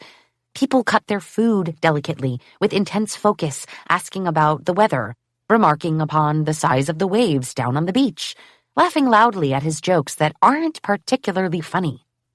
Charlie is getting married in a matter of days. She is about to embark on the emotional journey of her lifetime with a man who gazes at her like she's made of stardust. And somehow, Ray is the center of attention. No one is asking Charlie and Kellen anything about their nerves, their hopes, their shared dreams. Just watching 10 seconds of this family at a meal, even if Liam had told me nothing at all about them, I'd know Jake Weston was the charming underachiever who evaded his father's attention. Alex Weston was the intense pleaser who chased his father's attention, and Liam Weston was the golden child who naturally exuded the kind of capability and virtue that a narcissist gloms onto and takes credit for. I'm sure West rarely rocked the boat, and I'd bet all the money he's paying me that his decision to pursue a doctorate and the almost 5-year estrangement that followed was his first real bird flip to his shitty dad. Which, good for him. And yet, here we are. Next to me, West stares out at the water, chewing a bite of egg white omelet so thoroughly I think it ceases to exist as matter. When he senses my attention, he blinks over to me, gaze unfocused, and returns my smile with a distracted, flickering one of his own. But even if he's mentally aloof, physically, he's close. His shoulder is pressed against mine. He eats with his left hand and has his right hand planted firmly on my upper thigh. It's supposedly all for show, but newsflash, Dr. Weston, nobody can see your hand under the table. It didn't surprise me that he put himself back together almost immediately after our hug yesterday. He's clearly been taught that feelings are bullshit, and the only action that's acceptable is one that benefits his father. "I'm gonna grab more coffee and then we can go," he says. "Want anything?" "I'm good." West stands from the bench, and his spot is immediately filled by Blair. She nods to West's retreating form. "Somebody seems a little tense this morning." My eyes immediately drop to her boobs, and my goodness, that's a lot of cleavage for brunch. "Bad sex earlier?" I choke down a sip of my ice water. No." "Yeah, I guess not." She takes a long drink from her mug. Something tells me there's more than just coffee in there. "Blair, can I ask you a question? Weston wife to Weston wife." She slides closer, a devious glint in her eye. "Kinky?" "No," I say with a laugh. "About the family." She picks up a fork and takes a bite of West's abandoned omelet. "That's less exciting, but let's hear it." "Is it always like this between Ray and the guys?" "You mean like a lion ready to devour its young at any moment?" "Yeah," I say. "Unfortunately." She sets down West's fork. "But you learn how to navigate it, you know?" She takes another long drink, draining whatever's in her cup. "The first time I visited House Lannister," she says with a smirk, "Alex was a nervous wreck. I'm sure you've seen how he gets with his dad, and I know I can be a handful. I'd already met Janet and Ray, of course. I'd worked for the company for 3 years by that point. But I was officially being introduced as the girlfriend." She lowers her voice. "I was also 15 weeks pregnant at the time, so you can imagine that didn't help. Janet was so catty, my lord. Just scathing. I've always lightened my hair, and she asked if I'd considered dyeing it brown, because the blonde wasn't doing my intelligence any favors. I was also pregnant, like I mentioned, and already starting to show, though nobody knew it was anything but a few extra pounds. That first night at dinner, Janet called me voluptuous and talked about how lucky I was because she'd never been able to put on weight. Yikes. She tried to clarify that she merely meant curvy, darling, she says with an affected accent. She said it was admirable that I could eat whatever I wanted without feeling guilty, and she was so glad I wasn't one of those girls who stressed constantly about their weight, Because why would I care about being skinny anyway? It's so boring. I whistle through my teeth. It's not all terrible, though, Blair says, and then winces. I mean, okay, it is. But there were funny moments, and I know you'd never believe this, but when he's not with his parents, Alex is so much more relaxed. They really do bring out the worst in each other. I can see that, I say, even though, honestly, I can't imagine a funny, relaxed Alex.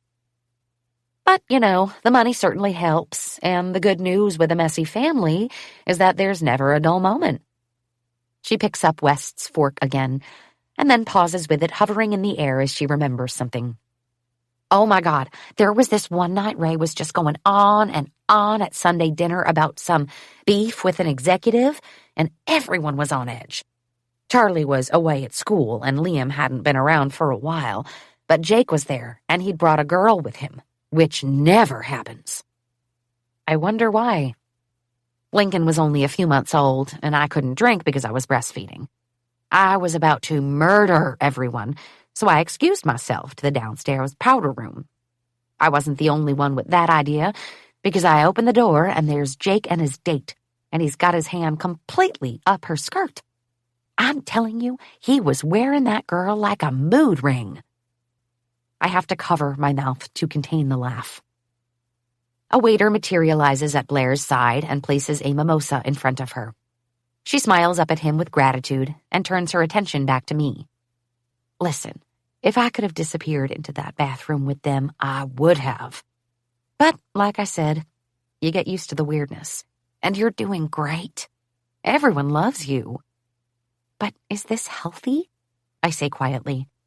It's not my place to say, but Ray is pretty terrible with the guys. He is. You didn't hear it from me, but I think they're all waiting him out. I know Alex is. Ray will announce his retirement soon, and Alex will step in. Acidic guilt crawls up my throat, and I have to swallow it down. So everyone in the family except West is expecting Ray to pick Alex as his successor? Blair lifts her champagne flute and takes a sip of her drink before leaning in and lowering her voice. Ray can golf all day or whatever he does and be someone else's problem. But between us, I'd prepare yourself for Ray to start turning the screws on Liam. You mean pressuring him to come back to the company? She hums. As COO, Ray's dad, Albert, was a real stickler about family and wanted them all working together. Family is everything to the Westons. Now that Liam is back, I can't see Ray letting him go again. Frankly, I'm surprised he let him stay away as long as he did. Back in the bungalow, West and I are quiet for a little while, each doing our own thing, and it's nice. It's easy. He's even-tempered, resilient, and deeply capable. A combination that is so rare, it's no wonder the Ray Westons of the world try to drain him of every good thing he creates and gobble it down into their rotten, fiendish mouths. I never want to be like that with him. I see his goodness and only want to protect it. I think of what Blair said, and I'm ready to challenge Ray Weston to a duel. So, West says, startling me and setting his phone on the table.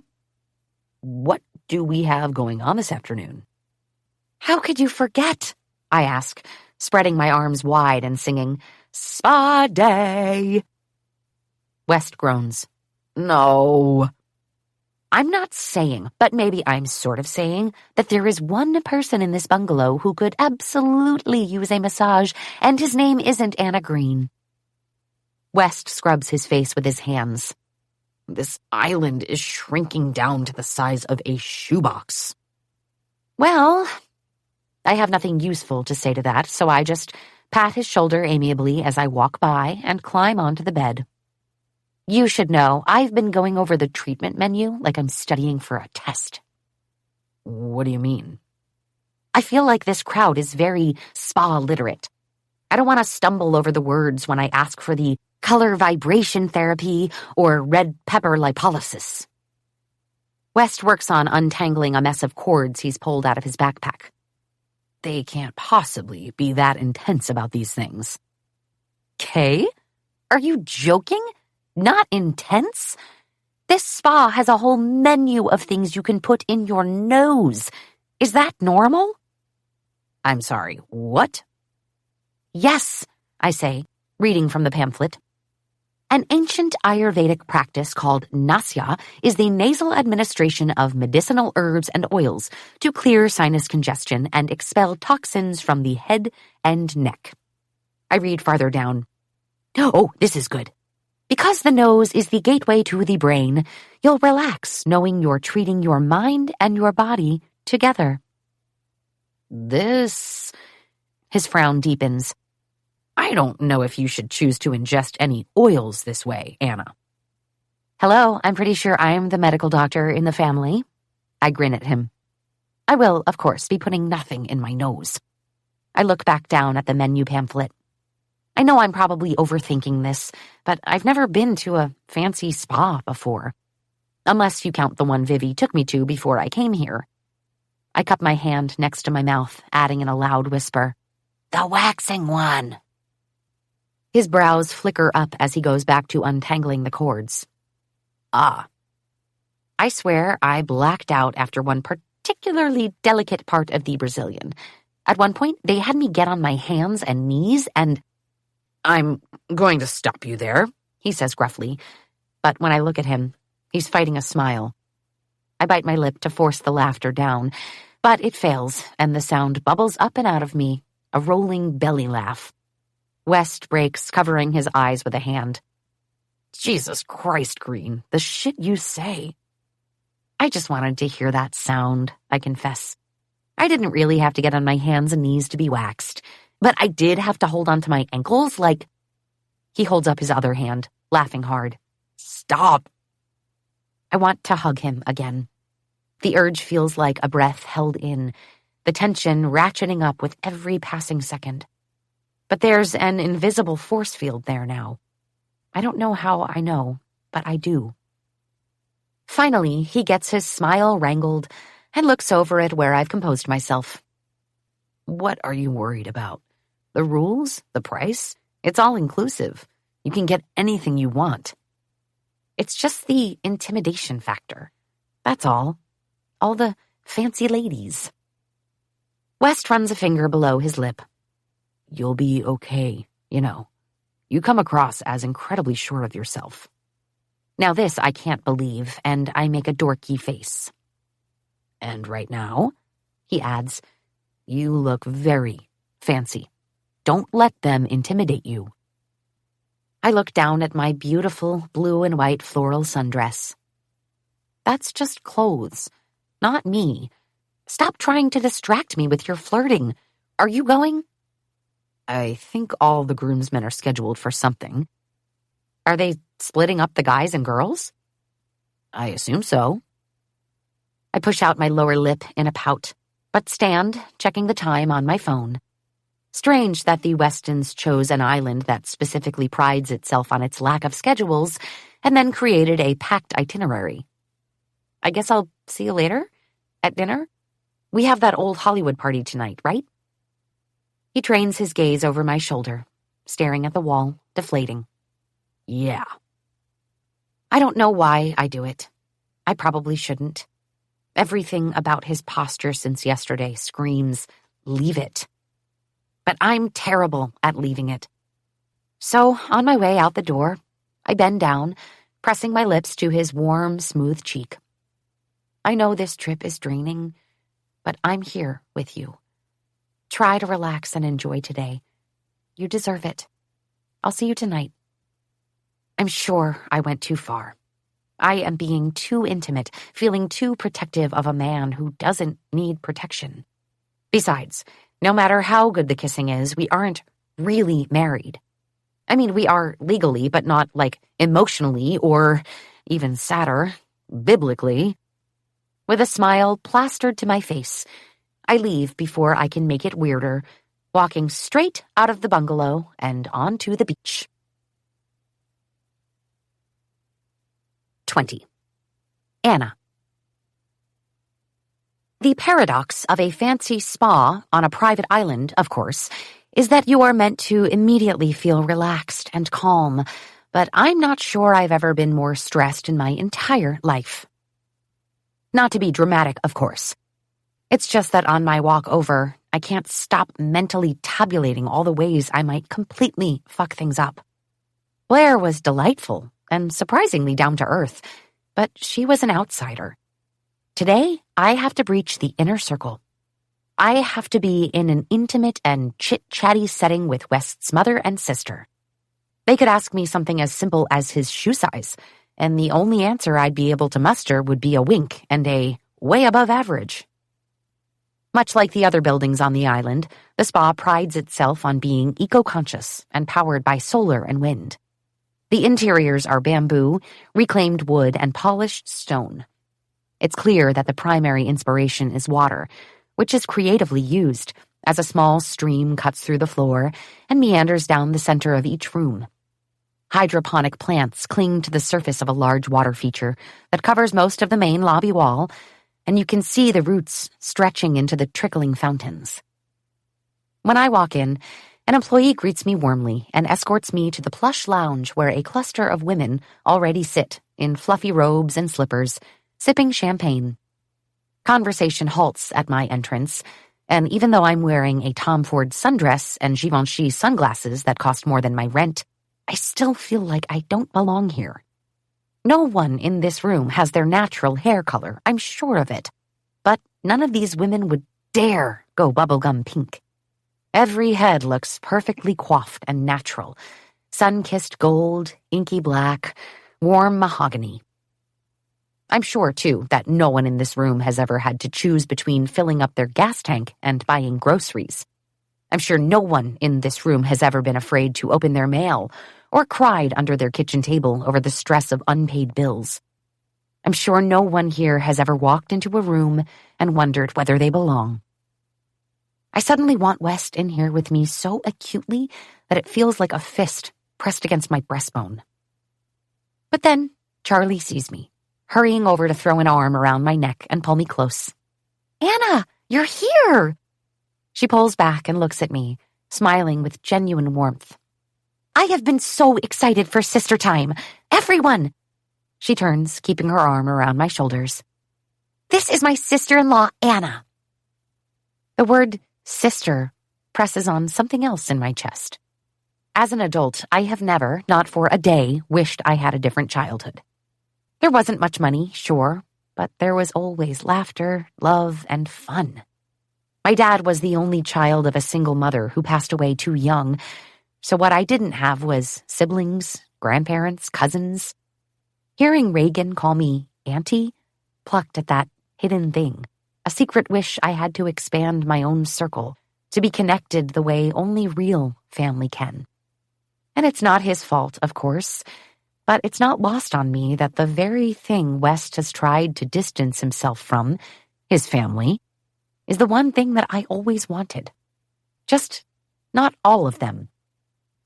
I have to remind myself that this non-thing between us is temporary anyway, because with Charlie's arm wrapped tightly around my waist and her joy like a living creature in the room, it's easy to forget. As a result of Charlie's obvious approval, faces that were pinched or distant begin to relax into smiles. Murmurs of, "Oh, this must be Liam's wife," reverberate around us. Some women even look at me with grudging envy. I know it can't be true, but it feels like the air itself warms a few degrees. Janet unfolds herself from her chair, floating like a vampire across to me, where she delivers a kiss to the air on either side of my face. "Hello, darling. Nice of you to come." "Thank you for including me." Stepping back, she takes in my outfit. "I love that you will just wear anything. Good for you, dear. Really," she says, patting my cheek. "So brave." I tuck my hair behind my ear. "Thank you." With a wan smile, she drifts off as the spa manager peeks in to coordinate who is doing which treatments with whom. Charlie gives me one more squeeze before returning to a couch full of adorable 20-somethings, who are almost exactly my age but somehow feel a decade younger. And I am once again standing alone, feeling like a complete imposter. A group of deep voices rises up as the groom's party passes the women's lounge, and I catch Jake's eye. With a little smile, he makes a detour, peeking his head into our lair. "Is everyone decent?" he calls flirtatiously. A few giggles erupt from the couch, and I meet him in the doorway, grinning at him. "I think you have a few fans in here," I say quietly. "It's the Lees," he explains. "I'm sorry, the who?" He lifts his chin to indicate where the bulk of Charlie's bridal party sits, their size 0 bodies all smooshed together on the sofa. "Ashley, Haley, Kaylee, and just Lee," he says. "Surely you jest."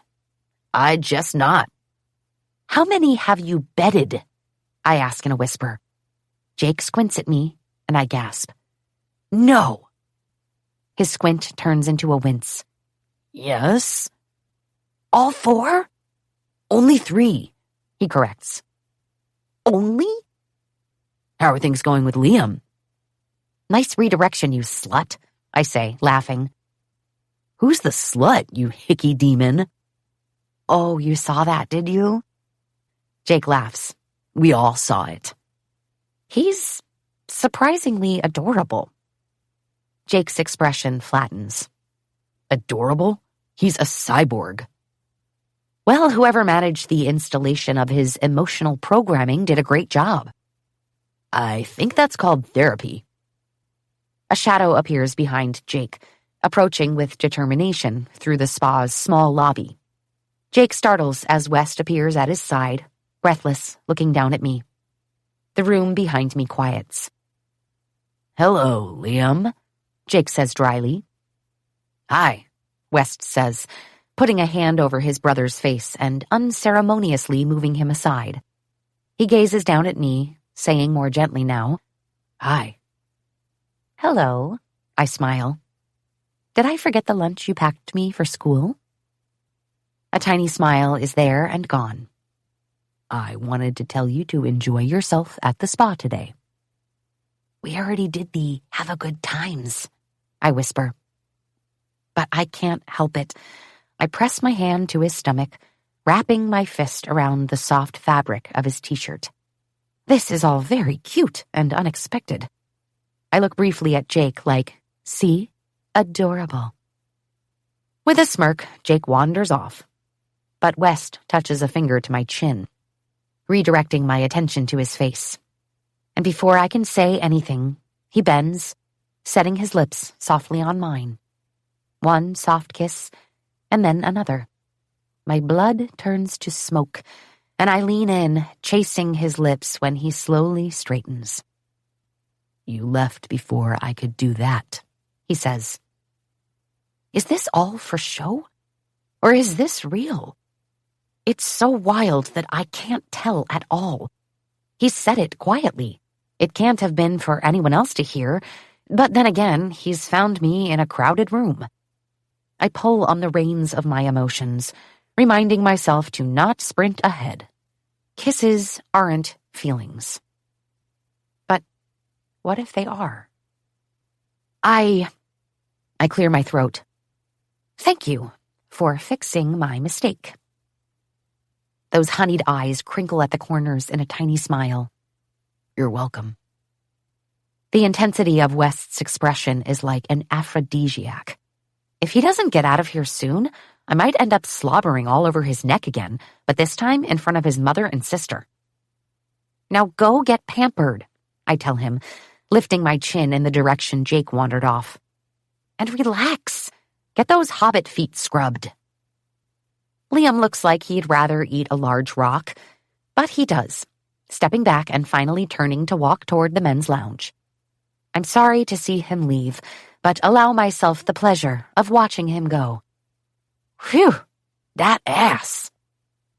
I turn around to find a room full of women pretending to not have watched that entire interaction, but after that kiss, I honestly don't care.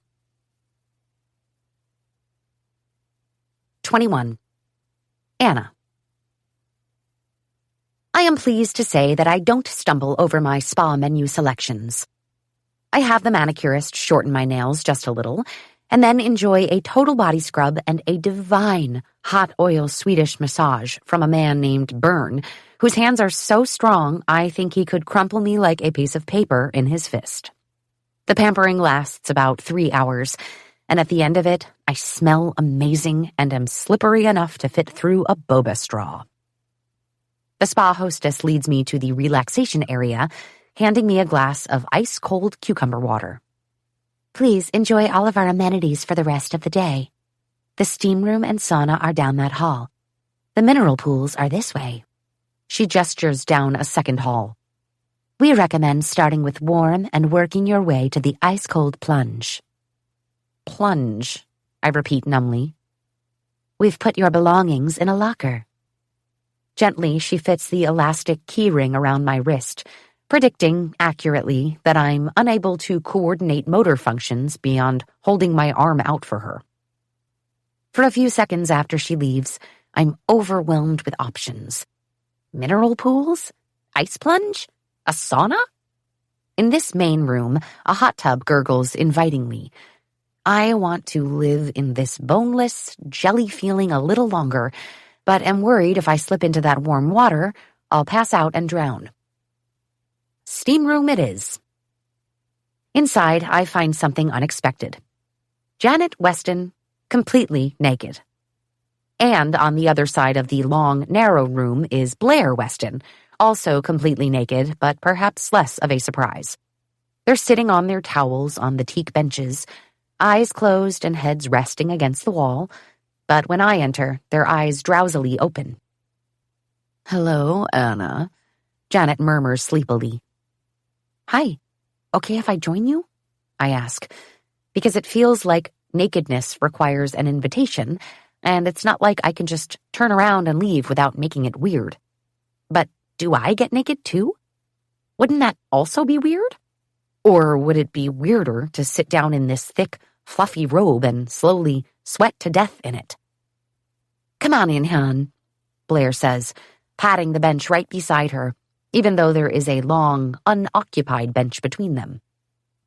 With my breath tight in my chest, I loosen the tie at my waist and quickly slip the robe off, hanging it on the wall peg beside Janet's and Blair's. Working to not crouch over with an arm over my boobs and a hand over my privates, I ignore the press of their eyes on me as I quickly walk to the empty bench, laying a towel down and sitting. I'm positive they saw my butt crack, and am so thankful 18-year-old Anna never got the Elmo ass tattoo she'd fallen in love with while high on mushrooms. My heart is a squirrel in my chest, scrambling madly.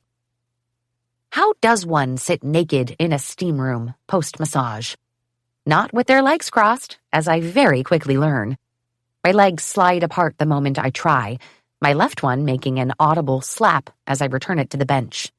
I glance at Janet and mimic her posture, but am convinced I look like I'm sitting miserably in the principal's office. Blair moans, a little too sexually to not be awkward. "This is heaven." "It sure is," I agree brightly, like we're sipping lemonade on the veranda.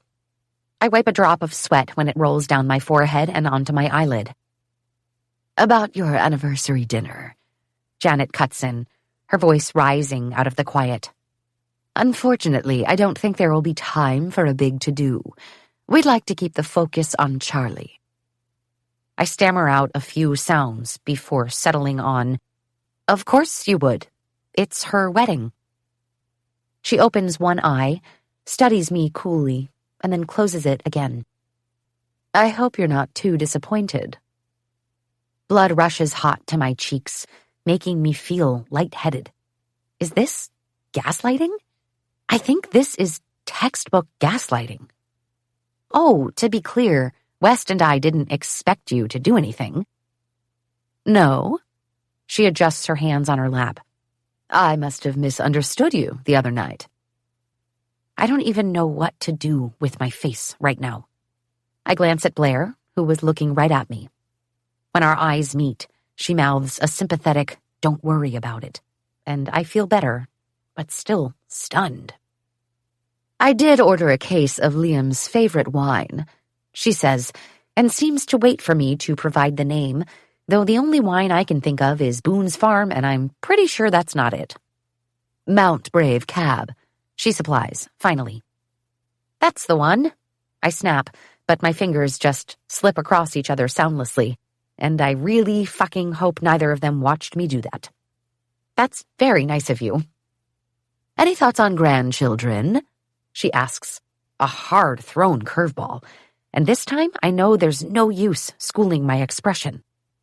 I look over at Blair, who is just laughing quietly to herself. I say before coughing.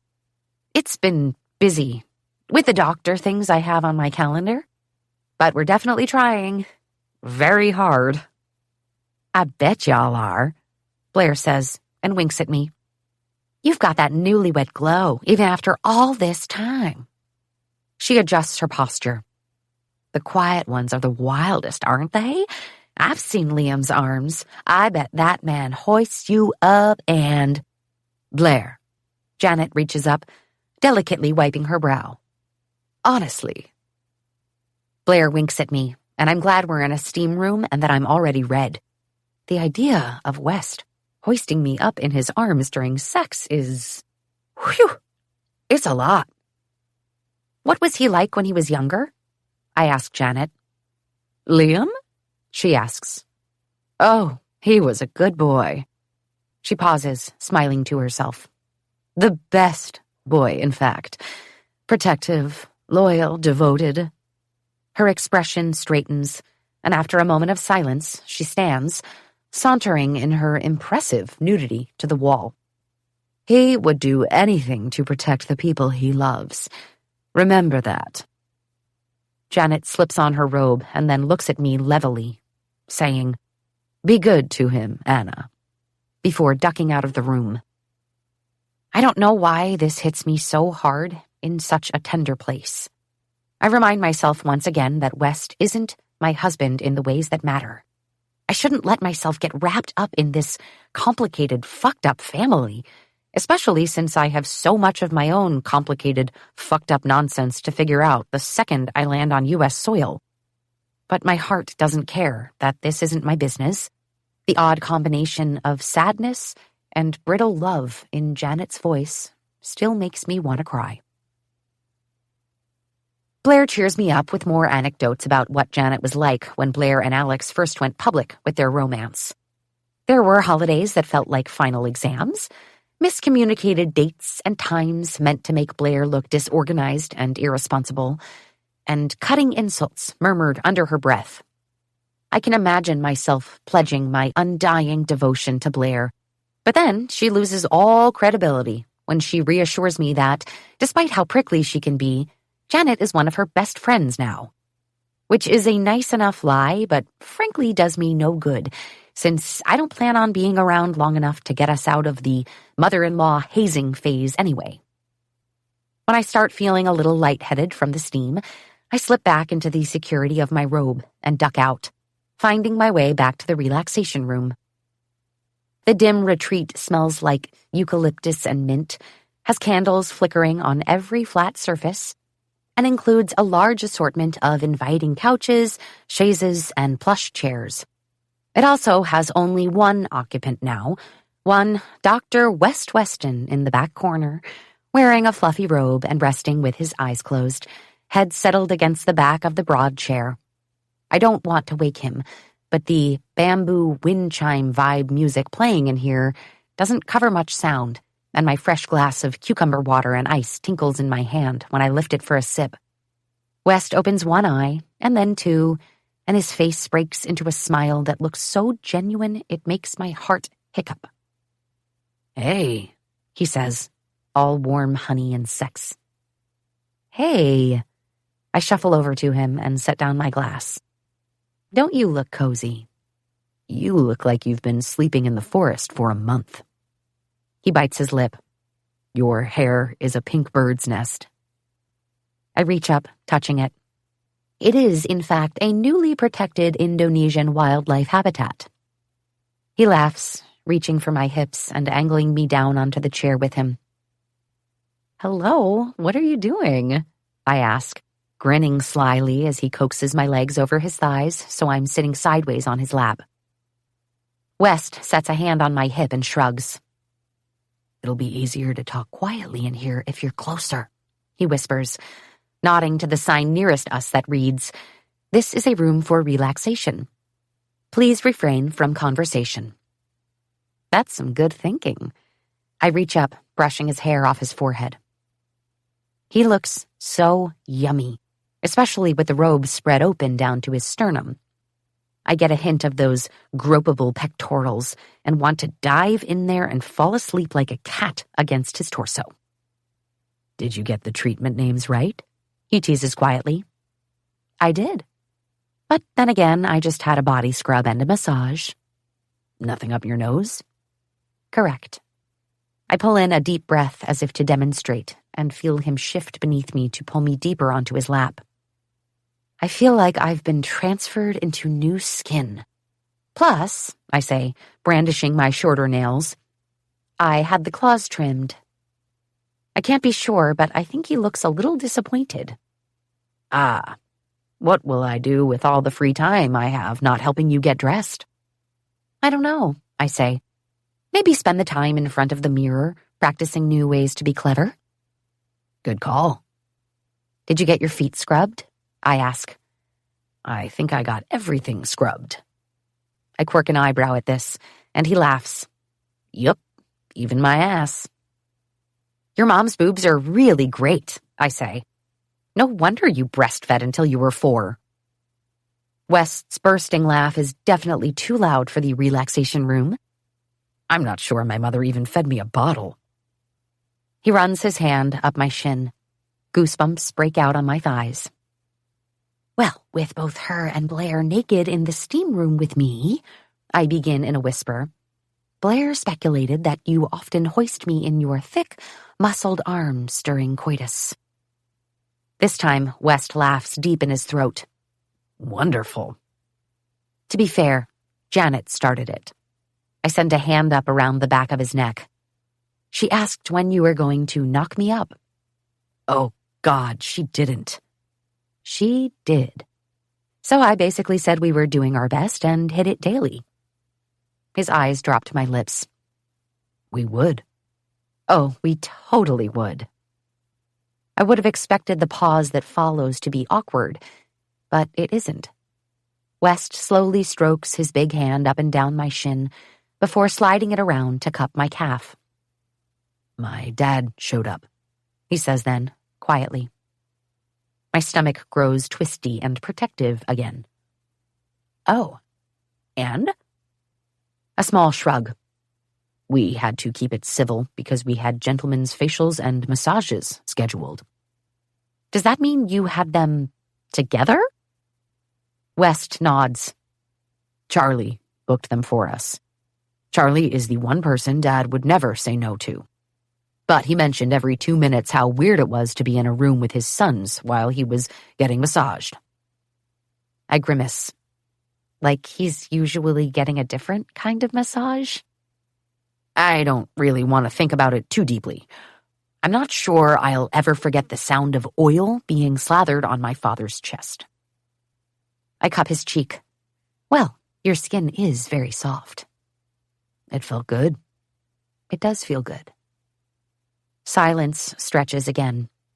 My attention is dragged down to the tiny, glorious hickey, and I'm unable to stop stroking his freshly facialed cheek. West looks at my lips, and his fingers move to cup the back of my knee, just beneath where my robe has drifted open.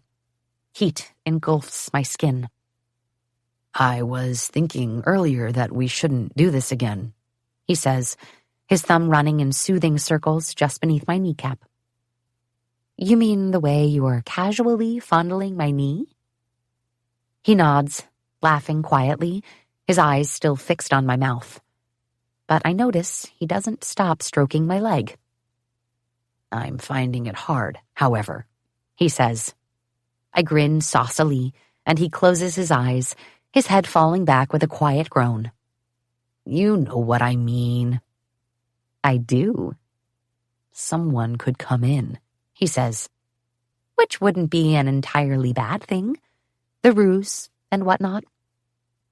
West frowns and seems to work through a few words before getting any out. That's one reason maybe we shouldn't do this. Isn't that the point? Kissing for show is one thing, he says. Earlier. He tries again. It was more than kissing. It sure was. I wink dramatically and whisper, Boner. He laughs. It's just that I don't want you to feel obligated. What? I gape at him, playing with the hair at the nape of his neck. I don't. Okay. His forehead relaxes. That's good. I mean, I do, in the sense that I'm being paid to pretend to be your wife. But you were very clear that the physical side wasn't part of that. And, West? Yeah? It isn't a hardship, you know. Kissing you isn't a chore. He nods, fingertips gliding seductively down my calf and back up again.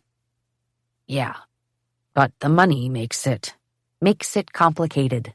I finish for him. I get it. But allow me to be completely honest. Now that I've spent some time with you, and now that I've seen your crazy family, I want to be here on your team. His eyes search mine. Even if you told me the offer was all fake and you don't actually have 2 nickels to rub together, I tell him, I'd still stay and help you pull this off. I'm your ride or die, Weston. West's expression crashes, features going slack, and I quickly amend with a laugh. Oh my God, I'm not saying you're lying about being loaded. It is very obvious to me that you are super rich, West. What I mean, Anna. His voice is low and emotionless. Is that I'm here for you, I babble, even as he's shifting me off his lap. I'm saying I like you, kissing or no kissing. Why am I still talking? He's standing up and tightening his robe around his hips. He's moving toward the door. He's leaving? West? Stopping. He turns and looks in my direction, his gaze landing somewhere just past my shoulder. I open my mouth, but at first nothing comes out. Finally, are you mad that I implied you don't have money? He gusts out a disbelieving laugh. No, Green. Then what? I ask. What did I do wrong? He swallows thickly. Nothing. But he turns anyway and disappears down the hall. 22. Liam. My longest relationship with a woman named Chiara was in college. She was raised in Italy by her 2 psychologist parents and moved to the States to attend UC Berkeley, where we met. She was perceptive but bossy, and in hindsight the relationship was fairly miserable. But something she said near the end always stuck with me. Liam, she'd yelled in exasperation, why don't you ever know how you feel? In truth, Chiara got me at my worst. From ages 18 to 21, privileged beyond belief and totally unaware, several years pre-therapy. Tragically, our relationship spanned the years where I was utterly destroyed by my father. So she was right. I hardly ever knew what I was feeling. It's not that I was apathetic, but I hadn't yet learned how to give names to the tension inside me. I have now. A decade after my breakup with Chiara, I know when I'm happy, when I'm angry, when I'm frustrated, anxious, lonely, hurt, embarrassed, elated. I let myself feel things. I don't shy away from big, consuming emotions. So it's bewildering now to be unable to identify this churning, rioting feeling in my gut. Given what just happened between me and Anna, and the way all my previous hesitations about physical intimacy seemed to simply evaporate the minute she was on my lap, I would expect to be on a high from her proximity, and the way she so frankly confessed that I have someone in my corner. I have never, not once in my life, had someone show up for me so deliberately and unreservedly without wanting anything in return. But instead of feeling awash with gratitude, I feel the vague and disconcerting tendrils of anger. So I bolt. I shower quickly, get dressed, and then leave before she can find me. I walk until I run out of beach, and then I sit on the sand and stare out at the unending ocean, trying to understand why my heart is pounding like something's wrong with it, why the last thing I can make my body do is go back to the bungalow. I prod at the feeling, trying to determine whether it's related to the fight with my father, the awareness that I'm stuck on an island with him for another long stretch of days. But when I look at it, really inspect it, I realize that this simmering panic isn't currently linked to Ray Weston. That I hate him is a fact unchanging. And it isn't linked to the loophole in the family trust, that terrifying pitfall I'm avoiding every step of this trip. It's the idea of seeing Anna again tonight that makes my stomach feel hot and uneasy. It's the echo of her words that turn my gut into a bubbling cauldron of anxiety. I want to be on your team. I'm here for you. I'm your ride or die, Weston. This feels like anger, or dread, or fear. And that's when I force myself to stop, because what I'm truly afraid of is giving this fear a name. I sit so long that the sun begins its slow descent into the horizon. Some time alone to just breathe is restorative. My thoughts settle, my pulse eventually eases. But as much as I am soothed by the idea of sleeping on this beach, or, better yet, climbing into a boat and drifting to the next island over, I know I can't stay away forever. At some point, I'll have to throw myself back into the fray. The packed agenda keeps us busy, and all the socializing really does turn the island into a shoebox. Every night there's a gathering, a party, some way for my parents and the McKellans to display their enormous wealth. Tonight is no different. I heard Jake and Kellen talking about the spectacle of it at our groomsmen fitting, something about an old Hollywood soiree. Kellen confirmed that his mother applied for a waiver from the Indonesian government to adjust the number of allowable items visitors can bring to Pulau Jingga, simply so she could ship 2 crates full of costumes here for the party. It's just like everything else so far this week. Excessive to the point of distasteful. I wonder if Anna knows this. I can't imagine how she'd react. And as soon as I have the thought of Anna back at the bungalow, alone, waiting for me, wondering what the fuck happened, that tightness is back, the feeling of something wrong inside me. Anna must hear my footsteps because she jogs around the lower deck to the wood slats of the bridge, throwing her arms up, hands resting on top of her head. She blows out a huge breath, turning in a half circle when she sees me. And the way it looks like she might cry makes me feel another strange wave of paradoxical anger. I don't get it. I have no fucking idea what's going on with me. "There you are," she says, voice shaking. "Jesus Christ, West. I was about to go looking for you." I frown. I was fine. "Where did you go?" I know there's no way around this, but the urgency to turn around and walk back along the bridge and down the beach to the quiet tip of the island feels like a second heartbeat in my torso. "I just went for a walk." "A walk?" she repeats. "You've been gone for like 3 hours." "I had to get some air." I feel her staring at me as I look out at the water. I can see this from the outside, how terrible this is, how fucked up I'm being after how things have been between us, after opening up to her, and after what she said. I'm your ride or die, Weston.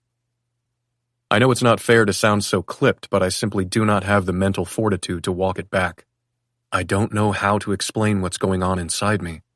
I feel like an uneasy, outdated version of myself, and I hate it. I know it's not possible that seeing my dad has wiped out the years I spent working through this exact kind of thing, but I'm 20 years old again and staring down the barrel of emotions that are too big to wrap my head around. "You're being weird," she says quietly. Finally, I meet her eyes. "How so?" Anna stares at me. "Seriously?" "What do you want me to say?" I swallow as a shiver runs down my spine. "I just went for a walk. Don't make it into something it isn't." "Something?" She cuts off, jaw tight as she looks out at the water. I listen to her taking 3 deep breaths before she says a quiet, "Sure, okay. I say nice things and you bail. Nothing at all to read into there." We barely know each other. I say. Just remember that. At the wounded look in her eyes, I immediately want to pull the words back into my mouth. Anna huffs out a laugh. Oh, I will. After another beat of silence between us, she takes a final deep breath and then turns fully to me, smiling in a way that feels both familiar and devastating. Everything in her expression looks the same as it always does, but her eyes are completely blank. I took the liberty of choosing a couple options for you for tonight. She lifts her chin to the inside of the bungalow. I laid them out on the bed. Thank you. I thought that going for a walk, getting some distance from her would make this feeling go away, but if anything, it's worse. It isn't anger. It's anguish. You didn't have to do that, I say. Actually, I did, she says. Everyone was going through the trunks, pulling what they wanted, and I didn't know where you were. I was worried all that would be left for you was the dress Jack Lemmon wore in Some Like It Hot. I laugh dryly. Thank you. She doesn't smile back, and of course she doesn't. I'm being a dick. You're welcome. She turns to go inside and then stops. Will it make you weirder if I get ready in here tonight? I can go over to the spa and get dressed there if you'd prefer. Anna, I say. It's fine. Cool, she says, and disappears inside. It takes me about 5 minutes to get my tux on, and the remaining time before the party I spend on the deck, answering emails on my phone, responding to faculty texts and questions, and generally avoiding thinking about anything within a 20-foot radius. Which is a strategy that is handily obliterated the second Anna walks out onto the deck in a cream satin dress that perfectly hugs her curves, and when she turns to blow out a citronella candle on the deck, I see that the dress dips so low in the back, it reveals the twin shadows of her tailbone. The smooth expanse of her back is interrupted only by the tan line, which sends a fresh wave of frustration through me, and I look away, sucking in a deep breath.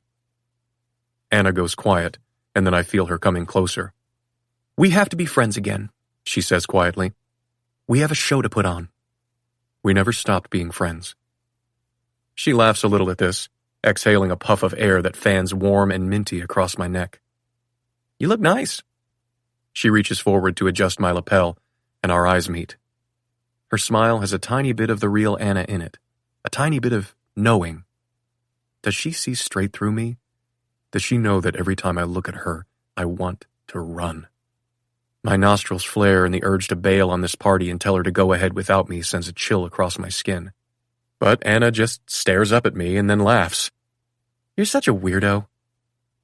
She tucks her arm through mine, and we make our way across the bridge in silence. On the beach, she finally breaks. Am I correct in believing that someone had these costumes sent here from the United States? I nod. I think the McKellans organized it all. Imagine shipping trunks of old glam outfits here just for a party. She pauses and snickers. What if they sent the wrong ones? Like, imagine Janet opening it to find a bunch of furry outfits. She laughs. Or like Lord of the Rings cosplay? Random. I'd have made you go as Gollum tonight. I fight a smile. My unidentified frustration is momentarily silenced by a rush of satisfaction that I knew she would make a joke out of this party. I dated a guy in a Lord of the Rings tribute band, she says, and then amends. Or slept with him, I guess. Heat returns, spreading like wildfire under my skin, and I clamp my mouth shut. Aren't you curious which character he was? She asks. I slide my gaze to her. Gimli? She laughs. Legolas! It was the saddest thing you've ever seen. Trust me, Legolas would never be the drummer. Way too sweaty in that wig. What would he play? She shrugs. I don't know. Keytar? I can see that. Anna looks up at me, bumping my shoulder. Careful. You might use up your word quota, and you're committed to being monosyllabic tonight. At this, my mouth seals shut again. The party comes into view in the distance. A huge, white tent set up on the beach, strung lights glimmering in delicate parallel strands that stretch down the length of the interior. Bright, jazzy trumpet notes drift across the air. I mean, come on, she says, gesturing to what's in front of us. We could all just drink Pacificos and lime on the beach and be completely happy. Is all of this necessary? It's probably the McKellans showing off to my parents. Who knew grocers were so powerful? She asks, and I try to resist the urge to explain it to her, but the words rise up out of me anyway. Dad's power isn't just about Weston Foods, I tell her. What does that mean? His hands are in everything, I explain. Every huge industry, he's there. Here's an example. He gave seed money to a few friends of Alex's when they wanted to start a little website called Twitter. I refuse to call it X. Anna snickers. He invested early in Apple, Uber, even Amazon. He serves on the board of 5 different Fortune 500s. He knows everyone. Has dirt on everyone, too. That one hits close to home, and I kick a stray branch out of her path so she doesn't trip on it. At some big dinner recognizing charitable CEOs, this one guy, a college friend of Dad's from Penn, joked that he saw my father with his arm around a woman at a hotel bar. Maybe it was true. I suspect it was. But I think my dad would have destroyed him for starting a baseless rumor, too. He was an executive at a hedge fund, and Dad leaked his personal financials to the board. This guy had to empty his retirement savings to pay off his wife's credit card debt, and the board found him unfit to advise clients. He couldn't get another job, and they had to leave New York and move back in with her parents. Last I heard, they'd divorced and he was working as a bank manager in Tulsa. Anna lets out a shocked breath. Can I ask you something? Yes. Do you honestly care that much about the money? I open my mouth and then close it again.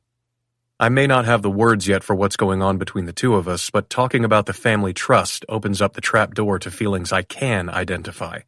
Feelings like guilt and obligation, panic and loyalty, and dread. I can't just walk away. It's not that simple, I say, hoping she'll leave it. But this is Anna. She never leaves anything. Then explain it like I'm a toddler. I cut off, shaking my head. I'm not only here because of my inheritance. It's much bigger than that. Her eyes go wide in disbelief. Bigger than $100 million? I look over at her and nod. But that's all I can do for now because we're here, out in front of the party tent. Anna threads her arm through mine and we step in together, taking it all in. It's not technically a costume party, but I spot an attempt at Audrey Hepburn in the crowd, Lucille Ball and Desi Arnaz lookalikes, a Sammy Davis Jr., and a handful of Marilyns. A band plays in the corner, a backdrop behind them built to look like the Southern California skyline, complete with towering palm trees, Art Deco buildings, twinkling windows, and of course, the Hollywood sign. Long tables are dressed in glittering fabric and topped with vases of arching white ostrich plumes. Gold dominates everything, from the towering croquembouche wrapped in golden spun sugar to yards of gossamer fabric and shimmering beads draped along the tent's outer walls. It strikes me that there aren't any flowers anywhere. Instead, the real showstopper is a gilded tree in the center of the room, its branches heavy with pearls and teardrops of sparkling gems. I can only hope it's all fake, because while what they've managed to pull off on a tiny island in the middle of the ocean is impressive, I agree with Anna. Some beers and beach chairs would be preferable to this every time. If they wanted something this lavish, this elaborate, why not just host the wedding in California where everything is right there? But I know why. Everything, literally everything, is for show. Even this woman on my arm. Next to me, Anna looks out over the extravagance and whistles. Just another simple family get-together. I hope I never get used to this. I drag my free hand through my hair. Yeah. Anna turns to me, arms outstretched dramatically like she's ready for me to waltz her across the dance floor. She speaks out of her mouth, playfully, old-timey. What do you say, old chum? Ready for some hotsy-totsy? I give her an apologetic smile. I was thinking I might check in on my sister. I haven't seen much of her since we've been here. I'll find you when I'm done? Her face falls, but in true Anna fashion, it bounces right back again. Okay, yeah. With a little smirk, she stretches, kissing my cheek and whispering, See you later, weirdo, in my ear before she walks across the room to the bar, where Jake and Jamie are talking. Feelings I thought I'd banished return, hot and insistent. Is she doing this on purpose? Walking to Jamie to make me jealous?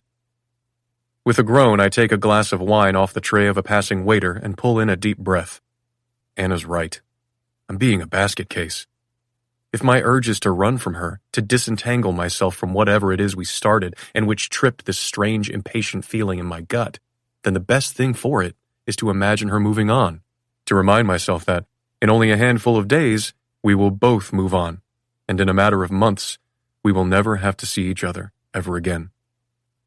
And yet here I stand, decidedly not finding my sister, instead watching heads turn as Anna crosses the room. This place is full of beautiful gowns, but nobody looks like her. Even if her dress is simple, it fits her like a glove, hugging the narrow dip of her waist, the flare of her hips, the decadent curve of her ass. Wherever fabric exposes flesh, her skin seems to glow under the strung lights. Jake greets her with a kiss to the cheek, saying something that makes her burst out laughing bodily. She does a little dance and Jake immediately joins in, sending the three of them into hysterics. "What has you smiling like this?" I look over at my mother, who has materialized at my side. I hadn't realized I'd been smiling. She's dressed like Grace Kelly, in a fitted black top and full white skirt, her usual updo smoothed back into loose blonde curls. My mother idolized Grace Kelly when we were growing up, and has dressed as her character from Rear Window to at least half a dozen fancy Halloween parties. Now she tracks my attention to Anna standing with Jake. "Ah, I see." My mother brings her glass to her mouth, taking a long sip of her dirty martini. "She looks lovely in that gown." She does. "She seems like a sweet girl, darling." She is. I sip my wine. "Maybe you could ease up on her?" Mom laughs. "Oh, I will. Eventually. That's part of the deal, you know. Grandma Lottie scared the living hell out of me. Now I get to do it." Granny Lottie didn't have a mean bone in her body. "To you," she intones, "it's possible to have varying experiences with people. Your sister would probably tell a very different story of your father than would you or your brothers." She'll get no argument from me. 4 siblings and we've all handled the fallout in our own ways. Alex turned into a desperate yes man. Jake is the sunshine clown who looks for a joke to get out of every tense moment. And I'm the chronic overthinker who internalizes everything. No wonder I can't make sense of my feelings today. We watch Jake as he animatedly tells a story.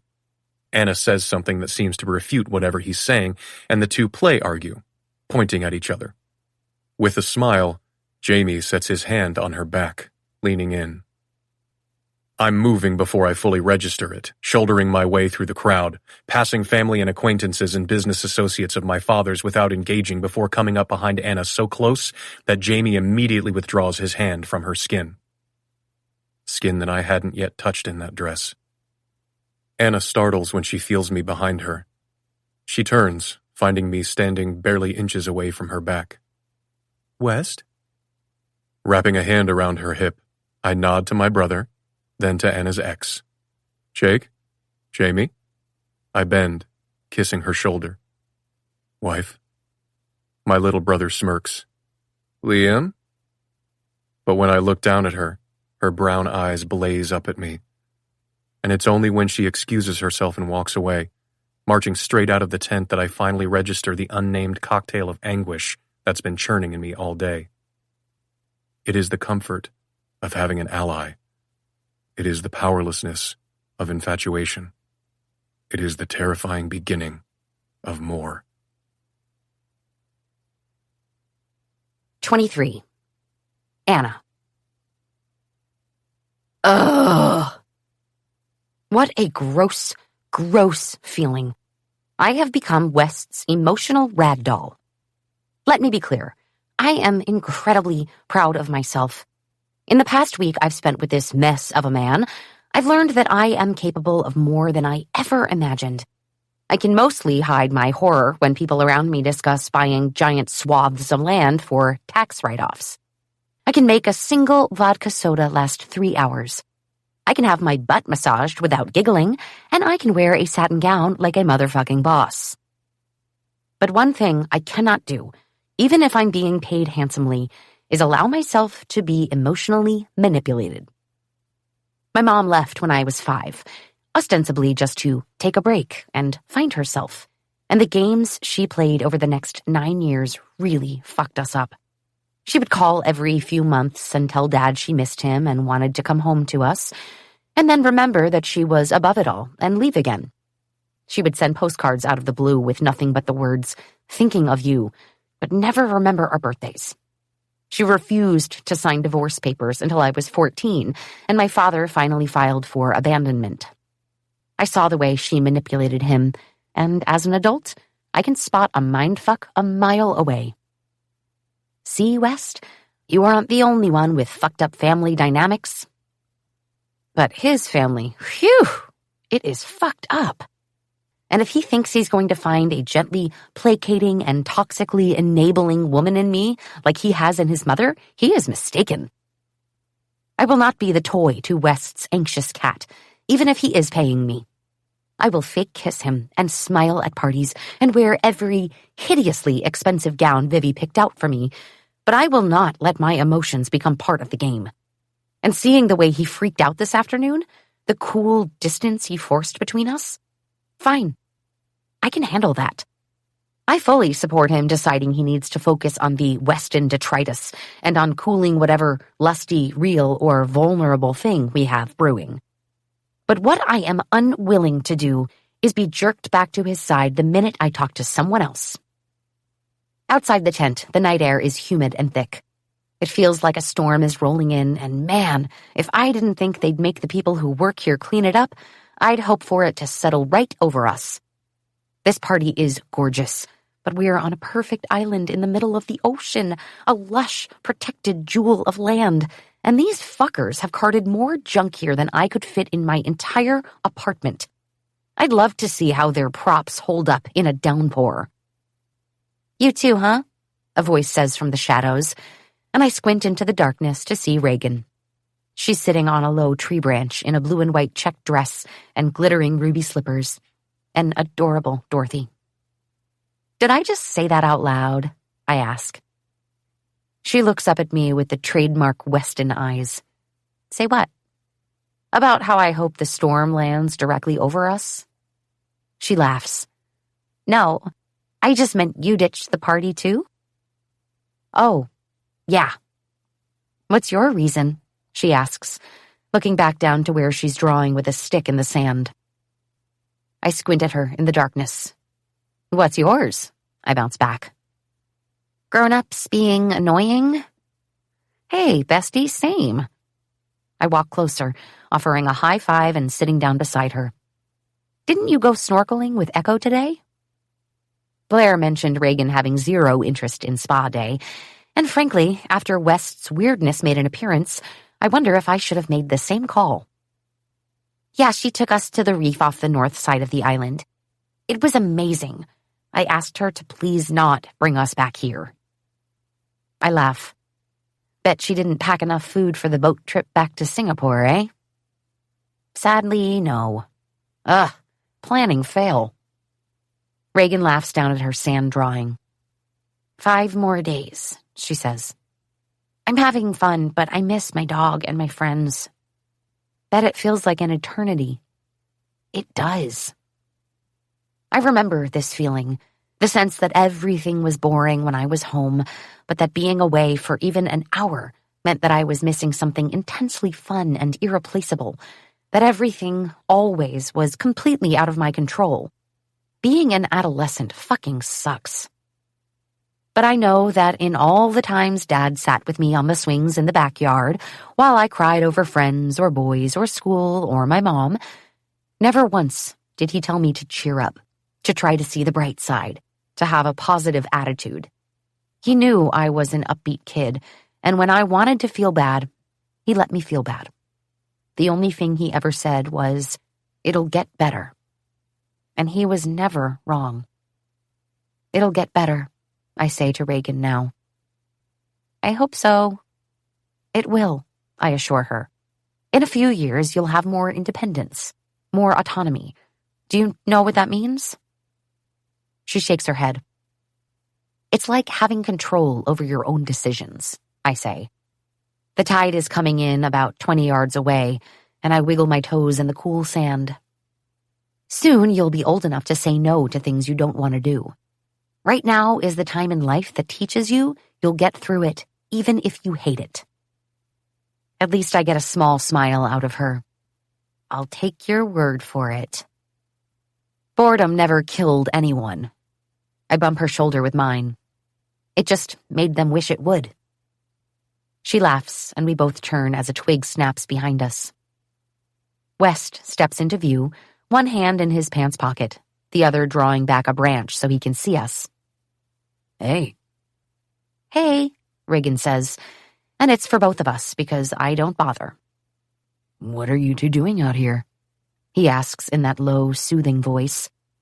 I straighten my back, reminding myself I'm mad. Planning the downfall of the patriarchy, I tell him. He laughs. Cool. What are you doing out here? Reagan asks him. Looking for Anna, probably. Yeah. I was wondering if my wife would like to dance with me. I tilt my head to the convenient excuse of the kid at my side. I'm Reagan's ride or die tonight. The way West's smile falls hits me like a shove. The confirmation that he got my meaning isn't as satisfying as I'd expected it to be. He blinks away, aiming a wry laugh down at the sand before he looks back up again. Shots fired, okay. He looks over at Reagan.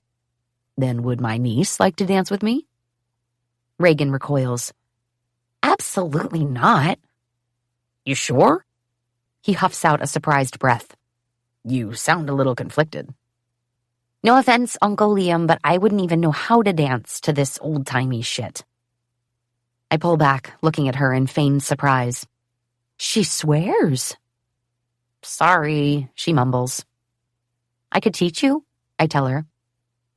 West's honeyed voice slides between us. Or we could teach her. He holds out a hand to Reagan, and I can't blame her for the way she seems to enter a trance and take it, following him inside. I can't resist following either, and I was actively trying.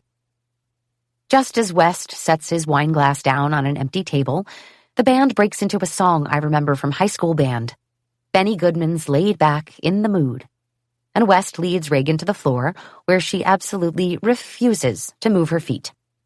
Laughing, he steps back and shows her the basic choreography of a dance I've definitely seen on Dancing with the Stars.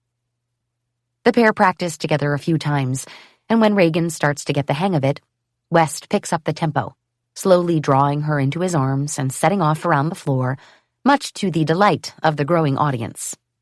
With a wicked grin, he deftly leads her in a simple dance around the room while I watch from the sidelines, stunned.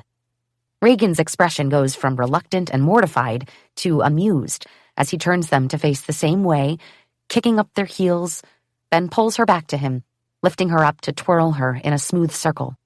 Her smile grows the more he sweeps her around the dance floor, and she breaks into delighted hysterics when he flips her over his arm. The captive audience watches as they come to a laughing, gasping stop at the end when West dips her and she throws her head back, laughing. With a sweet kiss to the top of her head, he mouths, "Thank you, sweetheart." And she runs over to Lincoln in the periphery, covering her face but beaming beneath her hands.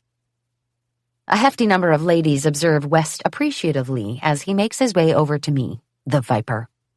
His gaze is tentative, and he accepts a glass of water from a waitress with a small, mumbled, "Thanks." Well, Satan, that was fucking adorable.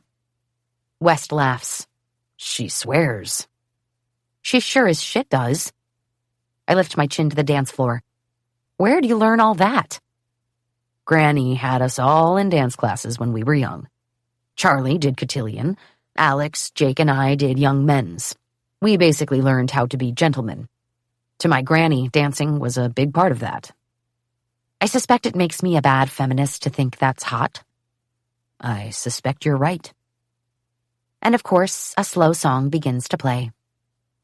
His expression straightens, eyes turn earnest. Would you dance with me? I wrap my arms around my stomach. No, thank you. I know you're mad at me, and I know why. Good. He gazes down at me. Want to dance anyway? I chew my lip, thinking it over. He doesn't look away, doesn't shrink from the direct way I'm studying him. How do I know you won't do a 180 and freeze me out again?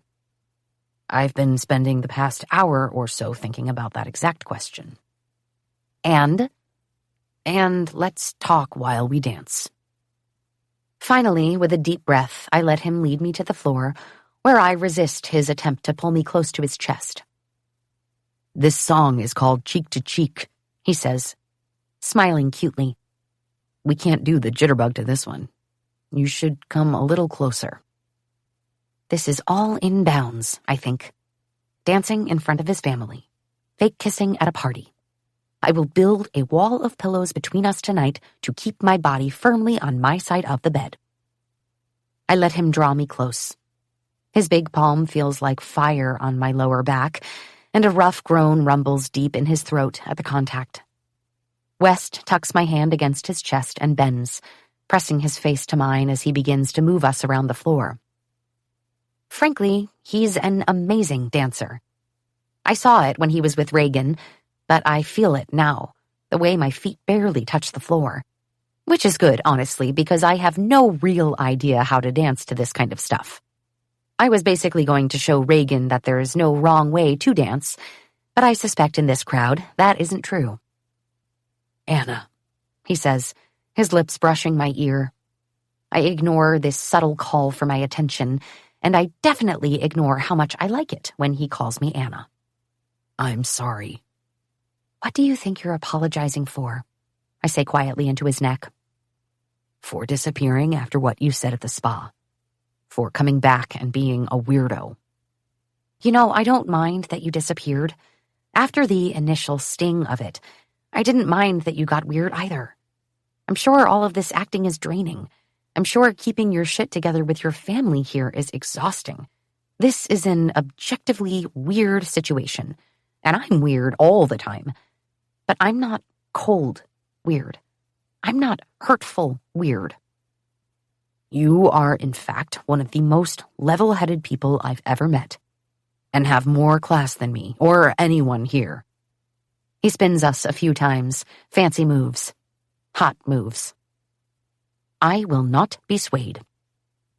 I know this is one big game, I say, but at least keep the rules consistent. You keep changing them on me.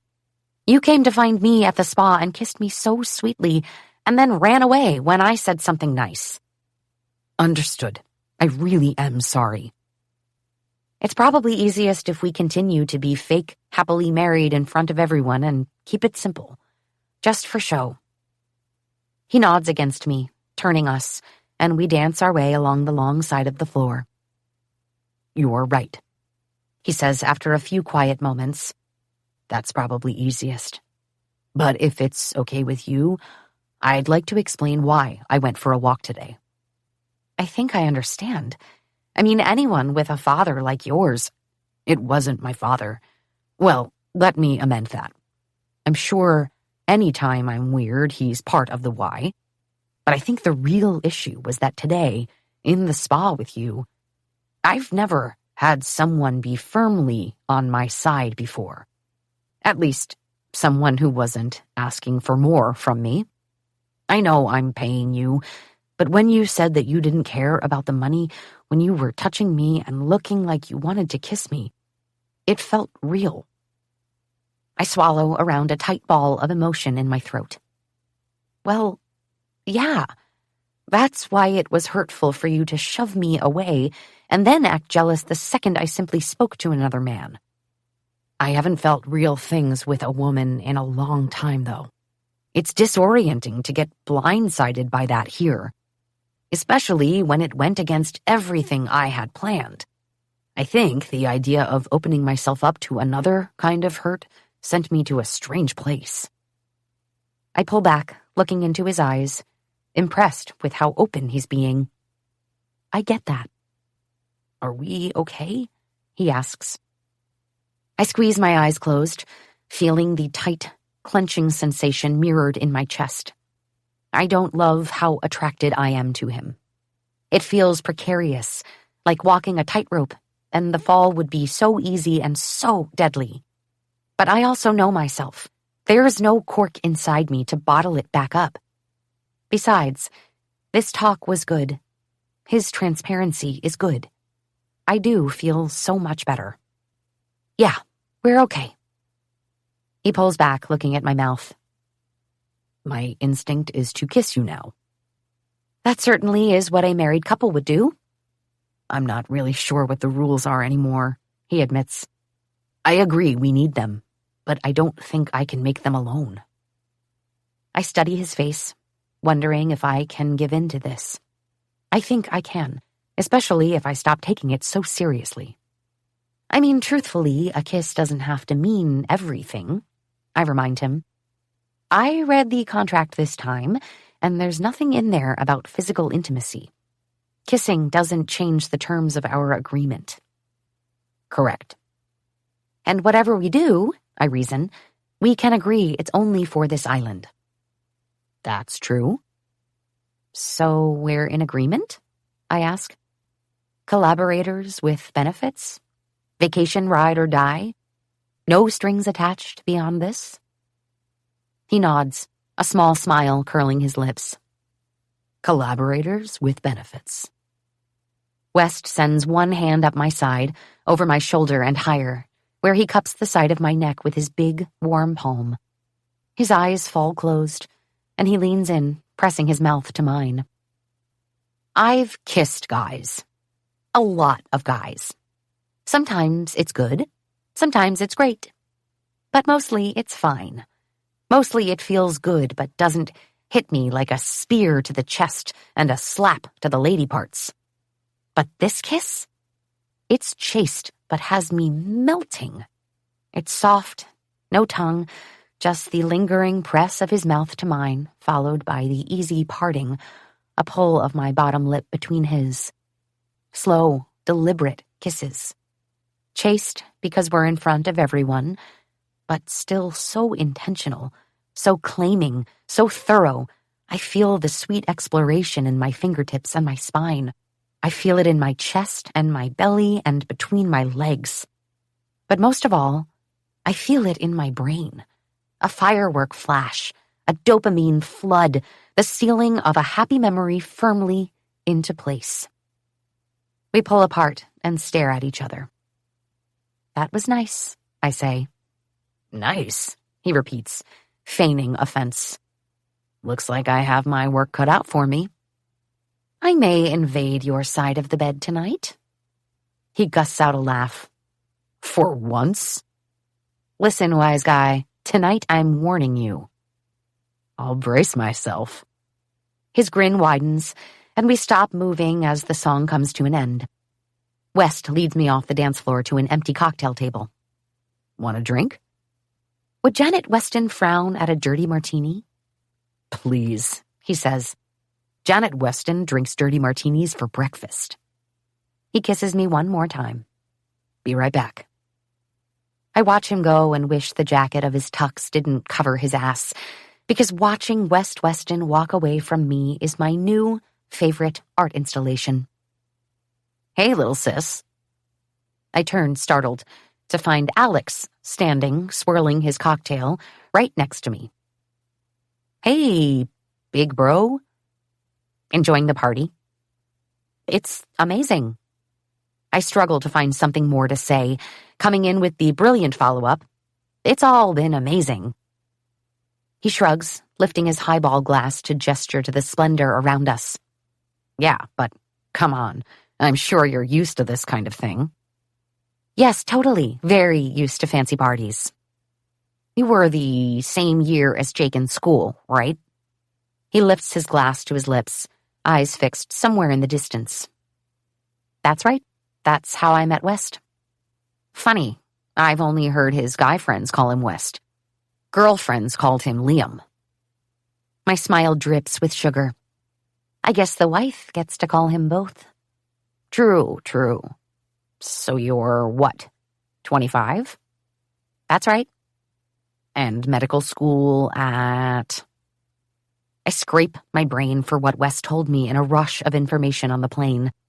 Alex turns to look at me, and the pressure to answer rises. Oh, duh, of course. Stanford bursts suspiciously out of me. He snaps with his free hand. That's right, he says, Aquarius? I turn to look at him. That's random. Yeah, January 28th. How did you know? He shrugs, laughing. Blair went through an astrology phase. I thought it was bullshit, but sometimes it seems spot on. I absorbed more than I thought. What's your sign? Scorpio? I wince, and Alex laughs easily.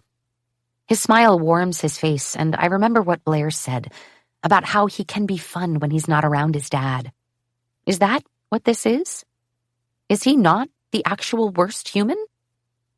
Did you keep your maiden name? He asks. But at this, uneasiness returns. What an odd question. With relief, I watch West return, our drinks in hand. His expression darkens when he sees Alex at my side. He approaches, handing me a glass and bending in to kiss my jaw. You okay? He asks quietly. I nod, smiling a smile that means everything feels weird, let's skedaddle. West reads it, setting his hand on my bare lower back. We're going to grab some fresh air. Alex wordlessly raises his drink to us. We leave the tent, walking a few minutes down the path, and he stops me at a stand of mangrove trees. What was that about? He was asking me about what year I graduated UCLA, where I'm doing medical school. At first, I thought maybe he was just making conversation and is generally socially awkward, but then it got kind of weird. Wes takes a sip of his drink, and I want to lick the taste off his mouth. I don't like it. Alex doesn't really do conversation for the sake of conversation. The tension ripples through him. There's nothing for you to do about it tonight, I tell him, taking his hand. West looks down at our interlocked fingers and then up at me. You're right. Slowly, he backs me into a tree, bending to speak into my neck. What do you think I should do instead? 24.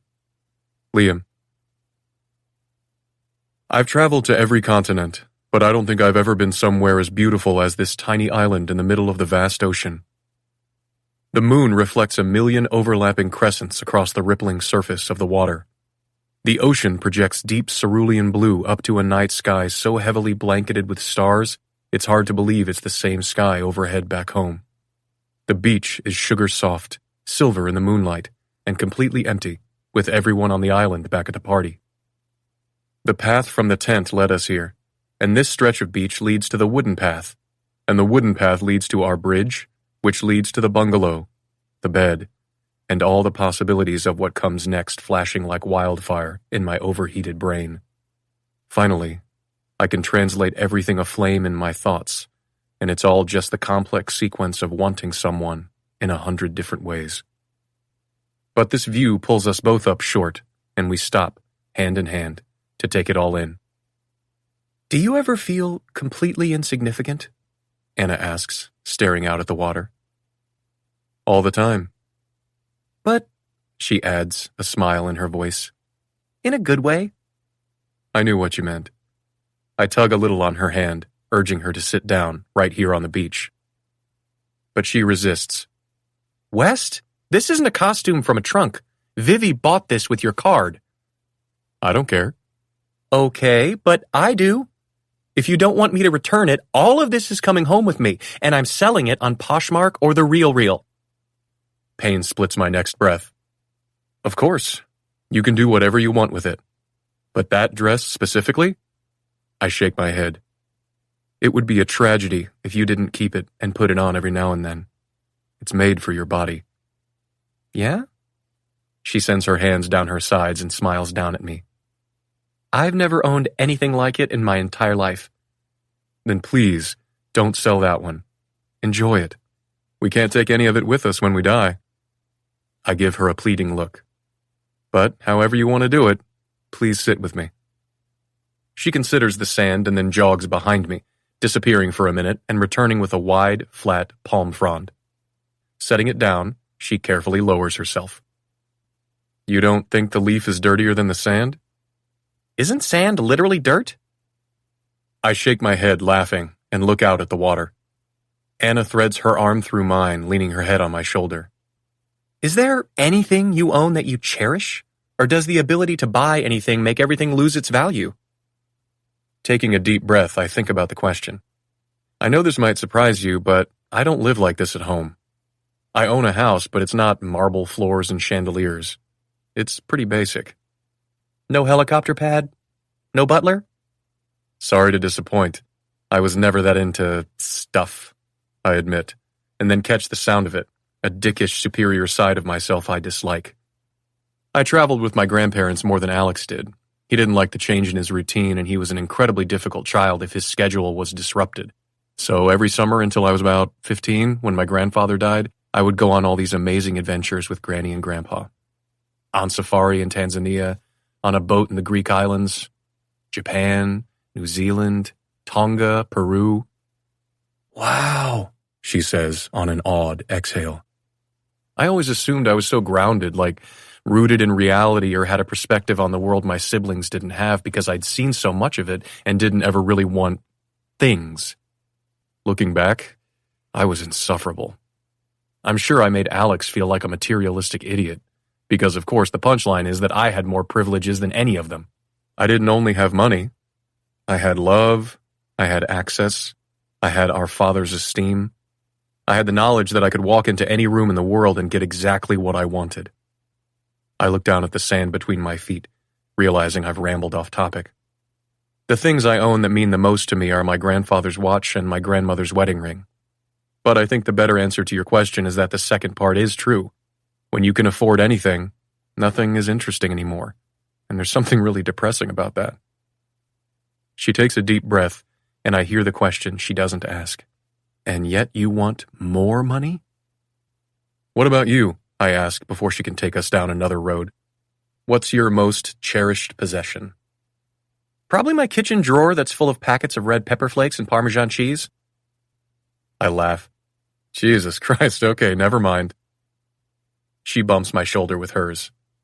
Why not that drawer, though? I mean, it makes me so happy that I know I can always find a pack of cheese for whatever I'm eating. I guess I could say one of my paintings, but in an ideal world, I'd sell them all off. My AirPods, I loved those. But they were stolen out of my car the night before you came to my door, and look, I'm still breathing. Exactly. It's just stuff. So then, what loss would devastate you? She asks. This one here on the island, I think immediately. Losing the battle that loses the war. But I can't say that aloud, even if she already suspects it's true. And when I try to think of a better answer, I can't. I am suddenly devastatingly aware that I have made this battle with my father the most important personal event in my life. After I've been quiet a long time, Anna leans forward into my field of vision. I'm sorry. I went way too serious. Should we talk about red pepper flakes and Parmesan again? I laugh, leaning forward to kiss her. Yeah, maybe. Although I'm not sure what more needs to be said about packets of shitty pizza parlor cheese. Well, in fact, I do have a Parmesan cheese story, she says, and it relates to you. I can say with confidence that no one has ever said that to me before. The night after you moved out of our apartment, Vivi came over. We ordered some Enzos and camped out in the living room, a giant veggie pie, real sloppy. But they forgot the cheese packets. A tragedy. So Vivi went digging into our fridge where, luckily, I had that enormous Kraft Parmesan can. I laugh, remembering. That can was unreal. You wouldn't be able to get through that much cheese in 3 lifetimes. Oh, but I'd try.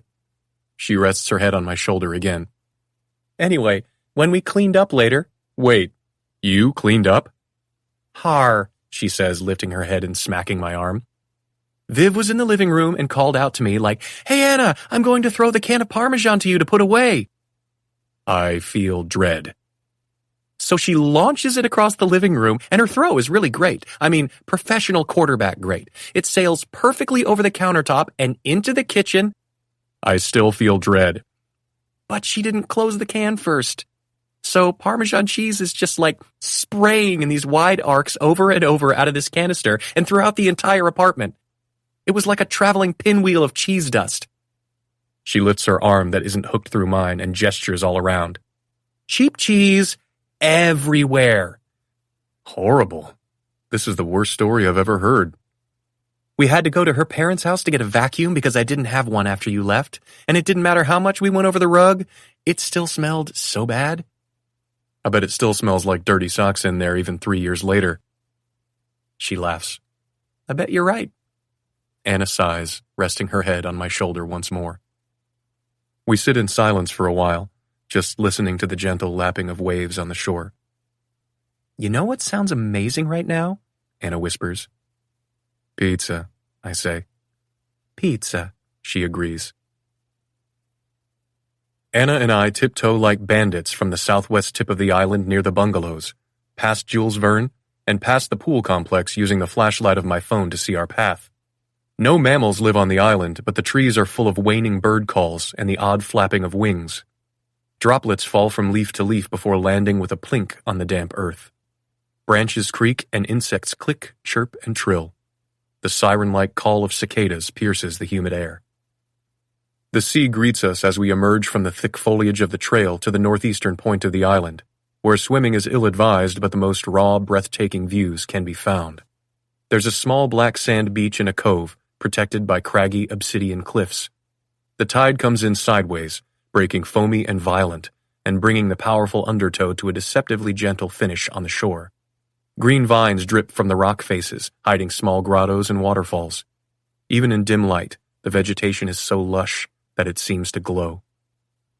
How did you even know this was here? Anna asks, looking at the only structure on this side of the island.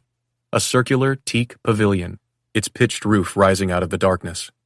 Attached to the back side of it is a small industrial kitchen. Dad and I were running over here the other morning. He pointed it out and said this is the beach where they'll have the ceremony, and the building here is where they'll have the wedding reception if it rains. The door, like every other one on the island, is unlocked, and we slip inside. Darkness swallows us up and I pull my phone from my pocket, turning on the flashlight again. Even through the walls we can hear the ever-present sound of the ocean. The small banquet room is empty. Tables and chairs are stacked neatly against the walls. On the opposite side from where we entered is a span of glass doors that slide open to reveal the views that, right now, just look like blackness outside.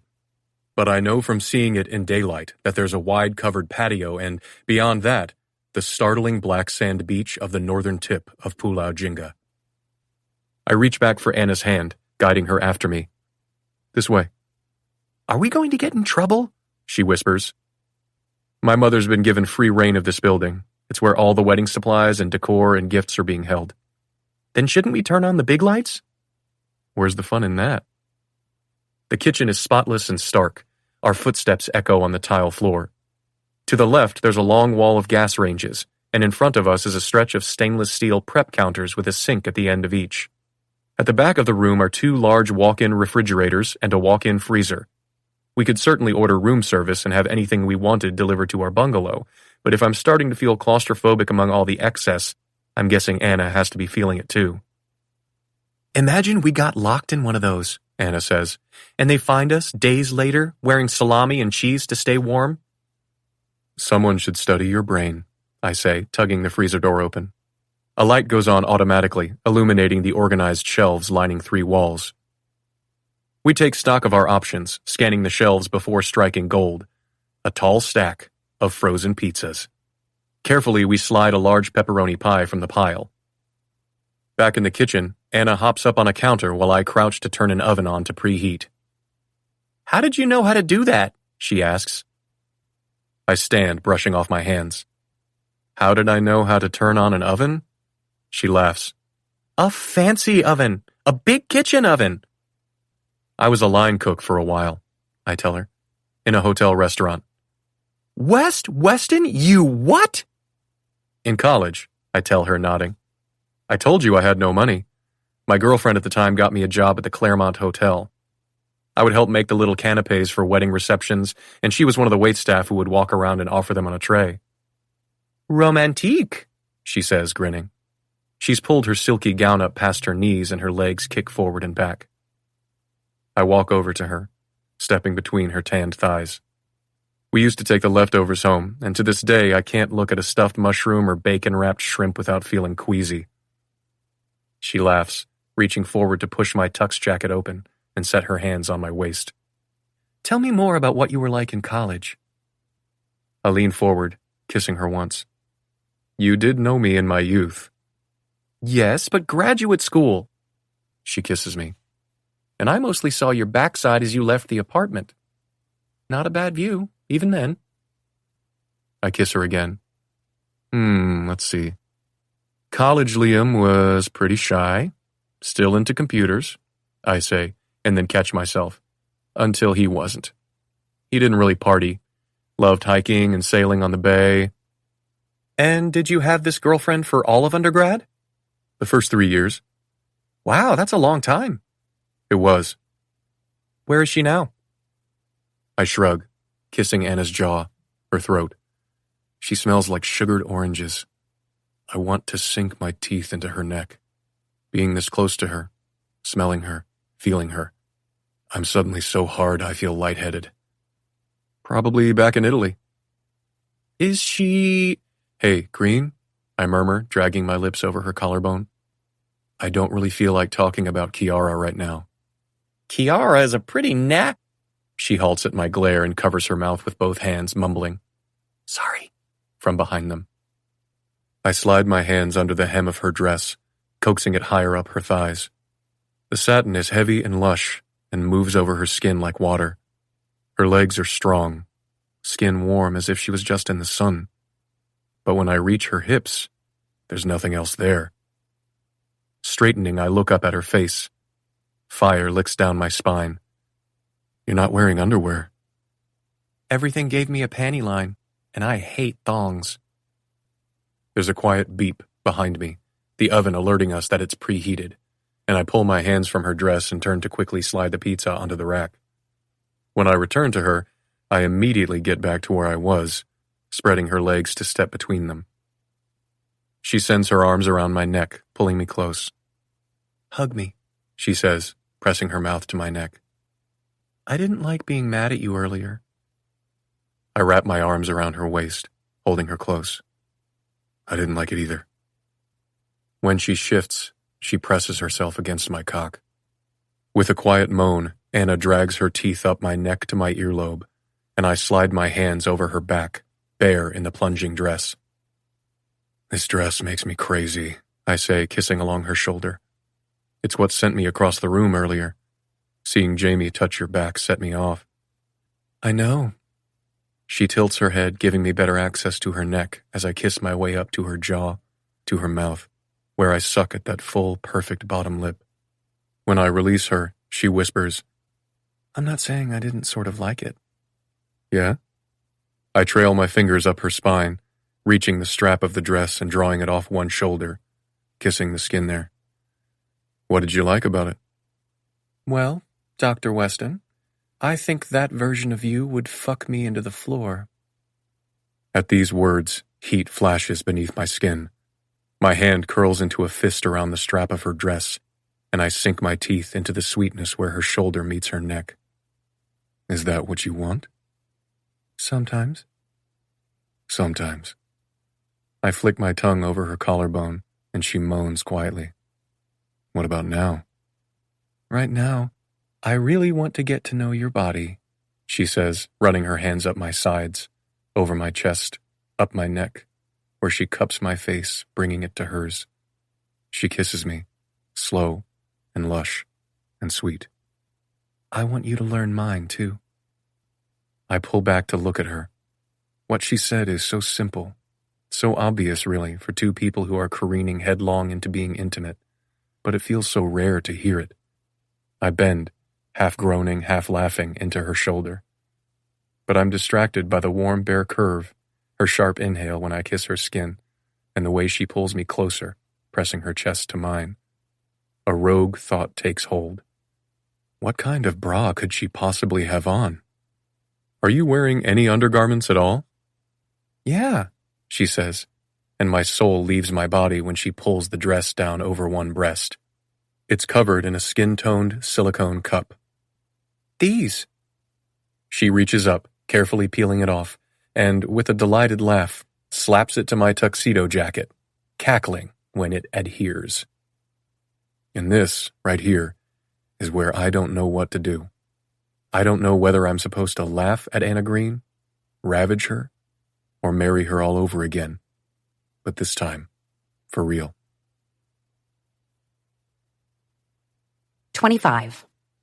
Anna. I'm not sure I've ever loved a laugh as much as I love his. Even when I'm being particularly hilarious, West's laugh is usually quiet and reluctant. A huffed exhale, a single amused cough. But there is nothing better than when a surprised burst rips from his throat. I'd say a laugh like that comes from the belly because the sound is so round and joyful, but in West's case, I think it comes from his chest, from that secret room in his heart that he keeps so carefully locked. When I manage to blow that door wide open, I feel like a goddess. When he drags his eyes from my bare breast, he looks down at the silicone adhesive bra cup and tries to peel it off his tux jacket. Wow, I say, grinning at my little soldier.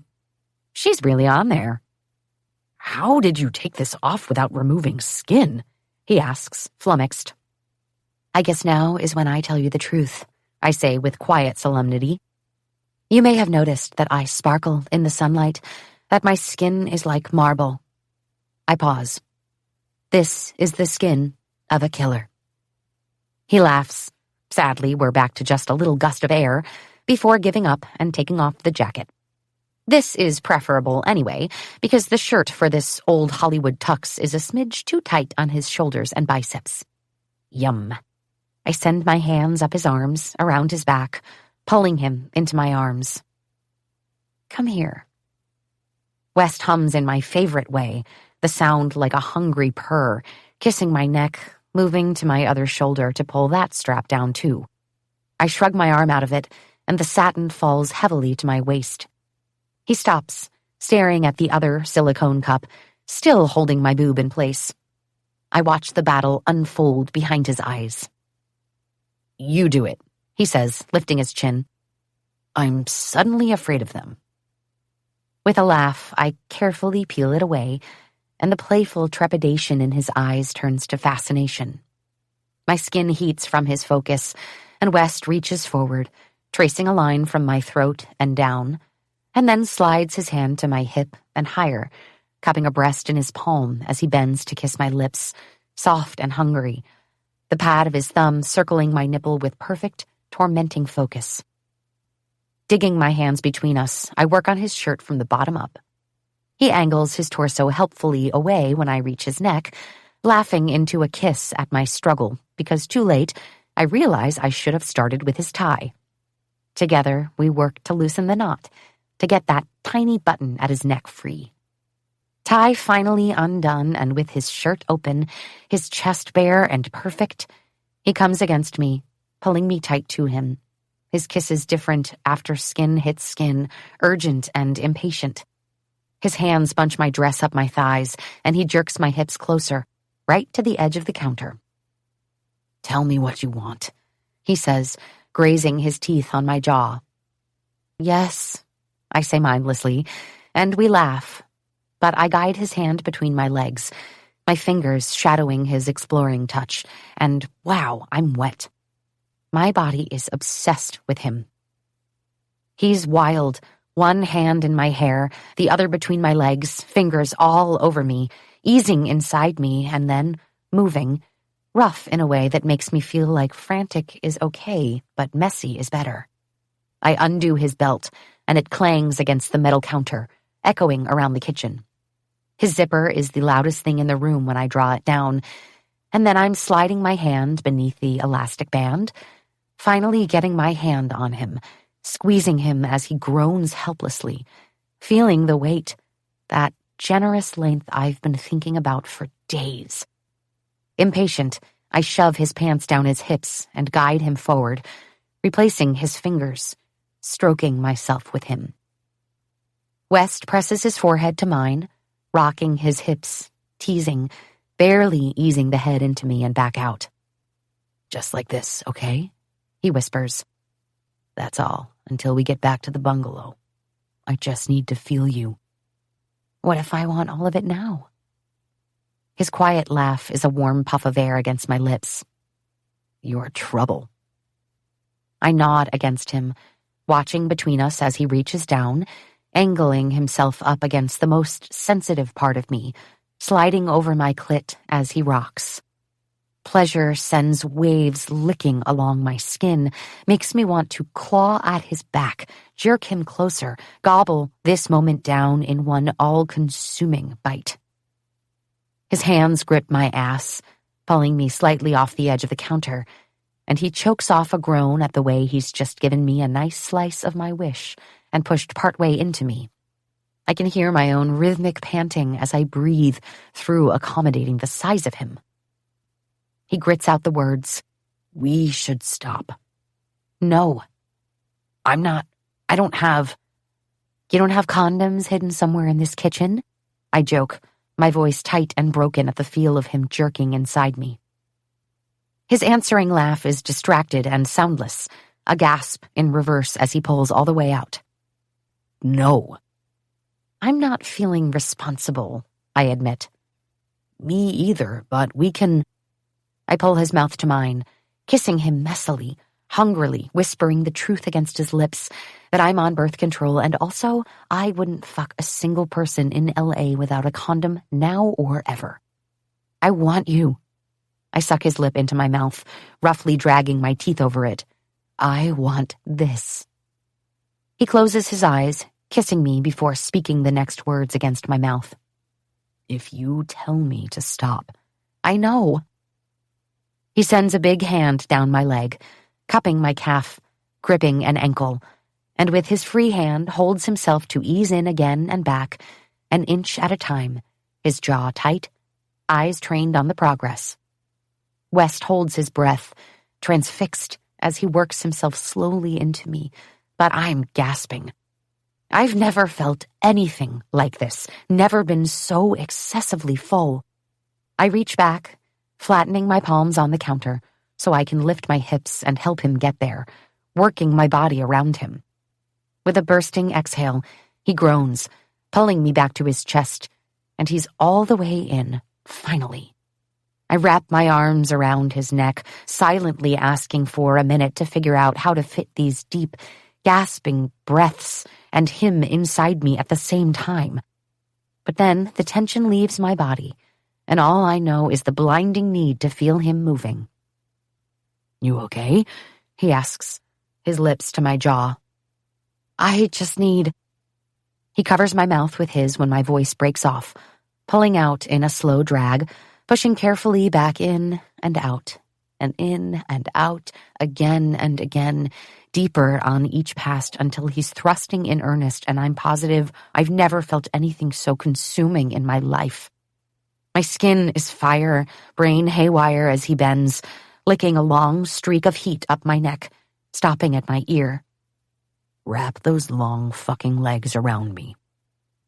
Delirious with need, I do what he says, sliding my thighs around his hips, locking my ankles behind his back. Instinct tells me to squeeze hard, and I'm right. He is overcome, thrusting rougher with the constraining grip of my thighs. I reach down, feeling where he's moving, feeling the heat and slide, and he encourages me with a quiet, yeah, moving faster, watching my hand as I touch myself. I'm torn between chasing this sensation and giving him everything I can, those sharp tugs on his hair that seem to unravel him, the scrape of my nails down his back. But when I move my hand, he catches my wrist, protesting. No, don't stop. I meet his eyes, but they fall closed when he leans in to kiss me, messy and wet. I liked the way your nails felt. He laughs quietly, somehow both wicked and shy. The way they... Tell me. The gentle scratch on me. I've been right there, right at the edge of falling, and the spiraling heat of his words sends me closer, my fingers moving even faster, not only chasing my own pleasure, but trying to reach him now, to tap against him as he moves, to give him the tiny, delicious licks of pain. He nods, wordless, lips soft and parted as he fucks me, and I have the thought that he's the most amazing combination in one man. Gentle and rough, intuitive and steely, grounded and broken. But before I can look at this more carefully, before I can put the pieces together about why I'm thinking more about the man than about the pleasure he's giving me, my orgasm blindsides me, a wrecking ball flung violently sideways. I cry out in sharp surprise, clinging to West with my free hand, cupping his neck and holding his head to mine as it tears through me. He works me through it, fast and hard, and only when I fall forward, clinging to him, does he slow to take my face in his hands, kissing me with velvet seduction, sucking on my lips, licking at me, inhaling my jagged, panting breaths. He whispers into my mouth, "You good?" I laugh in response, euphoric. "Sore?" he asks. I shake my head in his cupped hands, and he releases me, gently pressing a palm to my breastbone, coaxing me to lean back onto my elbows. With leisurely shifts of his hips, West fucks me slow while his big hands roam all over me, caressing my breasts and throat, lips and cheeks, stomach and hips and thighs. But eventually, I feel the urgency rise in him, the growing tension of his torso.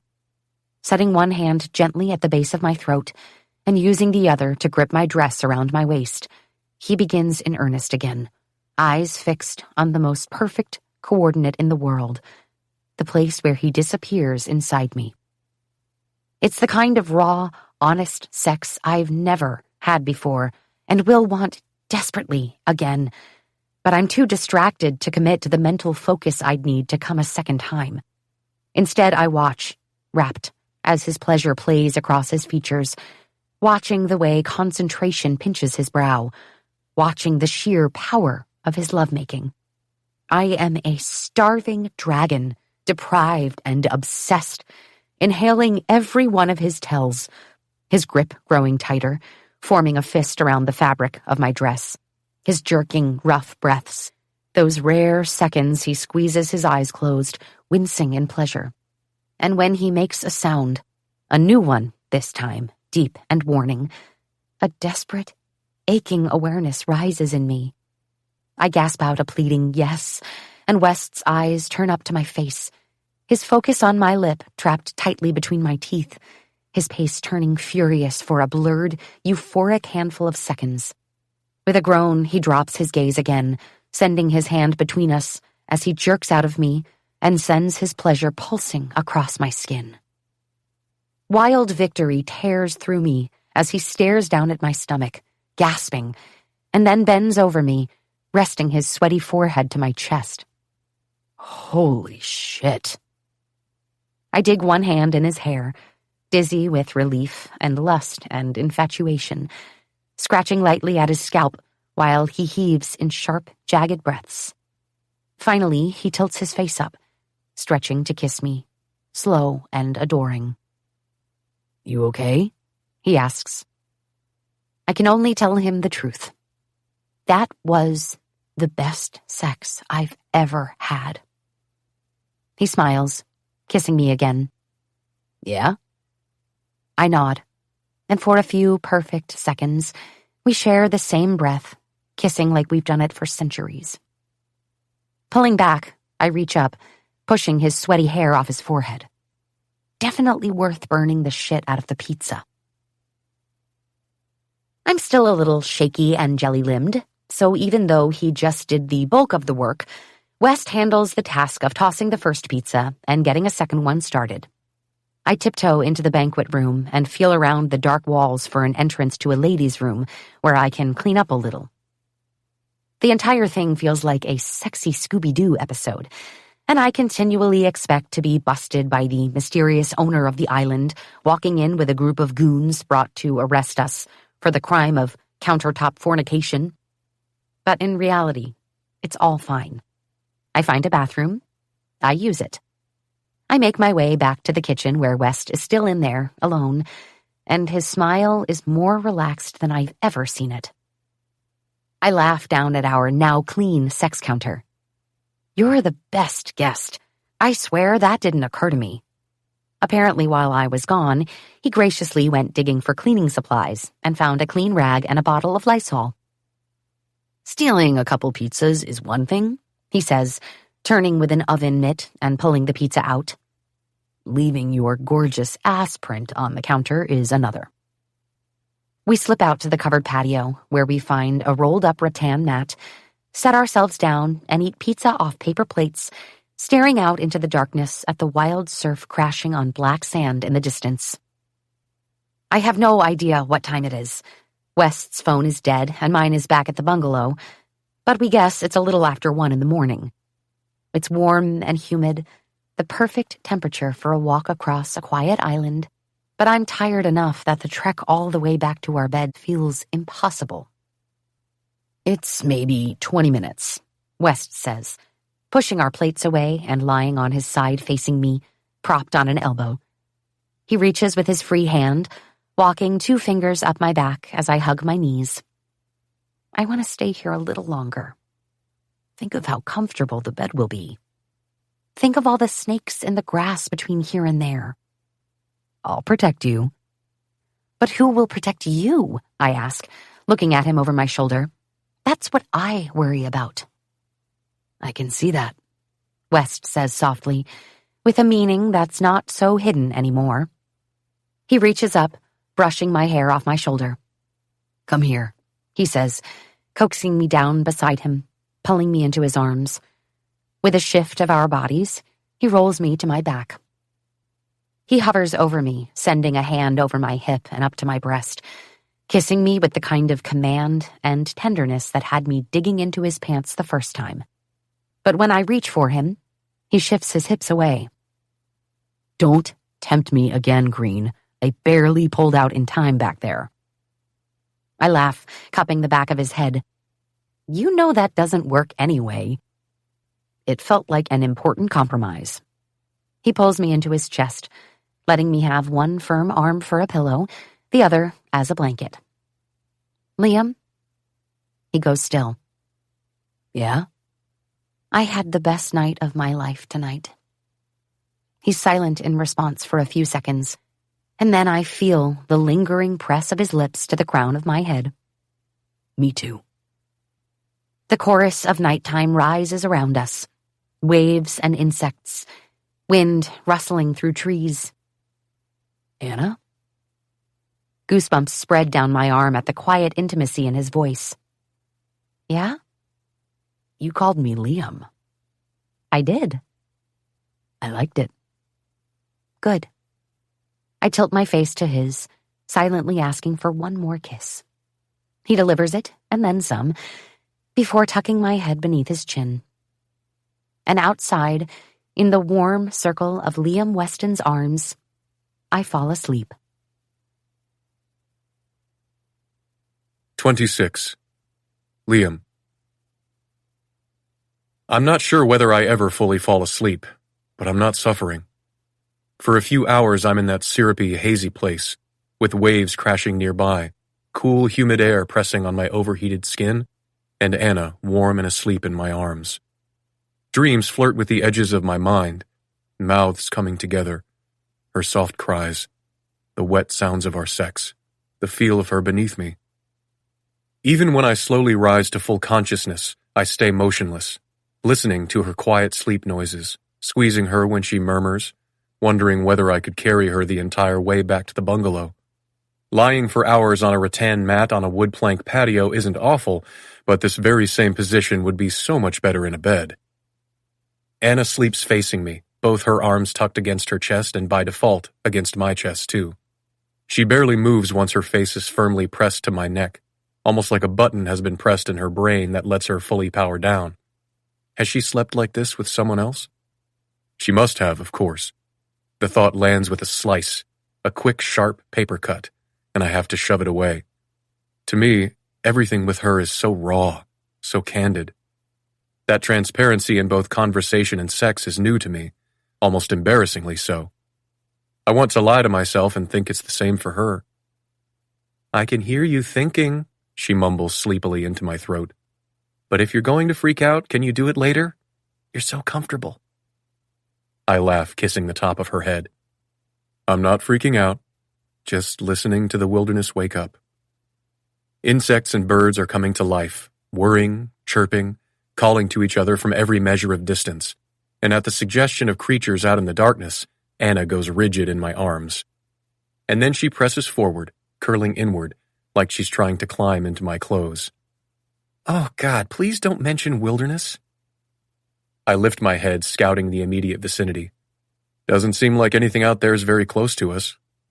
Not helping! I do think we should head back, though. We might want to slip into the bungalow before anyone happens upon us. Specifically, my father. Nothing would more effectively kill the vibe than hearing his voice right now.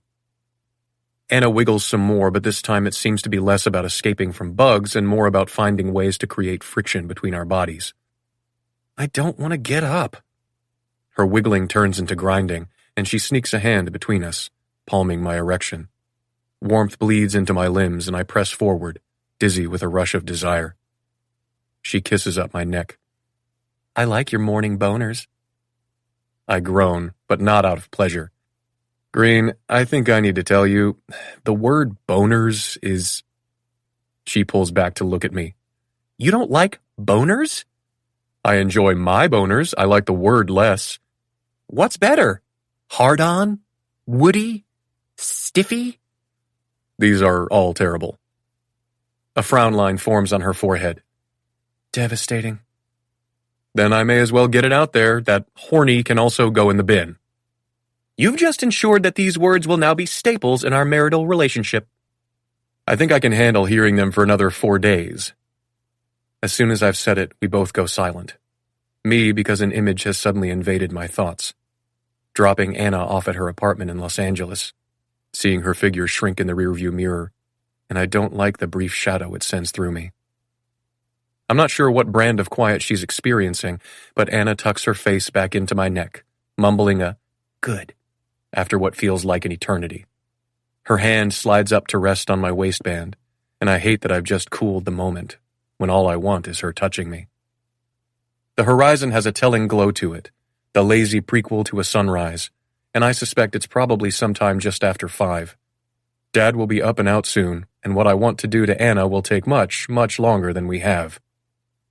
3 hours is barely enough sleep, I tell her, reaching to tilt her face to mine. I kiss her, resting my lips against hers. Let's head back and be lazy today. Do we have to be lazy? She asks. No. I pull back so I can get a better look at her expression. The heat in her eyes sends fire licking across my skin. But if you're going to look at me like that, we do have to be alone. Anna stretches, kissing my chin, my jaw, my neck. Her hand slides down again, gripping me through my pants, teasing me with a tight squeeze. We are alone. For now. I tilt my chin up so she has better access to my neck, mindlessly hoping that she'll leave another mark. Her lips feather over my jaw, and then she bites. My father gets up at sunrise and every morning has run along the trail that passes about 15 feet from where we are right now. This has the effect I'd hoped, and Anna peeks past my shoulder at the band of light just at the horizon. With a reluctant groan, she shifts her hand from me and slowly pushes up onto her side, bracing back on a palm as she sleepily blinks out at the cornflower blue darkness all around us. Are we going to be able to find our way back? Let's take the shorter path. We haven't walked it together, but it's through the garden cabin area, and I'm pretty sure there are lights. She nods, sitting up fully and rubbing her eyes. I take another long, appreciative look at her back in this dress. Even though the cream satin is rumpled from dancing and walking and fucking and sleeping, it still gleams in the moonlight against her smooth skin. But there's also something vulnerable about her that has my chest constricting. She's hunched over, hugging her knees, and her spine presses against her skin, sharp little points all the way down her back. Her personality is so big, her confidence so solid, that until I had my hands all over her last night, I didn't fully realize how slight she is in more tangible ways.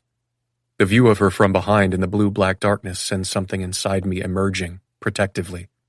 It's easy to forget, while she's here and dressed in designer clothes, overfed at every meal and basking in sunshine, that her life back home is hard, that she's barely scraping by, that this trip is a break from her reality, And when she returns to Los Angeles, she'll become that other version of Anna Green, the underemployed one, the one with food insecurity and unpaid bills, the one with responsibilities she's hinted at, but never fully detailed.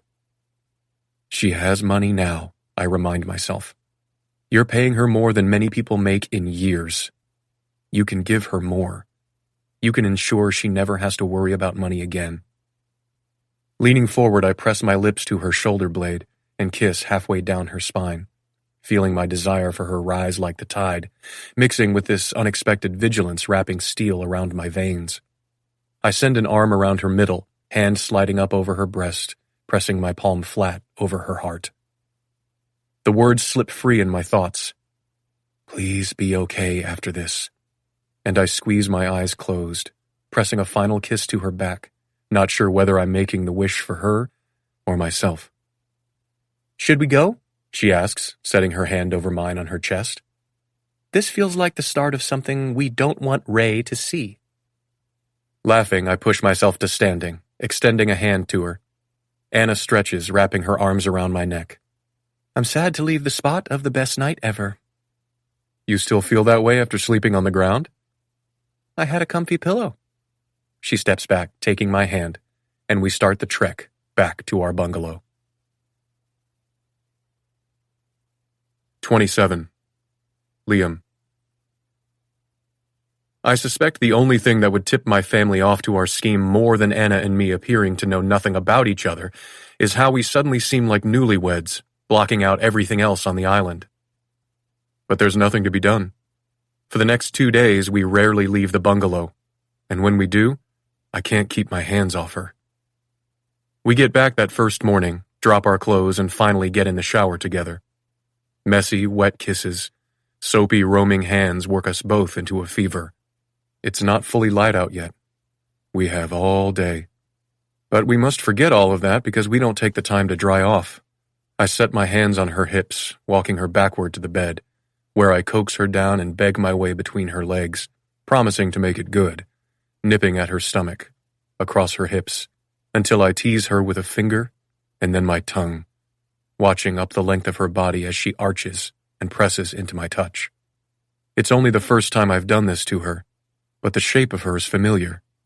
She tastes like something I've always known. With my arms around her thighs, hands clamping her knees open, I lose myself, ravenous for her silk and sounds, the scrape of her nails in my hair, and the wild clawing stretch of eternity where she comes against my tongue. Drunk with lust, Anna drags me up her body, flips us over, and sinks down on me, seeking, it seems, every possible way to drive me to madness. Fingernails digging into my chest, teeth scraping my neck, the way she lifts her hips just as I think I might come, teasing and withholding her slick heat, giving me only the barest friction until I feel like a barbarian, rolling on top of her and pinning her wrists over her head, fucking her with a desperate fury that leaves me gasping and astounded, and leaves her poured like warm honey across the sheets. We fall asleep in a breathless stupor, waking hours later, exhausted and starving. I don't think either of us cares for 1 second what we look like emerging from our bungalow, but Anna looks stunning anyway. Her hair is in a messy bun on top of her head, her face free of any makeup, and the glow of pleasure lights her skin from beneath. She walks beside me along the beach to the cafe for lunch, her legs long and bare in cut-off shorts, arms supple and tanned in a simple white tank, and I slide my hand into her back pocket, relishing the way she fills my palm as she walks. I can't resist reaching across the table while she spears a bite of fruit, or touching her bottom lip as she chews. She laughs at me as I move to the chair beside her so I can lean closer, press my nose into her neck, and inhale the way her sweat and my sweat together mix with the soap from the shower we took earlier. She smells like sex and sugar, and me. My hand finds its way to her thigh, my food forgotten. Her skin is satin on my fingertips, and I think about kissing it not 3 hours ago. Think about how hard I took her after, and the way the mess of her desire spread down her thighs, right where I'm touching. She turns to capture my mouth in a kiss, her sweet pineapple tongue sliding with mine. Anna reaches with one hand to dig into my hair, and I don't care who's there, who might be watching. I don't think about anything but her. I need you back in bed, I tell her, on your hands and knees. We take the rest of the food to go. What we don't do is talk out what collaborators with benefits should look like. We never stare directly at any of it, and nothing about this feels simple anymore. Starting that first day after we make love, it might as well be just the two of us on the island. While everyone else is at a sunset game night, Anna and I hike to a secluded cove where we skinny dip, and then collapse on a blanket where she shimmies down my body, teeth dragging down my abdomen, teasing my cock with her kisses and tongue under the moonlight. The following morning we wake slowly, lazily, making languid love with me curled behind her, my hands roaming the warm front of her body. We book a private boat to take us to a reef a few miles offshore where we snorkel and enjoy lunch on the deck, and I trace patterns on Anna's stomach as she sunbathes topless on the bow. Later, we tumble into our bungalow, where I finally play out the fantasy that looped in my mind for hours. Straddling her ribs, roughly stroking my aching length, spilling on breasts still warm from the relentless sun. We have dinner that night at Jules Verne, at the table in the most private corner, hidden by the branches of a giant mangrove, and I have no idea whether anyone looks our way. All I know is no one dares to join us. It's only later that second night, after we walk back to our bungalow, after Anna wraps her legs around me and I take my time feeling every inch of her, after I hold her boneless, sweaty body in my arms while she comes down, that we finally, truly, talk. Pushing up onto her elbow, she looks down at me. Liam? I reach up to stroke her jaw with my thumb. What are we really doing here?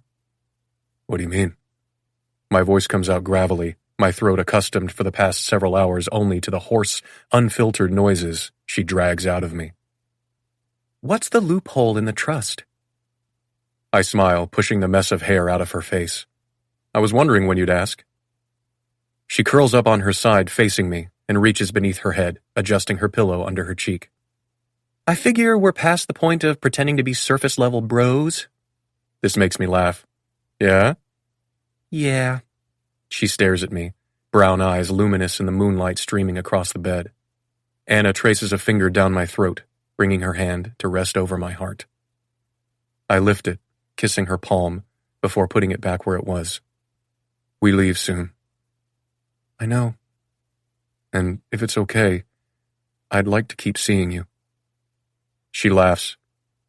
I know you didn't mean to, but that's almost word for word what Richard Gere says in Pretty Woman before everything goes to shit. I think there are some important differences here you may be overlooking. Anna squints at me. Are we sure? Laughing, I reach around her back, pulling her flesh to me. I want to keep this going, whatever it is. So maybe you fly to LA and take me on a date sometime. I lean in, resting my lips against hers, swallowing down the absurd impulsive thought that wants to shove its way out of my throat. Come live with me. Instead, I say, anytime you want me. She pulls back, ruthlessly biting her smiling bottom lip. Okay. And that easily, something ancient inside me settles. With a deep breath, I reach forward, running my thumb over her lip, freeing it. You know, I was close to my grandfather. She nods. He was your favorite? Right, but he was also a little unorthodox. Another word only rich people use. I roll to my back, tucking a hand behind my head, and stare up at the ceiling, mentally sifting through what I can tell her. Family was very important to him. Yeah, you mentioned that to me the first day you came over. Sounds like there's a lot more buried in there. I laugh quietly. Yeah. She reaches forward, tracing my Adam's apple with her fingertip. Like what? The thing about legal trusts is you can put whatever you want in them. Any stipulation. She waits for me to say more, dragging her hand down to rest over my sternum. I set my own hand on top of hers. I was only 15 when Grandpa died. We were all at the reading of the will, but you can imagine in a situation like that, especially for kids, a lot of the details sort of go over your head. The reading took hours. I understood basically that he was leaving us each a very large sum of money. I understood that it was contingent on us being married. At the time, it didn't seem so weird that he would want that. Kids sort of take those adult directives as law. I can see that, she says quietly. About 3 years ago, pretty soon after I moved out of our apartment, I created a foundation. The annual deposits from the trust go directly to this fund. Like a charity? Sort of, yeah. So, wait, you're not keeping your inheritance money? No.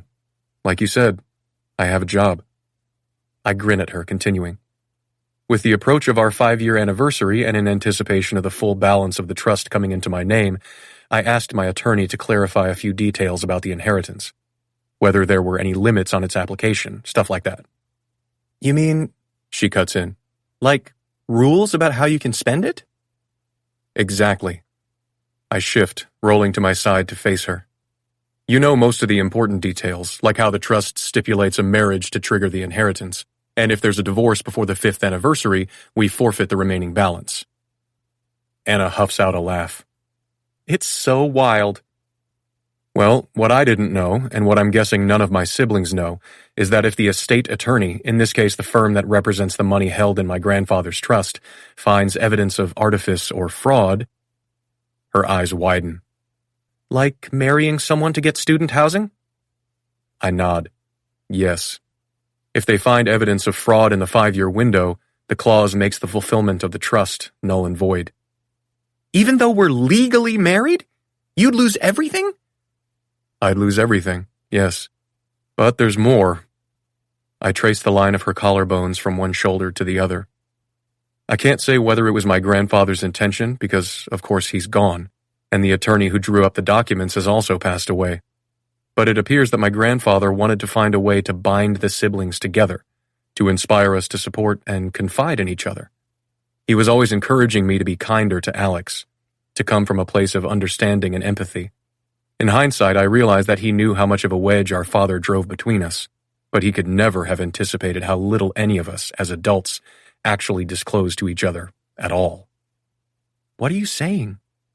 I'm saying that the way he worded the clause in the trust concerned with our inheritance, legally, if one marriage is deemed fraudulent, the entire clause is nullified.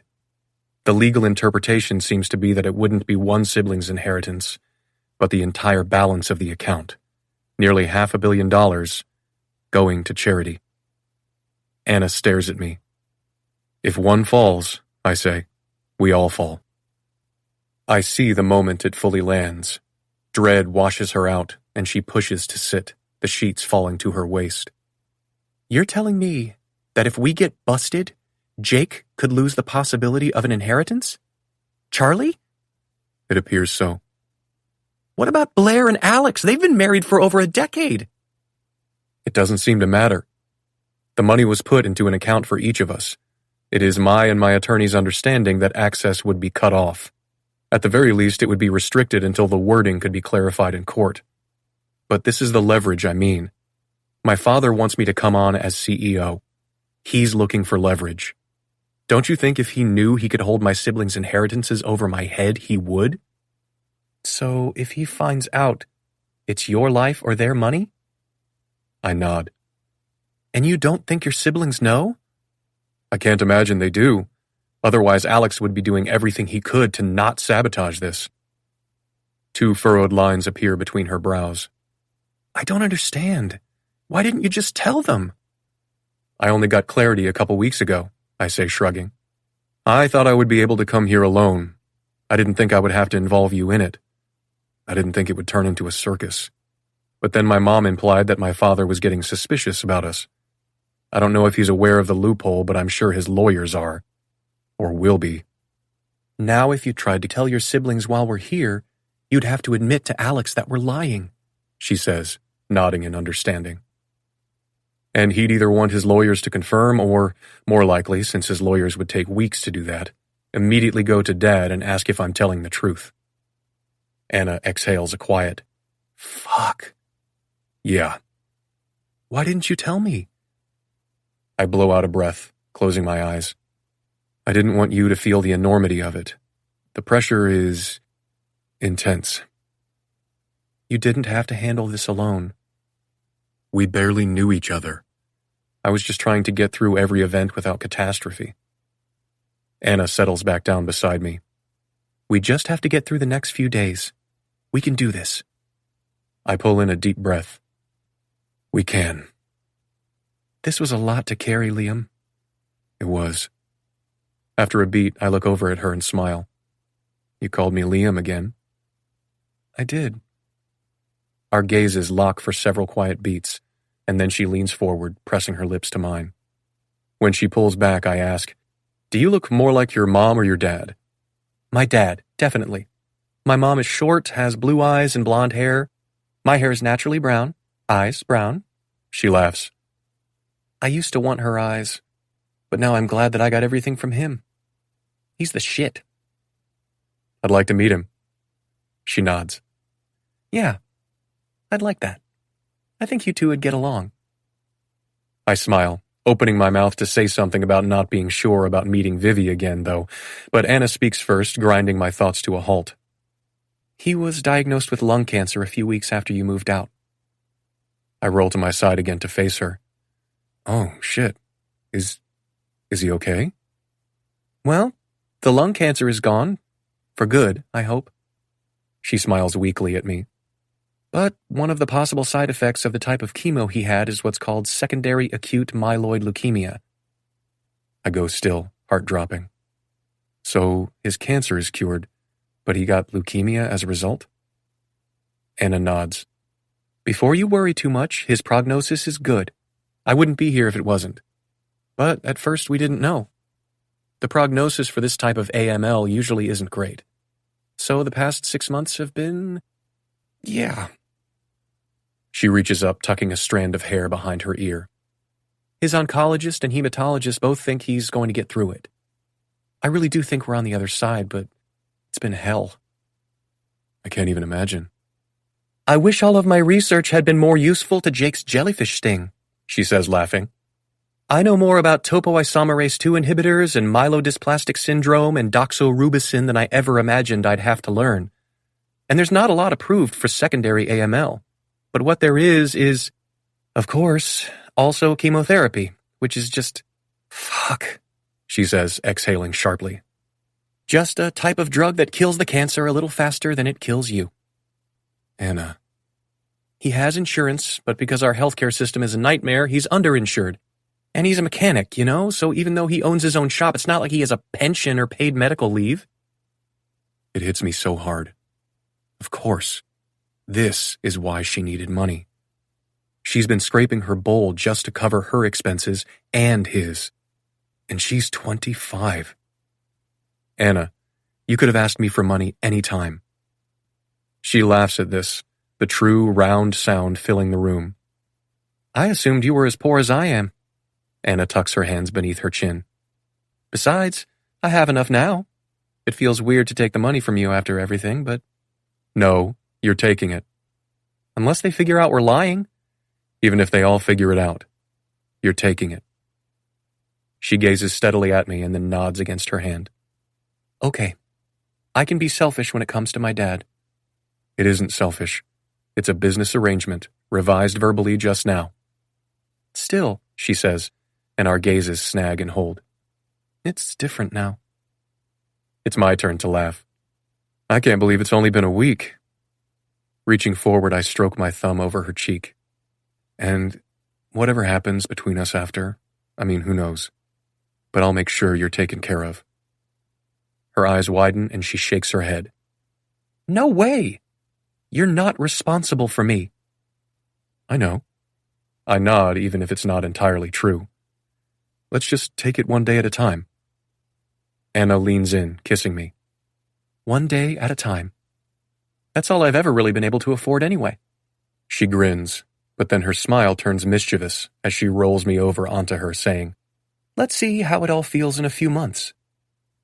I tilt my head, looking down at her, knowing I will never tire of this view. Why in a few months? I've heard divorce sex is hot, she says, and cackles in delight as I dive for her neck. 28. Anna. Of all the sounds I dislike in this world, the blare of the alarm at 7 this morning takes the top spot. We set it on the off chance that our all-night bang fest would prevent us from waking in time for the wedding day family breakfast at 8. And yes, it absolutely would have. But second only to that noise is the cracking squelch of an incredibly hungover Blair Weston breaking raw eggs into her coconut water.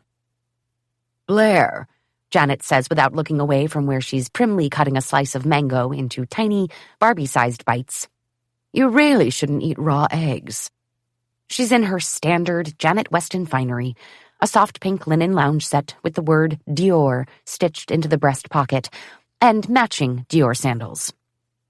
"Well," Alex says, and his eyes flicker to me. "Correct me if I'm wrong, soon to be Dr. Anna. But I believe eggs contain high amounts of cysteine, an amino acid that helps break down acetaldehyde, which causes hangovers." I lift my coffee to him. Well done. Apparently, while Liam and I were recreating most of the Kama Sutra, our big brother was studying medical texts. "Yes, thank you, dear," Janet drawls. "I'm less concerned about her well-earned hangover and more concerned that she'll get salmonella and vomit all over Charlie's couture wedding gown." Reagan gags and gets up from the table. GW giggles and begins mimicking the sound, and Alex takes an aggressive slurp of his coffee. And across the table from me, Liam looks up, already smiling. His hair is a little wild. There was no hope in taming it after last night.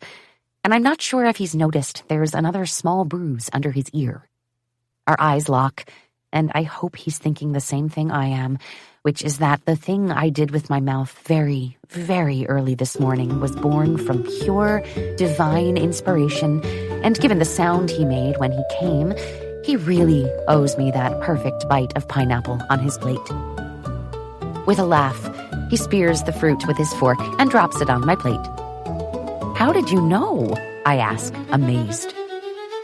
He rests an elbow on the table, setting his chin on his fist.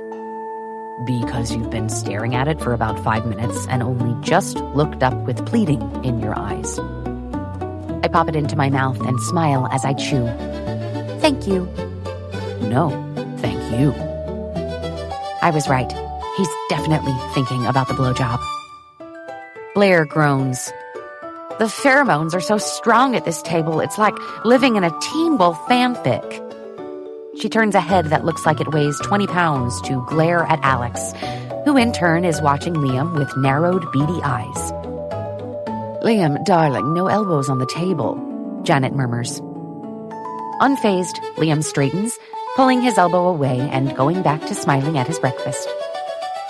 Charlie and Kellen arrive. Their "we're 6 hours away from being newlyweds" glow firmly in place. But the moment Charlie sits, Janet leans over and launches into DEFCON 1 wedding day preparedness mode. A warm ocean breeze flutters the gauzy sleeves of my sundress. Blair sips miserably at her hell juice. Even her hair looks hungover. Jake helps Nixon cut his pancakes, while also schooling him on the superiority of coconut syrup over maple, and Alex resentfully cleans up some milk little GW spills across the table. It's chaos, and stress blankets the air like a haze of bug spray, but there's something sort of wonderful about it. I always imagined what it would be like to be part of a big family, and here I am in the thick of it, warts and all. Even with the looming threat of the loophole, Liam and I are optimistic that everything will be okay. We're falling for each other. We're not faking a thing. It's my turn to rest my chin on a fist and gaze in adoration at him. "I don't have any more pineapple," he murmurs, peeking up at me through his lashes. I grin back, about to open my mouth and let some drippy, infatuated words fall out, but my phone buzzes on the table with the first call I've received in days. It's Mel. My manager never calls just to check in. And I realize with a jolt that the art exhibit must have opened, and not only had I not been obsessing about it, I hadn't even remembered. I throw Liam a nervous smile and stand without excusing myself, answering the call before I've even made it past the hostess stand near the entrance. "Hi. Are you sitting down?" she asks, and a vibration spreads through my blood at the smile I hear on the other end of the line. No, in fact, I essentially just hit the eject lever and launched myself out of a chair. "What's going on, Mel?" "Your painting sold," she says. Her words bounce around inside my ears before landing. "Which?" A pause. "All of them, Anna. And they went for $1,000 each." I stare out at the beach, unseeing. "What?" "Your paintings sold," she repeats, laughing. "All 3 of them. Snatched up." Mel waits for me to say something, but my entire vocabulary is stuck in a traffic jam in my cranium. "Anna?" Finally, I become unstuck, and it sinks in. I sold my work.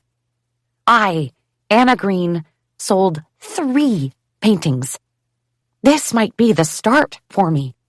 The path to a career I chose and trained for, a following, even a small one. Hope makes me feel weightless. This is amazing, Mel. Oh my God.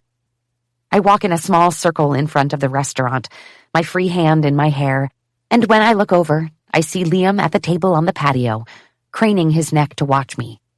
I beam at him, lifting my hand to give him a thumbs up.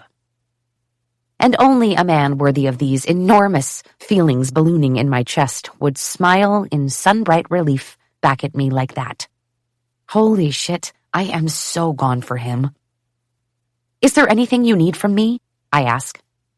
"Not yet. We'll touch base when you're home, but for now, I'll get to work on finding some more openings for you. Congratulations, Anna." We hang up, and I stare at my screen for a few astounded moments. And then, in my palm, the phone rings again. But this time it's Vivi. And Vivi never calls. Panic spreads in an icy chaser, and I let it ring twice, 3 times, wondering whether I'm hallucinating this or whether the universe really is this fucked up. The best news ever, followed by the worst. If something happened to my dad while I was here, sunbathing and fucking and drinking... "Hey," I answer just before the 4th ring. "What's going on?" "No emergency," she bursts out immediately. "My texts weren't going through, and I had something time-sensitive to run by you." I fall gracelessly onto a bench outside the restaurant, relief making my head swim. I drop my head into my hand, willing my heart to start beating again. Jesus Christ, Vivs. "Sorry, your dad is okay. He's kicking my ass at chess right now." "Why didn't he call instead of you?" "Because he won't pressure you into this like I will." She laughs. "Pressure me into what?" Okay, he mentioned that the oncologist recommended some in-home rehabilitation care. I nod, still shaking. "Yeah, a few weeks ago they gave us the order, but we were waiting for insurance to approve it while we sent out some requests to different agencies." "Insurance didn't approve it," she says bluntly. "The letter came yesterday, which is very unfortunate since we heard back from one of the agencies and they have someone who can start now. But she isn't cheap." "Oh." I take a deep breath. "I mean, that's okay, right?" "That's what I thought you'd say," Vivi says, and in the background, Dad calls out, "No way, Anna. There is no way you're doing this." "He's worried about the money," Vivi says with a meaningful lean to her words. "Well," I say, "I just sold 3 paintings." I hear footsteps, like she's moving to another room. A door closes and her voice comes back as a whisper. "Like, really? Or as in you want me to tell your dad that version?" "Really." I turn my face to the sun and feel its warmth spread through me. Residual panic drains away and I feel only contentment. I have money from West. I have the start of a potential, maybe, let's hope, career as an artist. I might be falling in. I cut the thought off. Mel just called me. Tell Dad I can cover it. Absolutely no problem. Vivi screams out a happy, "Congratulations!" and I hear her jog back to the other room where I get to eavesdrop while she tells my father. He shouts in disbelief and then celebration, and the two of them do what sounds very much like dancing. My dad, dancing. "Here he is," Vivi says before passing the phone to my dad. "Kiddo," he shouts, "this is fantastic news." "Can you even believe it?" "I can absolutely believe it. I am so proud of you, honey." With a smile, I ring off and stand in place, letting it all sink in. I do the math, at which I am terrible, and realize that even if I pay off all of Dad's medical debt and his future treatment copays, with the money from Liam and the sale of these paintings, we can afford 2 months of daily physical therapy to get him back to health. It isn't forever, and it's insane to me how fast the money goes, but it's enough. It's all we need. Even the new presence of Ray at the breakfast table when I return isn't enough to dim my elation. And since with this crowd I am supposed to be better at dissecting cadavers than at wielding a paintbrush, I can't burst into song about how, for the first time in my life, I sold not 1, but 3 actual paintings. But I do try to communicate as much of my joy as possible when I look at Liam across the table. "What happened?"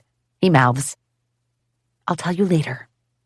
My foot finds his leg under the table, and he captures it between his calves, squeezing, looking at me with curiosity and adoration. We get lost into a spiral of eye contact. I'm not in his brain, obviously, but I'd bet my next 3 orgasms that we're thinking the same thing, which is exactly how much time he plans to spend with his face between my thighs when the wedding reception wraps up tonight. The sound of a fork dropping onto porcelain breaks through my trance, and I blink over to where Ray is now impatiently wiping his mouth on a napkin. "They just canceled now?" Charlie, looking miserably down at her phone, nods. "Apparently a pipe burst upstairs and the entire house is flooded." "Surely there's something else nearby." Janet, ever the placater, pulls out her phone too and begins searching. Ray looks over her shoulder and swipes it out of her hand. "Why are you looking at rentals?" "Because it's only 2 weeks, Raymond. It's just a honeymoon." "It's her only honeymoon, and the same shit could happen. I told you, it never works to rent." He leans forward, looking at Charlie. "If we bought instead, would you two use it?" Charlie and Kellen grin at each other. "Of course," she sings. I look around, trying to figure out what the fuck is happening. Are they really talking about buying houses? Liam is in his own little world, frowning out at the surf behind my shoulder. Blair leans over, her ketone-warmed breath sour on my cheek when she explains. "You are hearing this correctly. Ray is suggesting they buy a house for Charlie's honeymoon." I swallow around a rapidly swelling cork of what the fuck forming in my windpipe. Ray slams the phone down on the table with a note of smug finality. "Done." "Ray," Janet says quietly. "What?" he says, waving to one of the waitstaff and snapping at his empty glass. "They needed a wedding gift. I got them a wedding gift." "They already have one, darling. She stares at him meaningfully. "What?" he asks, exasperated. "I can't read your mind." "The house we already bought them?" Ray snaps his fingers again. "The Newport Coast place. Sure, but this is different. This is a vacation investment. Nobody seems to work here, so I'm gonna find a drink." He stands, kissing the top of Charlie's head. "I'll have Terry handle it, so it'll be ready for you." I blink. I mean, I know nothing about escrows and whatnot, but I'm pretty sure houses aren't bought in a day. "Isn't their honeymoon, like, tomorrow?" I ask. No one pays me any attention, and Ray turns to leave and barrels right into a woman carrying a tray of mimosas. Glasses sail through the air, crashing with bright chaos onto the patio. One lands on Janet's lap, and Ray is absolutely doused in orange juice and champagne. "Are you fucking blind?" he roars, and the woman falls to her knees beside Janet, scrambling for napkins to mop up the orange lake on the lap of her Dior loungewear. Waiters rush over with brooms and mops, sweeping up the piles of broken glass, cleaning the floor. "Hello?" Ray booms, throwing his hands up. "Does anyone have a towel for me?" Charlie and Kellen rush to the stand, handing him their napkins as another waiter comes over with a towel that Ray snatches from his hand and uses to mop at his shirt, a polo with the logo of some corporate golf tournament printed on the pocket. His eyes are the color of a muddy puddle and just as deep as he stares down at the waitress, still trying to help Janet dry off. "Oh, just let it go," Janet seethes before standing and storming out of the restaurant. The waitress slowly rises, turning to face Ray. "Sir, I am so sorry." "What's your name?" he barks, ice in his voice. "Tui." "Tui, do you want to hear what I have to say, or would you prefer to bring me your manager?" Her neck flushed, chin shaking, Tui jogs off, and I look around as Alex, Charlie, Jake, and Kellen return to their breakfasts. Blair sits back in her chair, her jaw tight, eyes fixed at a point in the distance. I glance at Liam, who is staring with fire up at his father. "Dad," he says steadily, "you ran into her." Ray waves a hand. "It's fine." Reagan catches my eye, and panic consumes her expression. This isn't only embarrassing for her, it's probably terrifying. I give her a reassuring smile and mouth, "It's okay." But I've lied. It isn't okay. The manager comes out, listens as Ray quietly enumerates the many transgressions this poor woman has made upon him and his family, and then shakes Ray's hand, saying, "I'll handle it." Ray sits back down in his seat, lifts his napkin, and lets it float down over his lap, picking up his fork like nothing has happened. "Tell me you didn't have that woman fired," Liam says. Ray stills, a bite of caviar-topped poached eggs hovering on the fork in front of him. "You think someone like that should be working in a Michelin-starred restaurant?" "Maybe a 1-star, definitely not 2. Jake jokes with mock seriousness, and Charlie and Kellen exhale quiet, courteous laughs. But Liam remains undeterred. "You collided with her, Dad. Do you have any idea how much I'm paying for this wedding?" Blair stands up, dropping her napkin on the table and walking away, tilting her head for Reagan to follow. Ray doesn't even seem to notice. Around us, the 3 other Weston siblings and Kellen eat in silence, pretending they don't hear any of this. Only the 3 little boys look around in confusion, trying to read the cues. It's for them that I speak up. Whatever you're paying, it isn't enough for you to treat a waitress like that. Ray turns his stony gaze to me, and it takes everything in me to not look away. "She's in the service industry," he says flatly. "It's her job to be invisible." Liam cuts out a sharp, "Dad." Ray continues to stare at me for a handful of seconds, before slowly blinking his gaze over to Liam. "I need you to give Ellis some time at the reception today." He's just made his point. Anna, too, should be invisible. "Ellis Sakura?" Alex asks, while Liam and Ray have a silent showdown. "From Forbes?" I pull a deep breath in through my nose, turning my attention to my plate. My heart rolls violently, a catfight in my chest. In my peripheral vision, I see Liam's hands curled into fists on either side of his plate. I feel when he turns to look at me and meet his gaze. I'm relieved to see the same horror I feel reflected back in his eyes. Yes, this morning has been an amazing smorgasbord of sex and perfect bites of pineapple and smiling whiskey eyes and good news and even better news. but reality washes over me like ice water. This dynamic isn't kooky and wonderful. This family isn't a charming group with a few warts. This family is gross. Liam is paying me a sum of money that I wouldn't earn in 3 years working 2 jobs, and yet, with Dad's medical expenses, it won't even last me the rest of the year. Meanwhile, these assholes are buying a house for a honeymoon and firing a waitress Ray basically tackled for spilling mimosa on a shirt he got for free. I feel like sweeping my arm down the table and sending all the fancy crystal and porcelain crashing to the floor. I drop my napkin on my plate and stand. Without a word, Liam does the same, and we walk together out of the restaurant. 29. Liam. Anna's strides are so long, I have to jog to join her at the transition from restaurant steps to beach sand, where I catch her wrist, but don't use the contact to slow her down or try to bring her back. I wouldn't dare. Instead, I slide my hand a few inches down her arm, entwining her fingers with mine. It's awkward walking on sand with our hands joined, but neither of us loosens our grip. Honestly, I feel sick. Sick over how entitled my parents are, sick over how silent Alex, Jake, and Charlie remained throughout all of it. Sick over that level of flippant privilege happening in front of the children. Sick over being a part of this family at all anymore. And sick with worry that this was a bridge too far for Anna, that I'm too closely associated with something so horrible.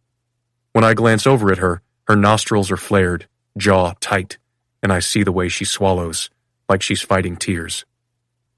Almost done, I tell her. We'll be home soon. There are people out there who have to choose between buying food and getting their prescriptions filled because money is so tight. And your family is buying an entire house because a pipe burst in the honeymoon rental? It's gross! She gasps, looking away so I won't see her lose the battle against crying. It is. I'm so sorry I brought you here. I'm not. Or I am? She lets out a coughing laugh, wiping her nose with her free hand. I don't even know what to feel after that. I want to have met you again. I want whatever this is between us, and we wouldn't have it if we hadn't come here. And truthfully, I let myself enjoy the fairy tale of this. Everything about this experience is seductive. The island, the food, the parties, the spa, these clothes. But was it worth it? She shakes her head. I don't think so. I feel like I lost some innocence here that maybe I shouldn't have held on to, but even if it made me naive, I'll miss it. I wish I could still believe somewhere inside me that terrible rich people like this didn't actually exist. That they didn't view people like my father and me with such disdain. They would have gotten along swimmingly with my mother. This lands a crushing weight in my chest. I'm sorry. Instead of turning toward the bungalow, Anna lets go of my hand and walks straight out to the water, wading in a few yards, until the gentle waves reach her knees. I'm not sure if she needs a moment alone or not, but when she speaks again, it's quietly enough that I have to follow, letting the water wash over my shins. What did you say? I sold my paintings, she says. Warmth bleeds into my limbs. Holy fuck, I'd wondered if that had been the call that had sent her up and away from the table. Anna! Yes! All 3 of them, at the exhibit. Her joy is palpable, and if it were any other moment, I would be lifting her in the air, spinning her in my arms, joking that no virgin sacrifices were required. That's amazing. Yeah. A gull calls overhead, and at the sound of her flat, defeated tone, I lean forward to get a good look at her face. You don't look happy. I am. I'm thrilled. She turns her watery brown eyes up to me. But it's depressing, you know? To feel such a victory over a few $1,000s. The champagne at breakfast was probably more than that. I shake my head. That's not the point. Stepping in front of her, I cup her face. Your paintings. No, don't get me wrong. I'm so happy. It means something huge for me. Even if it's just a start, it's wonderful. And I'm not so naive as to think there aren't enormous divides in income around this world, but I've never been so squarely confronted with it. The past 3 years have been so hard, not knowing, with all the bills. She swallows, shaking her head and giving me a weak smile. I just needed a few fall-apart minutes. I nod and bend, resting my lips on hers. When I pull back, it's only so I can meet her eyes. At this moment, we are the only two people on the island. Does she feel that too? I want to transport her away from here. Take as many fall-apart minutes as you need. I really do want to enjoy the wedding today, she says, wiping her face and working to compose herself. I want to finish what we came here to do. I want to absorb the beauty of this amazing place. I want to let myself enjoy whatever else it has to offer before I leave and return to a life that is wonderful, even if it's sometimes hard. I kiss her again. This is a perfect goal. We're almost done. We'll go relax in the bungalow, get changed, attend the wedding, and duck out as early as we can. Tomorrow we can skip the brunch. Tomorrow afternoon, we head home. We'll leave this beautiful island and the mess of my family behind. Anna nods in my hands and stretches to kiss me. I adore this island. I hate the mess. But I really, really, really like you. I smile against her lips. I really, really, really like you too. In the final few minutes before we leave for the wedding, I walk out to the balcony, wanting to soak up the view. For as mortifying as my family has been, the island truly is paradise, and being here with Anna has been one of the most wonderful experiences of my lifetime. After breakfast, we napped for a few hours, then lazily roused ourselves, making love and showering. But our mood dipped again as we began the slow march toward today's main event. I know I should be happy. It's my sister's wedding. But mostly I just want to get it over with. And when I hear Anna's footsteps approaching, my first thought is that it didn't take her very long to get ready. My second thought is that I'm glad. She should treat today as a formality. My third thought, well, actually I don't have a third thought. Because when I turn and see her, my brain empties. My body ignites. Anna has worn tiny mini dresses, slinky silk gowns, and low-cut evening dresses that sent my mind racing down filthy tracks. But this dress isn't anything like that. While other women will likely be wearing muted lace, beachy neutrals, conservative chiffon, Anna's dress is a statement. The one-shouldered silk gown is softly pleated, with bright teal at the top that transitions into blue, then purple, then into a flowing skirt of pink and orange, ending at her feet with a brilliant, flaming crimson. Go ahead and look, it says. Stare. Speechless, I approach, cupping her shoulders and sending my hands down her long, soft arms. I bend, kissing her bare shoulder. When I close my eyes, I feel momentarily dizzy. It's too soon to feel what I'm feeling, but I let it wash through me anyway, because it solidifies my resolve to get this precious woman out of here as soon as humanly possible. I know how much money my family has. In abstract terms, at least, I know that it is in the billions. Alex got a Lamborghini Gallardo for his 18th birthday. Charlie got a Frisian horse from the Tooth Fairy. Hell, she got 2 whole houses as wedding gifts, and without really batting an eye, I agreed to pay Anna $100,000 to tell a lie. I know the absurdity. I can see it, even if sometimes only in theory. But the scale of this wedding is unbelievable even to me. Along the path to the Black Sand Cove, every tree drips with garlands of pearls, crystals, and tiny twinkling lights. Delicate glass chandeliers tinkle from the branches of mangrove trees that sway along to the ocean's gentle rhythm. Swags of bamboo and layers of lush greenery drape every chair. Columns are topped with towering vases of white king protea, cream roses, and orchids, more strands of sparkling crystal spilling from their lips. And there is an aisle, not just a demarcation with petals or branches. A stretch of pure white marble has been meticulously set in the black sand. It's lined in flickering candles and ends with 3 wide stairs, which lead to a raised circular stage that will function as the altar overlooking the waves crashing against the shores of the cove. Guests won't be sitting in folding chairs during the ceremony. There are rows of neatly aligned vintage armchairs with fluted wood frames and tufted linen upholstery. A selection of antique gilded mirrors are propped in the sand, reflecting the entire glittering scene back to us. Not wanting to mingle, We'd waited as long as we could before arriving, and now, from inside the pavilion, Jake furiously waves me over. I squeeze Anna's hand, checking her face before I have to leave her to join the groomsmen. "You good?" I ask. She lifts her chin and nods, but I see my own disbelief echoed in her eyes. It's so much. Weddings are supposed to be celebratory and grandiose, but this is bordering on grotesque. I wait until she's comfortably seated in the front row beside Blair before walking away. The minute she's out of my sight, I enter a bit of a trance, wanting to get this all over with. Yes, it's beautiful. In fact, odds are good this is one of the most beautiful weddings ever. But after this morning's drama, it's hard to completely enjoy it as I walk down the aisle with one of the Lees on my arm. Of course, there are moments of perfection that follow, like when the live orchestra dips into motion and Link, Nix, and GW walk in tiny suits down the aisle, or the delighted coos of the gathered guests when GW veers off the path, determined to sit on Anna's lap. Or Reagan, following with a basket of petals, looking beautiful and so grown up. She'd been nervous about walking alone, so Anna drew her a portrait of Reagan glowing and confident with her chin in the air. She had stared at Anna with hero worship in her eyes. I see the sketch at the bottom of the basket when she reaches the altar. And of course, the appearance of Charlie in her wedding dress does something to me. Something choking and instinctive. The most bittersweet moment of my life so far.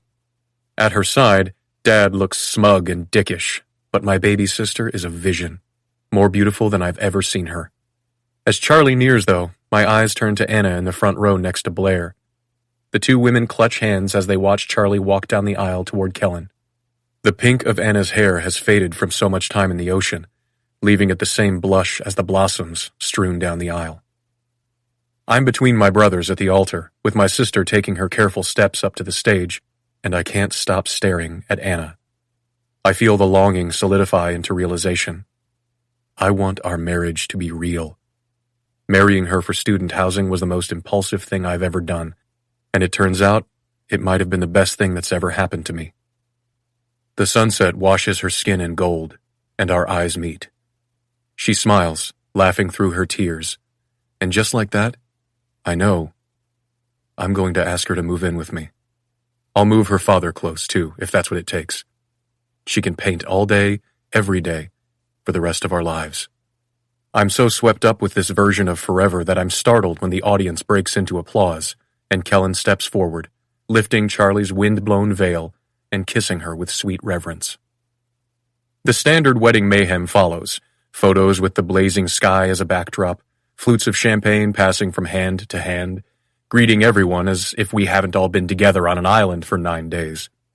The party moves to a gossamer tent with the moon and stars visible overhead. The orchestra plays gentle renditions of pop songs, letting the crash of the waves take center stage. Everything is lit by candlelight and the chandeliers overhead. A 6-tier cake is carried in, smooth with white fondant, a brush of gold leaf, and an asymmetric swag of sugared orchids. Guests mingle and sample caramelized figs with bacon and chili, roasted oysters, and creme fraiche tarts dotted with caviar.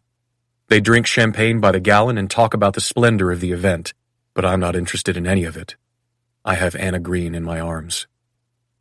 I'm sure I look like a lovesick idiot, but I truly do not care. How did I not notice this perfect woman years ago when she was just across the hall? "That wedding was beautiful," she says now, looking up at me. Half of her hair is pulled back, loose and wavy from the salt air. Her skin is warm in the humidity, her cheeks pink after 2 glasses of champagne. "And absurd." It was absolutely both. "You know, you were supposed to be paying attention to the bride." "Then you shouldn't have worn that dress." She laughs and threads her fingers into the hair at the nape of my neck. "I think this dress is the most inexpensive thing Vivi packed, and yet it's my favorite." "I can see why. You look like a sunset." Emotion swells in my chest, eager and demanding. I should ask her to move in with me now. It's sudden. It's crazy, but it's right. "Anna." She turns her eyes up to me. "Hmm?" My heart speeds up, not because I'm nervous, but because I'm ready. "There's something I need to—" "Mr. Weston? Excuse me, Liam?" We both turn at the sound of a voice to my left. Ellis. Anna and I step apart a little. Oh, Ellis, this is Anna, my wife. Anna, this is Ellis Sikora from Forbes. I don't miss the way her expression crashes, and I feel it too. The unwelcome invasion of reality into our night. Hello? Sorry to interrupt, he says, but he doesn't leave. An empty apology. I lift my brows, waiting. I was just speaking to your father. Ellis looks to me, then to Anna, and back to me again. I hear congratulations are in order.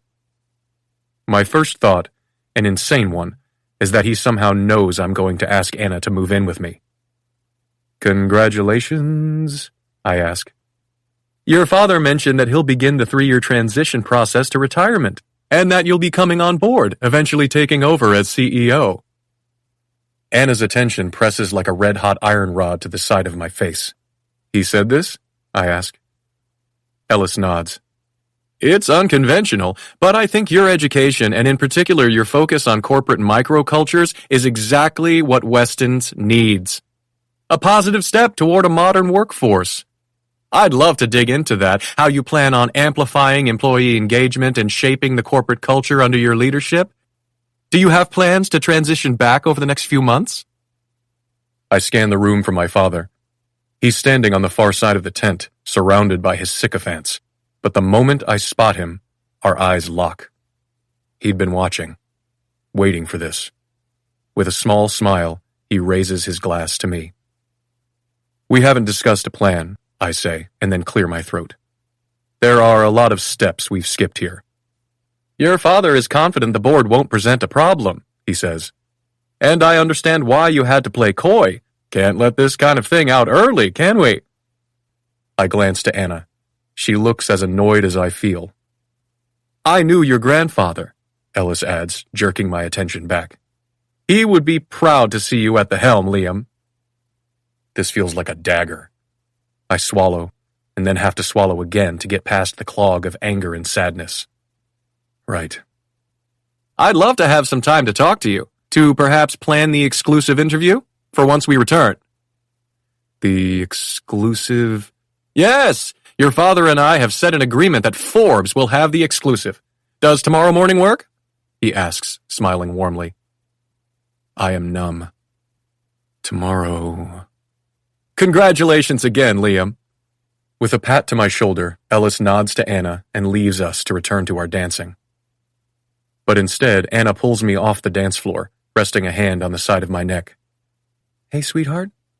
I blink down at her, unseeing. Are you okay? She asks, searching my eyes. I have no idea what she finds there. This is a mess. It's one thing to flirt with the idea of me coming on, to let Ellis dig around a little. But this is an announcement. Turning the message around now would be a public nightmare for the company. Shit. I look up and, as it sinks in, begin searching for someone else now. Shit. But he's already on his way. My eyes lock on Alex's as he approaches, cutting across the dance floor, eyes burning. Jake is jogging to catch up to him. Alex, he says, slow down. Liam. When Alex reaches me, he roughly pushes Anna out of the way, and all thoughts of Weston Foods, my father, and whatever Forbes might have to say about it vanish as a bubble of hot rage explodes in my chest. Hey. My voice is a knife's edge, and I shove Alex backward. He stumbles. I don't know what the fuck is going on here, but if you ever touch her again, I'm putting my fist through your jaw. Alex ignores this, coming right back up in my face. You don't know what's going on here? Really, brother? I don't want this, I say, low and seething, protectively shifting Anna behind me. I've told Dad 100 times I'm not interested in that job or any job in this company. So you said, Alex says, face crimson. And yet here we are. Come on, man, Jake says, pleading, pulling Alex's arm to get him to step back. Let's go outside. Alex shakes him off. Right here is fine. We aren't exactly the center of attention, but we aren't incognito either. Alex's march through the party drew some eyes. My violent shove to his chest drew even more. Alex, I say, inhaling to calm myself down. No one here is trying to fuck you. Then why am I standing here with your goddamn dick up my ass? Whoa, graphic, Anna says, coming around to stand between us. She sets a hand on my chest and another on Alex's. Okay, everyone take a breath. I know this feels huge. It is huge, but so is tonight. This is your sister's wedding reception. She looks at each of us in turn, though Alex never takes his gaze from my face. Do this tomorrow, Anna says. You'll get this sorted.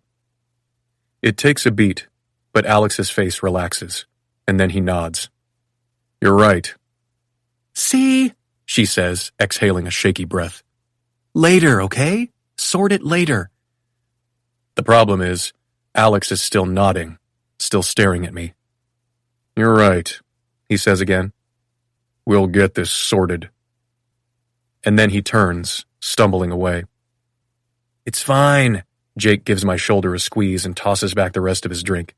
He's upset now, but he'll get over it. He always does. Right, I say, but I'm not so sure. Despite his posturing, Alex isn't one for public confrontation. That he approached me here at all shows how blindsided he was. How reckless this has made him. Wait, Anna whispers, her hand clenching mine. What's he doing? I follow her gaze to where Alex is now on the stage with the orchestra, wrenching a microphone free of a stand near a violinist. That's when I know. Jake exhales a quiet, fuck, as dread sends ice water through my veins. Alex, I call out, taking a step forward. Brother, trust me. Don't do this. He taps the mic, and the sound reverberates through the room. Alex, don't, I warn again as Anna exhales a quiet curse. This won't go the way you think it will. He looks at me with such fury that hope sinks like a stone in my gut. I turn my head, meeting my father's eyes across the room, and the way his glimmer in the strung lights tells me he's led us straight here. We walked directly into his trap. Alex waves an arm overhead. Could I? The speakers squawk sharply with feedback, and Alex clears his throat before leaning back in, breathing heavily. The force of his exhale echoes all around the tent. His hand is shaking. Could I get everyone's attention? Slowly, with the tinkling of glasses and the decrescendo of conversation, the room stills. Eyes turn to my brother, sweaty and pallid up at the front of the room, and quiet murmurs pass in a concerned wave. Anna presses into my side, and I send an arm around her waist, holding her close. Hello, yes, up here. Hello, everybody. Alex waves to a passing waitress carrying a tray of champagne flutes. Excuse me, could you bring me one of... Yes, he says, taking a glass. Thank you. I wanted to make a toast. He laughs, sending a loud puff of air into the mic, and a few people around us exchange uneasy glances. I know the toasts come later, after we all eat, but I suppose I couldn't wait. He stares down into his glass for a beat before he looks up with a smile. He seems the slightest bit calmer now, more collected. My name is Alex, for anyone out there I haven't had the pleasure of meeting. I'm Charlie's oldest brother and CFO of Weston Foods.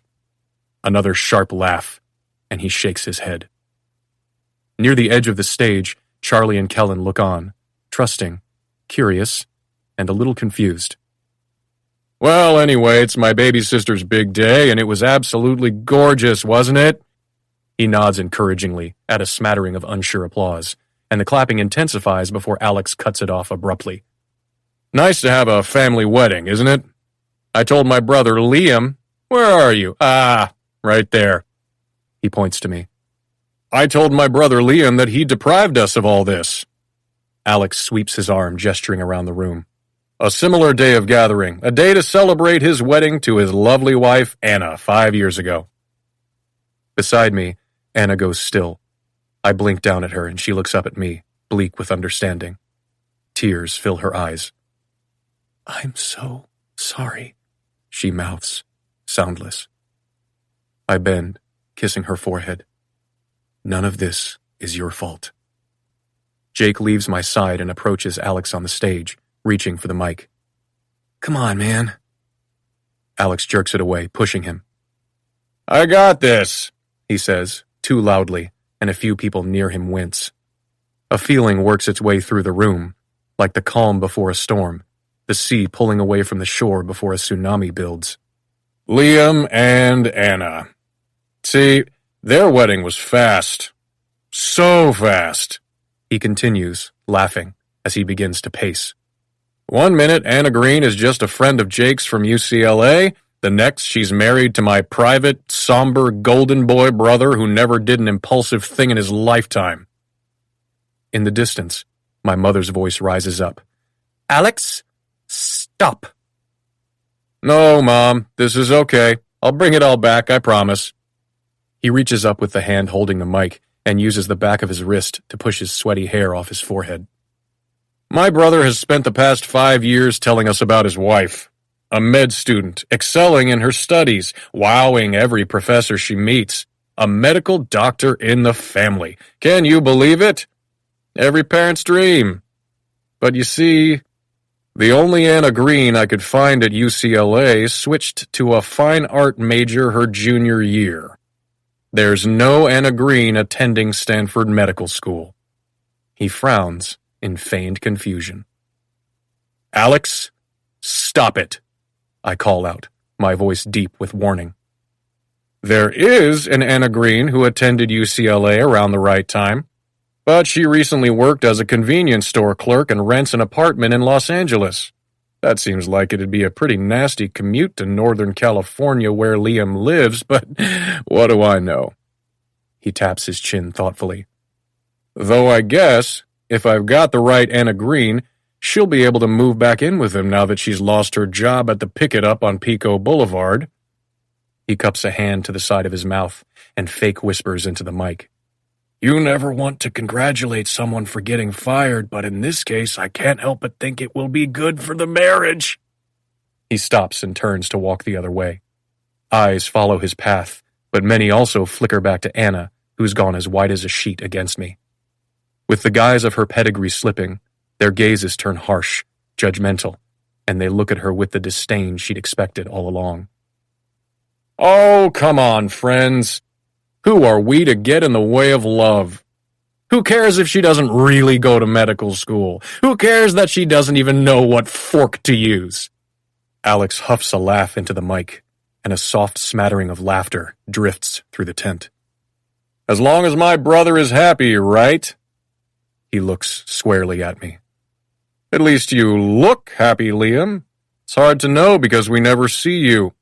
I mean, we wouldn't have even seen you together here if that little scam artist right there hadn't agreed to be your fake wife.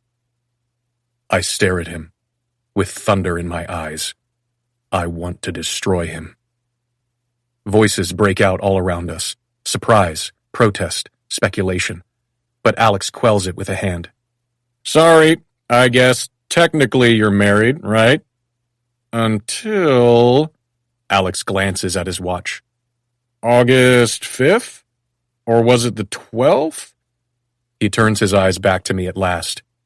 I feel movement at my side when Anna breaks free of my hand and turns, running out of the tent. After all, being married was the only requirement for you to inherit your money. What admirable behavior for the man our father wants to be Weston Foods' next CEO. He lifts his glass aloft and smiles warmly. No idea that he could be destroying his own life right along with mine. So thank you, Charlie and Kellen, for having this wedding so we could have some time together with Liam before he conned us all and disappeared forever. 30. Anna. I burst outside into air that is humid and thick and cloying with the perfume of flowering trees. I have loved this air with every breath I've taken on this trip, but right now I want nothing more than the foggy marine layer of Los Angeles in May. I want the sound of traffic and neighbors arguing and the smell of food trucks. I want to teleport myself off this island, back to my shitty apartment and my old couch where I don't have to pretend to be anyone but Anna Green, Aquarius, cheese lover, and Enzo's Pizza VIP customer discount card holder. I don't know what's going on back in that tent, but there's no way in hell I'm staying to watch the rest of it. Am I okay? No. But will I be? Probably also no. I mean, Liam is still in there being humiliated by his brother, but I feel like I was decimated. Alex exposed Liam by destroying me. My optimism about the world and the people in it has been ripped wide open, exposing the stain of humanity underneath it. I can't unsee that. And I won't ever forget this bone-deep feeling of humiliation either. Especially when there's no way for me to exit this island before someone who witnessed that garbage diatribe sees me. This is very much a never show my face in this establishment again kind of situation, and yet I am unable to exit said establishment, being that it is an island in the middle of an ocean.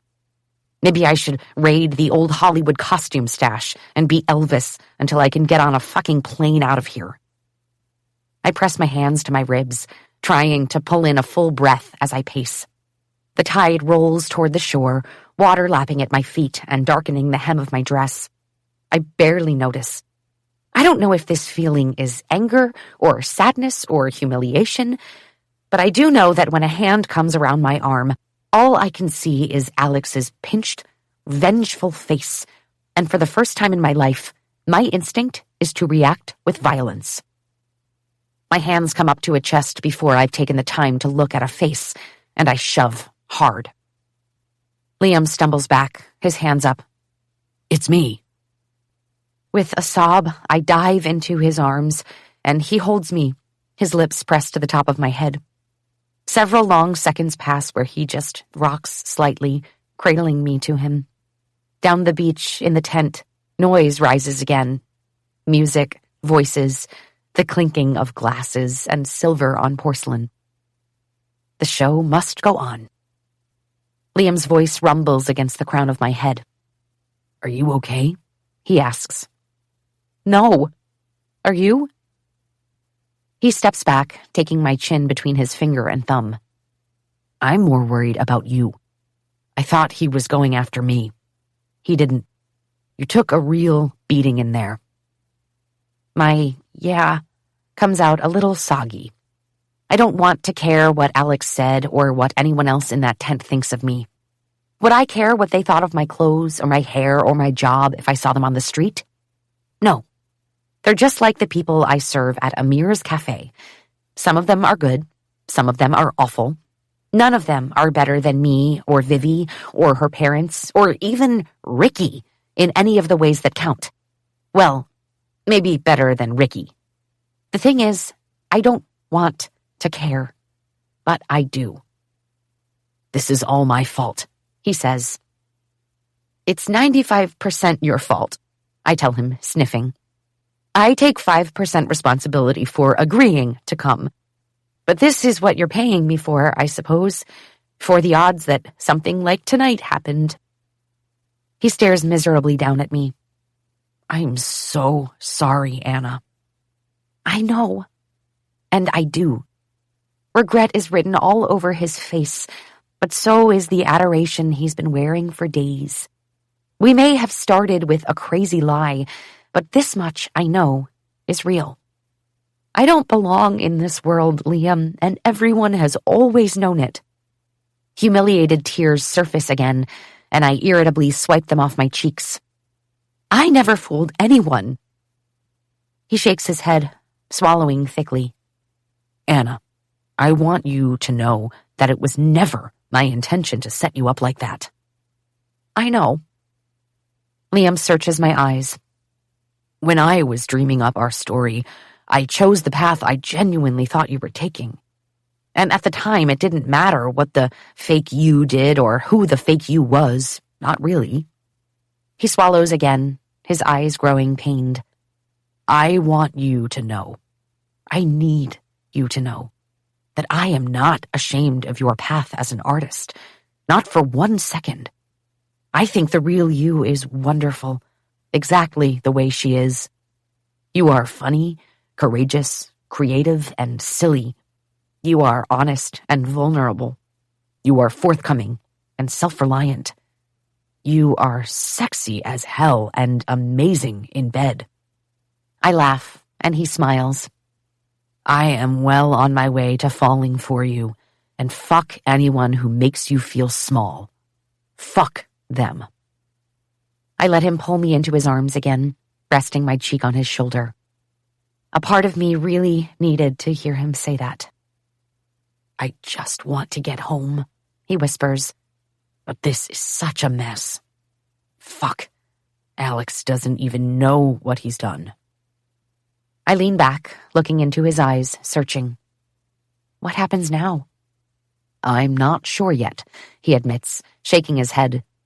Dad got up in there and tried his best to make Alex look drunk and unreliable, and everyone wants to keep eating caviar, so it seems like most guests are laughing it off and planning to gossip their guts out later. He inhales, steadying himself. I'm sure they're all still in there. And when the guests are gone, that's when the real shit will go down. He's not wrong. The guests drift back to their villas, cheerfully drunk and sated in both caviar and gossip. Once everyone's gone and the staff has mostly cleared the tent, Liam and I link hands, exchange a brief kiss of solidarity, and walk inside to find a miserable assortment of Westons. Alex is slumped in a chair, his elbows on his knees, staring grimly at the floor. Ray stands near the bar, face red and neck veins bulging. Next to him is a man I don't know. They talk quietly, each slowly spinning a highball glass filled with what looks like whiskey. Jake leans against a tent pole on the far side of the room, scrolling on his phone. Janet fussily tidies, while Charlie whispers angrily to Kellen in the corner. Only Blair, who I'm guessing has gone to get the kids to bed, is missing. Lucky her. The chandeliers are still lit overhead. Charlie's elaborate cake, half-eaten, sits on a heavy crystal stand, waiting to be boxed up. Gold streamers litter the floor. It's a beautiful mess, and we're walking right into the middle of it. How fitting. As we enter, all eyes turn our way. Nice of you to join us, Alex mumbles. I'm surprised they even came back, Ray says. That little stunt was unfucking believable. Alex looks up in surprise, as if trying to read his father's tone. Which one? Ray laughs humorlessly, pushing off the bar to walk over. Which one? Your speech, you moron. And I truly never imagined a situation in which I'd ever feel bad for Alex Weston again, but this manages to penetrate my anger. Yes, Alex is annoying and intense and an enormous asshole, and I suspect not very effective at his job, and while we're at it, probably a terrible lay, but objectively, Ray deserves a majority of the blame. But Liam steps deeper into the room and addresses his father. Don't blame him. Blame me. I'll blame whoever I want, Ray says, still staring at Alex. Clearly, Alex thought I didn't know about Liam and Anna, and decided sharing it with the world at the same time he was telling me was the way to go. My jaw ratchets slowly open. He knew? This whole time? At my wedding, Charlie sobs. My wedding, Alex! Alex looks around, incredulous. Does no one care that Liam has been lying for years? That he brought a literal gas station attendant to your wedding, Charlie? Oh, fuck him. I think you mean a former gas station attendant, I say, giving him the finger. Liam turns to look at me, laughing despite himself. You think this is funny? Ray asks Liam. You think this is all a game? No, Dad. Liam turns back, sobering. I think this is a very serious, very aggravating situation, and one entirely of your own making. I've told you in every way I can that I didn't want to be part of this company. And still, you keep pushing. You let us right here when Alex is standing there, wanting this. He's a finance nerd, Ray says, exasperated, like he's said this every day of his adult life. It's not a good fit. If you didn't think it was a good fit, you could have trained him to be a better one. You could have sent him elsewhere to gain the experience you thought he lacked, but you didn't do that. Because it makes sense for you to take over. And I don't want the job. Because of the fucking Pisa nonsense. Pisa. The word sparks a memory. Ray and Liam shouting that word on the trail the day of their groomsmen fitting. I feel the room go still, and everyone looks at Liam, who very slowly walks closer to his father and calmly says, "Because of a lot of things. But yes, Dad, because of the Pisa nonsense." I glance around the room, looking for a clue as to what Pisa is. Everyone is pointedly looking somewhere else. Charlie lets out a frustrated growl that mirrors the confused aggravation building in my chest. "What is that?" she yells. "What is Pisa? Just tell me. I've been hearing about this stupid thing for years." "Not now, Charlie," Ray says with seething quiet, his eyes never wavering from Liam. "Why?" she says, standing in her beautiful wedding gown on what should be the most magical night of her life. Her new husband sits at her side, and I wonder if Kellen had any idea what he was getting into. Are all those houses and private islands worth it? "Why not right now?" she presses. "It feels like everything else is coming out tonight, so why not—" "Not now, Charlotte!" Ray roars, turning his eyes to her. Charlie, bursting into tears, runs out of the tent. Kellen follows. Liam sighs, wiping a hand over his mouth. "Well done, Dad." Ray's jaw clenches, and he pulls a sharp breath in through his nose. "What'll it be, Liam? The company and your inheritances, or your pride? I want you to think long and hard about what this could mean." All motion inside me stops. It's the $400 million question. I look around, wondering if anyone else caught his wording. Inheritances. But neither Jake nor Alex seems to have registered it. They simply watch Liam. So maybe they didn't hear it? Is it possible they have no idea what Alex has done? "Just walk," I plead silently to Liam. "Walk away from all of this. None of you need that money, and frankly, none of them deserve it." With a sigh, Liam looks over at me. But before he can speak, Jake steps forward. "He's married, Dad. That's the rule. And look at them. No one can tell me they're not in love." Alex shakes his head. "Maybe they're just fucking." "Who's fucking?" Blair says, choosing this moment to return to the tent. Her timing really is impeccable. Alex deflates, cupping his hand over his forehead. "Jesus Christ." "Doesn't matter," Jake says. "They're married. Legally. I was a witness. In 3 months, it will be 5 years, and the balance of the trust will officially be secured." Ray snaps his fingers. "Peter, want to weigh in?" The stranger I'd forgotten about pushes off the bar, stepping forward and clearing his throat. He slides one hand into his pocket like he's addressing a jury, and immediately I know he must be a lawyer. "The clause in the will stipulates that the grandchildren are required to enter into a marriage based on mutual admiration, respect, love, and devotion," Peter says.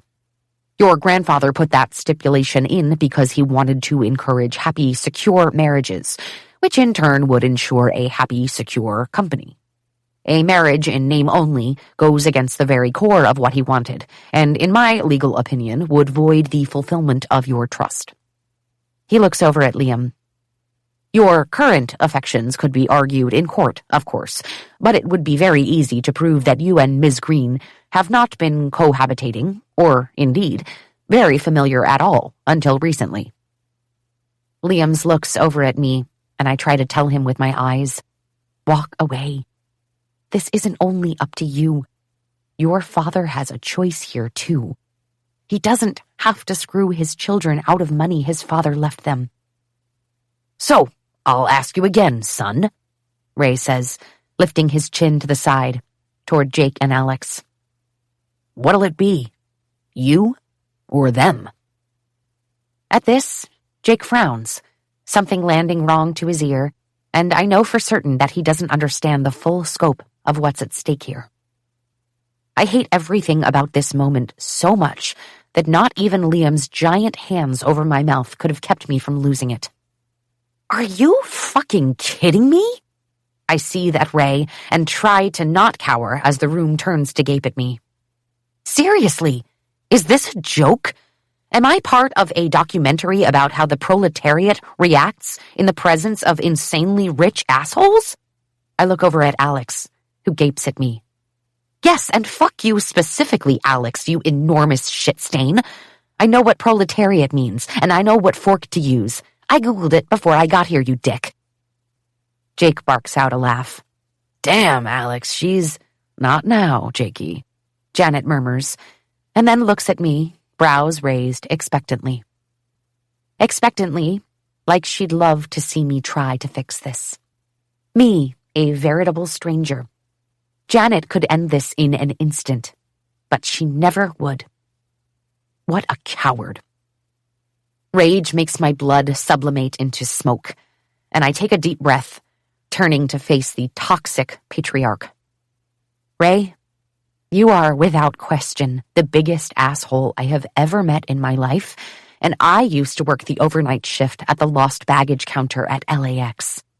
You are a random dude, not a king.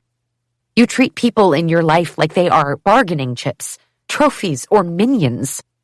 I gesture around the room. These are your sons, not chess pieces. You treat Alex like he's no more valuable than some dirt on your shoe, and treat Liam like he's a Lamborghini you can drive wherever you want. I don't know how you treat Jake, because I'm not sure you even notice him. Do you not see how horrifically poisonous you are? Or how much your children are hurting? How on earth do you sleep at night? Honestly, tell me. Blair lifts a tipsy hand. 2 trazodone and a big glass of red wine works for me. Ray tilts his head at me. Who the fuck are you to come here and talk to me like this? I'm Anna Green. I'm a painter and a daughter and a former convenience store cashier and part-time waitress, and I'm lucky to be married to your son. I don't know what choice Liam is going to make, whether he'll agree to your truly fucked up terms or whether he'll choose himself for the first time in his life. But I can tell you this, no matter what happens tonight, it's only a matter of time before every single person in this room leaves you, and I think you know it. 31. Anna. We find ourselves on a plane about 2 hours later, headed back to Singapore. Apparently, when he's mad enough, Ray Weston can pull some very large, flight-capable strings, but I tell you what, if he thinks banishing us immediately will discourage me from future castigation, he's sorely mistaken. I am delighted to be getting the hell away from that island and everyone still on it. I think the man beside me is also pleased, although it's hard to tell. There isn't a lot of room for personal space on board the amphibious plane, but Liam has wedged a bubble of silence between us anyway. We silently watched the dark jewel of Palau Jinga get smaller and smaller behind us in the night sky, and then he turned forward, leaning his head back against the headrest and closing his eyes. I meant every word I said in that tent, but the ones that stick with me right now are the ones about Liam and how I don't know what he's going to do now. Yes, he's been very clear that he didn't want to come back to the family company, but I have no idea whether he'll put his happiness above his siblings' financial interest. And when Ray stormed out of the tent, yelling for island staff to get me a fucking plane this instant, and the rest of the family had scattered to their various lodgings, 2 people hung back, Peter and Liam. I tried to stick by his side, but Liam had kissed my forehead and told me he'd meet me back at the bungalow. I packed up our suitcases and waited on the balcony, not at all sentimental about leaving that cursed place. But it wasn't Liam who walked toward me from the jetty, but G'day, telling me that Dr. Weston would meet me on board. My man ducked in through the low plane door after I'd been waiting nearly 15 minutes, and I felt a nearly blinding relief. But then he wordlessly sat beside me, took my hand, and turned to look out the window. The desire to know what had gone on in the hour we'd been apart is nearly killing me. But when his breathing evens out and his mouth goes soft, I know he needs sleep more than I need answers. Ray expelled us from the island, but unfortunately, even he lacks the power to change the Singapore Airlines schedule, so our flight to LA remains the same. With nearly 18 hours before we depart, Liam gets us a hotel room in the airport, and I take what has to be one of the most glorious showers of my life. When I emerge, he's standing at the window, staring out at the dark skyline. He doesn't look over when I approach in a bathrobe, but twines his fingers with mine when I take his hand. I tug him toward me. Hey. A frown flickers across his brow, and he squeezes his eyes closed, but he doesn't immediately answer. Liam. At this, he slowly turns his head to look at me. I think I know the answer.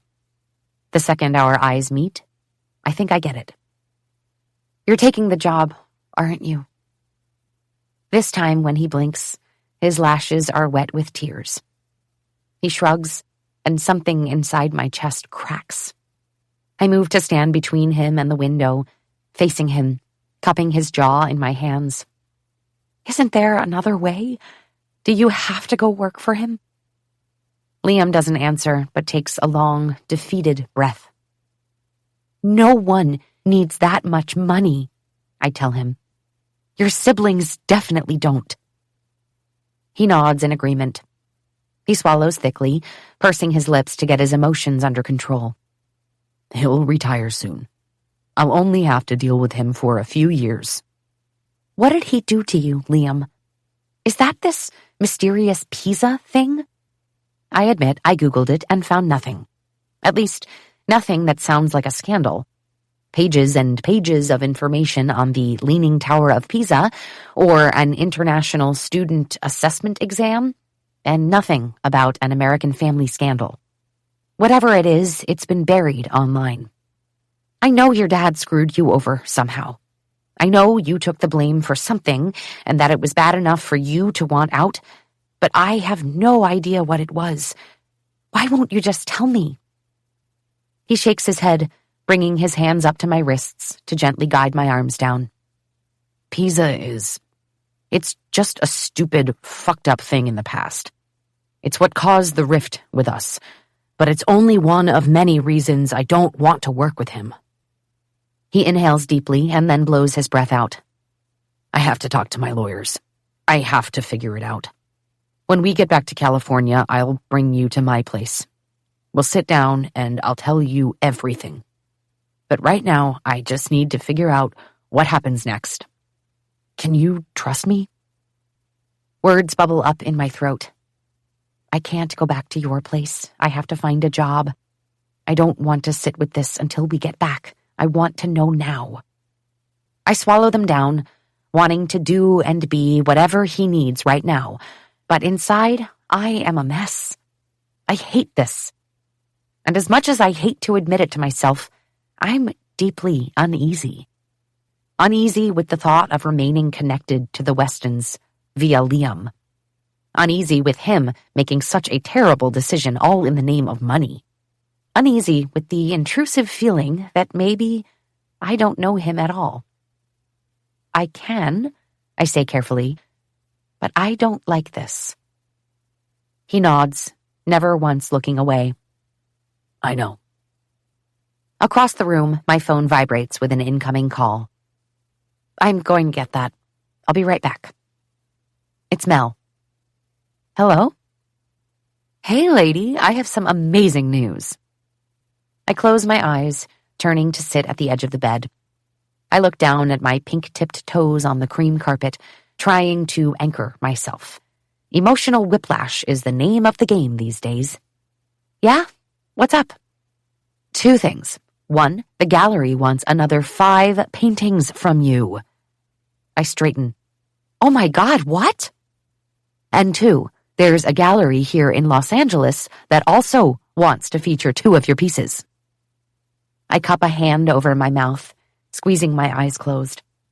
It must be the cocktail of emotions in my meager body, because it's my turn to cry.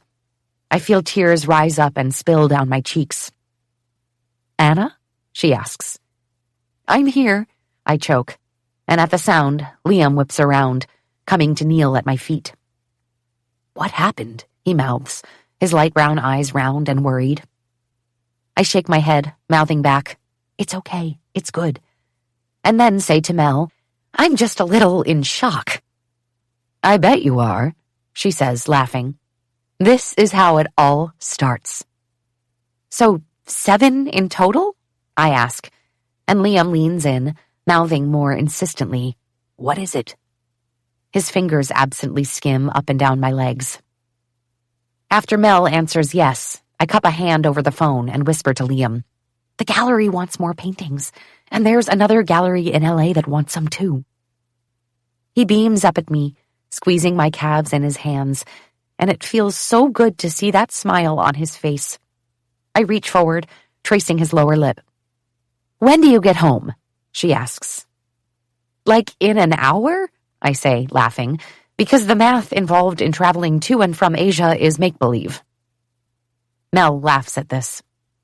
"Okay, well, call me as soon as you're settled so we can get this sorted." "I will. Hopefully people will get to see them this time," she says, laughing. "Right?" I say, laughing back, and then my joy is turned briefly on its side. I think I've misheard her. "Wait, what do you mean?" "Oh, you know, because the original 3 were purchased before the show even opened." I blink. "Before the show opened?" I ask, and then I understand. I hadn't spaced the gallery opening. It hadn't even happened yet. With a sinking feeling in my gut, I ask, "Who was the buyer?" "Anonymous." I stare at Liam, kneeling in front of me, so happy for me. So proud, so unsurprised by all of this. "Anonymous buyer," I say quietly, and his smile falters for just a breath. "At 5 times the sticker price, too." "Amen," Mel sings. "Okay, sweets, I'm hopping on another call, but we'll talk soon." "Absolutely." Numbly, I press end call and stare down at the phone in my hands. "So?" Liam says, tracing his fingers up and down the back of my calves. "Tell me the good news." I turn my face up to him. "It was you, wasn't it?" His expression freezes, and then he tries on another smile. "What was me?" "The buyer," I say. "The person who bought the first 3 paintings." Liam's eyes flicker back and forth between mine. I silently beg him not to lie. "Yes," he admits, finally. A stone drops in the hollow of my chest. "Why?" "Because you wanted it so much," he says. "Because this is how these things work. Buzz builds." "You've never even seen my art." "I saw it in your apartment before we left. I've seen your drawings on the island." I move to stand, and he has to shift back, standing too, reaching for my hands, but I pull them up to my chest, curl them into my body. I shake my head, out of words.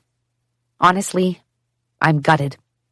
I feel so incredibly stupid. God, why? Because I thought the person who bought the paintings had seen them and loved them. I have seen them. I will love them because you made them. This isn't a 3rd-grade art project, Liam. That's not how it works. He steps closer, but I turn and walk over to the dresser. "Anna, getting noticed in the art world is..." "Are you really going to explain this to me? Because you've spent so much time in art circles?" He frowns. "Well, I do know a bit." "Because your family is wealthy and you know a lot of patrons?" Liam steps back, sits at the end of the bed facing me, He's still dressed in his suit from the wedding, and I'm suddenly so happy that I showered, that I washed every trace of that place off me. "Okay, stop," he says. "It was only a few $1,000s. "Only a few—" I cut off, so irate that I'm shaking.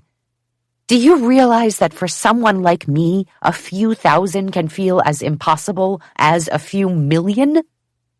"This isn't about our backgrounds," he says steadily, so calm. "This isn't about money.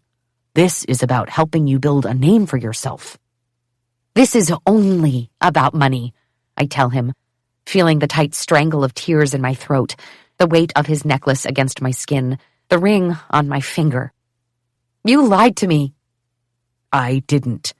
"You absolutely did. When Mel called the first time with the news that the painting sold, you could have told me it was you. Better yet, you could have told me before you did it. You could have run it by me." I stare at him, devastated. "How long were you going to let me think that someone else bought them?" Liam sits up and runs a hand through his hair. "I thought it would be romantic if you saw them for the first time in my house."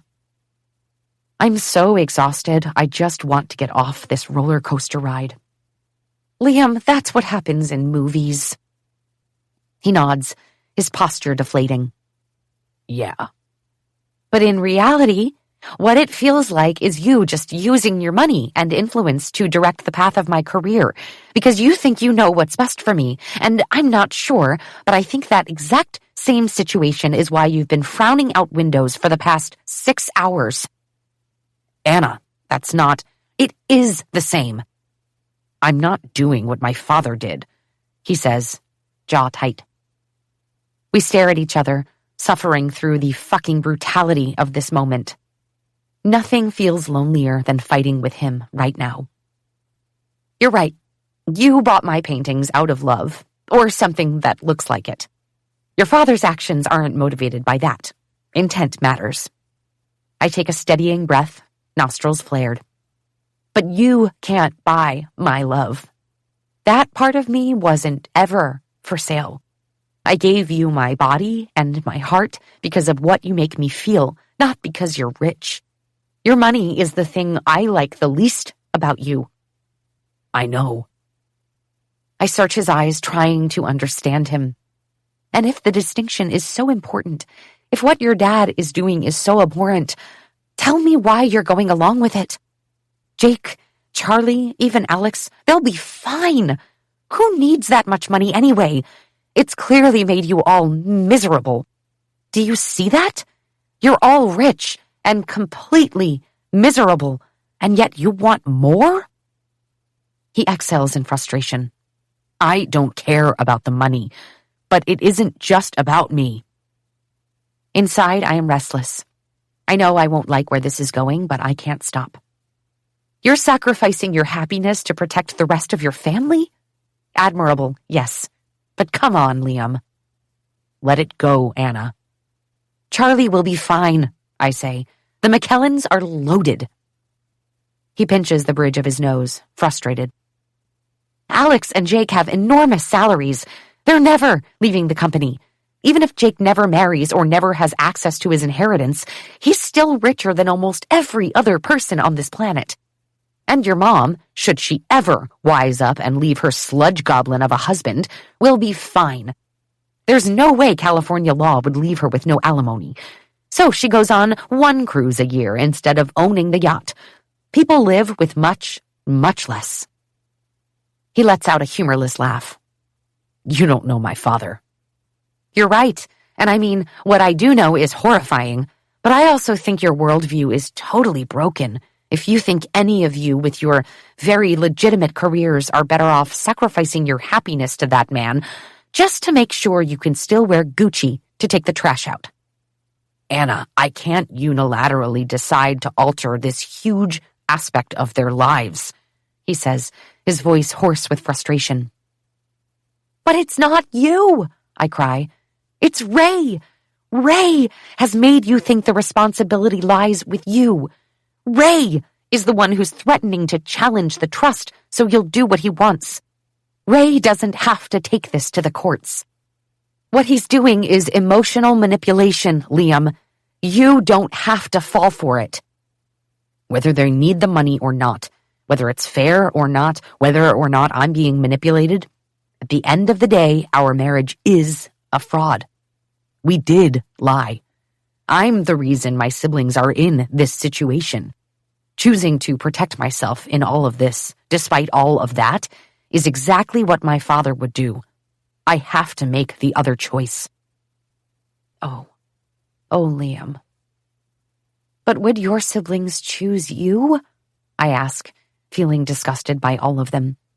You know they wouldn't, Liam. Maybe they love you, but they're broken. I take a step closer. How many of them spoke up to protect Tui at the restaurant? How many of them blinked about buying a house because Charlie's rental flooded? They brought who knows how much crap and garbage to a protected island in the middle of the ocean. If you ask them to pick between you and money, they will choose money every time. You don't know that, he says quietly. Maybe not, I say, but I think you do. I'm the only one here offering you unconditional support and love, and I'm not even asking you to choose me. I'm asking you to choose yourself, because they won't. Liam's expression shuts down, and I know I've gone too far, but I don't care.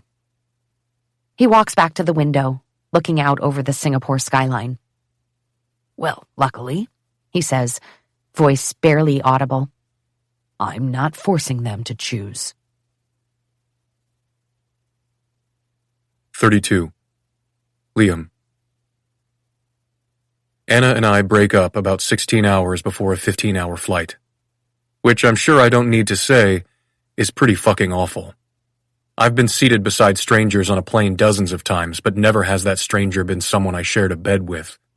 Never has that stranger been someone who looked at me and saw all of the good things I want to embody.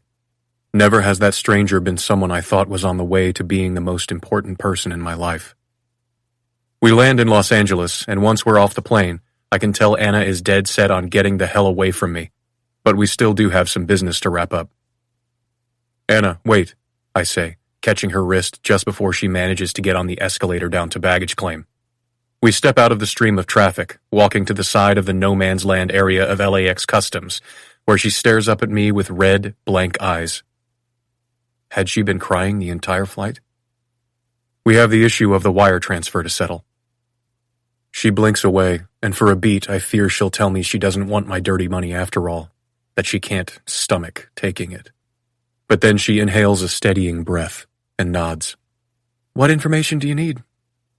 Your routing number, I tell her, and your account number. I can text it. I think it's better to write it down.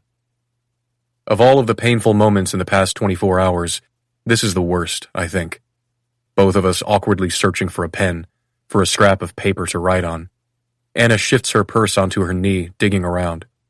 I got it, she says, pulling out a pen from the Crown Plaza Hotel at Changi Airport, and a receipt for something she must have bought to eat after she left me alone in the hotel room. I stare helplessly as she swipes her phone awake, opens her banking app. I stare down at the screen, blankness washing through me as I realize her checking account has about $20 in it. She's already used the $10,000 I sent her to pay her father's medical bills. Anna writes down her account number, the routing number. She straightens and hands it to me, not meeting my eyes. I glance down and my chest twists as I realize it's on the back of a receipt for a cheap hot dog. I'll send it tonight. Don't send more than we agreed on, she says. Anna, I know you, Liam. I don't want you to send more. I nod, miserable. At this moment, I truly hate my father. I also hate myself. I hate the mess this has made and how many lives will be affected if I don't figure this out. Not just my family, all of them. I realize she's waiting for me to break the tension, release us both. That it probably feels impolite to just turn and walk away after someone has assured you that they'll be sending $90,000 to your bank account. So I gesture for her to lead us back to the escalator, where Anna collects her bags and wordlessly disappears into the crowd headed to the taxi line. I watch her until I can't even see the pink of her hair anymore, knowing it's entirely possible I will never see my wife again. I may not see her again, but she'll still be everywhere I look. While I was away, her 3 paintings were delivered to my house. I avoid unpacking clothes that likely smell of Anna by meticulously hanging her paintings instead.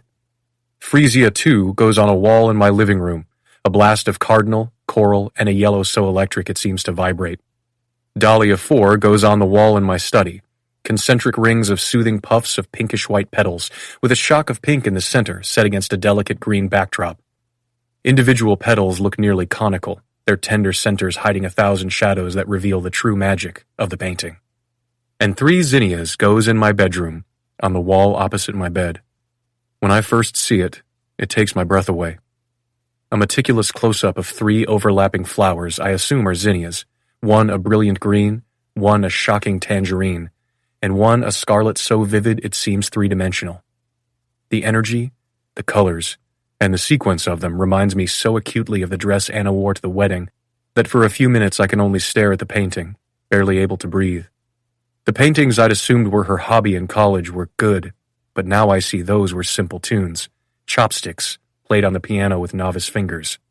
These pieces are her symphony, the result of natural talent and years of honing her craft. Truthfully, all 3 are amazing. I wish I had seen them before buying them, only so she would have seen the honesty in my expression when I told her I loved them, that I believe in her talent. I'm drained, but I can't sleep. Haven't eaten all day, but I'm not hungry. Collapsing on the couch, I stare at Frisia 2 until my eyes lose focus and I have no more mental defenses left. Thoughts pummel me. I have to agree to my father's demands. I'll have to let go of my faculty position. I'll have to let go of Anna. My brain makes these depressing rounds over and over. My phone buzzes on the couch beside me and I pick it up, staring at Jake's profile photo. For a few rings, I consider letting it go. I'm pretty sure Blair and the kids left early, but the others have just left the island for Singapore, which means Jake is with Dad. Maybe, just maybe, something has happened to get me out of this. Jake. Hey! The second I hear the frustration in his single syllable, I know nothing has changed. I press the heel of my free hand to my eye. What's up? Was just calling to check on you. You and Anna get back safely? Yeah, she left for her place straight from LAX. I caught a flight to San Jose. Just got home. He pauses. You guys leave things in a good place? Not particularly. Dad wants to destroy her. She's your friend, I remind him with a trace of sarcasm. I'm sure you've been defending her. He's quiet on the other end. You know I don't fucking bother getting into it with him, Liam. I know it isn't your way, but we all do what we have to do. Don't start with me right now. Yeah, well, I say with a sigh. It doesn't matter anyway. I'll give him what he wants. My brother falls quiet again for a few seconds. What does that mean? It means I'll come on board. Does he know that? I haven't officially confirmed it yet. I frowned down at my watch, trying to do the time zone math. Where are you? Singapore, in the lounge. He and Mom went to get a drink. I'm sure he'll call soon. I close my eyes.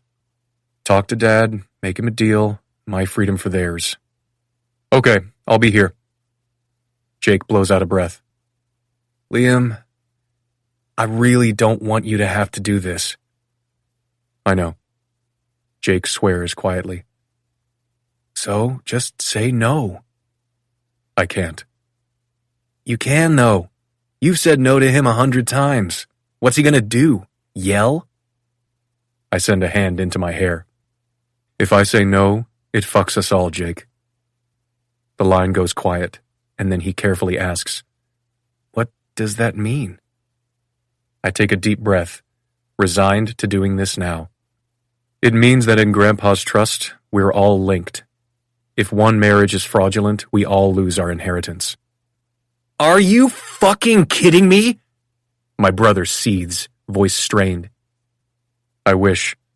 And Dad knows. He and I haven't solidified an agreement, but it's clear to me from my chat with Peter back on the island that if I come on board, Dad won't enforce it. If I say no to him, I get the sense that he'll challenge the trust and probate. Anna was right. It's so manipulative. My stomach rolls, nausea washing me out. He really wants you that fucking bad. More likely he wants to win the battle, I say, exhausted.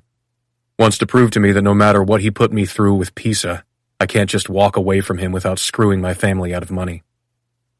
Jake exhales a long, shocked breath, and in the silence that follows, my thoughts turn down a different path. When I say it out loud, it sounds insane. It sounds pathological.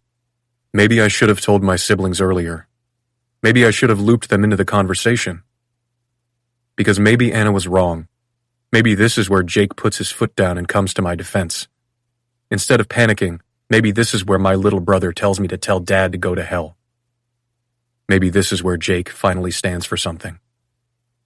Man, Jake says quietly, that sucks, but I get it. If we'd all lose the money, I guess it makes sense. Thanks for taking one for the team, Liam. I squint at the wall across the room as his words land. Thanks for taking one for the team, Liam. And this, right here, is why I didn't tell Jake. This is why I didn't tell any of them. Because I didn't want confirmation of that crystalline truth Anna articulated so easily. They love you, but they're broken. They will choose money every time. There's shuffling on the other end of the line. Jake's voice is muffled, almost like he's holding his phone against his chest. But I hear him say my name, and then, yeah, and then he's back. Liam? Dad's here. Okay if I put him on? I sigh, leaning my head back against the couch. I thought I had another day or two before doing this, but fuck it. Why not? What time is it there? Dad asks, no greeting. Around 1 a.m. Well, it's 4 p.m. tomorrow here, and I gotta tell you, the future's pretty bright, kid. I squint into the darkness of my living room. Is he making a joke right now? Yeah? Yeah, he says. We take off in a couple hours. Are you going to give me an answer before I come home? I want you to promise me something first. I'm not sure you're in a position to make any demands, but shoot your shot, kid. I want you to step down immediately. His laughter carries over the line. That's not happening. There will be a 3-year transition period. You'd force me to do this? I'm offering you the company on a platter and you call it forcing you? Unbelievable. Unbelievable? You're blackmailing me with my siblings' inheritance. Leverage, Liam. It's an important distinction. He laughs again. And how's this? I'll put in writing that I won't release the remaining PISA documents in return. My thoughts stutter. The remaining PISA documents? The ones that leaked years ago tell a story of a teenage boy building a technology for his family company and ostensibly using it to spy on employees. The remaining confidential documents tell a story that is much, much worse. What are you talking about? Dad laughs once, delighted. I had you either way, kiddo. I stare, unseeing, at Anna's painting as it all sinks in. If Alex hadn't melted down in public and revealed that my marriage to Anna was bullshit, conveniently taking himself out of contention for the CEO position at the same time, then Dad would have threatened to release more PISA documents, knowing I'd lose my faculty position, knowing I'd struggle to find a job anywhere. He would have used leverage no matter what. He had me completely cornered, and he knew it this whole time. Do you even want me in the role? I ask him. Or did you just not want to lose? Come on, don't be dramatic. Dramatic? I ask. If you pin the full truth of PISA on me, I'll be ruined. At worst, you'd have to do some damage control. At worst? At best, I do damage control. At worst, I'm destroyed, Dad. What the fuck does it matter, Liam? I'm not releasing PISA because you're going to be the good brother and protect the trust. You've already said yes. I blink into focus, looking up at Frisia too. I see Anna in every single stroke of the paintbrush, every wild, vibrant streak of color. When I close my eyes, I hear her infectious giggle, remembering the way her eyes shone with victory every time she made me laugh. Is your name really Weston? That diamond is the size of my nipple. I swear, I blacked out after one particularly delicate part of the Brazilian. At one point, they had me get on my hands and knees. I let my mind wander away from my father and back to that moment of unbridled joy when Anna slapped her silicone bra onto the shoulder of my jacket. When she looked me in the eye and told me our night in the pavilion kitchen had been the best night of her life. When she stared up at me with infatuation and lust in our bed as the hours blurred past. And I remember how she looked answering the door that morning barely 2 weeks ago. Pantsless, baked, a rumpled mess. She was stressed, but she was glowing. She was unemployed, but she was still fighting. She was penniless, but she was living.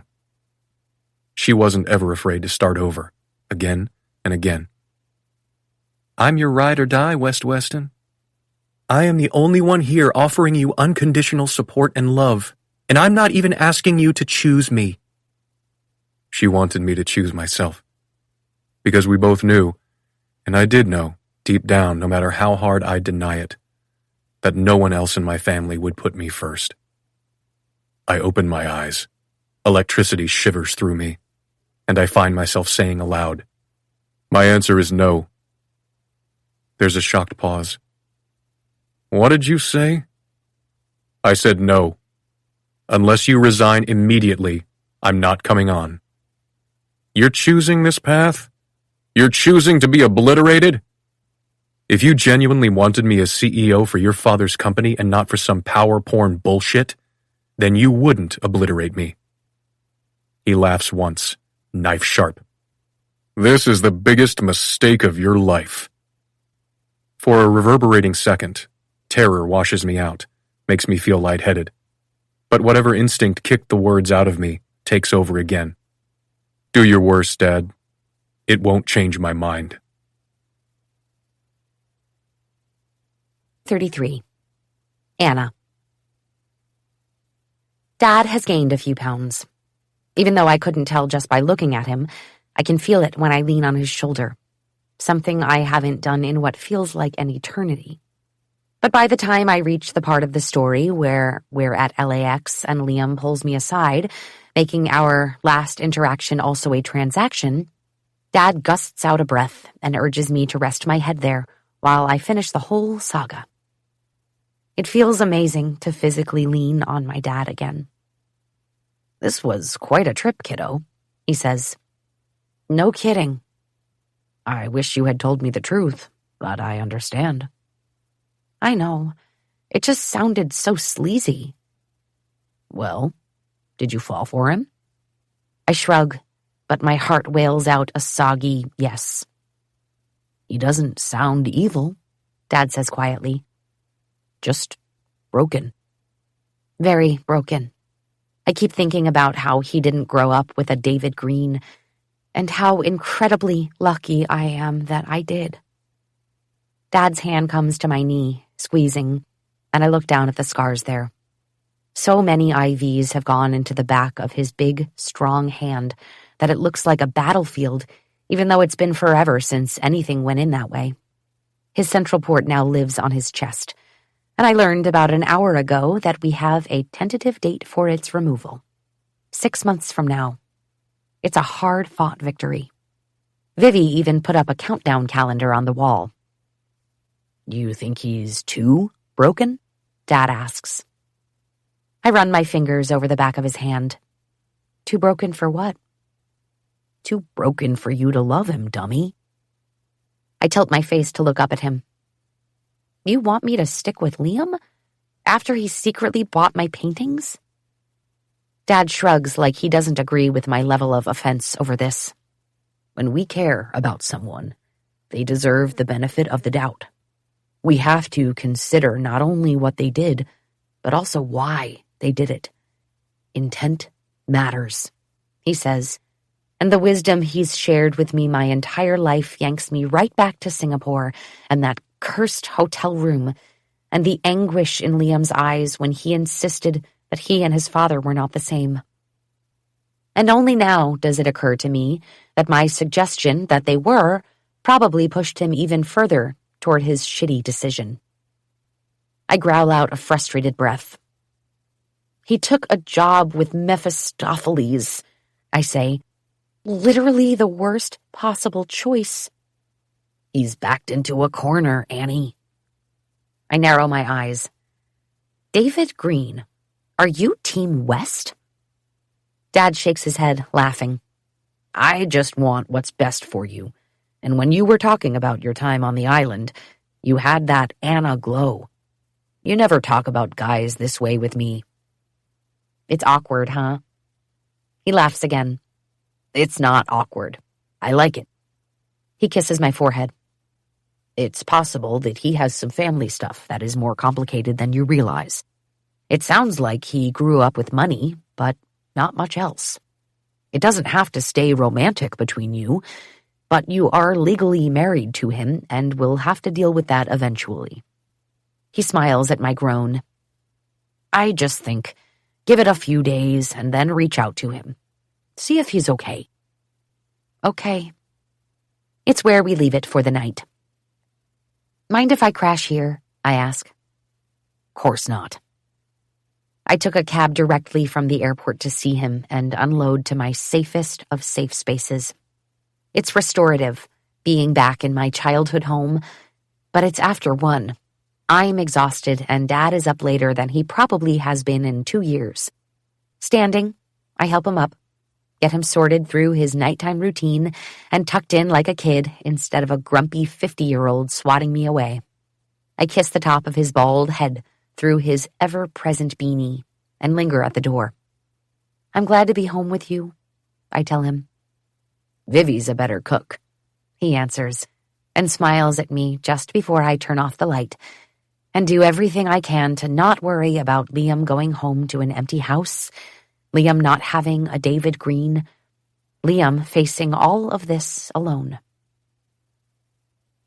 Vivi a better cook than me? Yeah, right. I've planned to have pancakes, bacon, and scrambled eggs ready for Dad, and when he walks into the kitchen around 9 the next morning, that's exactly what he gets. Mostly. What's this? Breakfast, I say, offended. Dad sits at the breakfast bar, pulling the plate closer and sniffing it.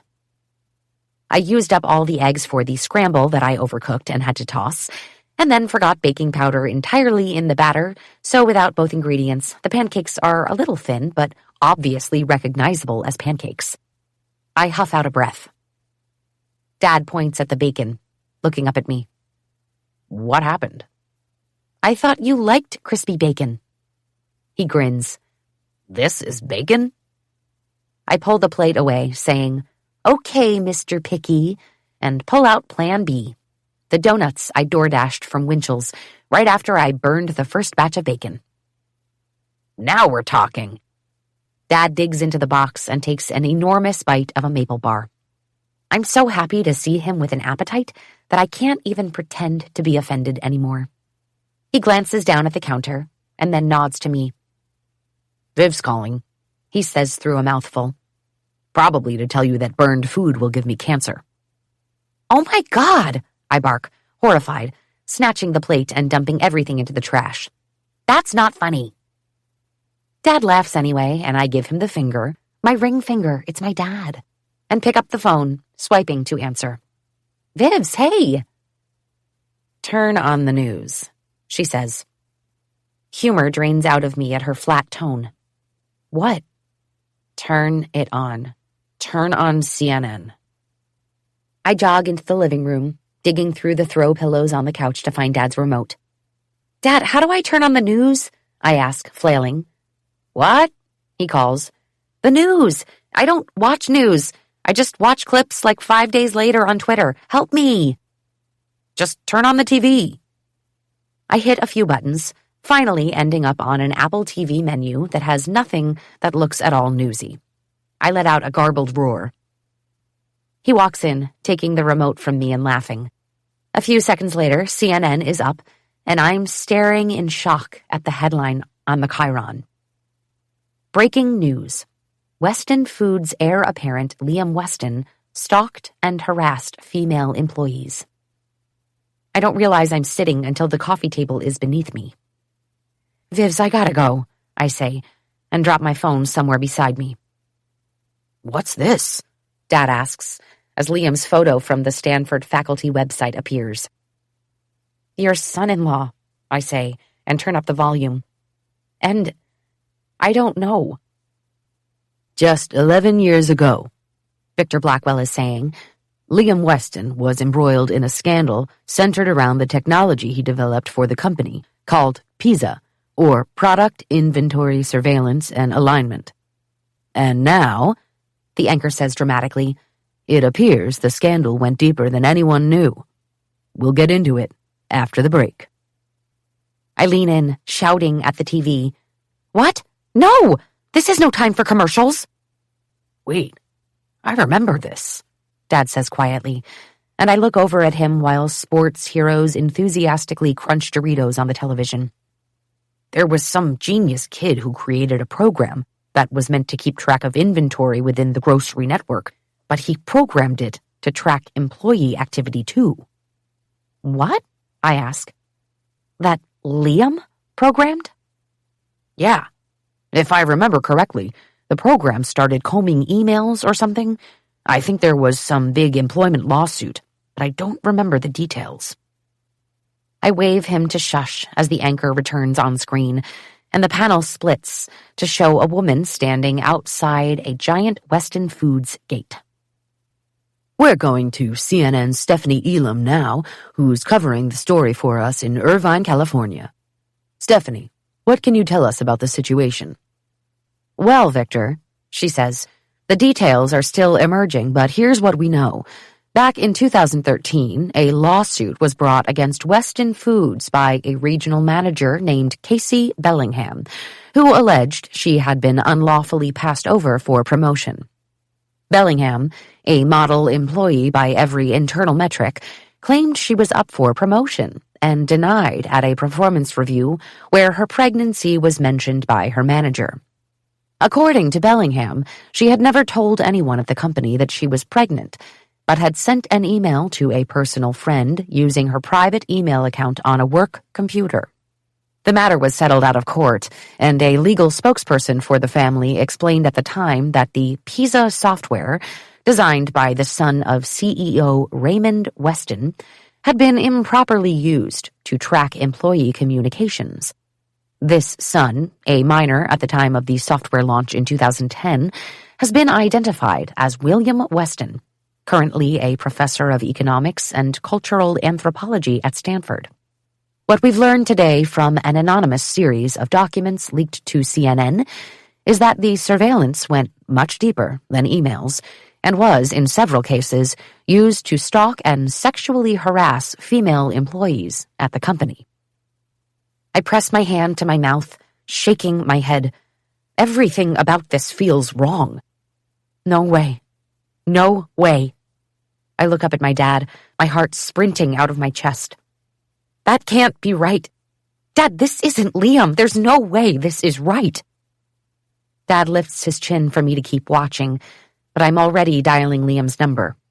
It immediately goes to a message saying the voicemail is full.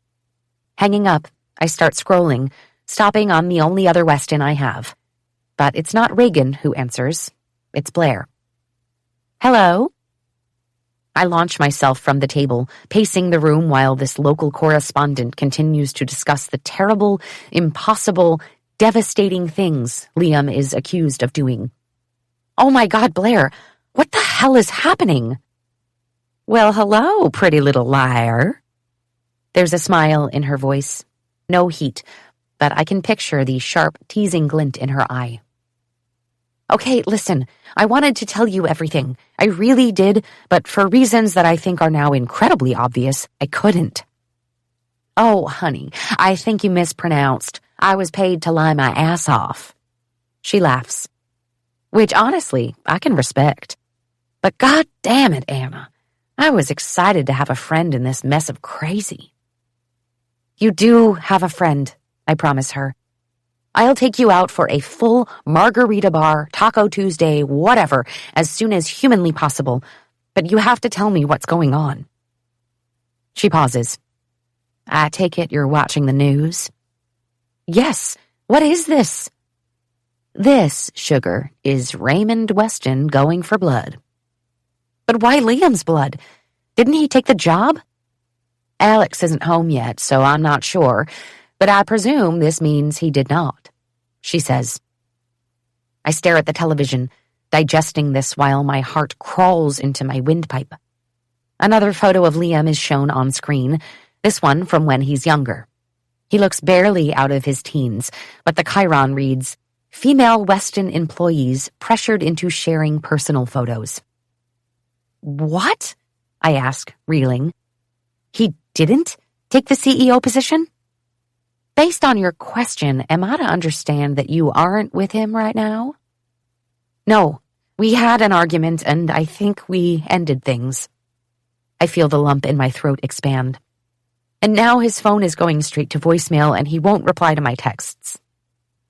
Blair lets loose a long sigh. All these years and I knew this would come back around. Will you tell me what it is, Blair? Is this how Ray screwed Liam over? Were you so busy fucking that boy 6 ways to Sunday that he never told you about the shit Ray pulled? Damn, she says, smacking her lips. This tastes like envy. Can you please just focus? I'm standing here watching the news say that Liam used software he created to spy on and sexually harass female Weston's employees, and I cannot believe he would ever do that. Well, Blair says simply, then don't. Relieved, I crumple down onto the couch. Okay, I'm really not supposed to be talking about this. Ray paid a shit ton of money to have it scrubbed from Google searches, but I guess the talking heads never forget. I hear the click of spiked heels against tiled floors, and the soft sound of a door being closed. So if someone asks, you didn't get this from me, but here we go. PISA. It's an acronym for the program Liam built while he was in school. Was only ever meant to monitor inventory across stores, she says. It was a great idea, really. The entire goal of it was to reduce food waste. My chest seizes at this, an inward protective growl. But when Ray wanted more transparency in his employees' activities, she says, and I hear the leaning air quotes in her words, Liam did what Daddy said and modified the software to not only track ordering systems, but to log specific keywords in all of the programs, including emails. Casey was just the start of it. She hums as if thinking this through.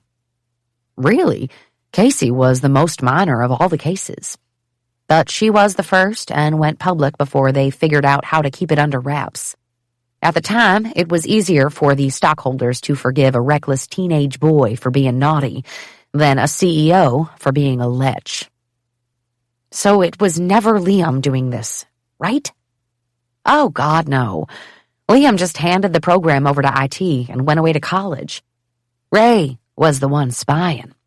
Ray was the one starting up conversations with employees, making them feel special for becoming friendly with the CEO, and eventually pressuring them to send him photos or share personal information. My stomach sinks. How old was Liam when all this happened? Let's see. He developed the software when he was 15 to maybe 17, and the scandal broke about 3 years later.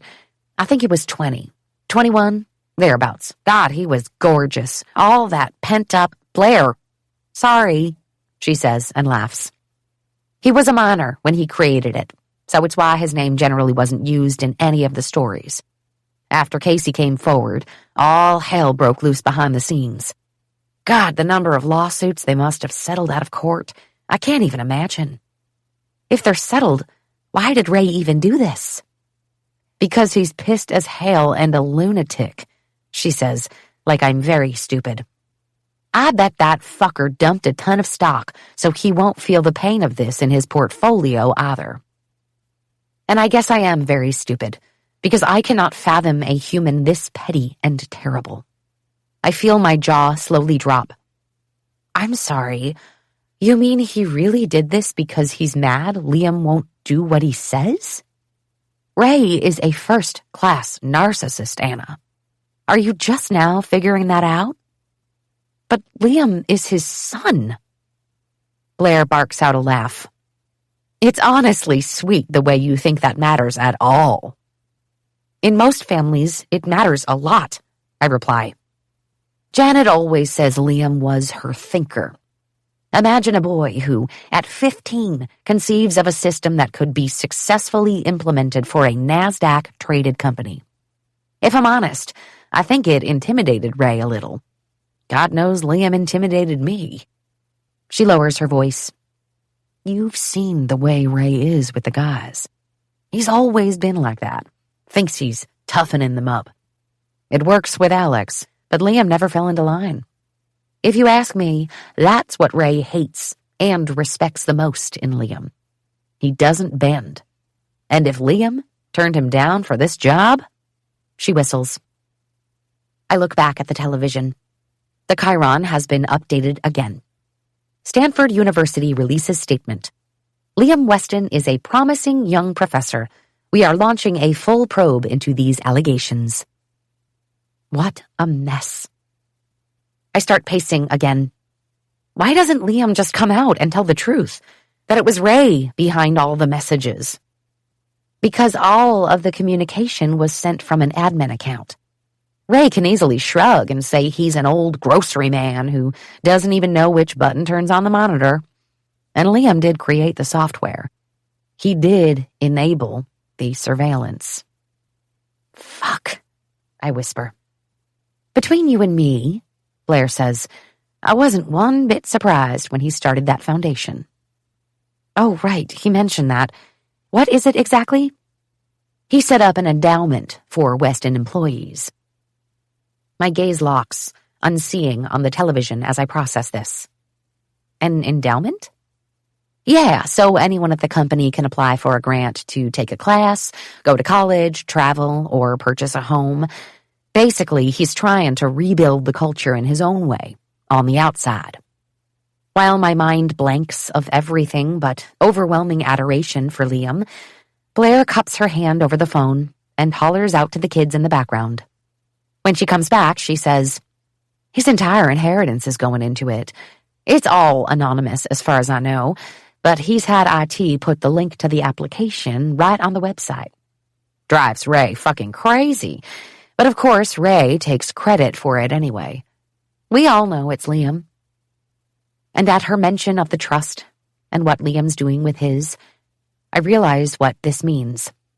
Liam said no to Ray. He chose himself. Ray could and will challenge the inheritance.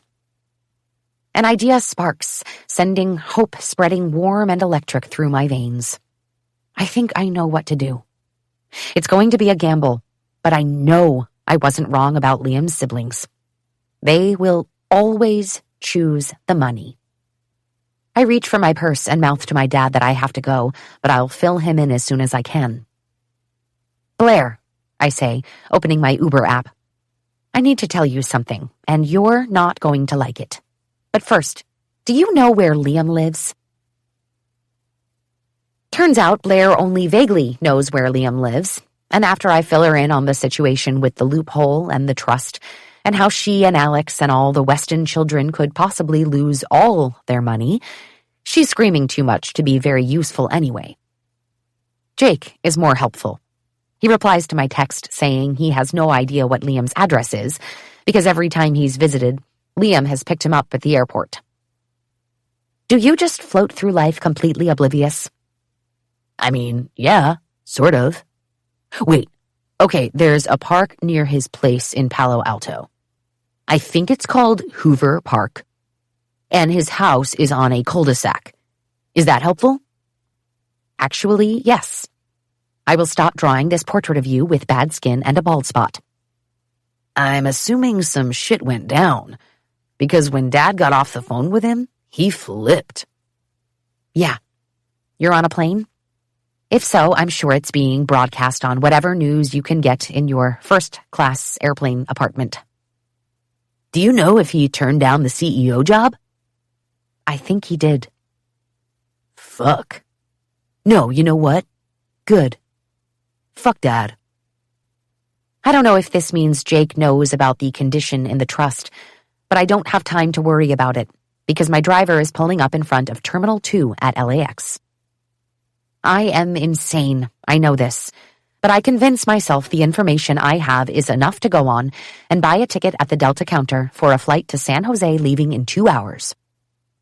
While waiting at my gate, I discover that nearly every residential street in Palo Alto is a cul-de-sac.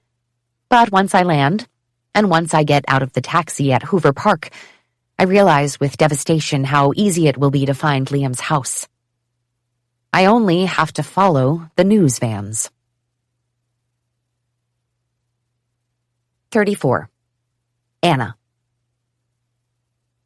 They are everywhere.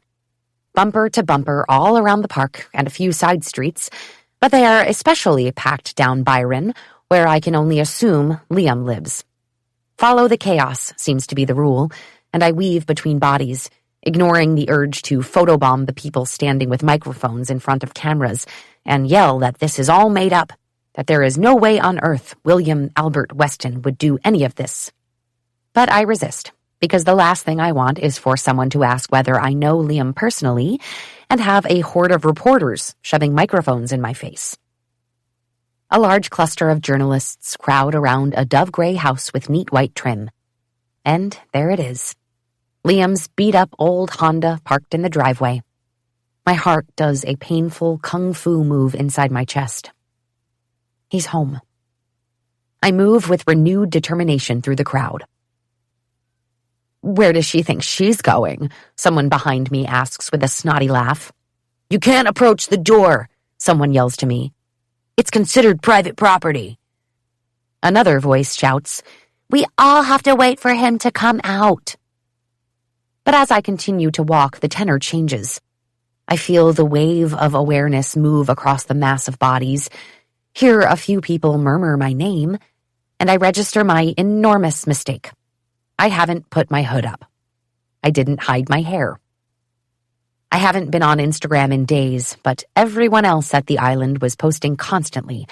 And given that I am legally married to the hottest Weston sibling, and given that the Westons were the celebrities of the entire vacation, it's 100% assured that my mostly inactive account with 52 followers has been tagged in many, many photos. Any journalist worth their salt knows everything there is to know about Liam, and that now includes me and the shitstorm that happened at the wedding. Anna, a man yells. That's Anna Green. That's the wife. And from there, everything devolves into chaos. My name is shouted in a cacophony of voices so ear-splitting, it triggers a strange instinct to cry in panic. Mics are shoved in my face. Hands come up to my shoulders, my back. Do you have any comment about the scandal? Can you tell us what you think about Alex Weston's statements? Have you and Liam consummated the marriage? Have you spoken to Ray Weston? Anna, is it true you and Liam are expecting a baby? Jesus Christ. Arms try to guide me this way and that. Journalists step in my path, blocking me in so I have to Tetris my way through the narrow path of bodies. There are so many people around me that I don't know which way I'm walking until I suddenly find myself in the middle of the street and have to redirect back over toward Liam's house. There are a few nice humans who are trying to help me, but most are hoping to get a photo, a word, anything out of me. Do you know if Liam Weston has any comments about what his brother said? Anna, over here, one photo, please. Is your marriage to Liam Weston legitimate? Please, I say. Please just let me through. A murmur rises up farther away in the crowd, and all hell breaks loose. Just beside my ear, one of the helpers yells, Over here, over here. The crowd screams, Liam! In unison. Only seconds before an arm comes firmly around my shoulders, and I'm pulled into a solid chest and ushered through the crowd. Liam. I gust out a sob, wrapping my arms around his waist. I got you, he says. I got you. My face is pressed to his shoulder, and his voice vibrates through me as he calmly says, Let us through. Excuse us. No, excuse us. And when a strange hand comes around my forearm, Liam's voice turns deep and sharp. Do not touch her. Finally, we break through and reach his front steps, where he pushes me up to the porch, swings his door open, and slams it quickly behind us. The chaos seems to melt away outside, and Liam and I stand facing each other for a few breathless seconds before I burst forward, throwing myself into his arms. "I didn't know," I sob. "I know." His arms come around me, his hand cupping my head, smoothing my hair. "You didn't tell me." "I'm sorry. I know you didn't do any of this, Liam. I know what happened." I step back, and he looks down at me with confusion. "I talked to Blair, and she explained everything. We have to fight this. You have to go out there and say that you absolutely did not do any of the things they're saying." He frowns down at me. "I don't need to." "You do," I insist, sucking in a very ugly, very wet breath. "I need everyone to know that you would never, not in any universe, do these things." His eyes soften. "Anna." "Were you afraid of telling me?" I ask. "Were you afraid that I wouldn't believe you?" "Anna," he says again, bemused.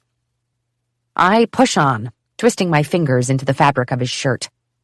"I know we only just reconnected, and I know we're still new. Wait, I think we broke up, but can we get back together?" "Anna," he says more firmly, and I panic because what if he doesn't want to give this a go anymore? "No, Liam, let me say this, because with context, all of it makes sense now. I get why you almost took the job, but then you didn't?" I ask. "Did you decide it wasn't worth it? Because I fucking agree. Even though you needed the money for your foundation. God, you are amazing. Do you know that?" I frown a little. "Well, I still don't love that you bought the paintings, but..." Liam takes one step to the side and color catches my eyes. Oh. I clap a hand over my mouth. There she is, Frisia too, just behind him on the wall. He already hung my paintings? I burst into tears again. "Oh my God, okay, I forgive you. Oh my God, you were right. The movie version is actually really romantic, and you put it up there, which means maybe you still want to make a go of this?" I search his eyes, which have gone warm with amusement. "I want to be your girlfriend, your wife." I wince at this, recalibrating. "Maybe let's date until the wife thing feels right. Whatever my label is, I would very much like to go out on that porch and tell every asshole out there exactly where they can shove their news cycle." Liam steps forward, cupping my face and kissing me firmly on the mouth. He pulls away an inch to say, "Anna, please shut up." I gasp in offense, and then melt into confusion. That was a very perplexing sequence of actions.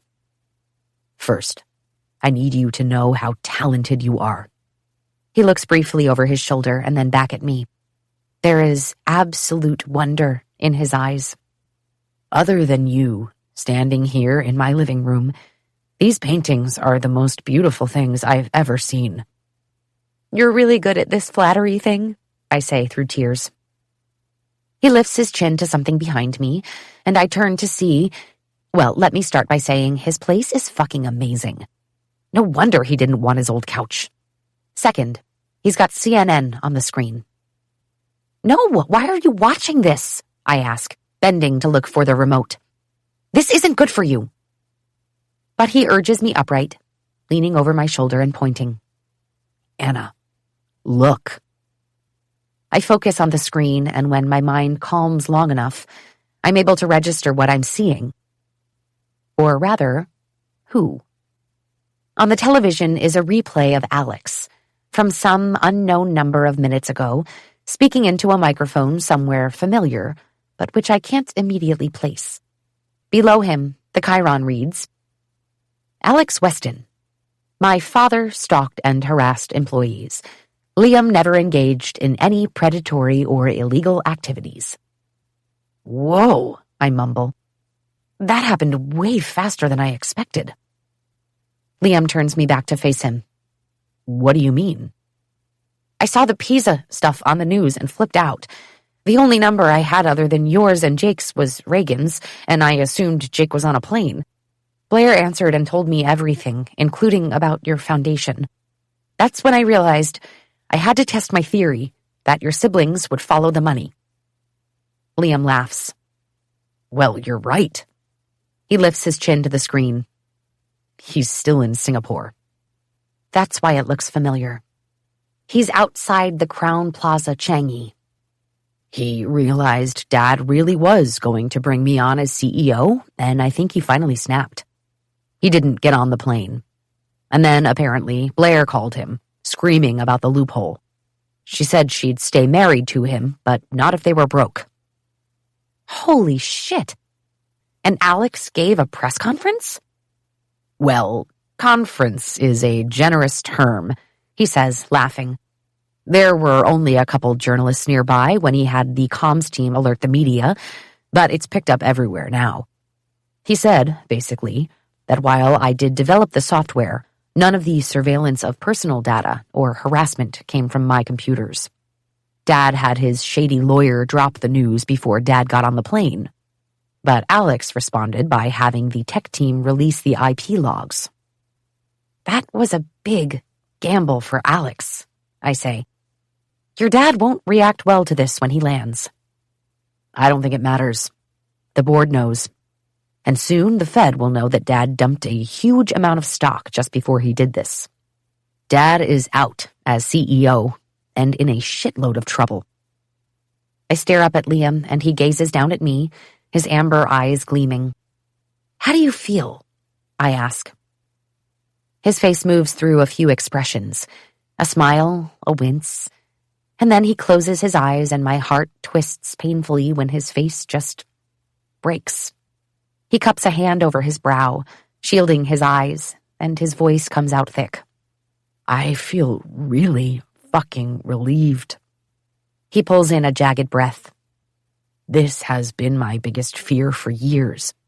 That Dad would drop the worst of it, that it would leak, that it all would get pinned on me again and it would destroy everything I've worked for. I don't know what to do with all of these emotions, but some bodily instinct does, because I step close, wrapping my arms around his waist and pressing my face to that perfect space between his neck and shoulder. Oh, sweetie. I knew there was more, you know, he says, and folds me into his arms. My family didn't talk about it specifically, but I always knew there was much worse stuff out there. He used me the first time, and it was just horrible. My name was kept mostly out of the press, but everyone in our circle knew who it was. Professors in my business program looked at me differently. He swallows. I switched majors, decided to turn to academia. I knew my dad could totally ruin me again, and worse, but I never really thought he would. I just thought, if I can keep my distance, if I can find another career, if I can be married, settled elsewhere, he'll move on. I can do good from the outside with the foundation. He won't expect me to come back. I realized at the wedding that I was wrong. He hadn't moved on, and he still had that leverage. Not anymore, I say. He exhales a huge breath and laughs through tears. Not anymore. Because of you. And the trust?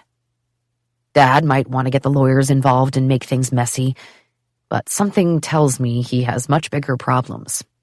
He's going to want his kids on his side, and that won't happen if he challenges Grandpa's trust. I am so happy for him. So relieved, so grateful that Alex, someone I'm sure to feel conflicted about for the rest of my days, actually did something brave and useful. For money, sure, but credit where credit is due.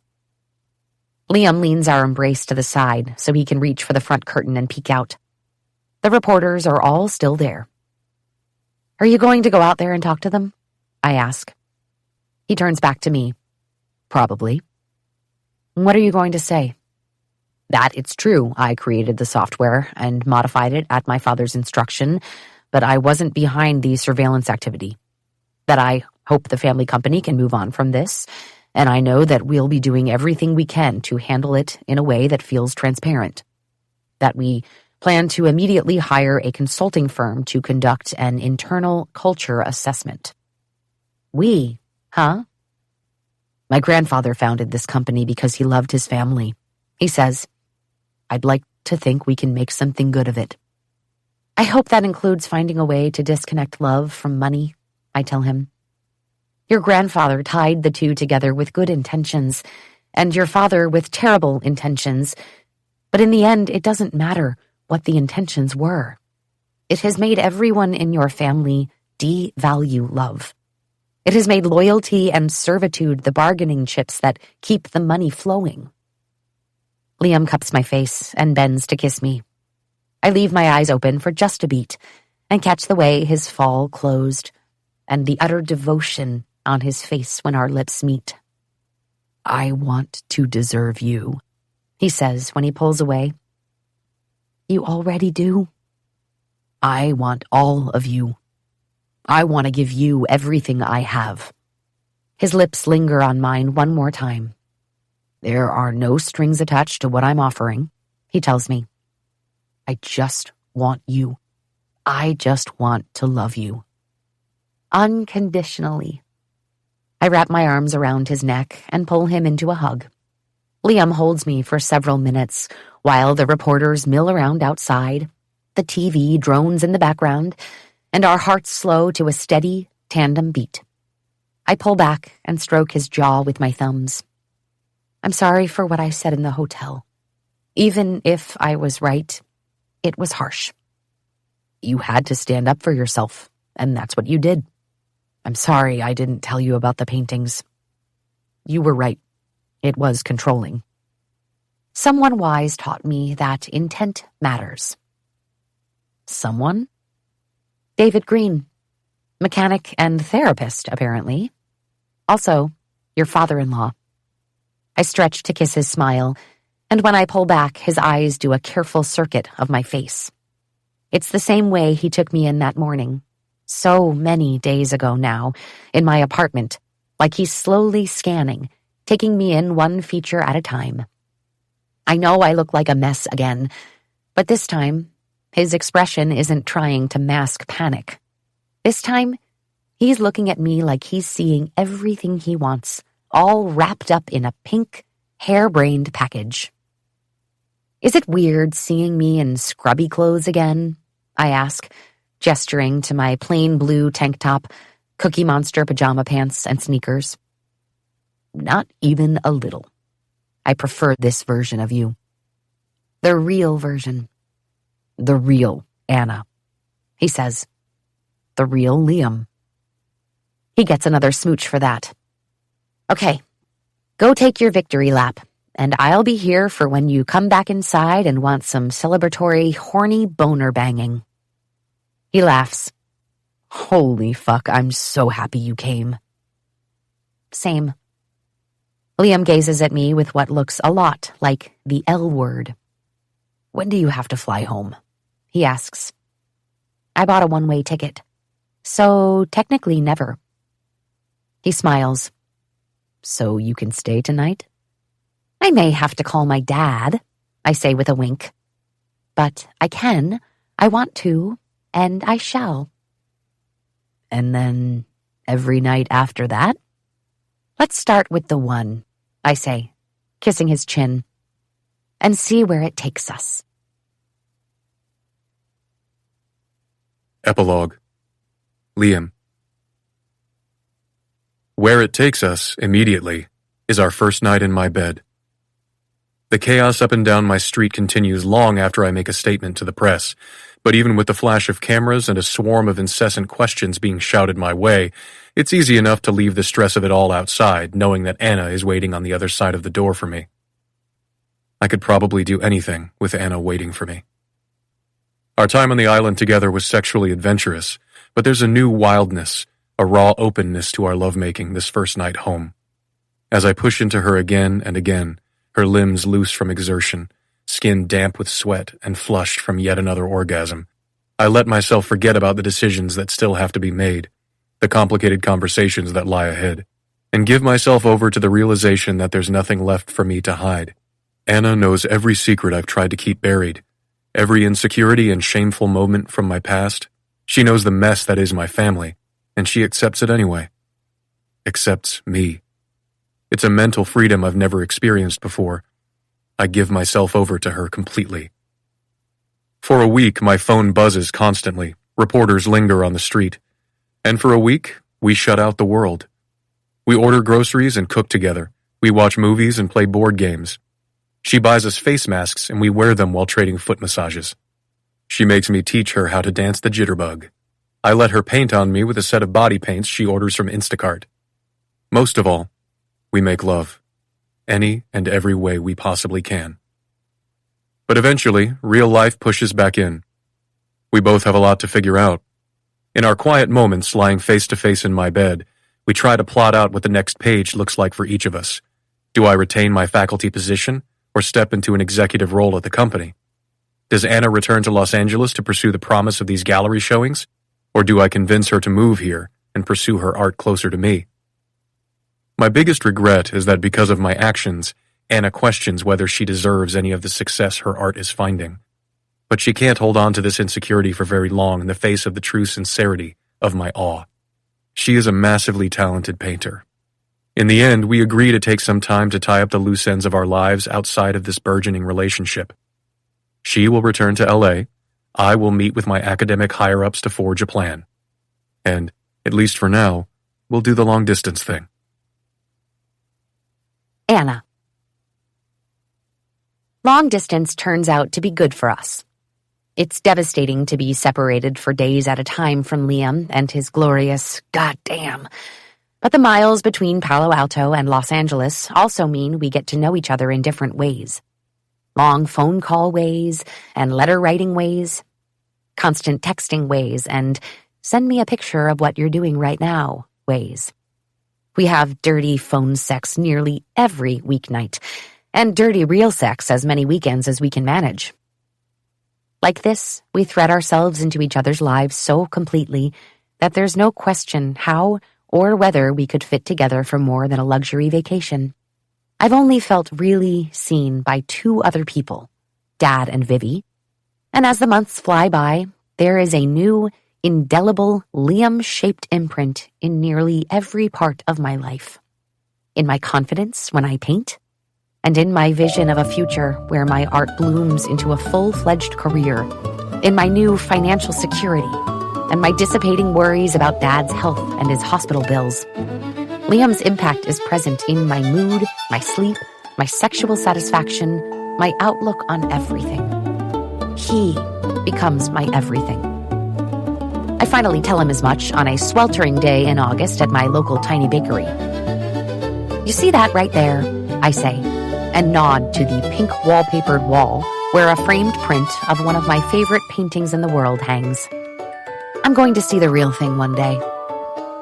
He follows my gaze and then looks at me over his coffee cup. What's it called? Dance in the Country by Renoir. It's one of the dance series he'd been commissioned to paint, and of the three, I love it the most. It's at the Musée d'Orsay in Paris. Have you ever been? In high school. My expression must give away exactly what I'm thinking. How outrageously fancy he continues to be, and he playfully nudges my foot with his under the table before trapping it between both of his. I remember seeing Starry Night, he says. Whistler's Mother. A lot of Monet, a lot of Van Gogh. He studies the piece again. What is it you love about this one? I turn my attention back to it. It's the feeling I get when I look at it. The details. Some might just see two people dancing, but look at his hat on the floor. It's like he was so swept up in the moment it fell to the ground, and he couldn't be bothered to pick it up. The forgotten table, the spoon still in the cup, her fingers barely grasping her fan, and he's holding her so close, completely unconcerned with the people behind them.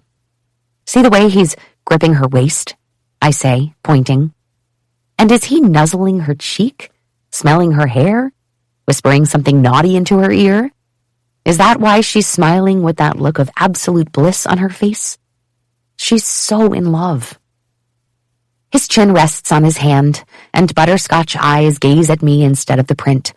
So full of lust and devotion and wonder, it feels like the room shrinks down to a satin-lined shoebox, and we're the only two people inside. I know how she feels. My heart pounds against my ribcage when I meet his eyes. I know Liam loves me. It's always there, barely contained beneath the surface. It's visible in everything he does. It's obvious just by the way he looks at me. But he's never said the words. Never wanted to push me, I know. So do I say now. His gaze drops to my lips. Are you saying you love me, Anna Green? I'm saying I love you madly, Weston. Liam stands from his chair, unconcerned with the tables of people around us, as he pulls me into his arms, just like the man in the painting. I love you too, he says against my cheek. I have been aching to say it for so long. Only a month later, September tiptoes in, and we're too busy banging each other on a Labor Day weekend getaway in Cambria to realize what it means. Liam has gained full access to his trust. Surprising no one, the we can safely divorce date comes and goes, and there is zero talk of divorce. Divorce would feel like breaking up, and I have a hard enough time saying goodbye at airports. No way would I let this man say goodbye on paper. But I guess that means there's also no talk of marriage either, even though we both know that, hello, we are very much still legally married. I took off my ring and gave it back to him on the flight back from Singapore all those months ago. Liam never wore one. So when he climbs out of my bed one Saturday night in October, digs in his suitcase, and then sets the iconic turquoise box on my rumpled bed between us, I feel unprepared for the complicated emotions that smack me right in the face. What is this? I ask carefully. It isn't what you think, he says, taking my hand. I mean, it is. It's your ring, but I'm not asking you to put it back on. Is this you admitting that the nipple-sized diamond is real? Liam laughs. Yeah, it's real. Fuck me, I say on an odd exhale. Smiling, he looks down at our joined hands. This ring is yours, Anna. It's yours whenever you want it. Or we can sell it and get a different ring, a more Anna-appropriate ring, a ring a Muppet would wear with gemstones of every color, or a chain of diamond daisies. Whatever engagement ring you want is yours. As is my grandmother's wedding band. I can't tell you how happy it would make me to put that on your finger. He takes a breath, puffing out his cheeks as he exhales, as if he's not getting this quite right. He's so fucking cute, I want to lick his face. I know it's soon, he says more earnestly, meeting my eyes. I know we've been married for 5 years, but only together for 5 months. I know our lives are complicated, and we don't live near each other, and we're still figuring out what we each want. But I love you so much. I can't fathom wanting someone else, anything else, the way I want you. There's a ring in that box for me, too, when you're ready for me to wear it. Whether it's a month from now, a year. Shit, I'll put it on tonight if you tell me to. He frowns. Never wouldn't be my preferred answer, but I'd take that too. He winces at his sweet rambling. When you're ready, if you're ever ready to be my wife for real, I'll be here, ready to be your husband for real.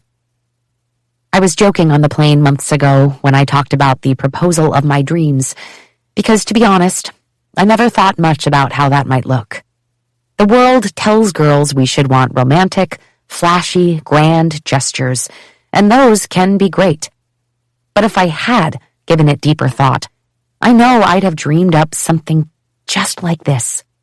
An offer given with honesty and communication and mutual respect over anything showy.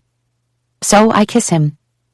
I keep kissing him until we're both lost in it, and push him back and sink down on him and tell him over and over as I move that I love him. I know someday I'll be ready to wear a ring again, But right now, what we are is perfect. The ring box goes in my dresser drawer for the time being, but the man and his love stay right at my side. By January, Dr. William Weston is no longer the only professor in this relationship. Well, technically I'm an instructor, and it is at a local city college, but it is a dream job.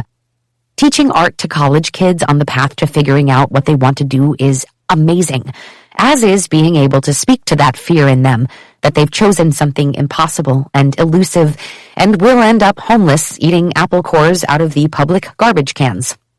I love, too, the older adults returning to school.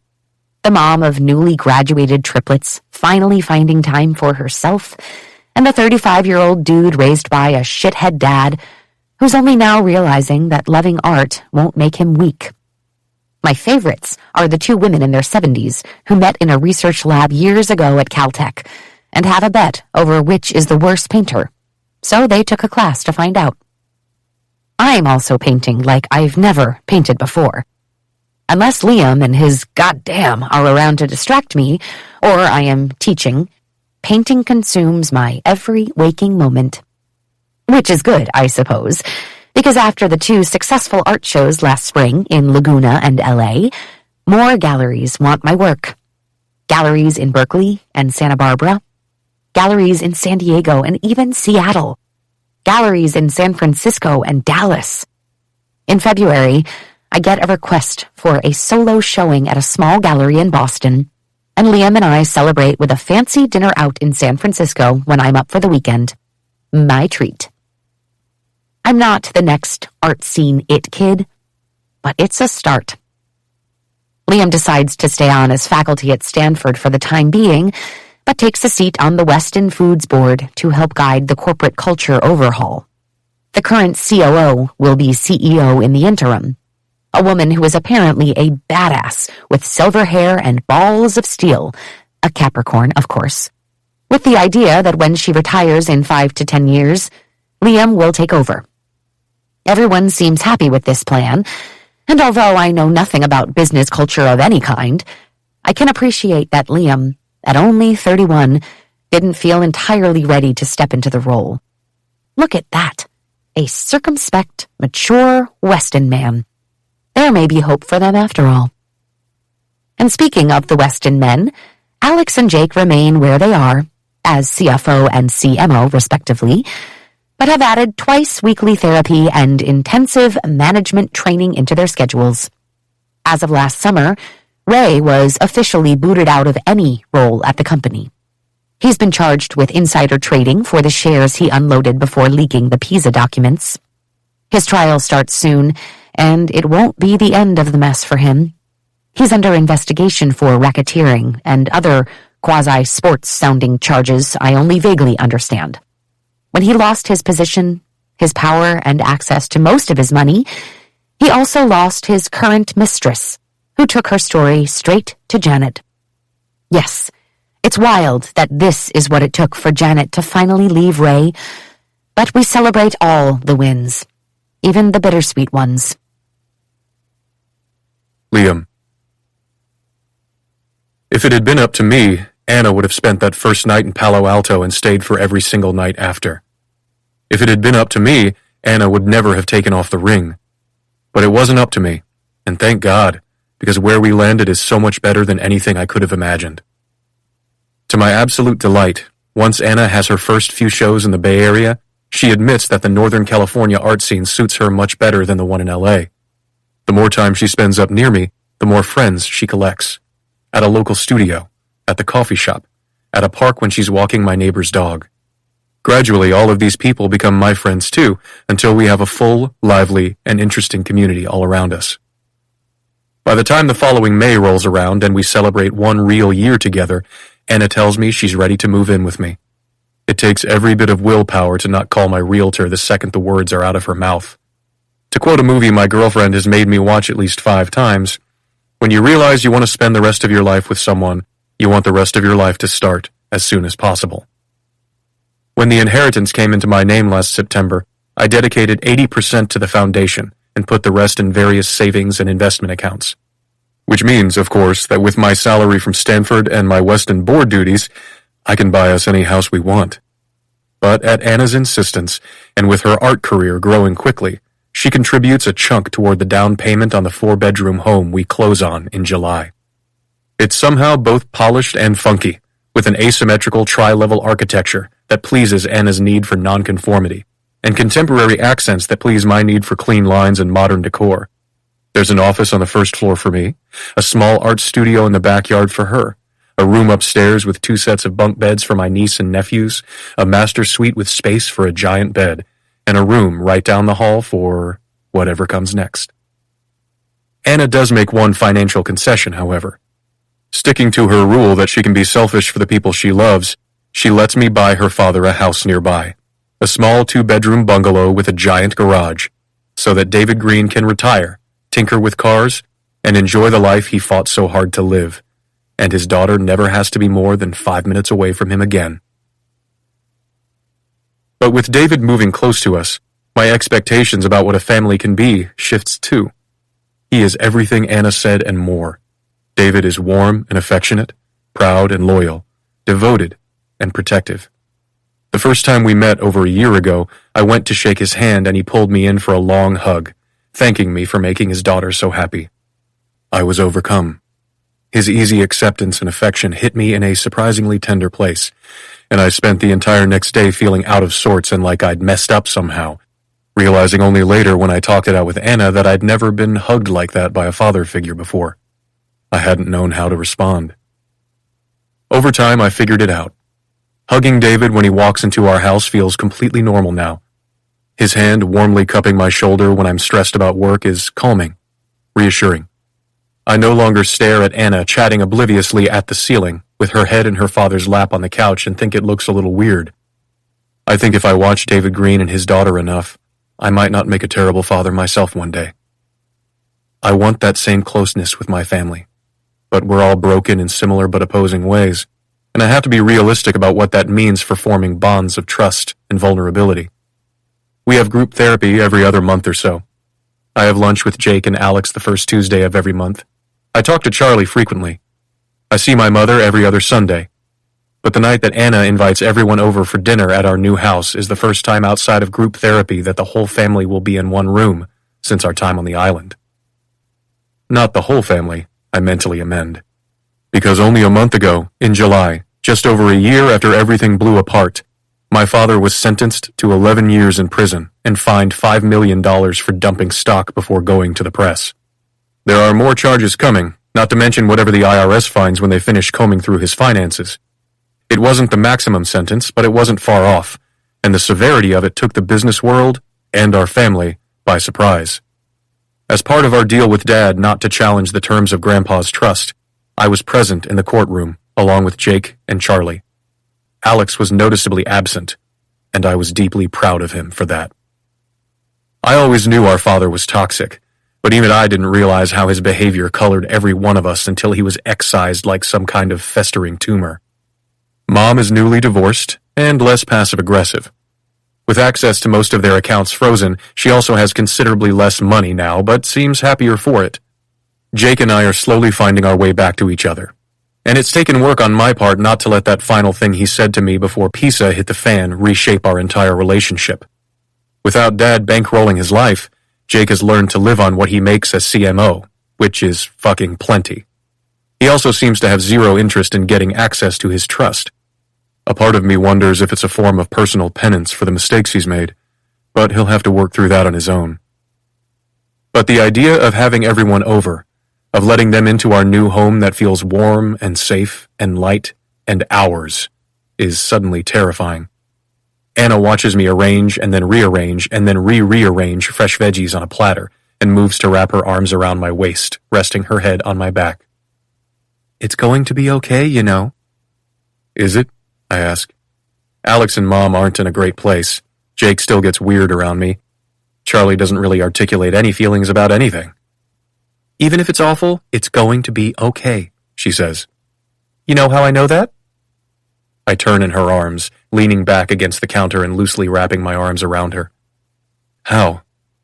Because even if it goes off the rails, even if everyone ends up shouting and crying and accusing, they'll still leave at the end of the night, and we'll still have our house and our life and this love that nobody can touch.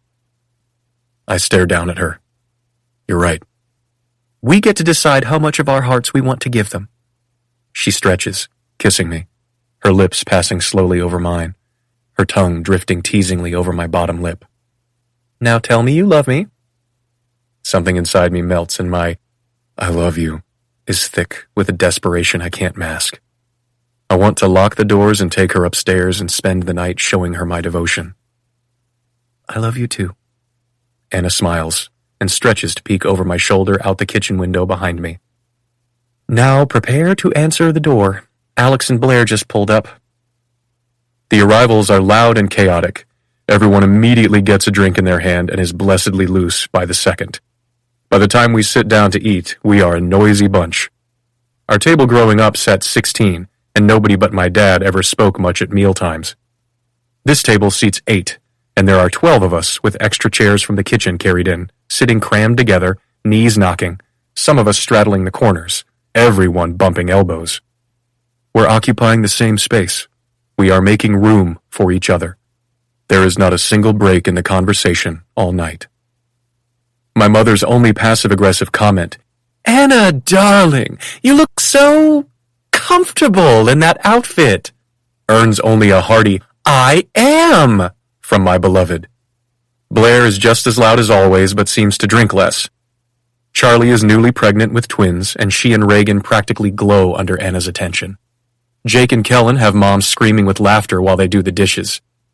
Alex is calmer out from under our dad's shadow, more attentive with his kids.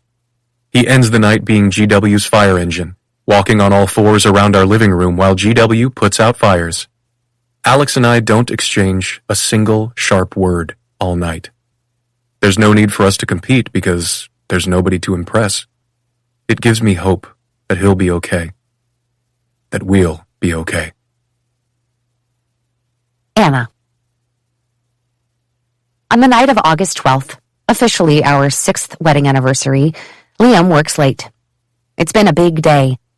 With his foundation fully funded as of last year, he spent today awarding tuition and grant money to this year's 250 Weston employee recipients. If, like me, you're delighted by the idea of a proud Liam Weston handing out giant paper checks, prepare to be disappointed. Liam was proud, but each person who walked up to the lectern received a leather-bound certificate of appreciation, a heartfelt handshake, and a discreet but impressive automatic deposit into their bank account. Still, even without the magic that would have been confetti and giant checks, the ceremony was wonderful. I sat in the audience beside Janet and Alex, with tears in my eyes, watching Liam fulfill a dream he's had for almost a decade. It might seem strange to those of us who grew up without money to imagine wealth ever being a burden, but Liam saw the people he loved do terrible things with those resources, and I can only imagine the weight that's been lifted for him by seeing those same resources used for good.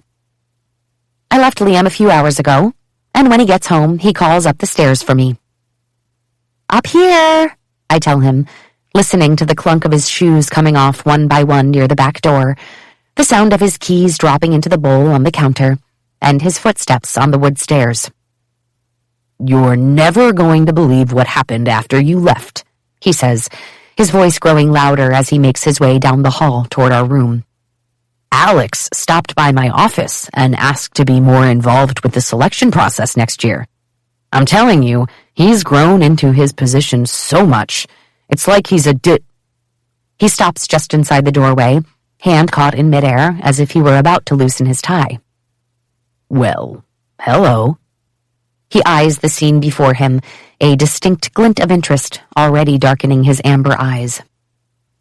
The scene before him is me, completely naked and waiting for him on the Hungarian goose down and Egyptian cotton dream that is our giant bed. Our bed, in our bedroom, in our house. Fuck, I still love saying that.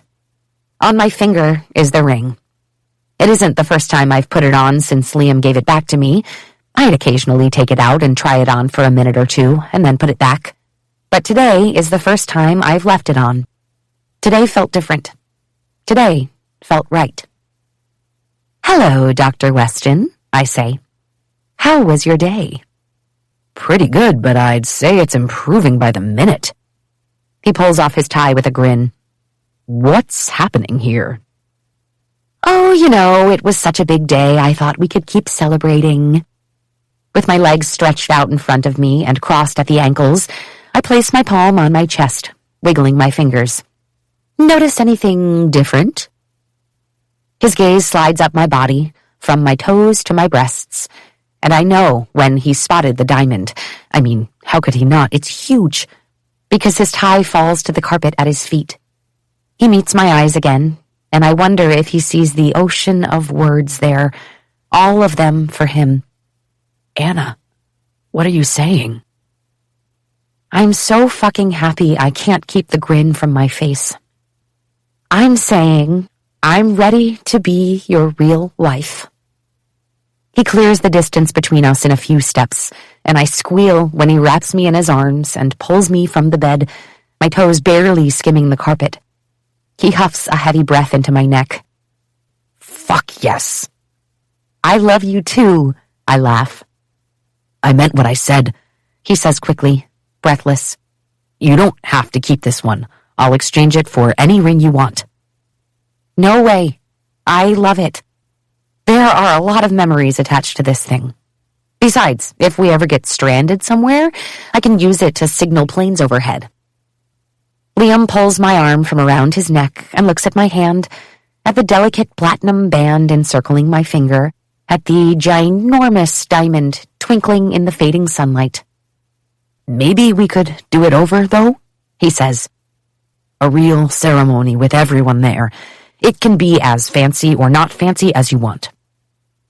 I can feel the heat of his clothed body against my naked skin, and I wonder if anyone has ever felt luckier than I do right now. "Let's do it," I say, "but only a little fancy. Not too fancy. Not private island fancy." He smiles against my mouth. "We'll save that for the honeymoon." "Yes, but let's discuss it later. We failed at divorce sex, but I've heard engagement sex is top tier, and you're wearing way too many clothes." Liam kisses me, taking small, stumbling steps until the bed presses against the backs of my knees. Together we undo his shirt, smiling into kisses and laughing as we pull the fabric free from his pants. The sight of his shirt falling to the floor is a starter pistol to my pulse, and I don't stop until he's naked and on the bed. Broad chest, long athletic legs, and other things, all gloriously in proportion. It doesn't matter how many times we've done this. My married people sex math checks out, by the way. I still never know where to start. His neck? His chest? His legs? His cock? Liam's body is a landscape of hard lines and sharp angles, and I climb over his legs, wanting to devour every bit of him. Greedy palms map the thick muscle of his thighs and up to the flat plane of his stomach. Once I decided to wear the ring, I also made a nail appointment, wanting to surprise him. Not only will my nails look great in the 387 braggy engagement pics I plan to take, but they have an added benefit. Liam sucks in a breath when he realizes it too, and I drag my pink-tipped fingertips over his stomach, not hard enough to hurt him, but enough to leave 4 tracks of flushed pink skin behind. "Fuck," he hisses. "It's going to be like that tonight, is it?" I nod, making my way down his body to take him in my fist, and then in my mouth, my hair falling around his hips. He gathers the strands in his fingers, forcing my chin up. "You going to hide that pretty face the whole time?" I groan around the length of him and look up his body. I could get drunk on those eyes, on the hunger there, his focus torn between my mouth on his cock and his ring on my finger. I suck and taste, savoring the weight of him against my tongue, not sure if I want to finish him this way or feel him inside. He decides for me, his voice a gravelly, "Come here," when he cups my elbows, dragging me up his body and settling me over his hips. His mouth finds mine again, his kisses a distraction for us both as he sits up beneath me and pushes his hands into my hair. Each kiss is punctuated with soft sighs and grunts as I slowly rock above him, the length of his cock sliding forward and back. His hands move to my ass, and he moves me over him in long, slippery slides.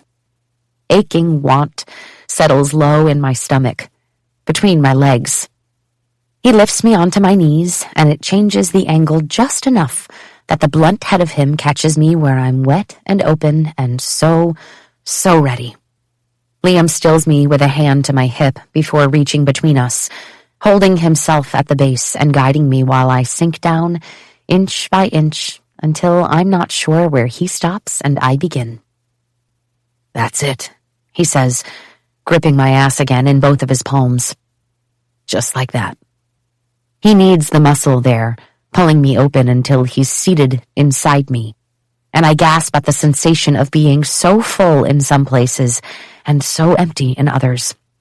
I ride him like this, losing track of time as he kisses and fucks me, his hands setting off small explosions along my skin. His mouth finds my neck, my nipples. His groans grow louder in my ear. My orgasm flickers just off in the distance, close enough to reach out and grab, and when he flips me over, hooking an arm under my knee and bringing me closer, fucking me harder, it's finally there, spiraling through me in shimmering lines and sweeping brushstrokes. A work of art, a masterpiece, finally complete. Wild now, he bends me nearly in half, each thrust sending me into the mattress and farther up the bed until he's coming, his helpless grunts heavy in my ear. When he finally stills, I am melted sugar poured across the bed. I am a spent storm cloud slowly drifting apart. I am the quiet decrescendo of a frenzied concerto. With his lips pressed to my neck, Liam pulls out and then collapses at my side, his chest heaving, skin wet with sweat. "Holy shit," I say, pulling in a shaky breath. Honeymoon sex is going to be unreal. With an exhausted laugh, he rolls to face me, taking my hand in his and looking at my ring again. "We're getting married." "We are married," I correct. "We're just getting a do-over. Happy anniversary, by the way." He kisses me, humming against my mouth. "Happy anniversary." Considering something, he pulls back to meet my eyes. "Do we start counting from 1? "No way," I tell him. "I want credit for all 6. "Then I have a lot of anniversary presents to catch up on." "You do," I say. "But that's a lot of pressure. Let's make a deal." He pushes himself up on his elbow, gazing down at me as he twists a curl of my hair around his finger. "What do you want then? Name your price." "What number would make you sweat a little?" I ask, grinning. "What would be just on the border of you saying no, but you'd still say yes? How about loving me for another 6 years times 10? He does his best to look serious, but the smile never leaves his eyes. "Yes, 60 years is a very long time." "Then how about forever?" "You're a tough negotiator, Green Weston." I learned from the best. Liam grins, and there in his eyes is adoration and lust and promise and everything else I ever wanted. You've got yourself a deal.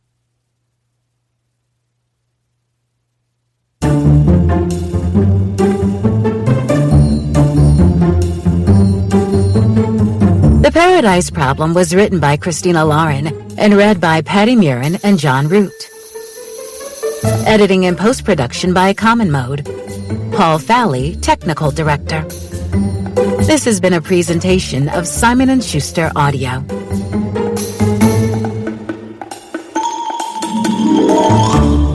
The The Paradise Problem is available in print from Gallery Books. Also available from Simon & Schuster Audio, Something Wilder. Written by Christina Lauren and read by Patty Murin and John Root, with a note and acknowledgments read by the authors. The following is an excerpt from Christina Lauren's The Honeymoon Crashers, an audio original, performed by Jessica Marie Garcia and Harry Shum Jr., with Lee Osorio, Cynthia Farrell, Deacon Lee, Adriana Sananes, Stephanie Nemeth Parker, Inez del Castillo, Kimberly Woods, Tim Page, Jennifer Aquino, and Sean Taylor Corbett. Once upon a time, I was the good twin. I was in the way that the twin dichotomy game is played. At least, one is happy, the other is grouchy. One is optimistic, the other is cynical. One is lucky, the other is cursed. One is good, one is evil. A few years ago, I had it all. I was happy, optimistic, and lucky. I had boundless energy, drive, and gumption. I was a go-getter. I had a steady job, the respect of my peers, and the perfect work-life balance. I owned a house with a husband who seemed like the perfect man. I thought I was prepared for anything. But I was wrong. All it took to unravel the perfect life I'd stitched together was a tiny tug on a single thread. Or 3 threads. Really, if you count the number of women my husband was sleeping with. It turns out, the good twin is the one who tries to warn her sister that her new husband is a dirtbag. The evil twin is the one who believes the dirtbag over her sister. Lesson fucking learned. 4 years later, I know to trust my twin sister Olive's instincts. But when she drops a bombshell at Sunday family dinner, I think maybe we were right the first time, and she really is the evil one. Say that again? What part? All of it, Ollie. I just spoke for 5 full minutes, Amy. You need me to repeat it all? Can I give a summary instead? Fine. Ethan and I are eloping. Dios mío. Eloping? You might as well just spit in your family's face. Listen, I get that this is a surprise. We know the whole family wants to celebrate with us. It's funny you say the whole family, but picked a night where only 5 of us are here. Of course I did, Diego. You think I want Jules and Nat to kick my ass? This way, Mom will tell Maria, and Maria will tell everyone. This isn't my first rodeo. What Olive is trying to say is that we want our wedding to be low-key, chill. Ethan, mijo, we can be chill. All due respect, Mommy.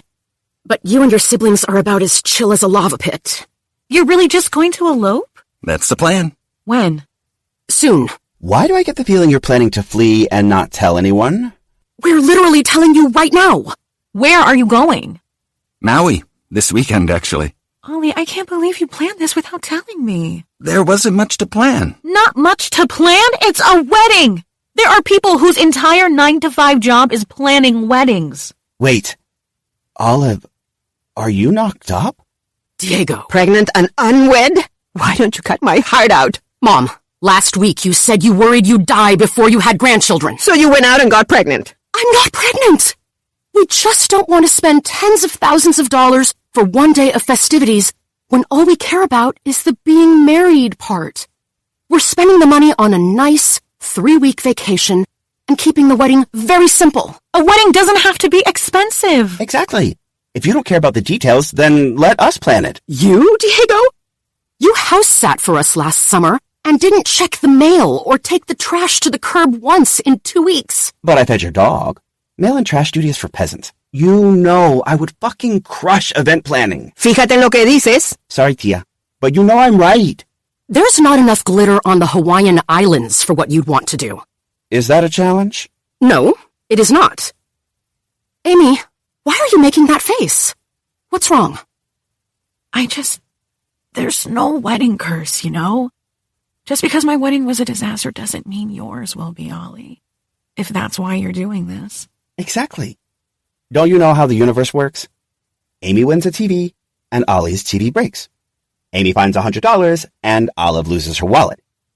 Amy wins homecoming queen, and Olive spends half the dance with her dress tucked into her underwear. So if Amy's wedding was awful, that means yours will be perfect. See? The universe holds us safely in its palm. I don't believe in that stuff anymore. Liar. Whether any of it is about luck or fate or the universe is irrelevant. Ethan and I want this to be easy for everyone. By making your tía María cry? I don't want to make anyone cry, Mom. Mi hija no sabe nada. I do know, Mom. I know weddings are for the family. But I also know our family. And we can't do anything halfway. I wasn't even going to mention it. But Ethan insisted I tell you because he didn't want you to be hurt when we came home married. Am I supposed to thank the man who took my daughter out, got her pregnant, and now is taking her somewhere far away to get married without her family? Mommy. Okay, listen, how does this sound? My very not pregnant wife and I will be returning 3 weeks from this Sunday. When we're back, we'll have the tornaboda at our place or Tia Sylvia and Tio Omar's house. Whatever you want. What? Why is everyone staring at me? You said wife. Yeah, he did, didn't he? You like hearing me call you wife? I really, really do, husband. Okay, you two, take it down a notch. Oh, come on. It's pretty fucking swoony. She's going to be a mother, and she's still got such a mouth on her. If we're done with the verbal PDA, what's with the silent treatment, Amelia? Diego, leave her alone. She's just working through this. I don't trust a quiet Amy. The last time she was this quiet during a family meeting, we ended up in a denim-on-denim Sears family portrait session. I'm just trying to wrap my head around this. Olive Torres never forgets a birthday, is the first to show up at the doorstep when one of us has a bad day, won't miss a single Sunday dinner, but she wants to elope? Are you sure that's what you want, Ollie? To not be with us when you and Ethan get married? Amy, yeah, I'm sure.